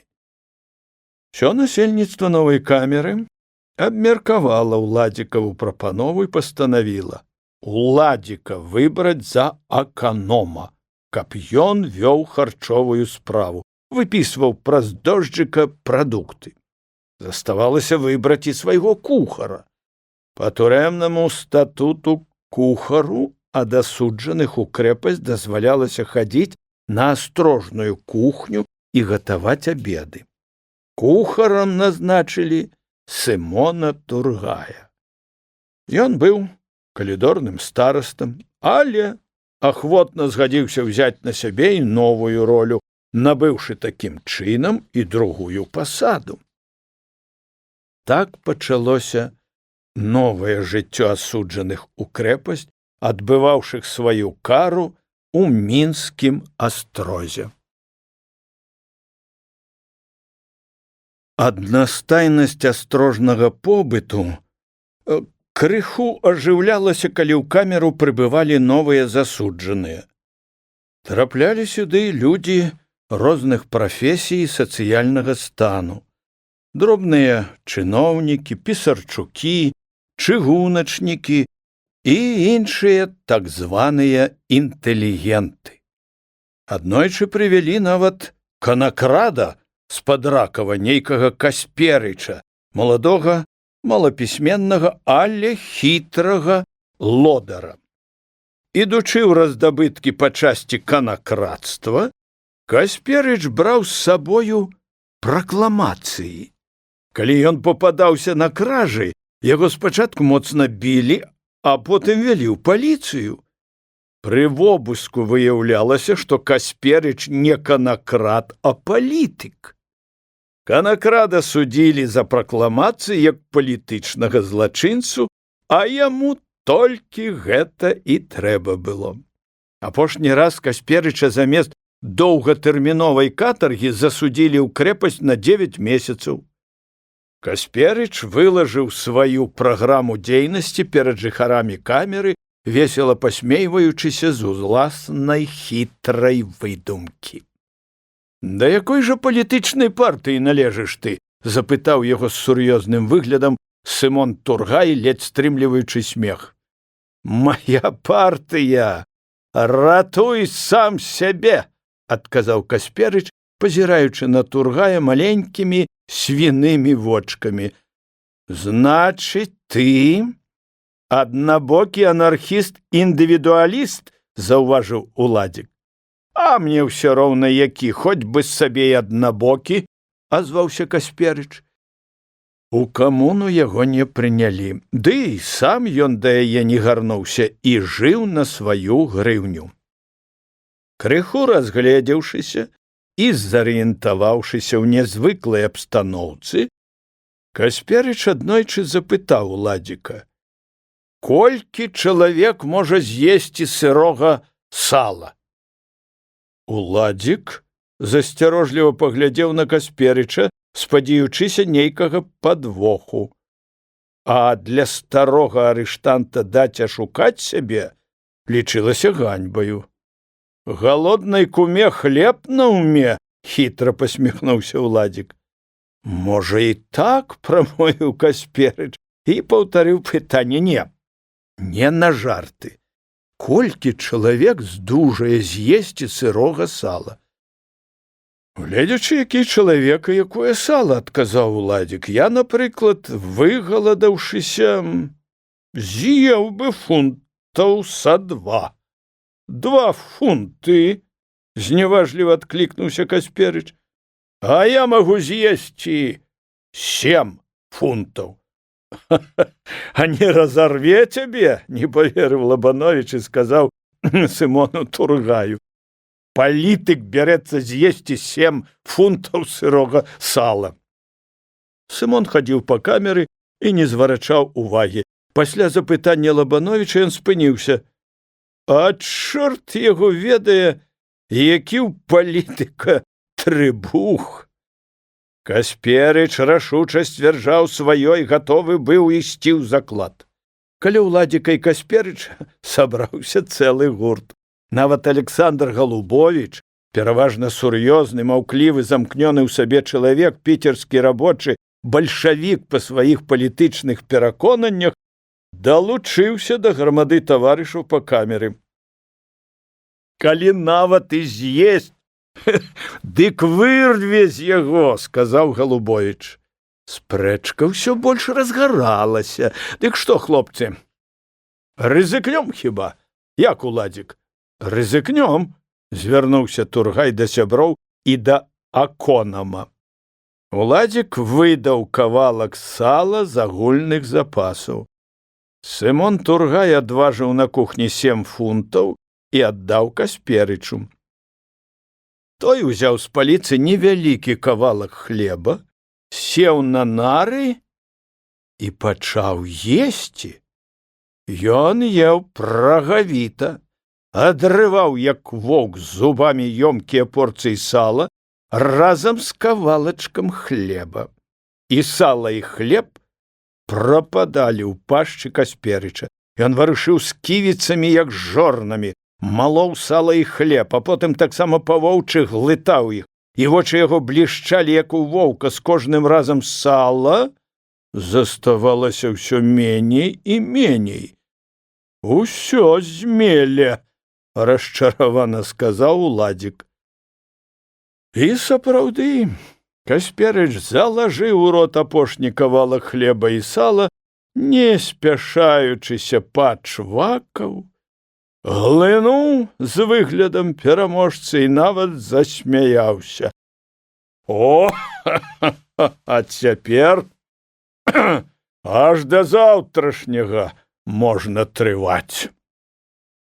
Тургай гучна зарагатаў. «Вось прожар, дык прожар». А Касперыч, як і нібыта таго, пагульваў па камеры і пасміхаўся. Касперыч адседзеў свае 9 месяцаў і выйшаў на волю. У памяці аб ім толькі ўсяго і засталося, што 7 фунтаў сырога сала ды свіныя вочкі і сківіцы, якія варушыліся, як камяні ў жорнах.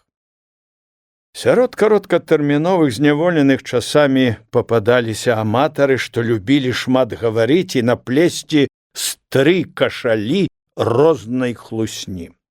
Свае выдумкі для ўзвелічэння саміх сябе яны падносілі як сапраўднасць, іх слухалі, нават заахвочвалі, каб даць разалгацца яшчэ болей. Па-астрожнаму такіх людзей проста называлі залівакамі, ад выразу «заліваць кулі», што значыць і лгаць. Да залівак належаў недаўна прыведзены ў камеру Зыгмусь Зайкоўскі. Это быў просты чалавек гадоў 30, сталяр па прафесіі. Асвойтаўшыся ў камеры, Зайкоўскі садзіўся каля стала на нары, скручваў ёмкую цыгарку з грамадскай махоркі, а яна стаяла ў памястоўнай скрынцы, смачна зацягваўся і расказваў аб сваіх прыгодах. Адно такое апавяданне запомнілася Лабановічу. Аднойчы Зыгмуся, так расказваў ён, затрымалі несвядомыя сяляне за агітацыю супраць царскіх парадкаў і пасадзілі ў пусты свіран. Сядзець там Зайкоўскі не хацеў. Вось і пачаў ён снаваць з кутка ў куток. Спачатку было цёмна, а потым вочы прыгледзеліся, і сёе-тое можна было разабраць. Абмацаў Зыгмусь усе дошкі ў падлозе, яны былі тоўстыя, шчыльна прыбіты плінтусам. Не было за што зацяць не толькі рук, але пальцаў. Плану задраць падлогу і зрабіць падкоп адпадаў. Але Зыгмусь цвёрда пастанавіў выбрацца. Ён зладзіў падмостак, узлез на яго, агледзеў столь. Падмостак быў нетрывалы, уперціся ў яго, каб плячамі ўзадраць дошку было немагчыма. На шчасце, у свірне стаяла дзябёлая дубовая кадушка.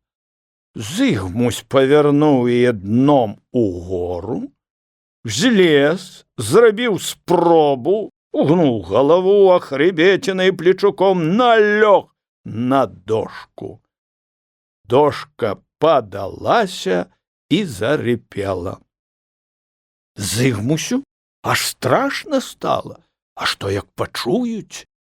Але навокал было ціха. Зыгмусь падняў дошку яшчэ вышэй, з гары за карак пасыпаўся пясок і розная дрэнь, ну ды ліха з імі праз хвіліну Зайкоўскі быў ужо на гары. Паслухаў ціха. Тады ён прадраў страху і праз дзірку шуснуў на зямлю. А там яго толькі і бачылі. Скончыўшы расказваць, Зыгмусь сам першы громка зарагатаў і ўцёк. У вялізным здзіўленні, зробленым захапленнем, выгукнуў Сымон Тургай. Ну і лаўкач, абазваўся ўладзік. Ды ты ж асілак, узадраў хребецінаю дошку. Таксама здзівіўся і Лабановіч. А ты што думаў? Прамовіў Зыгмусь і яшчэ з большым пыхам дадаў. Ды гэта яшчэ не ўсё. Што ты кажаш? Выгукнулі ўсе разам. А вось паслухайце.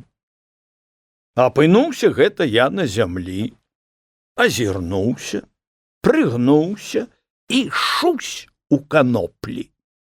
Разорамі, загуменнямі выбраўся з вёскі і на прасткі ў хмызняк і на дарогу. Наперадзе бачу лес. Ды далекавата. Бегчы на ўсю шпаркасць не выпадае, згледзяць адразу дагадаюцца. Трэба ж і кемлівасць мець. І што вы думаеце, азірнуўся я, смаліць за мною верхам на кані, кудлаты мужик без шапкі, толькі касмыкі на галаве трасуцца. Дагоніць, не дабягу да лесу, дух займае, бягу, а пагоня ўсё бліжэй, ззаду ж за коннікам з 5 мужикоў. Чэшуць на выперадкі, што рабіць? Ой, гэта проста трагічна, спачувальна ўздыхнуў Тургай. Кажы, што далей? Зыгмусь правёў пальцамі па вусах. Бачу густы лазовы куст пры дарозе. Я ў куст. І не ведаю, што будзе далей. Мужик, думаю, куст з канём не ўедзе. У момант разгледзеўся ад куста канаўка ў бок дарогі. А паўздоўж дарогі яна і шырэйшая, і глыбейшая, і ўся зарасла травою. Я з куста ў канаву папоўз да дарогі. Кудлаты мужик спыніў коня, закінуў яму на шыю павады, а сам на зямлю спыніўся, махнуў мужикам рукою. Тут, бач, злачынец. А я вось-вось каля кудлатага мужика. Ён асцярожна абыходзіць куст, конь хрумстае траву на ўзбочыне дарогі каля саменькага мяне. Павады з'ехалі шыі, летнія на галаву мне. Я хоп за павады, конь спужаўся, а я скок на яго, ды наўскапыта у лес. Толькі і бачылі мяне. Ну, Зыгмусь, герой ты, далі Бог, герой! Не ўтрываў Сымон і міргнуў сябрам. А гэта быў знак выкрыць і высмеяць самахвальства Зайкоўскага. Выкрыванне і высмейванне вяліся тым жа парадкам, якім карысталіся залівакі, гаварыць самыя неверагодныя рэчы, ды ў яшчэ большых памерах. Такія прыгоды рэдка з кім здараюцца, нібы зайздрасцю пачаў уладзік. Ты не ў прыгодах справа. Самае важнае, як будзе трымацца чалавек. Кемлівасць, вынаходніцтва. Вось што ўратавала Зыгмуся. Мне таксама хочацца расказаць пра адно здарэнне. Пайшоў я неяк пад восень збіраць грыбы. Зайшоў у лес. Бачу, старая хвоя, а ў хвоі дупло. Узлез на хвою, што там у дупле робіцца? Засунуў руку, а мяне за палец цоп, нейкі звярок, аж кроў пайшла. Я абматаў торбачкаю, ды ізноў дупло. Злавіў захіп нейкага зверка, і цягнуў яго, выцягнуў. Куніца! Я яе мордачкаю аб хвою стук, стук, ды надол. Засунуў руку і зноў другая куніца. Я яе такім жа манерам стук аб хвою, ды ўніз. І ведаеце? 6 куніц выцягнуў з дупла. Звязаў я іх за хвасты, перакінуў праз плячо ды патарабаніў дамоў. Па 3,5 рублі шкурку прадаў. Што скажаш, Зыгмусь? Зыгмусь даўжэй зацягнуўся махоркаю і апусціў вочы, гадаючы, што адказаць на запытанне і як наогул паставіцца да апавядання ўладзіка. Ды Лабановіч папярэдзіў Зыгмуся: ты аконам, і прыгоды твае аконамскія, сказаў ён уладзіку. Ось са мною не такі быў выпадак, праўдзівей. Са мною і з маім бацькам. Бацька мой быў пчаляр. На лета завёз ён 5 вулляў бліжэй да лесу, каб зручней было пчолам насіць мёд. І вось аднойчы над вячоркам чую: раве нешта. Ды так, што аж зямля гудзе. Зірнуў я, бачу, бацька трымае за хвост вялізнага звера і цягне да сябе. Я дагадаўся, што гэта мядзведзь прыйшоў паласавацца мёдам. Бацька цягне мядзведзя назад, а ён тужыцца наперад. І чую я, гукае бацька: Андрэй, бяры лейцы ды бяжы сюды. Я заскочыў сенечкі, схапіў лейцы ды на пчольнік. Прыбег бацька, цягне мядзведзя за хвост. Мядзведзь упіраецца і арэ лапамі зямлю, як сахою. Закідай пад жывот лейцы, крычыць бацька. Я спрытна закінуў лейцы, зрабіў пятлю, каб не скінуліся. Цягні, камандуе бацька. Ён цягне мядзведзя за хвост, а я за лейцы.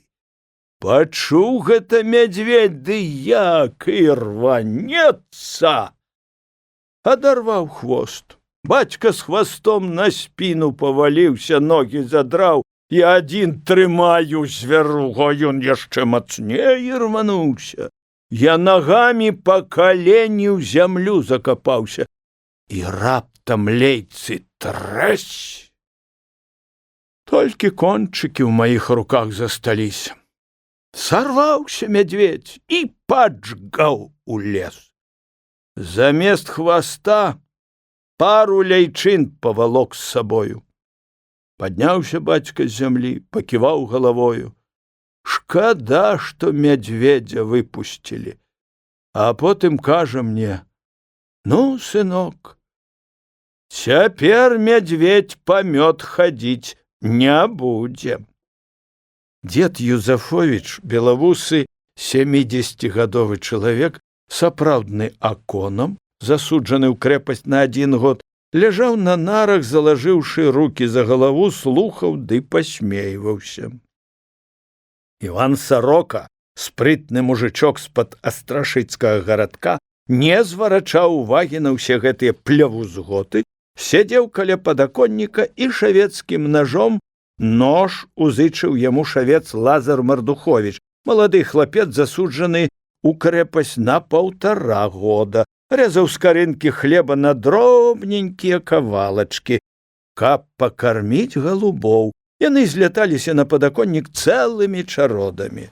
Ось, чэрці шарачковыя, азваўся Тургай на расказы сяброў. Што ж мне сказаць пасля гэтага? Можа, пра свайго дзеда? Мой дзед важыў 1 пут і 1 фунт. Што вы смеецеся? Далі Бог праўда, 1 пут і фунт. Баба моя, ой, бывала, возьме яго пад паху і нясе як абмалочаны аўсяны сноп. А спачатку дзед быў чалавек ёмкі, дужы. Калі б Андрэяў бацька паклікаў не Андрэя, а майго дзеда, дык яны мядзведзя не выпусцілі б. Ды вось якое ліха здарылася з дзедам. Паснедаў ён на сёмуху, ды пайшоў пад вішню ў халадок адпачыць. А ўстаў, пачуў, што нешта не далягае вуху. І пачаў ён з таго дня сохнуць. Сох, аж покі ад яго не застаўся 1 пуд і 1 фунт. На галаву скардзіўся дзед. Баліць і шуміць у галаве. Павезлі дзеда ў бальніцу, агледзелі яго дактары, выслухалі, а потым кажуць: аперацыю трэба рабіць. У мазгах нешта завялося. Зрабілі дзеду аперацыю. Падрэзалі накрыватку на галаве, чэрап, як на кавуне скарынку. Як толькі паднялі накрыватку з дзедавых мазгоў, скок жаба! Не верыце? Ай! Тургай стукнуў сябе кулаком у грудзі і з самым сур'ёзным выглядам пабажыўся, што гэта праўда. Аказалася, вось што, тлумачыў далей ён, калі дзед ляжаў у халадку, яму ў вуха залезла малюсенькая жабка. З вуха перабралася ў мазгі, смактала іх і гадавалася. Александр Голубович, шнуруючы з аднаго канца камеры ў другі, з прытоенай усмешкаю прыслухоўваўся да неверагодных падзей, аб якіх расказвалі Андрэй і Уладзік. А калі Сымон Тургай пачаў апавяданне пра свайго дзеда, Голубович прыпыніўся каля слухачоў і прысеў разам з імі. Пасля нечаканага фіналу, якім скончыў Тургай сваё апавяданне, Голубович громко зарагатаў. Да і нельга было не смяяцца, гледзячы на сур'ёзную Сымонаву міну, з якой выдаваў ён лухту за праўду. Не звяліся яшчэ цуды на нашай зямлі, гаварыў рагочучы Голубович.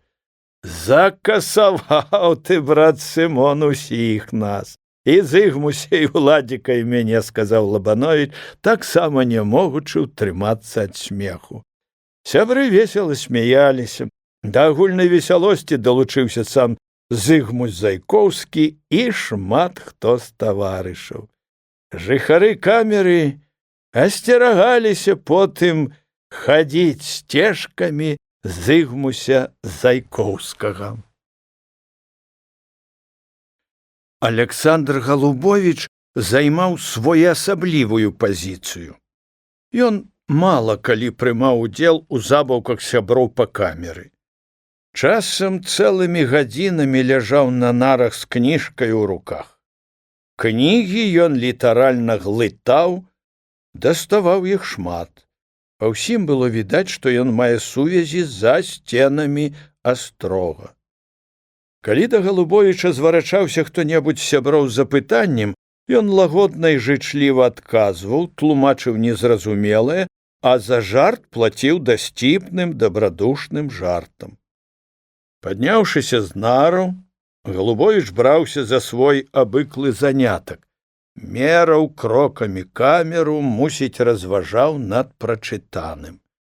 На твары яго клаўся адбітак нейкай неспакойнай думкі. Потым аблічча яго праяснялася.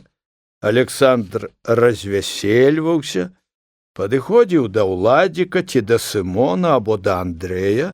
Это была самая знітаваная чацвёрка ў камеры.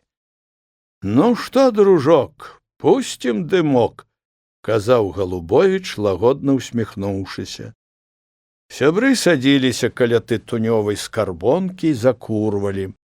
Яны не распытвалі Голубовича, чаму ён часамі такі маўклівы і сур'ёзны.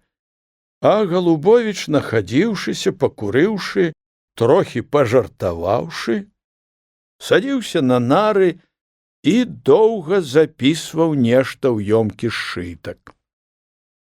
Андрэй аднойчы ўбачыў, што Александр Галубовіч вырваў напісанае са сшытка, улажыў у пераплёт кнігі і перадаў яе на пагулянцы аднаму з крымінальнікаў. Андрэя цягнула да гэтага чалавека. Галубовіч таксама ставіўся да яго больш уважліва, хоць выразна гэтага не паказваў, а часцей зварачаўся да ўладзіка і дабрадушна падсмейваўся з яго.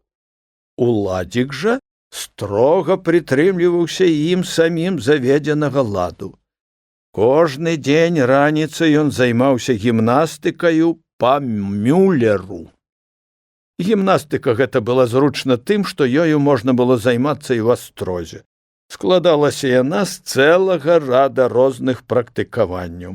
Пачыналася з таго, што гімнаст станавіўся пасярод камеры, шырока расстаўляў ногі, а рукі клаў на пояс.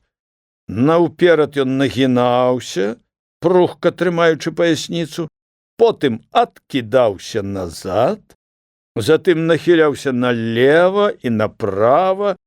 Другое практыкаванне складалася з таго, што, не знімаючы рук з пояса, уладзік пакручваўся вакол свае восі то ў правы, то ў левы бок, наколькі хапала змогі.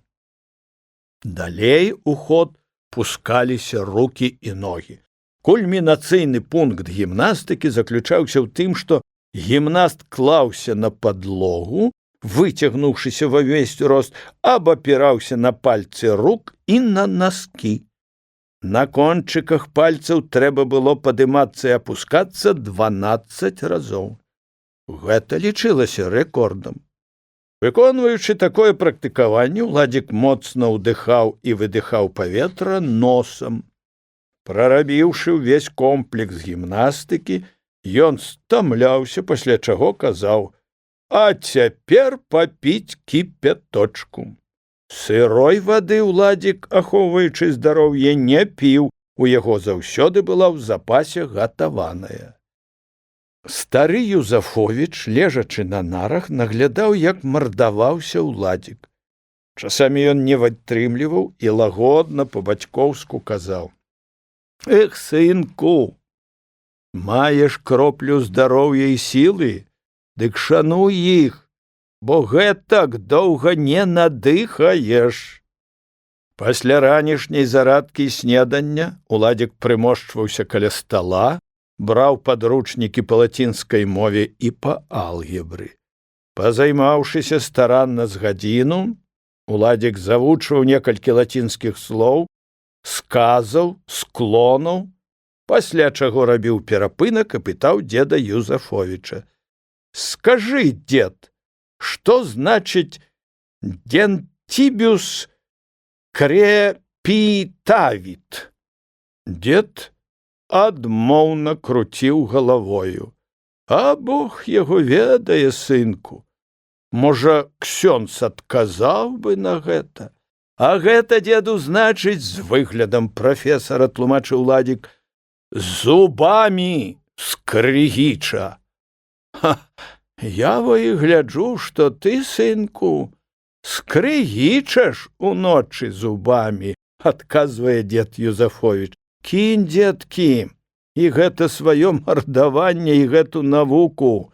Здаравейшы будзеш». Уладзік сапраўды часта ўночы скрыгітаў зубамі. У хуткім часе захапленне латынню прайшло. Засталося ад яе ў памяці ўладзіка всяго некалькі слоў і сказаў, якімі ён карыстаўся ў некаторых выпадках. Калі, напрыклад, трэба было сказаць, што ўсё на свеце не трывала, што ўсё праходзіць або забываецца, дык ужываўся сказ «Sic transit gloria mundi».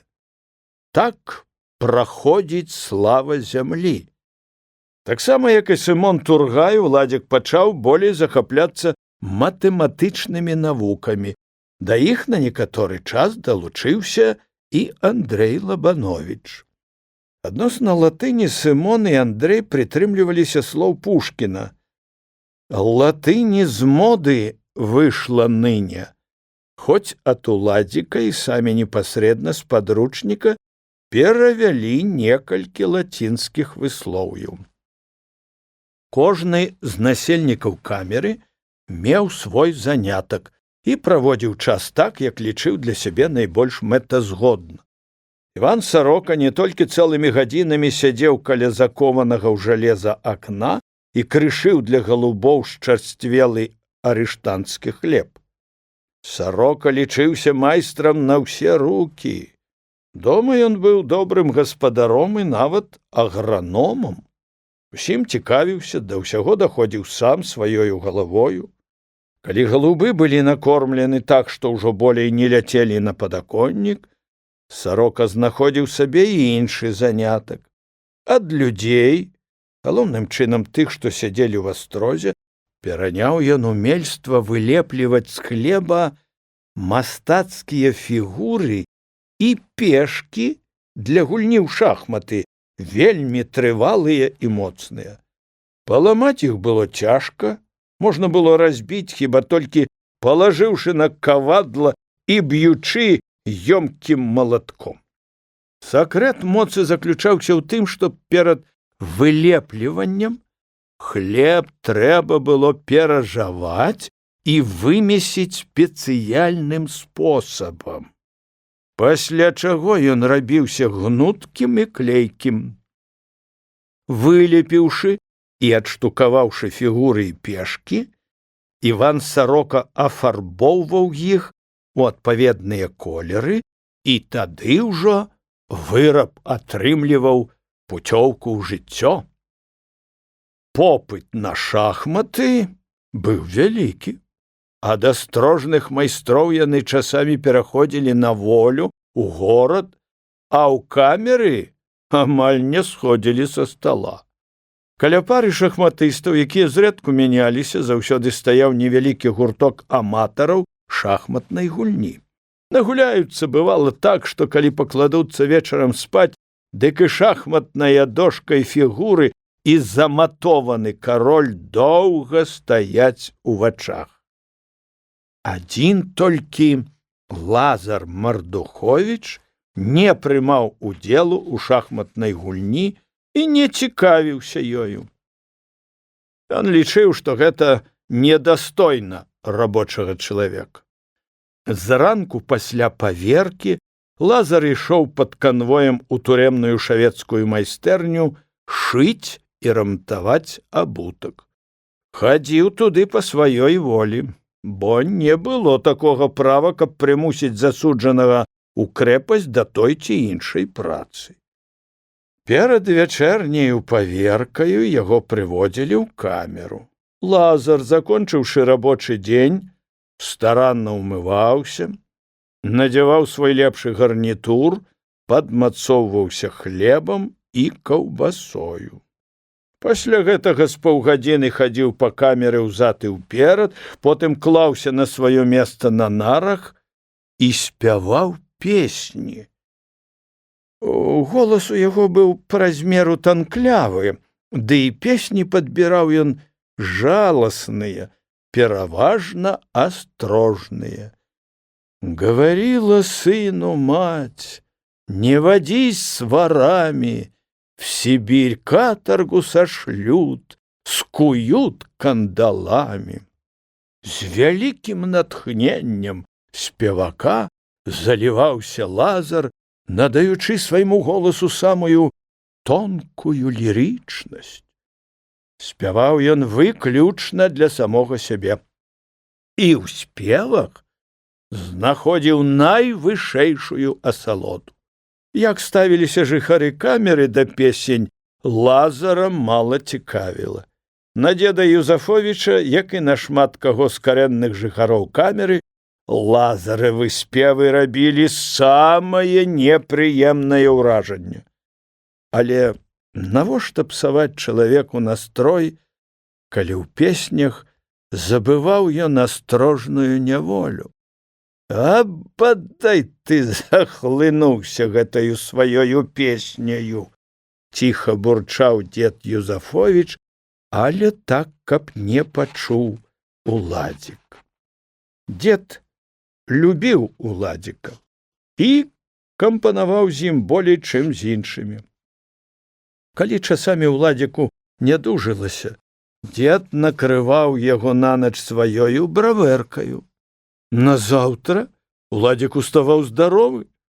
Ну, дзеду, у вашай бравэрцы захована лекавая сіла, казаў Уладзік, аддаючы Юзафовічу вопратку.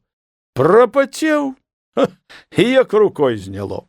Дзед быў рады, што яго пацыент адчуваў сябе добра і што бравэрка адыграла ў гэтым дадатную ролю. На дзедава абурэнне песнямі Лазара Уладзік казаў: сапраўды гэта не спевы, а скуголенне сабакі, які не прывык яшчэ да ланцуга. Ды няхай спявае. Цесся ліска, вяселля блізка, каўбасы з'ясі. Але часамі абураўся і Уладзік. Кінь ты, Лазар, цягнуць Лазара, слухаць моташна. Дык ты не слухай, спакойна адказваў Лазар. І што ты за жыццё? За што ж я змагаўся на волі? Тут, брата, строг, і я раблю, што хачу. Дуй, дуй, брат Лазар. Ці то сапраўды, ці то ў насмешку заступаўся за Лазара Сымон Тургай. Твае спевы і твой голас такія, што слухаеш і сэрца заміраем, і вочы на лоб лезуць. Лазару было цяжка пярэчыць. Крыху памаўчаўшы, здавалася толькі для таго, каб ператравіць сваю крыўду на людскую несправядлівасць, ён з яшчэ большым захапленнем спяваў. О, ночь темна, о, ночь глуха, о, ночь последняя моя, я отдал все и кровью смыл. Позор, позор страны родной. Лабанович не ўмешваўся ў канфлікт. Ён сядзеў каля нараў на казённым сенніку і пісаў пісьмо Сымону Тургаю. З некаторага часу, будучы в адной камеры, яны пачалі пісаць адзін аднаму пісьмы, нібы іх раздзялялі цэлыя сотні вёрст. Пачатак гэтай перапісцы паклаў Лабанович. Аднойчы ён заўважыў: летам у гарачы дзень падае снег. Гэта цвілі таполі, і іх белы пух плаваў на ветры. Андрэй, каб павесяліць сябра, пісаў: дарагі мой Сымоне, перакідалі мы і другую зіму. Вось зараз выпусцяць нас на пагулянку. Я пакажу табе цікавую з'яву. У ясны летні дзень ты ўбачыш, як у паветры кружацца сняжынкі. Упаўшы дзе-небудзь каля сцяны на зямлю, яны не растаюць на гарачым сонцы. Як жывеш ты, мой дружа? Аб чым ты больш за ўсё думаеш? Напішы мне, будь ласкаў. Моцна абнімаю цябе, цалую, мой адрас. 7-я камера, паштовая скрынка, чамаданчык пад нарамі. Навекі твой Андрэй. Скончыўшы пісьмо, Андрэй заадрасаваў яго і потайкам падкінуў у Сымонаў чамадан, што таксама стаяў пад нарамі. У той жа дзень Сымон, выцягнуўшы з-пад нараў чамаданчык, угледзеў пісьмо, прачытаў яго, нічога не сказаў Андрэю і сеў адказваць негаданаму карэспандэнту. Так і пачалася перапіска. Трэба на пошту зазірнуць, і то той, то другі лез пад нары і знаходзіў чамаданчыку пісьмо. Аднойчы Сымон прызнаўся Андрэю, хто пісаў адозву да настаўнікаў. Гэта быў добра знаёмы яму настаўнік па прозвішчу жук. І вось што прыдумалі сябры. Напісаць жуку такое пісьмо, каб ніхто, апроч аўтара адозвы, не ўразумеў яго сэнсу. Аднаму астрожнаму рысавальшчыку сябры далі тэму. Нарысаваць звычайнага чорнага жука, даць яму ў лапку ручку з пяром. Жук выводзіць словы «Таварышы настаўнікі». Цэнтральнаю фігураю рысунка быў малады чалавек, адзеты, як адзяваліся летам вясковыя настаўнікі. На плячах у яго ляжаў вялізны дзервяны крыж. Пад цяжарам чалавек сагнуўся, адразу было відаць, што яму цяжка. Унізе пад рысункам былі напісаны словы з прарока Ісаіі.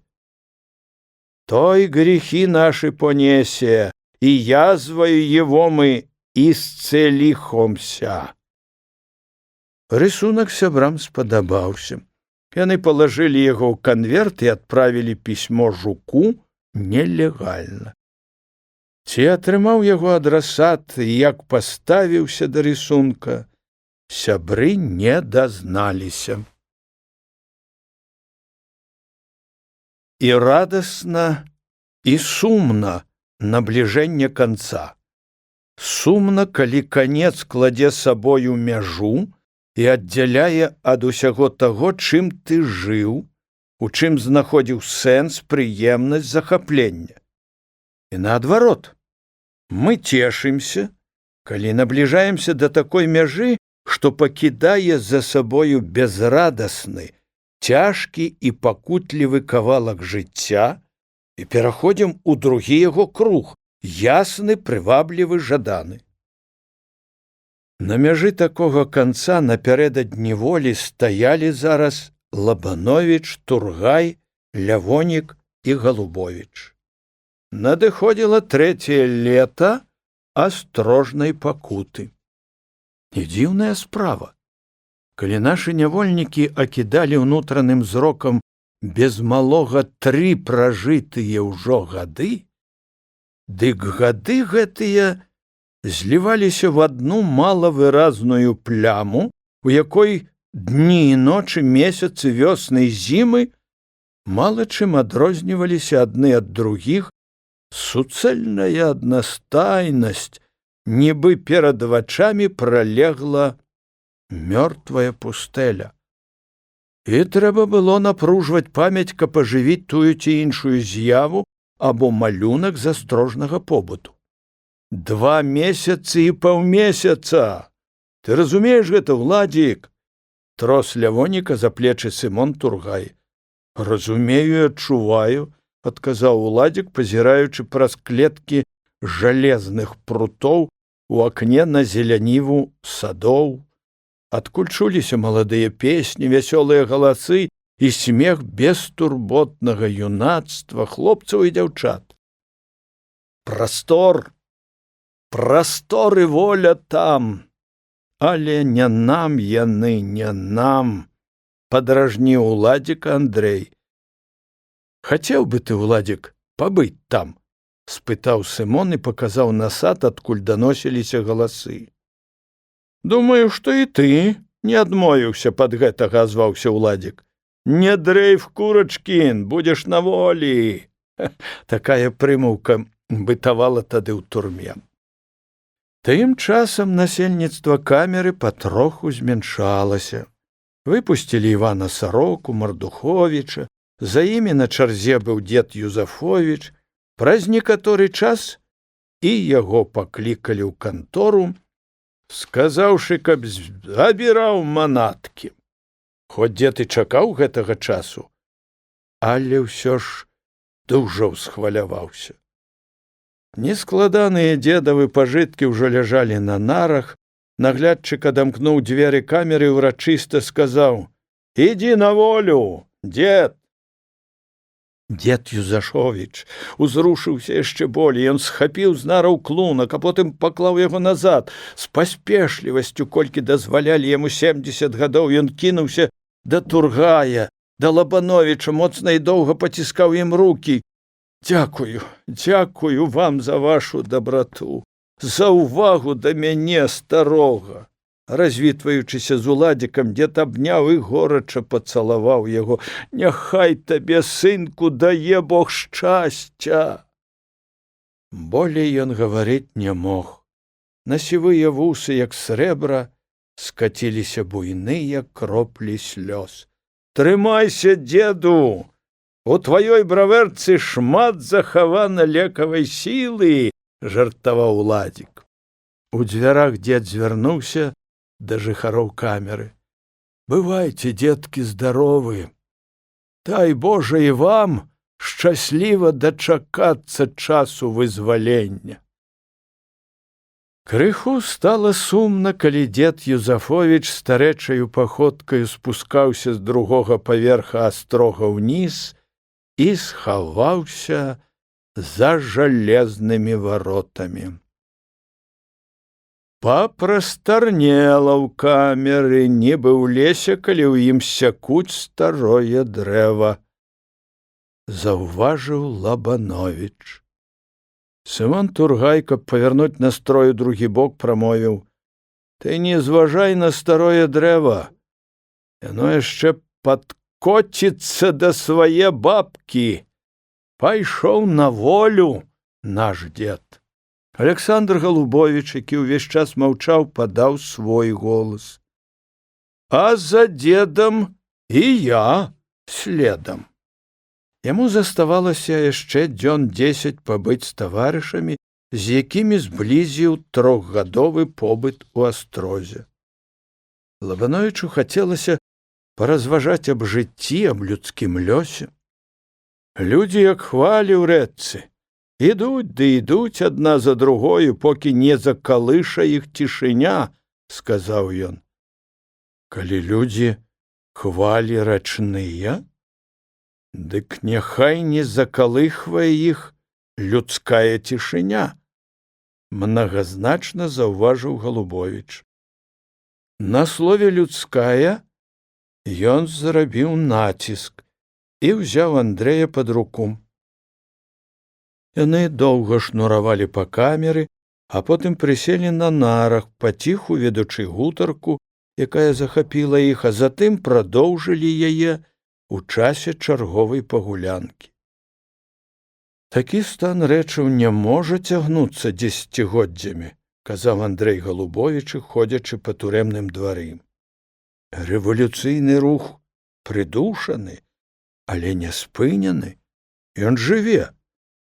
Хіба можна паставіць такую сцяну, праз якую не перайшлі б чалавечыя думкі? Рэвалюцыйны рух — жывая вада, што тоіцца ў нетрах зямлі, ў сэрцы і ў пачуццях народа. Яна выб'ецца на паверхню, праложыць сабе дарогу і пазносіць усё, што скоўвае незлічоныя сілы людскія. Іначай быць не можа, пацвердзіў Голубович, а для гэтага не трэба, каб людская цішыня закалыхвала рачныя хвалі. Дарэчы, да якой палітычнай партыі ляжыць тваё сэрца? Александр закрануў якраз тое пытанне, што даўно займала Андрэя. Лабанович падумаў, паківаў галавою. Эх, дружа мой, сказаў ён, калі б мы мелі такія вагі, дзе можна было б узважваць добрае і благое. Тады паставілі б на дарогах слупы з напісамі: налево праўда, направо хлусня. І так лёгка б стала хадзіць па свеце, затое, відаць, было б нудна і нецікава. Гатовай праўды захацелася, прамовіў Голубович. Не, брат, праўду трэба здабыць з боем, а гэта не так проста, як малююць балбатуны-анархісты. Шах-мах, скінулі цара, і кожны сам сабе сіла і права. Можа, табе гэта даспадобы? Лабановіч рашуча адмовіўся. Па шчырасці сказаць, я на ростанях не вырашыў, куды далучацца. Пара, брат, пераступіць гэты парог, сказаў Галубовіч. Спадзяюся, што ты зробіш верны крок. Правільна, зараз такі час, калі рэвалюцыйны рух прыцішыўся. Але ты сам нядаўна слушна сказаў, што гэты рух — жывая вада, якая тоіцца ў сэрцы людзей. Жыццё не спыняецца і на месцы не стаіць, такая дыялектыка. А як прымаеш ты сацыялістаў-рэвалюцыянераў? Пытаюся так таму, што мне найчасцей прыходзілася сутыкацца з імі. І яны табе па душы? Запытаў Галубовіч. Не, гэта я так сказаў бы. Я не бачу ў іх таго жывога, глыбокага струменю, што выводзіць рэчку на вялікія прасторы. Хоць гэта трохі і туманна, але ў асноўным верна, адказаў Галубовіч. Эсэры вабяць інтэлігентаў, выхадцаў з сялян. І вы ж хацелі ўвайсці ва ўсерасійскі настаўніцкі саюз. А на гэтую арганізацыю ўплывалі эсэры. Яны казыраюць сваёю аграрнай праграмаю. Але ж гэта не праграма, а тупік, бо эсэры, заігрываючы з сялянствам, перабольшваюць яго магчымасці. Патрэбен цвёрды саюз сіл пралетарыяту і сялянства. Тады рэвалюцыя пераможа. На такім пункце погляду і стаяць сацыял-дэмакраты. Але ж партыя эсэраў не з'яўляецца адзінай, строга элітнай арганізацыяй, заўважыў Лабановіч. У яе радах ёсць розныя плыні. Тым горш, адсек Галубовіч. Это толькі сведчыць, што эсэры — дробна-буржуазная партыя, якая не мае пад сабой надзейнай асновы. Лабановіч пасміхнуўся. Такі аргумент гаворыць і не ў карысць сацыял-дэмакратаў, бо і сярод іх ёсць дзве плыні. Ты ж сам казаў мне аб гэтым. Калі я гаварыў сацыял-дэмакраты, дык меў на ўвазе бальшавікоў, прамовіў Галубовіч. Александр крыху задумаўся, а потым з ясным прасветленым тварам пачаў.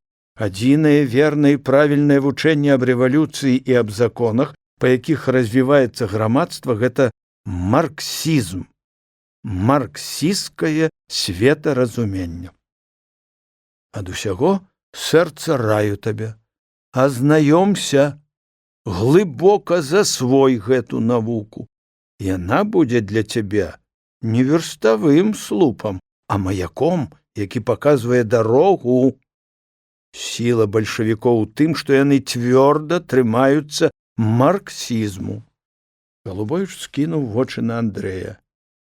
Не палічы гэта, за нейкую пропаведь. Я звяртаюся да цябе як да чалавека, якому веру. Бальшавікі адкідаюць прыгожыя словы. Мы не цураемся самай чорнай работы ў імя рэвалюцыі. Трэба абудзіць народ, выхаваць, згуртаваць і павесці на рашучы і ўжо астатні штурм царызму. Ты не павінен застацца ў баку ад гэтага штурму. Галубовіч узяў Андрэя за плечы і пільна паглядзеў яму ў вочы. Дазволь мне верыць, Андрэй, што ты ніколі не адступішся ад народа. Я не сумняваюся ў гэтым, бо ты і так моцна з ім звязаны. А таму уступіў цесную сувязь з марксістамі, з бальшавікамі. На гэтай дарозе, спадзяюся, мы з табой сустрэнемся. Калі не знойдзеш ты мяне, я адшукаю спосаб напамянуць табе гэтую гаворку. Пагулянка скончылася, наглядчыкі пачалі падганяць зняволеных вяртацца ў камеры. Ідучы па сходах, Галубовіч гаварыў далей: «Хацелася б мне сказаць колькі слоў і аб нашых таварышах, аб Тургаю і Лявоніку. На Тургая я таксама моцна пакладаюся, ён не збочыць з дарогі. А вось Лявонік, у ім я не ўпэўнены. Першае выпрабаванне, першая бура, змяўшае часова яго жыццё, адвярнулі яго ад рэвалюцыі, ад народа. Ён будзе шукаць у далейшым спакою і абывацельскага прытулку». Всё, што казаў Галубовіч, западала ў душу Андрэя. Чалавек гэты, крыху старэйшы за Лабановіча, шмат перажыў, шмат перадумаў і цвёрда ішоў па шляху рэвалюцыйнай дзейнасці. Быў пераконаным бальшавіком. Сардэчная размова зацягнулася на ўвесь вечар і заняла добрую палову астрожнай ночы. У свой час, сардэчна развітаўшыся з сябрамі, Галубовіч выйшаў з астрога. Андрэй крыху правёў яго па калідоры. «Да сустрэчы!» — яшчэ раз паціснуў руку Галубовіч. Вярнуўся ў камеру Андрэй з невыразным пачуццём. Ён быў рад, што сябар выйшаў на волю, у той жа час было шкада, што перарвалася сяброўства, і камера здалася пустою. Але вобраз малапрыметнага, удумлівага, разважлівага таварыша не выходзіў з памяці. Час праходзіў сваёю чаргою, з кожным днём набліжаўся тэрмін вызвалення. «Ну, хлопцы, — сказаў аднойчы Сымон Тургай Уладзіку і Андрэю, — тыдні праз 2 і я вылятаю в Вырай. Адпраўляюся па этапу ў сваю навагрудскую турму на вызваленне. Хоць і шкада будзе разлучацца з табою, але мы парадуемся і тваёю, і нашымі радасцямі», — адказаў Лабановіч. Ён яшчэ хацеў штось сказаць прыяцелю, але дзверы ў камеру расчыніліся, увайшоў суровы дожджык. Ён хітравата зірнуў на Андрэя: «Ідзіце ў кантору. Да вас прыйшлі на пабачэнне». Да Лабановіча амаль кожны тыдзень прыходзіў адведзены хто-небудзь з блізкіх або старых знаёмых. Таварышы паняволі яму часамі з гэтай прычыны зайздросцілі. Але сягонняшні дзень не быў днём наведвання. Хто ж бы гэта мог быць? Лабановіча прывялі ў пакой, дзе звычайна адбываліся спатканні. Там было даволі цёмна, апроч таго, асоб, што прыходзілі з волі, адгароджвала ад зняволеных падвойная драцяная сетка. Ад аднаго яе крыла да другога было не меней як аршын. Спатканні звычайна адбываліся ў прысутнасці турэмнай варты. Лабановіч заняў месца па адзін бок сеткі, з процілеглага боку стаяла жанчына. Андрэй паўглядаўся ў рысы яе твару і сумеўся. Насупраць яго стаяла Ліда. Ды не тая вучнёўка-падлетак, а расцвіўшая ва ўсёй красе, зграбная, стройная, свежая, бы майская кветка дзяўчына. Андрэй не зводзіў з яе вачэй і маўчаў, нібы ў зняменні. Ліда усміхнулася. «Не пазнаяце мяне? Ліда! Лідачка!» вырвалася з грудзей Андрэя. «А вы так змяніліся? Сталі такім бледным? Ты яшчэ бараду запусцілі? Каб я сустрэла вас у горадзе, дык і не пазнала б. Бледна, Лідачка, таму што сяджу пад замком без свежага паветра, а сваёй барадзе я не гаспадар. Што, вас прымушаюць запускаць бараду? Здзівілася Ліда. Не, засмяяўся Андрэй, зірнуў на наглядчыка Рутовіча, якому дожджык загадаў быць пры спатканні. Наглядчык адышоўся далей. Мая барада належыць камуне, таварышам па камеры. У барадзе я хаваю грошы і складаны нож у часе вобыскаў, бо гэтага нам не дазваляецца мець на руках. У барадзе? Грошы і нож? Здзівілася Ліда. Яна яшчэ уважлівей ускінула цёмныя авалы вачэй на былога настаўніка і весела засмяялася. А потым на яе твары адбіўся сум. І многа вас такіх няшчасных у камеры? А чаму няшчасных? Часамі нам бывае дужа весела, часу многа, на службу хадзіць не трэба. Жывём успамінамі аб мінулым, гадаем пра сваю будучыню, пра волю, а яна ўжо блізка, ўсюды, Лідачка, жыць можна, нават і ў астрозе. А вы як жывеце, Лідачка? Я вельмі рад, што ты ўспомніла мяне, наведала, бо думаў, што вы навекі страчаны для мяне. Лідзін твар спахмурнеў. Вясёлая і такая чароўная усмешка пагасла. Ліда апусціла галаву, туліла на момант вочы ў дол, потым падняла іх на Андрэя. Можа, яно так і ёсць, прамовіла яна. Лідзіны словы балюча адгукнуліся ў сэрцы Лабановіча. Ён адчуў сэнс іх і не распытваў дзяўчыну, што яны значаць. Ды Ліда сама растлумачыла. Я выходжу замуж. Лабановіч авалодаў сабою і сваім хваляваннем. Ну, што ж, жадаю вам быць шчаслівай у замустве. За каго ж выходзіш, Ліда? Лабановіч зварачаўся да яе то на вы, то на ты. Ліда выходзіла замуж за памочніка начальніка станцыі, на якой яна сама была тэлеграфісткаю. Горкая крыўда, быць можа, беспадстаўная, сціснула сэрца. Андрэй зараз не цікавіўся, хто гэты памочнік і на якой станцыі служаць яны. А калі ўвайшоў дожджык і сказаў канчаць пабачэнне, Андрэй не пашкадаваў, што яно скончылася. На развітанне ён кіўнуў галавою. Ліда доўгім поглядам глядзела на Лабановіча.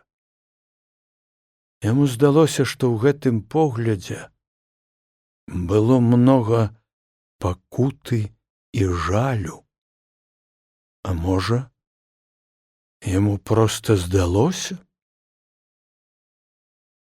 Ён амаль не спаў усю ноч і ўсё думаў, лежачы на астрожным матрацы, пра Ліду, пра яе чароўную постаць, пра апошні развітальны погляд, пра ўсё, што гаварыла яна на гэтым недарэчным пабачэнні. Чаго прыходзіла яна? Няўжо для таго толькі, каб абудзіць у сэрцы тое, што даўно перажыта, перачута?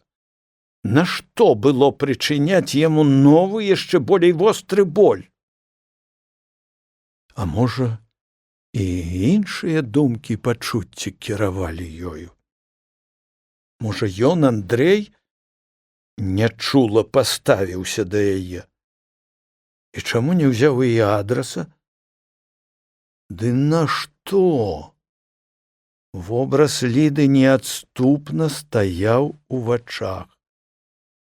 І што найболей глыбока запала ў сэрца, Гэта апошні яе погляд.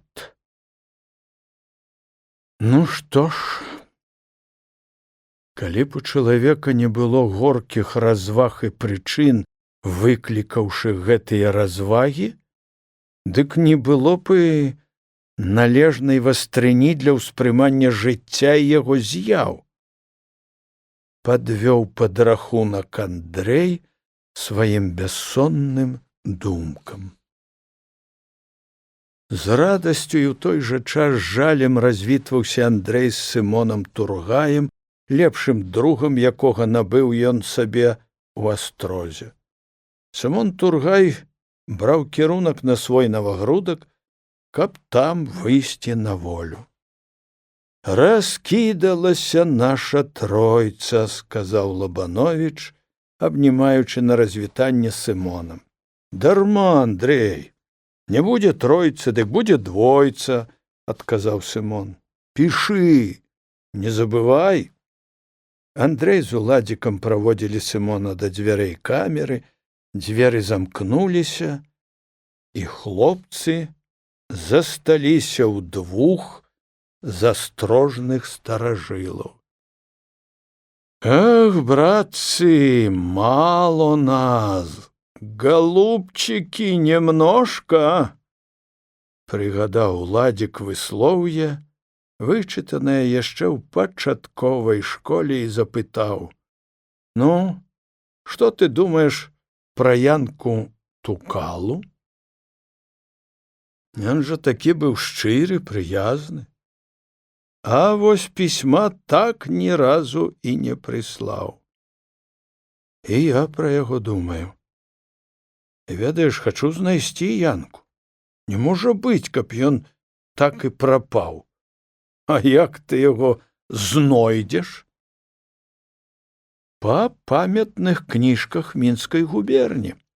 У іх ёсць усе школы.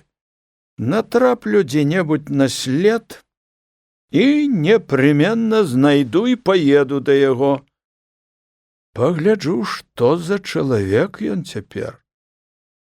Чым бліжэй падыходзіў час вызвалення, тым болей хваляваліся Уладзік і Андрэй.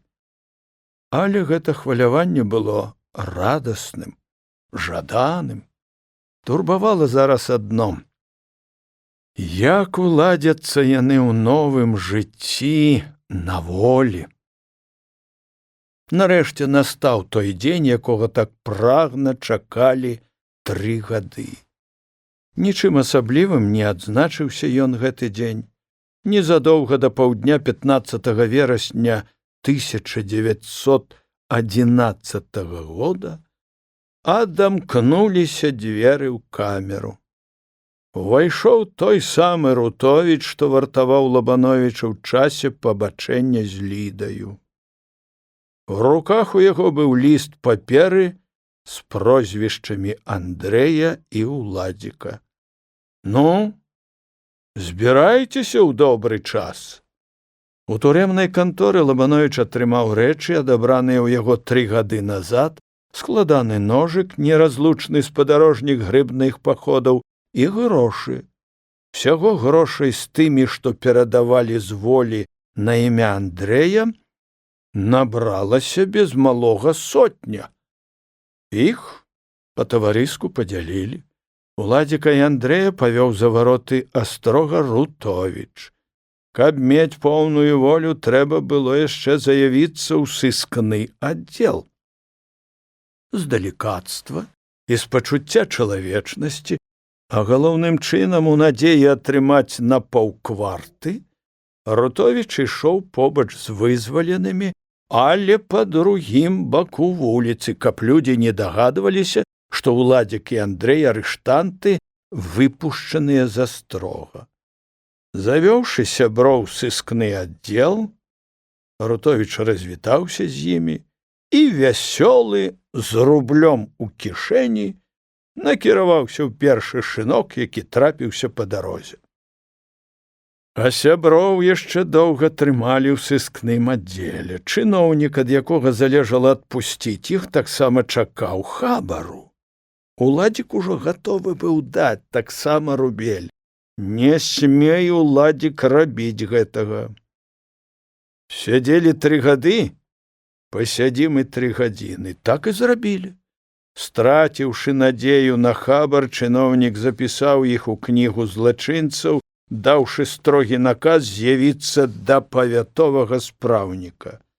Спраўнік, чалавек немалады, з сіняватым носам, даў сябрам навучанне, як павінны яны трымаць сябе ў жыцці. Не забываць бацькі цара, веры і айчыны. Прачытаўшы нотацыю, ён кіўнуў галавою, даючы гэтым знак сябрам, што яны цяпер вольныя людзі і могуць ісці, куды хочуць. Калі яны апынуліся на вуліцы вольнымі людзьмі, Уладзік сказаў: «Не верыцца, Андрэй, што мы на волі, што за намі няма нагляду канвойнікаў. Віншую, брат!» Сябры паціснулі адзін аднаму рукі. «Куды, Уладзік? Падасіся! Наўперад паеду у Мікуцічы да бацькоў. Пажыву трохі, агледжуся, а там Бог бацька.